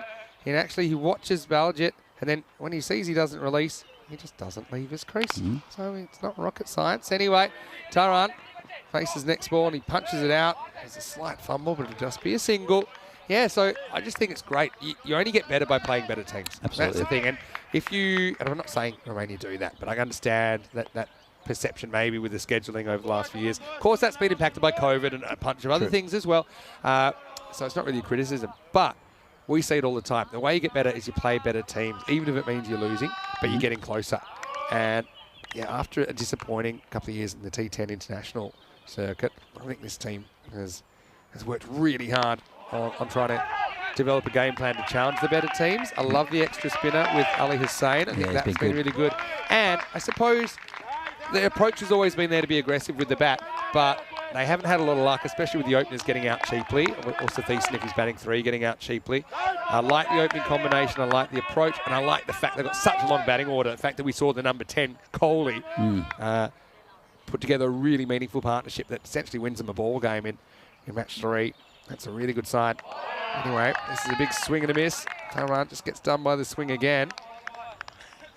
But, yeah, look, every time we see these teams, there are subtle differences. You'll see one player like Ali Hussain who come into a team and will change the dynamic of it. It will just be an extra bit of pressure in the bowling, or you get a batsman that will come in and will really pump up the score and bat well. So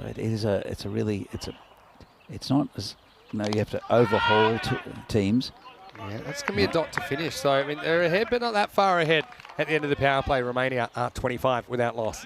Yeah, as I said, it's not about overhauling a team. Yeah. But there are players that get older and players that lose a certain ability. Just lose that extra edge. You need freshness coming in, and that's a really good thing in this throughout Europe. And we're seeing just teams improve in general. There'll be lulls as well, because there'll be unavailabilities, or you'll get players just moving away or retiring. Yeah, you get movements for various reasons. I mean, I also like in Romania there's a real effort to develop the youngsters and the players that have been born and played all their cricket in Romania. And you see they have still the youngest T20 international representative, Marian Gerasim. He's not part of this squad this time, but Safi Ahmed's a really good young player that I'd love to see come into the 11. We haven't seen him on the park today. Good bowler. Whereas you're going to get some spin, so this is a new challenge for these openers. This is going to be Jagmeet. It's coming in for over number 4. Well, it's a little bit the same with Italy. They've experimented with players that haven't played for Italy before. There are a couple of teenage keepers, which is again a bit of an experiment, and they're all leading up towards the ECC later in the year, which is the main goal, but also just with cricket in general, the T20Is are taken very seriously in Italy, and they've got a very strong side to Italy in that when they play international tournaments. This is cut away and handled, so a dot ball. I mean, there's a few more dots than a regular field here as well, because like we've said, you can afford to have the infield in a bit closer, because you're not necessarily conceding a boundary if it gets past them. They might pull up and the outfielder might be able to handle it, or you might be able to chase it down, keep it to 2 or even a long 1. Backs away and drives. The keeping spot interests me a lot about what Italy end up doing in the ECC, because you'll have Really Gadagu, who will be 48 by that time, but he has a body of a man that's about 15 years younger, and he's still the best keeper in Italy. He bats 11, but it doesn't matter, because they've got so many all-rounders. I think picking your best keeper is probably the way to go in this format of the game. I mean, I'm kind of similar in that I'm a keeper that wasn't really a specialist batter. I'm a bit of a throwback that way. But in my team, we had enough all-rounders so I could afford to bat number 9, for example. Yeah. This one, it's going to sneak past the keeper. And it's actually how to do it. See how Thiessen hits it. Doesn't really know where it's gone, but he looks up at Taran. So it shows these two have a good understanding. Because once he knows it's behind him, it's not actually important. He can't really find the ball, but he looks up, sees Taran come and says, all right. And let's go and respect your judgment, and we'll get through for the run. Jugmeet, though, keeping things quiet once again for Team Italia.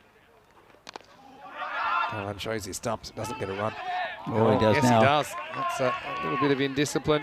We saw kind of patches of this from Italy, especially in the first game. They were brilliant in the field for the most part, but just had a couple of lapses. Yeah, but let's see. Will you pick a 48-year-old again if he's the best man for the job? I think he deserves the job. Yeah, I agree. I mean, especially if he's as ripped as he is. I don't know how much time he spends in the gym. I think him versus Nawad Ahmedzai in an interesting gym battle. oh, This is going to be gone, and I think this bowls him. As T10 runs straight past it. I think he's just asking what happened there, but we'll check it out in the replay here. Yep, hits the top of the stump, and then the keeper hits the stumps as well, but I mean, already the stumps have been broken. So Ramesh is going to have to go spin to win again for Team Italy. Jugmeet keeps it real tight in that fourth over, takes 1 for 4, and it is 29 for 1. it's a really good little comeback over from Italy. Let's have a look at this.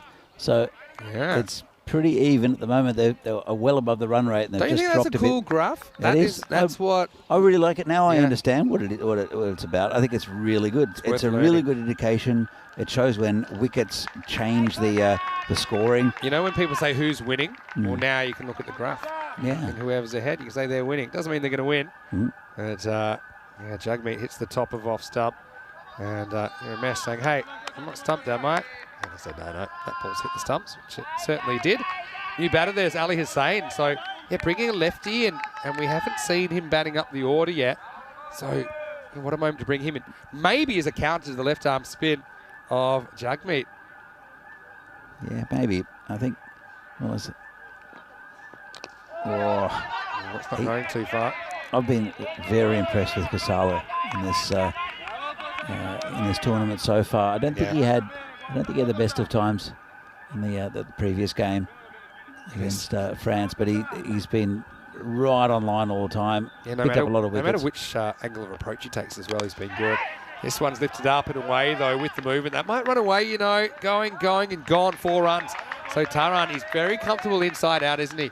He's probably one player that I would attack from around the wicket, because it seems that he likes kind of going with that angle. He opens the face a little bit and hits it quite late in the piece. That's why he gets it away for 4. Yeah, absolutely. And, well, Kasala, we saw him bolt around the wicket, as you said.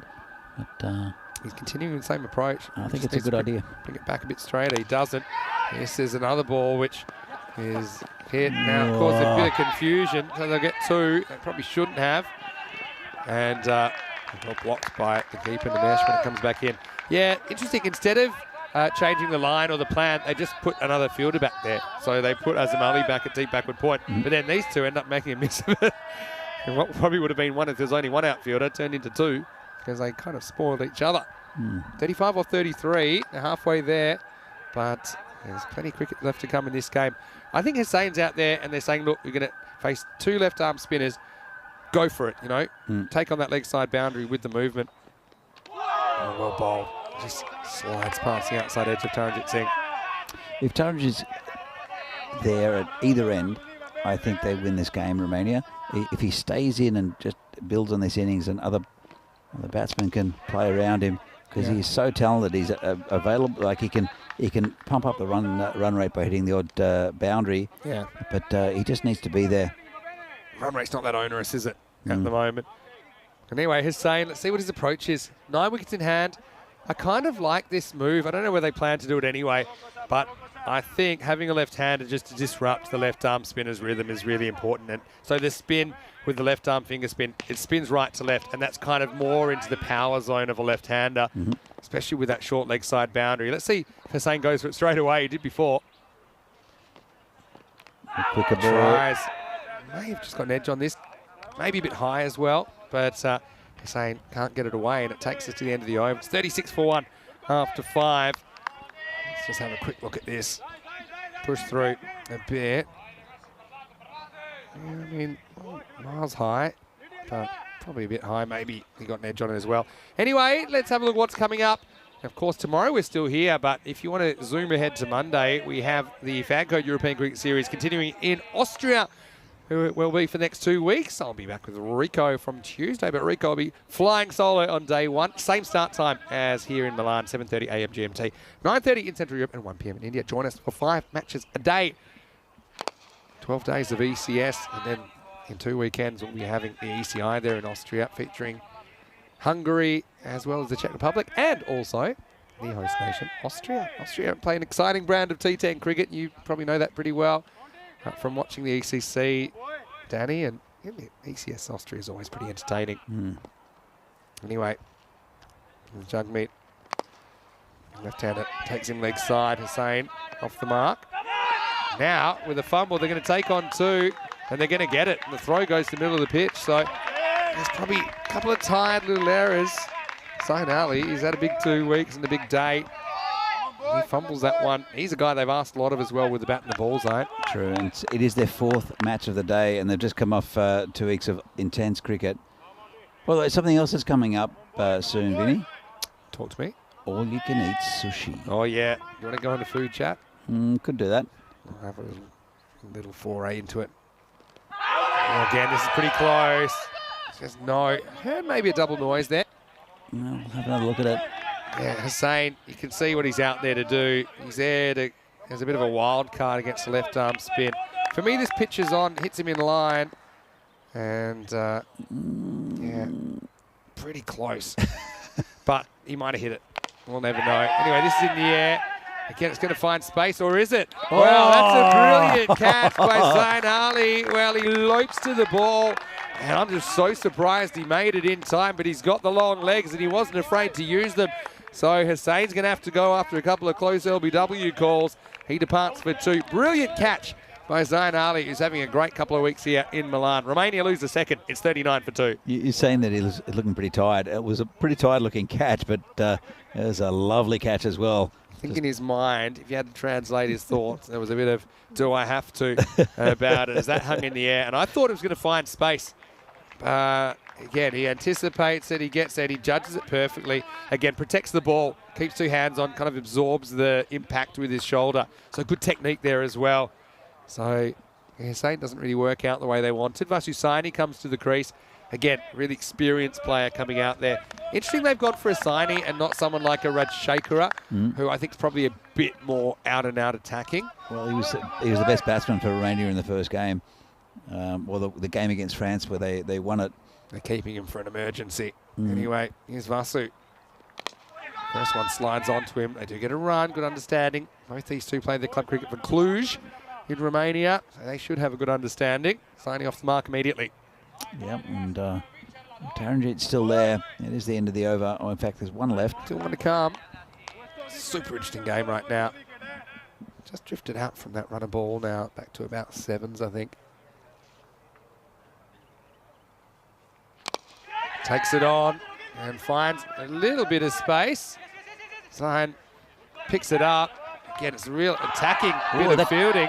Could be close, you know. It's a brilliant throw, kind of off balance, but he kind of gambled with a one-hand pick up an early release. Does bounce on the way to the keeper, but let's see if Taran's made it home or not. Replay will tell the story. It's a big moment in this cricket match. And he is... Oh, it's pretty close. I think he's just home. Yeah, I think that one shows he's... Yeah. Yeah, that's the one which shows he's kind of in and the stumps haven't really been broken yet. It's about as close as it gets. It will be not out. I don't know if Taran realises how close it was, but now he does as he survives, and it's 42 for 2 after 6. So where are we at? We're at 28 required of 24 balls. That's another way you can kind of take the pressure off. If you're not hitting that boundary, if you can get a couple of 2s and over, and then not too many dot balls gets you at that 7 and over. That's exactly what they need at this stage. No extras at all. Completely clean innings from Italy at the moment. So not giving any away for free. In fact, both teams this game have been very good in that department. Yeah, have been. And well, Asim Ali will come on. And this will be interesting because I don't think they would have had a look at Azim Ali yet. And yeah, he'll come on again. If I was playing Azim Ali, I haven't seen him, I wouldn't really play him as a spinner. He's going to push a lot through. He's not really going to turn a lot, but he'll be at the stumps. Here we go. 4 overs to go on the day. And as advertised, this one is pushed through and at the stumps. Again, that's Saidi's job at the moment, I think, just to make sure he doesn't chew up any dot balls. And he can probably leave the more advanced stuff to Taran, who's already in. You say that he pushes it through, but he's not really a defensive bowler, is Azim Ali. He'll be right at the stumps, and he's, oh, as you can see, he makes things happen, and he does take his a good lot of wickets. No matter who you are, when you're facing your ball first time, you're always kind of a little bit at a loss to know what's coming. And Taran just mistimed that, almost leading edged it back to the bowler. Really good finish coming up. Romania have come this far. Can they finish the job? Well, it was a premeditated shot that he turned into a real shot, didn't he? And that's going to run away. Oh. Not sure if it goes to the boundary. He says it doesn't. And now we almost have a run out. I think he's made it.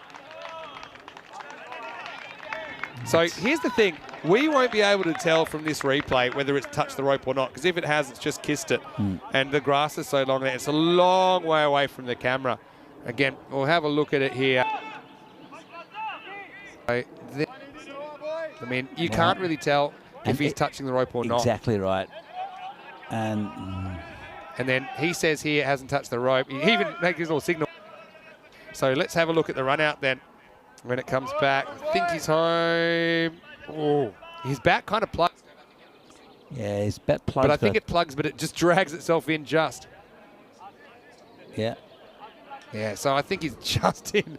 So close on a couple of accounts. How many did they run there? That's the one thing I didn't pay attention to. I'm Well, not sure. Taran hit it, and I can't even see who that is because he's all blurred. But yeah, I think I know it won't be given out.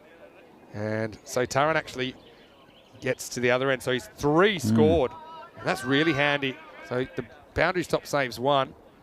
Great work down there. Again, if there's doubt on the boundary stop, it goes to the fielder. There certainly was doubt there. And I think the fielder was saying, look, you know, I would have said if I stepped on the rope when I kicked it back, and then he's the best man to decide whether that ball hit the rope or not. He said it was inside.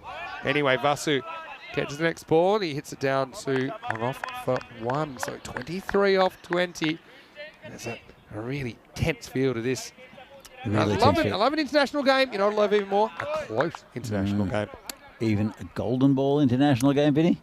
Well said. Early days, though. That's the slower one from Azim Ali. It's just a one bouncer out to Zain, who muffs the throw, and they'll get a second.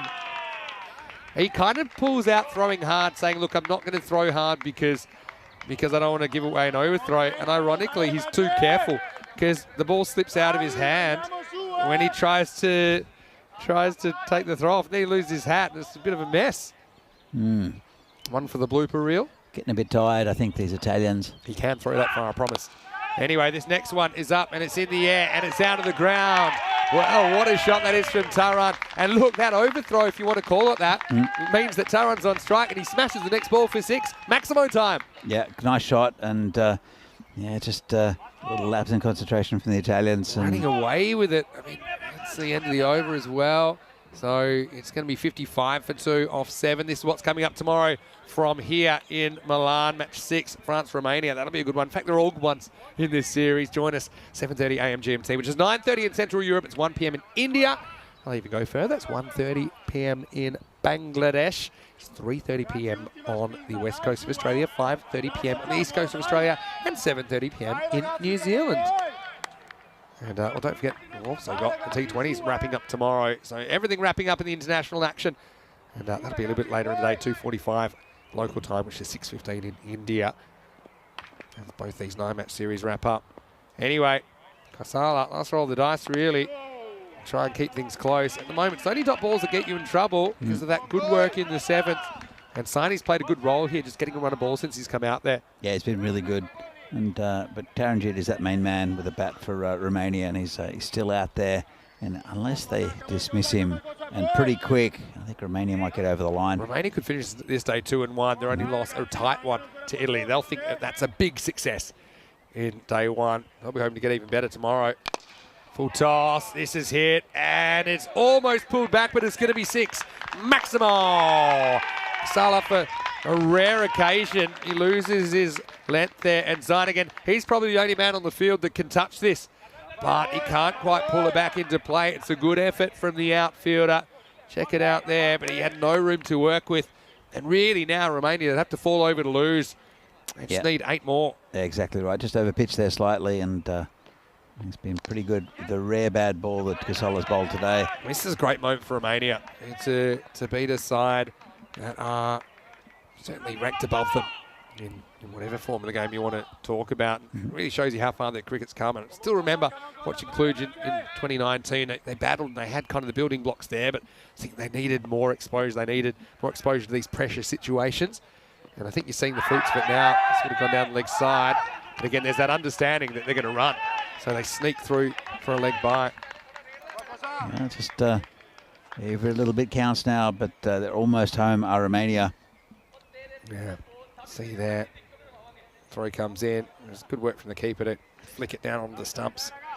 The other thing is again, you tighten the field, but then you've got a man like Taranjit who can hit the ball out of the park. Yeah, I'd want to see them earn it, to be honest. I'd like to see the field brought up. The only way back into this, even though it's a long shot, is a bunch of dot balls. That's why Saini's been so good. I think they might have maybe missed a trick. They know him better.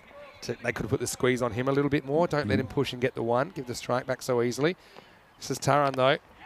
Again, pushes and runs. And where they're getting these runs, I think they get home again, is that there's just no hesitation. They're saying, look, we're going on contact, and when you get that jump, it's amazing how many you get in when you can steal that extra yard or two.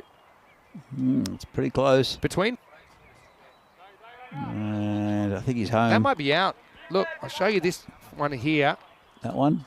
That one's... is it on or behind the line? The bails haven't... Oh, the bails have gone because the ball... That's the shot. I'm going to say it's probably not out. I think, but my suspicion is... Yeah.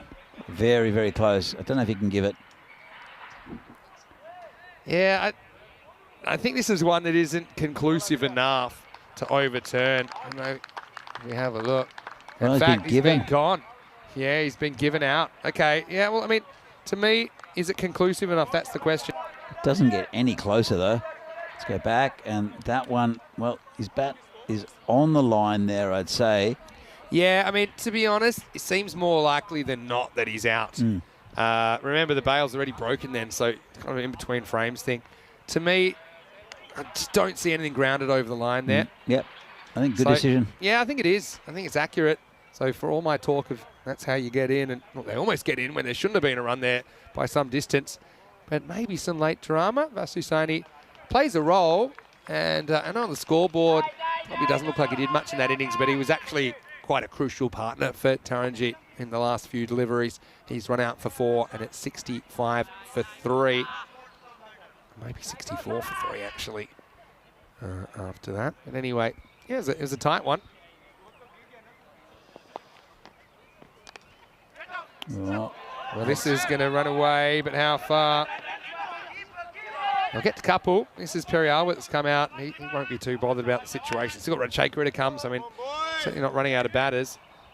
Yeah, they've still got really some of their batting heavy side are Romania, but with Ali Hussain coming into the team, they're a bit more balanced and really good, strong side of Romania, as we see here. The graph, and they're ahead of the run rate quite comfortably are Romania at the moment. So still 2 overs left. And it will be Sukhwinder Singh to resume. Yeah, so the exciting thing tonight is that the cricket's only just beginning, if you want to call it that, even after 10 hours here at Milan Cricket Ground. Romania needing 4 off last 12. You need a miracle over here, but kind of a miracle maker. Sukhwinder coming out in over 9. Hit pretty well. This will be a quarter of the runs they need. So yeah, just a reminder that we have a big day in Gibraltar with 3 T20 internationals there today. Match 7 is getting underway in around about 20 minutes. So it'd be nice, I think, the way things wrapping up here. You can then flick over to Gibraltar, Malta and Portugal. And looking at Machado, is in the lineup after he took a nasty blow in the head. Was wearing a helmet, but it just missed his helmet. He's been cleared to play, so that's good news for Portugal. Malta winning the toss and batting. Malta without a win that series, and with only 2 matches remaining for them, they'll be desperate. Portugal, well, they've been flawless so far. Charlie Hunt, Joe Marples will take you through that. Starting in 20 minutes' time. Whoa, getting tricky here. Yeah, well, they need to make something out of nothing, and that's what they try and do. But see, Taran, again, he's doing something pretty simple, which is watching. Look, batting and watching. So when he doesn't go to bowl, he doesn't leave. And then when he sees he's gone past the crease, then he kind of ambles out a bit. He just runs in too quick to Sequinder for any sort of Probably run had a out. plan there, but had no idea what he was doing. Sequinder saying, hey, try that. That's how to do it, though. We've seen that a couple of times today. Right, this could be it. If he's got to make the stop. He does make the stop. They'll just get one, so it makes it 2 to win. Yeah, so this is what I mean. All this controversy and all this can be averted by realising it's actually a non-striker error every time they run out backing up. Sure. It's a non-striker error. And if you don't make the error, you don't lose your wicket. You can debate the morality of it and all those things. I'm not saying I love it either, but we've seen a couple of examples today where having the bat in the correct hand, watching the bowler. As soon as that arm comes over, sure, go, but just don't go early. This is up in the air. Could be gone, you know, and it is. So do we have some late drama? They only need 2 to win here. It's it's going to be another wicket. And so I'm just trying to work out exactly what's happened. I think accidentally they may have scored an extra run, which has shut down the computer because it thinks Romania have already won. But I had it as 4 to win. I remember 2 more runs since then. So I have it as 2 to win, 1 to tie at the moment. Well, there was one down towards third man, which was stopped. Yeah. We'll be back with that live soon with the score, but it's still not the end of the match. Still have a lot of batting to do with Romania, so they still got another probably about 8 balls left, 9 balls left. I don't know if I've seen this particular scoring error before, so I'm curious how it gets fixed. But yeah, I'm just going on the old counting on my fingers method, and I've got 1 to tie, 2 to win. As this looks like Natty Gotler that's come out. Can he get Romania over the line? Oh, he doesn't get a run there. And I would love to tell you how many to come, but I've lost count because I'm too busy counting the runs. But I mean, again, you've got Taranjit out of the equation now, I suppose. Italy, I mean, they've really got to be running on empty now after a long day at the office. I think they've really loved having this opportunity to play so many matches, though. But still an over and a bit remaining. 1 to tie, 2 to win for Romania. Hit this and cut off. This will tie the scores. And so it'll be Perioa who's on strike.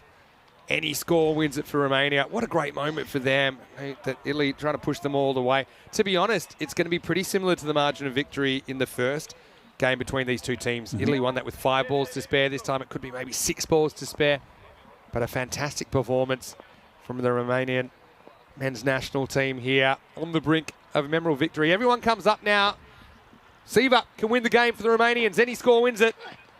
And he misses, and it's a good take behind the stumps from Nimesh. It'll be the end of the 9th, and scores are tied 70-70 at the end of a long day of international action. We're going to go to the very last over, Danny.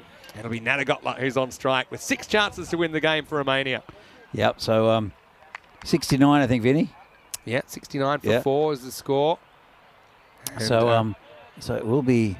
If they win this ball, it'll be exactly the same margin of victory. Yeah. It'll be Joy Pereira taking the ball. All right, so let me see the options they've got. I mean, yeah, this is where they haven't bowled Zain Natvi this innings. Azim Ali's the man they could use. I suppose Joy, someone that I suppose Romania haven't really seen too much of. Interesting.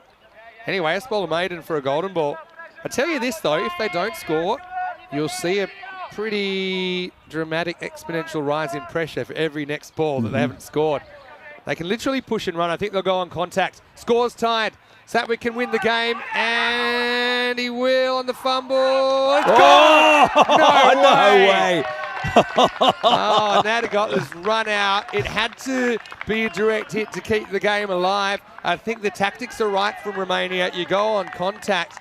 It had to be a perfect piece of fielding. I suppose it was, except for the fumble. Satwick's going, surely this isn't going to hit. You're not going to do it to me, are you? Bang. There you go. The scores remain alive. I suppose what it does do is it changes the strike. What a piece of fielding that is. And so it means that Sivakumar Perioa, I bet he never thought he'd get another chance to win the match after he dotted up that last ball of the 9th. He got Narad Shaker coming out there now. But high drama What a piece of fielding that was. I think it might have been Azim Ali that came up with it. Brilliant work.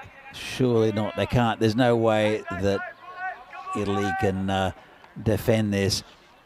Wow, who was it? Or was it Jagmeet? I think. Anyway, let's get back to it. Siva can win the game. And that's 2 dots. I told you, every time they don't score, the pressure meter is going to go up. And this would be amazing. Joy Pereira, probably wondering how this game is still alive. They've packed the offside infield. In fact, there's no outfielders at all anymore. And so they're basically saying that you're going to have to hit it through us or over us. Can they win the game here, Romania? It's up in the air. Can it be caught to keep the game alive? It's not. And Romania win. Romania win. It was Simran, one of the best fielders in this competition, that had to go back with the flight. It's such a difficult catch. So Romania are going to do it, and they'll do it with 3 balls to spare. High drama. I mean, every team had to be perfect, didn't they, at the end? Simran got turned around. He just couldn't locate the ball again. So Siva does win the game for Romania, and it's Romania 70 of 9.3, defeating Italy 69. An upset to finish the day. What a day of action, Danny. Absolutely. And look, to be honest, where Romania won this game was in their bowling and fielding performance. To keep Italy down to 69, and even though they had some very good performances with the bat, this was let's just see this one go down. But that was for me where they won this game, Romania, keeping a very good Italian side down to 69, and it was a good measured performance with the bat. Of course, and Sathisen and Taranjeet have got class up the top, and they both performed when they both went, especially Sathisen. They had other players come in to bat with Taranjeet, but Taranjeet held this innings together. This is a really nice catch out there from Zain Ali. This was the run out. But yeah, you said it. As long as Taran was there, you felt they were going to win and win pretty comfortably. Everyone counted in the end, didn't it? I mean, Italy were kind of out of the plane with no reserve parachute. This is an interesting one when you consider that it came down to every run mattering. As not only did that give away an overthrow, but then Taran banged the next ball for 6 and kind of gave them that breathing space that they kind of needed as it went deep towards the end. Even that one, Zane was pretty frustrated, I think, that he couldn't keep that in. Then a couple of really tight calls.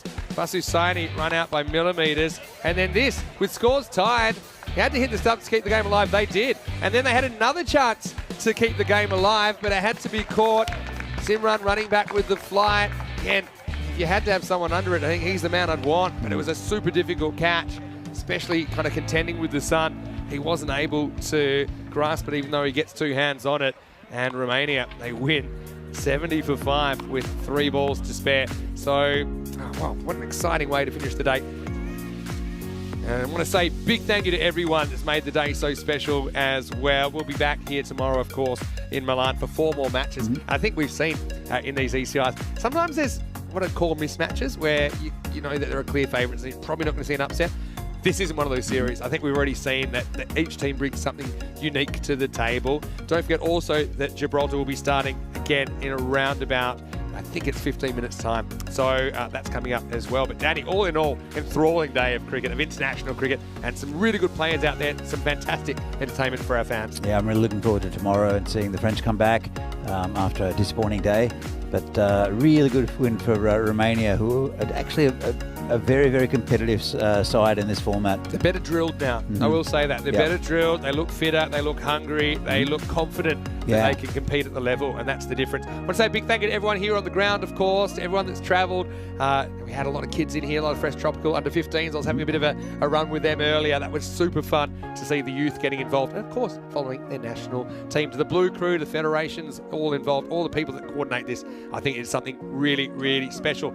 I'll be flicking over to Gibraltar pretty shortly in about 10 minutes, but a reminder, you can go to our social media at European Cricket, check out some of the best bits, and there are some real highlights today, that's for sure. Our YouTube channel, if you haven't already, please subscribe and click the thumbs up on the video. And finally, our website, europeancricket.com, that's the home of European Cricket. You can see what's coming up and even look ahead to series like the ECIs and the ECSs in Austria coming up. Anyway, Danny, we're going to go, and we've got all-you-can-eat sushi on our mind, so we're not going to hold you any longer. We're going to leave you some highlights today. Big thank you to Spring Productions as well, to Artes, to Maria, and to Krills for your work today. You've done a magnificent job. From everyone here at ECN, the European Cricket Fan, we hope you have a happy and a safe evening. We'll see you tomorrow for more international action here at the fan code ECI, Italy, Milan. Good night. Buenas noches. See you guys.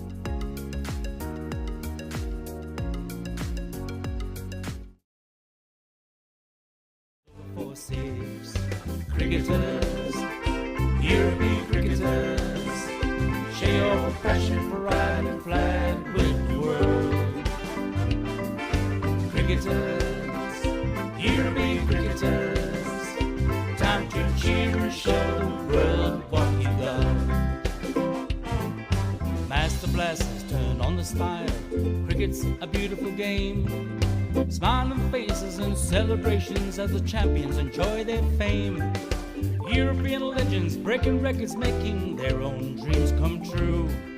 Watched by millions, European cricketers show the world what they can do. Now picture this, 10 runs needed to win off the last over of the match. Fielders are on fire, sliding and diving, want to take that world-class catch. Tension building as the ball runs in. Will it be short, a yorker or slow? A 6 will win it, 4 to tie into the golden ball we go. Cricketers, European cricketers, share your passion, pride and flag with the world. Cricketers, European cricketers, time to cheer and show the world what you got.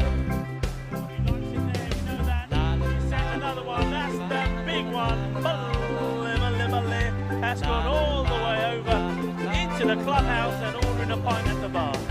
Hundreds of clubs all over Europe are coming together today. Thousands of cricketers want to be stars, show their talents when they play. We've got commentary, action-packed cricket frenzy. You're hooked, you can't deny. Worldwide audience watching to see which team will lift the cup up high. Oh, cricketers, European cricketers, share your passion, pride and flag with the world. Cricketers, European cricketers, time to cheer and show the world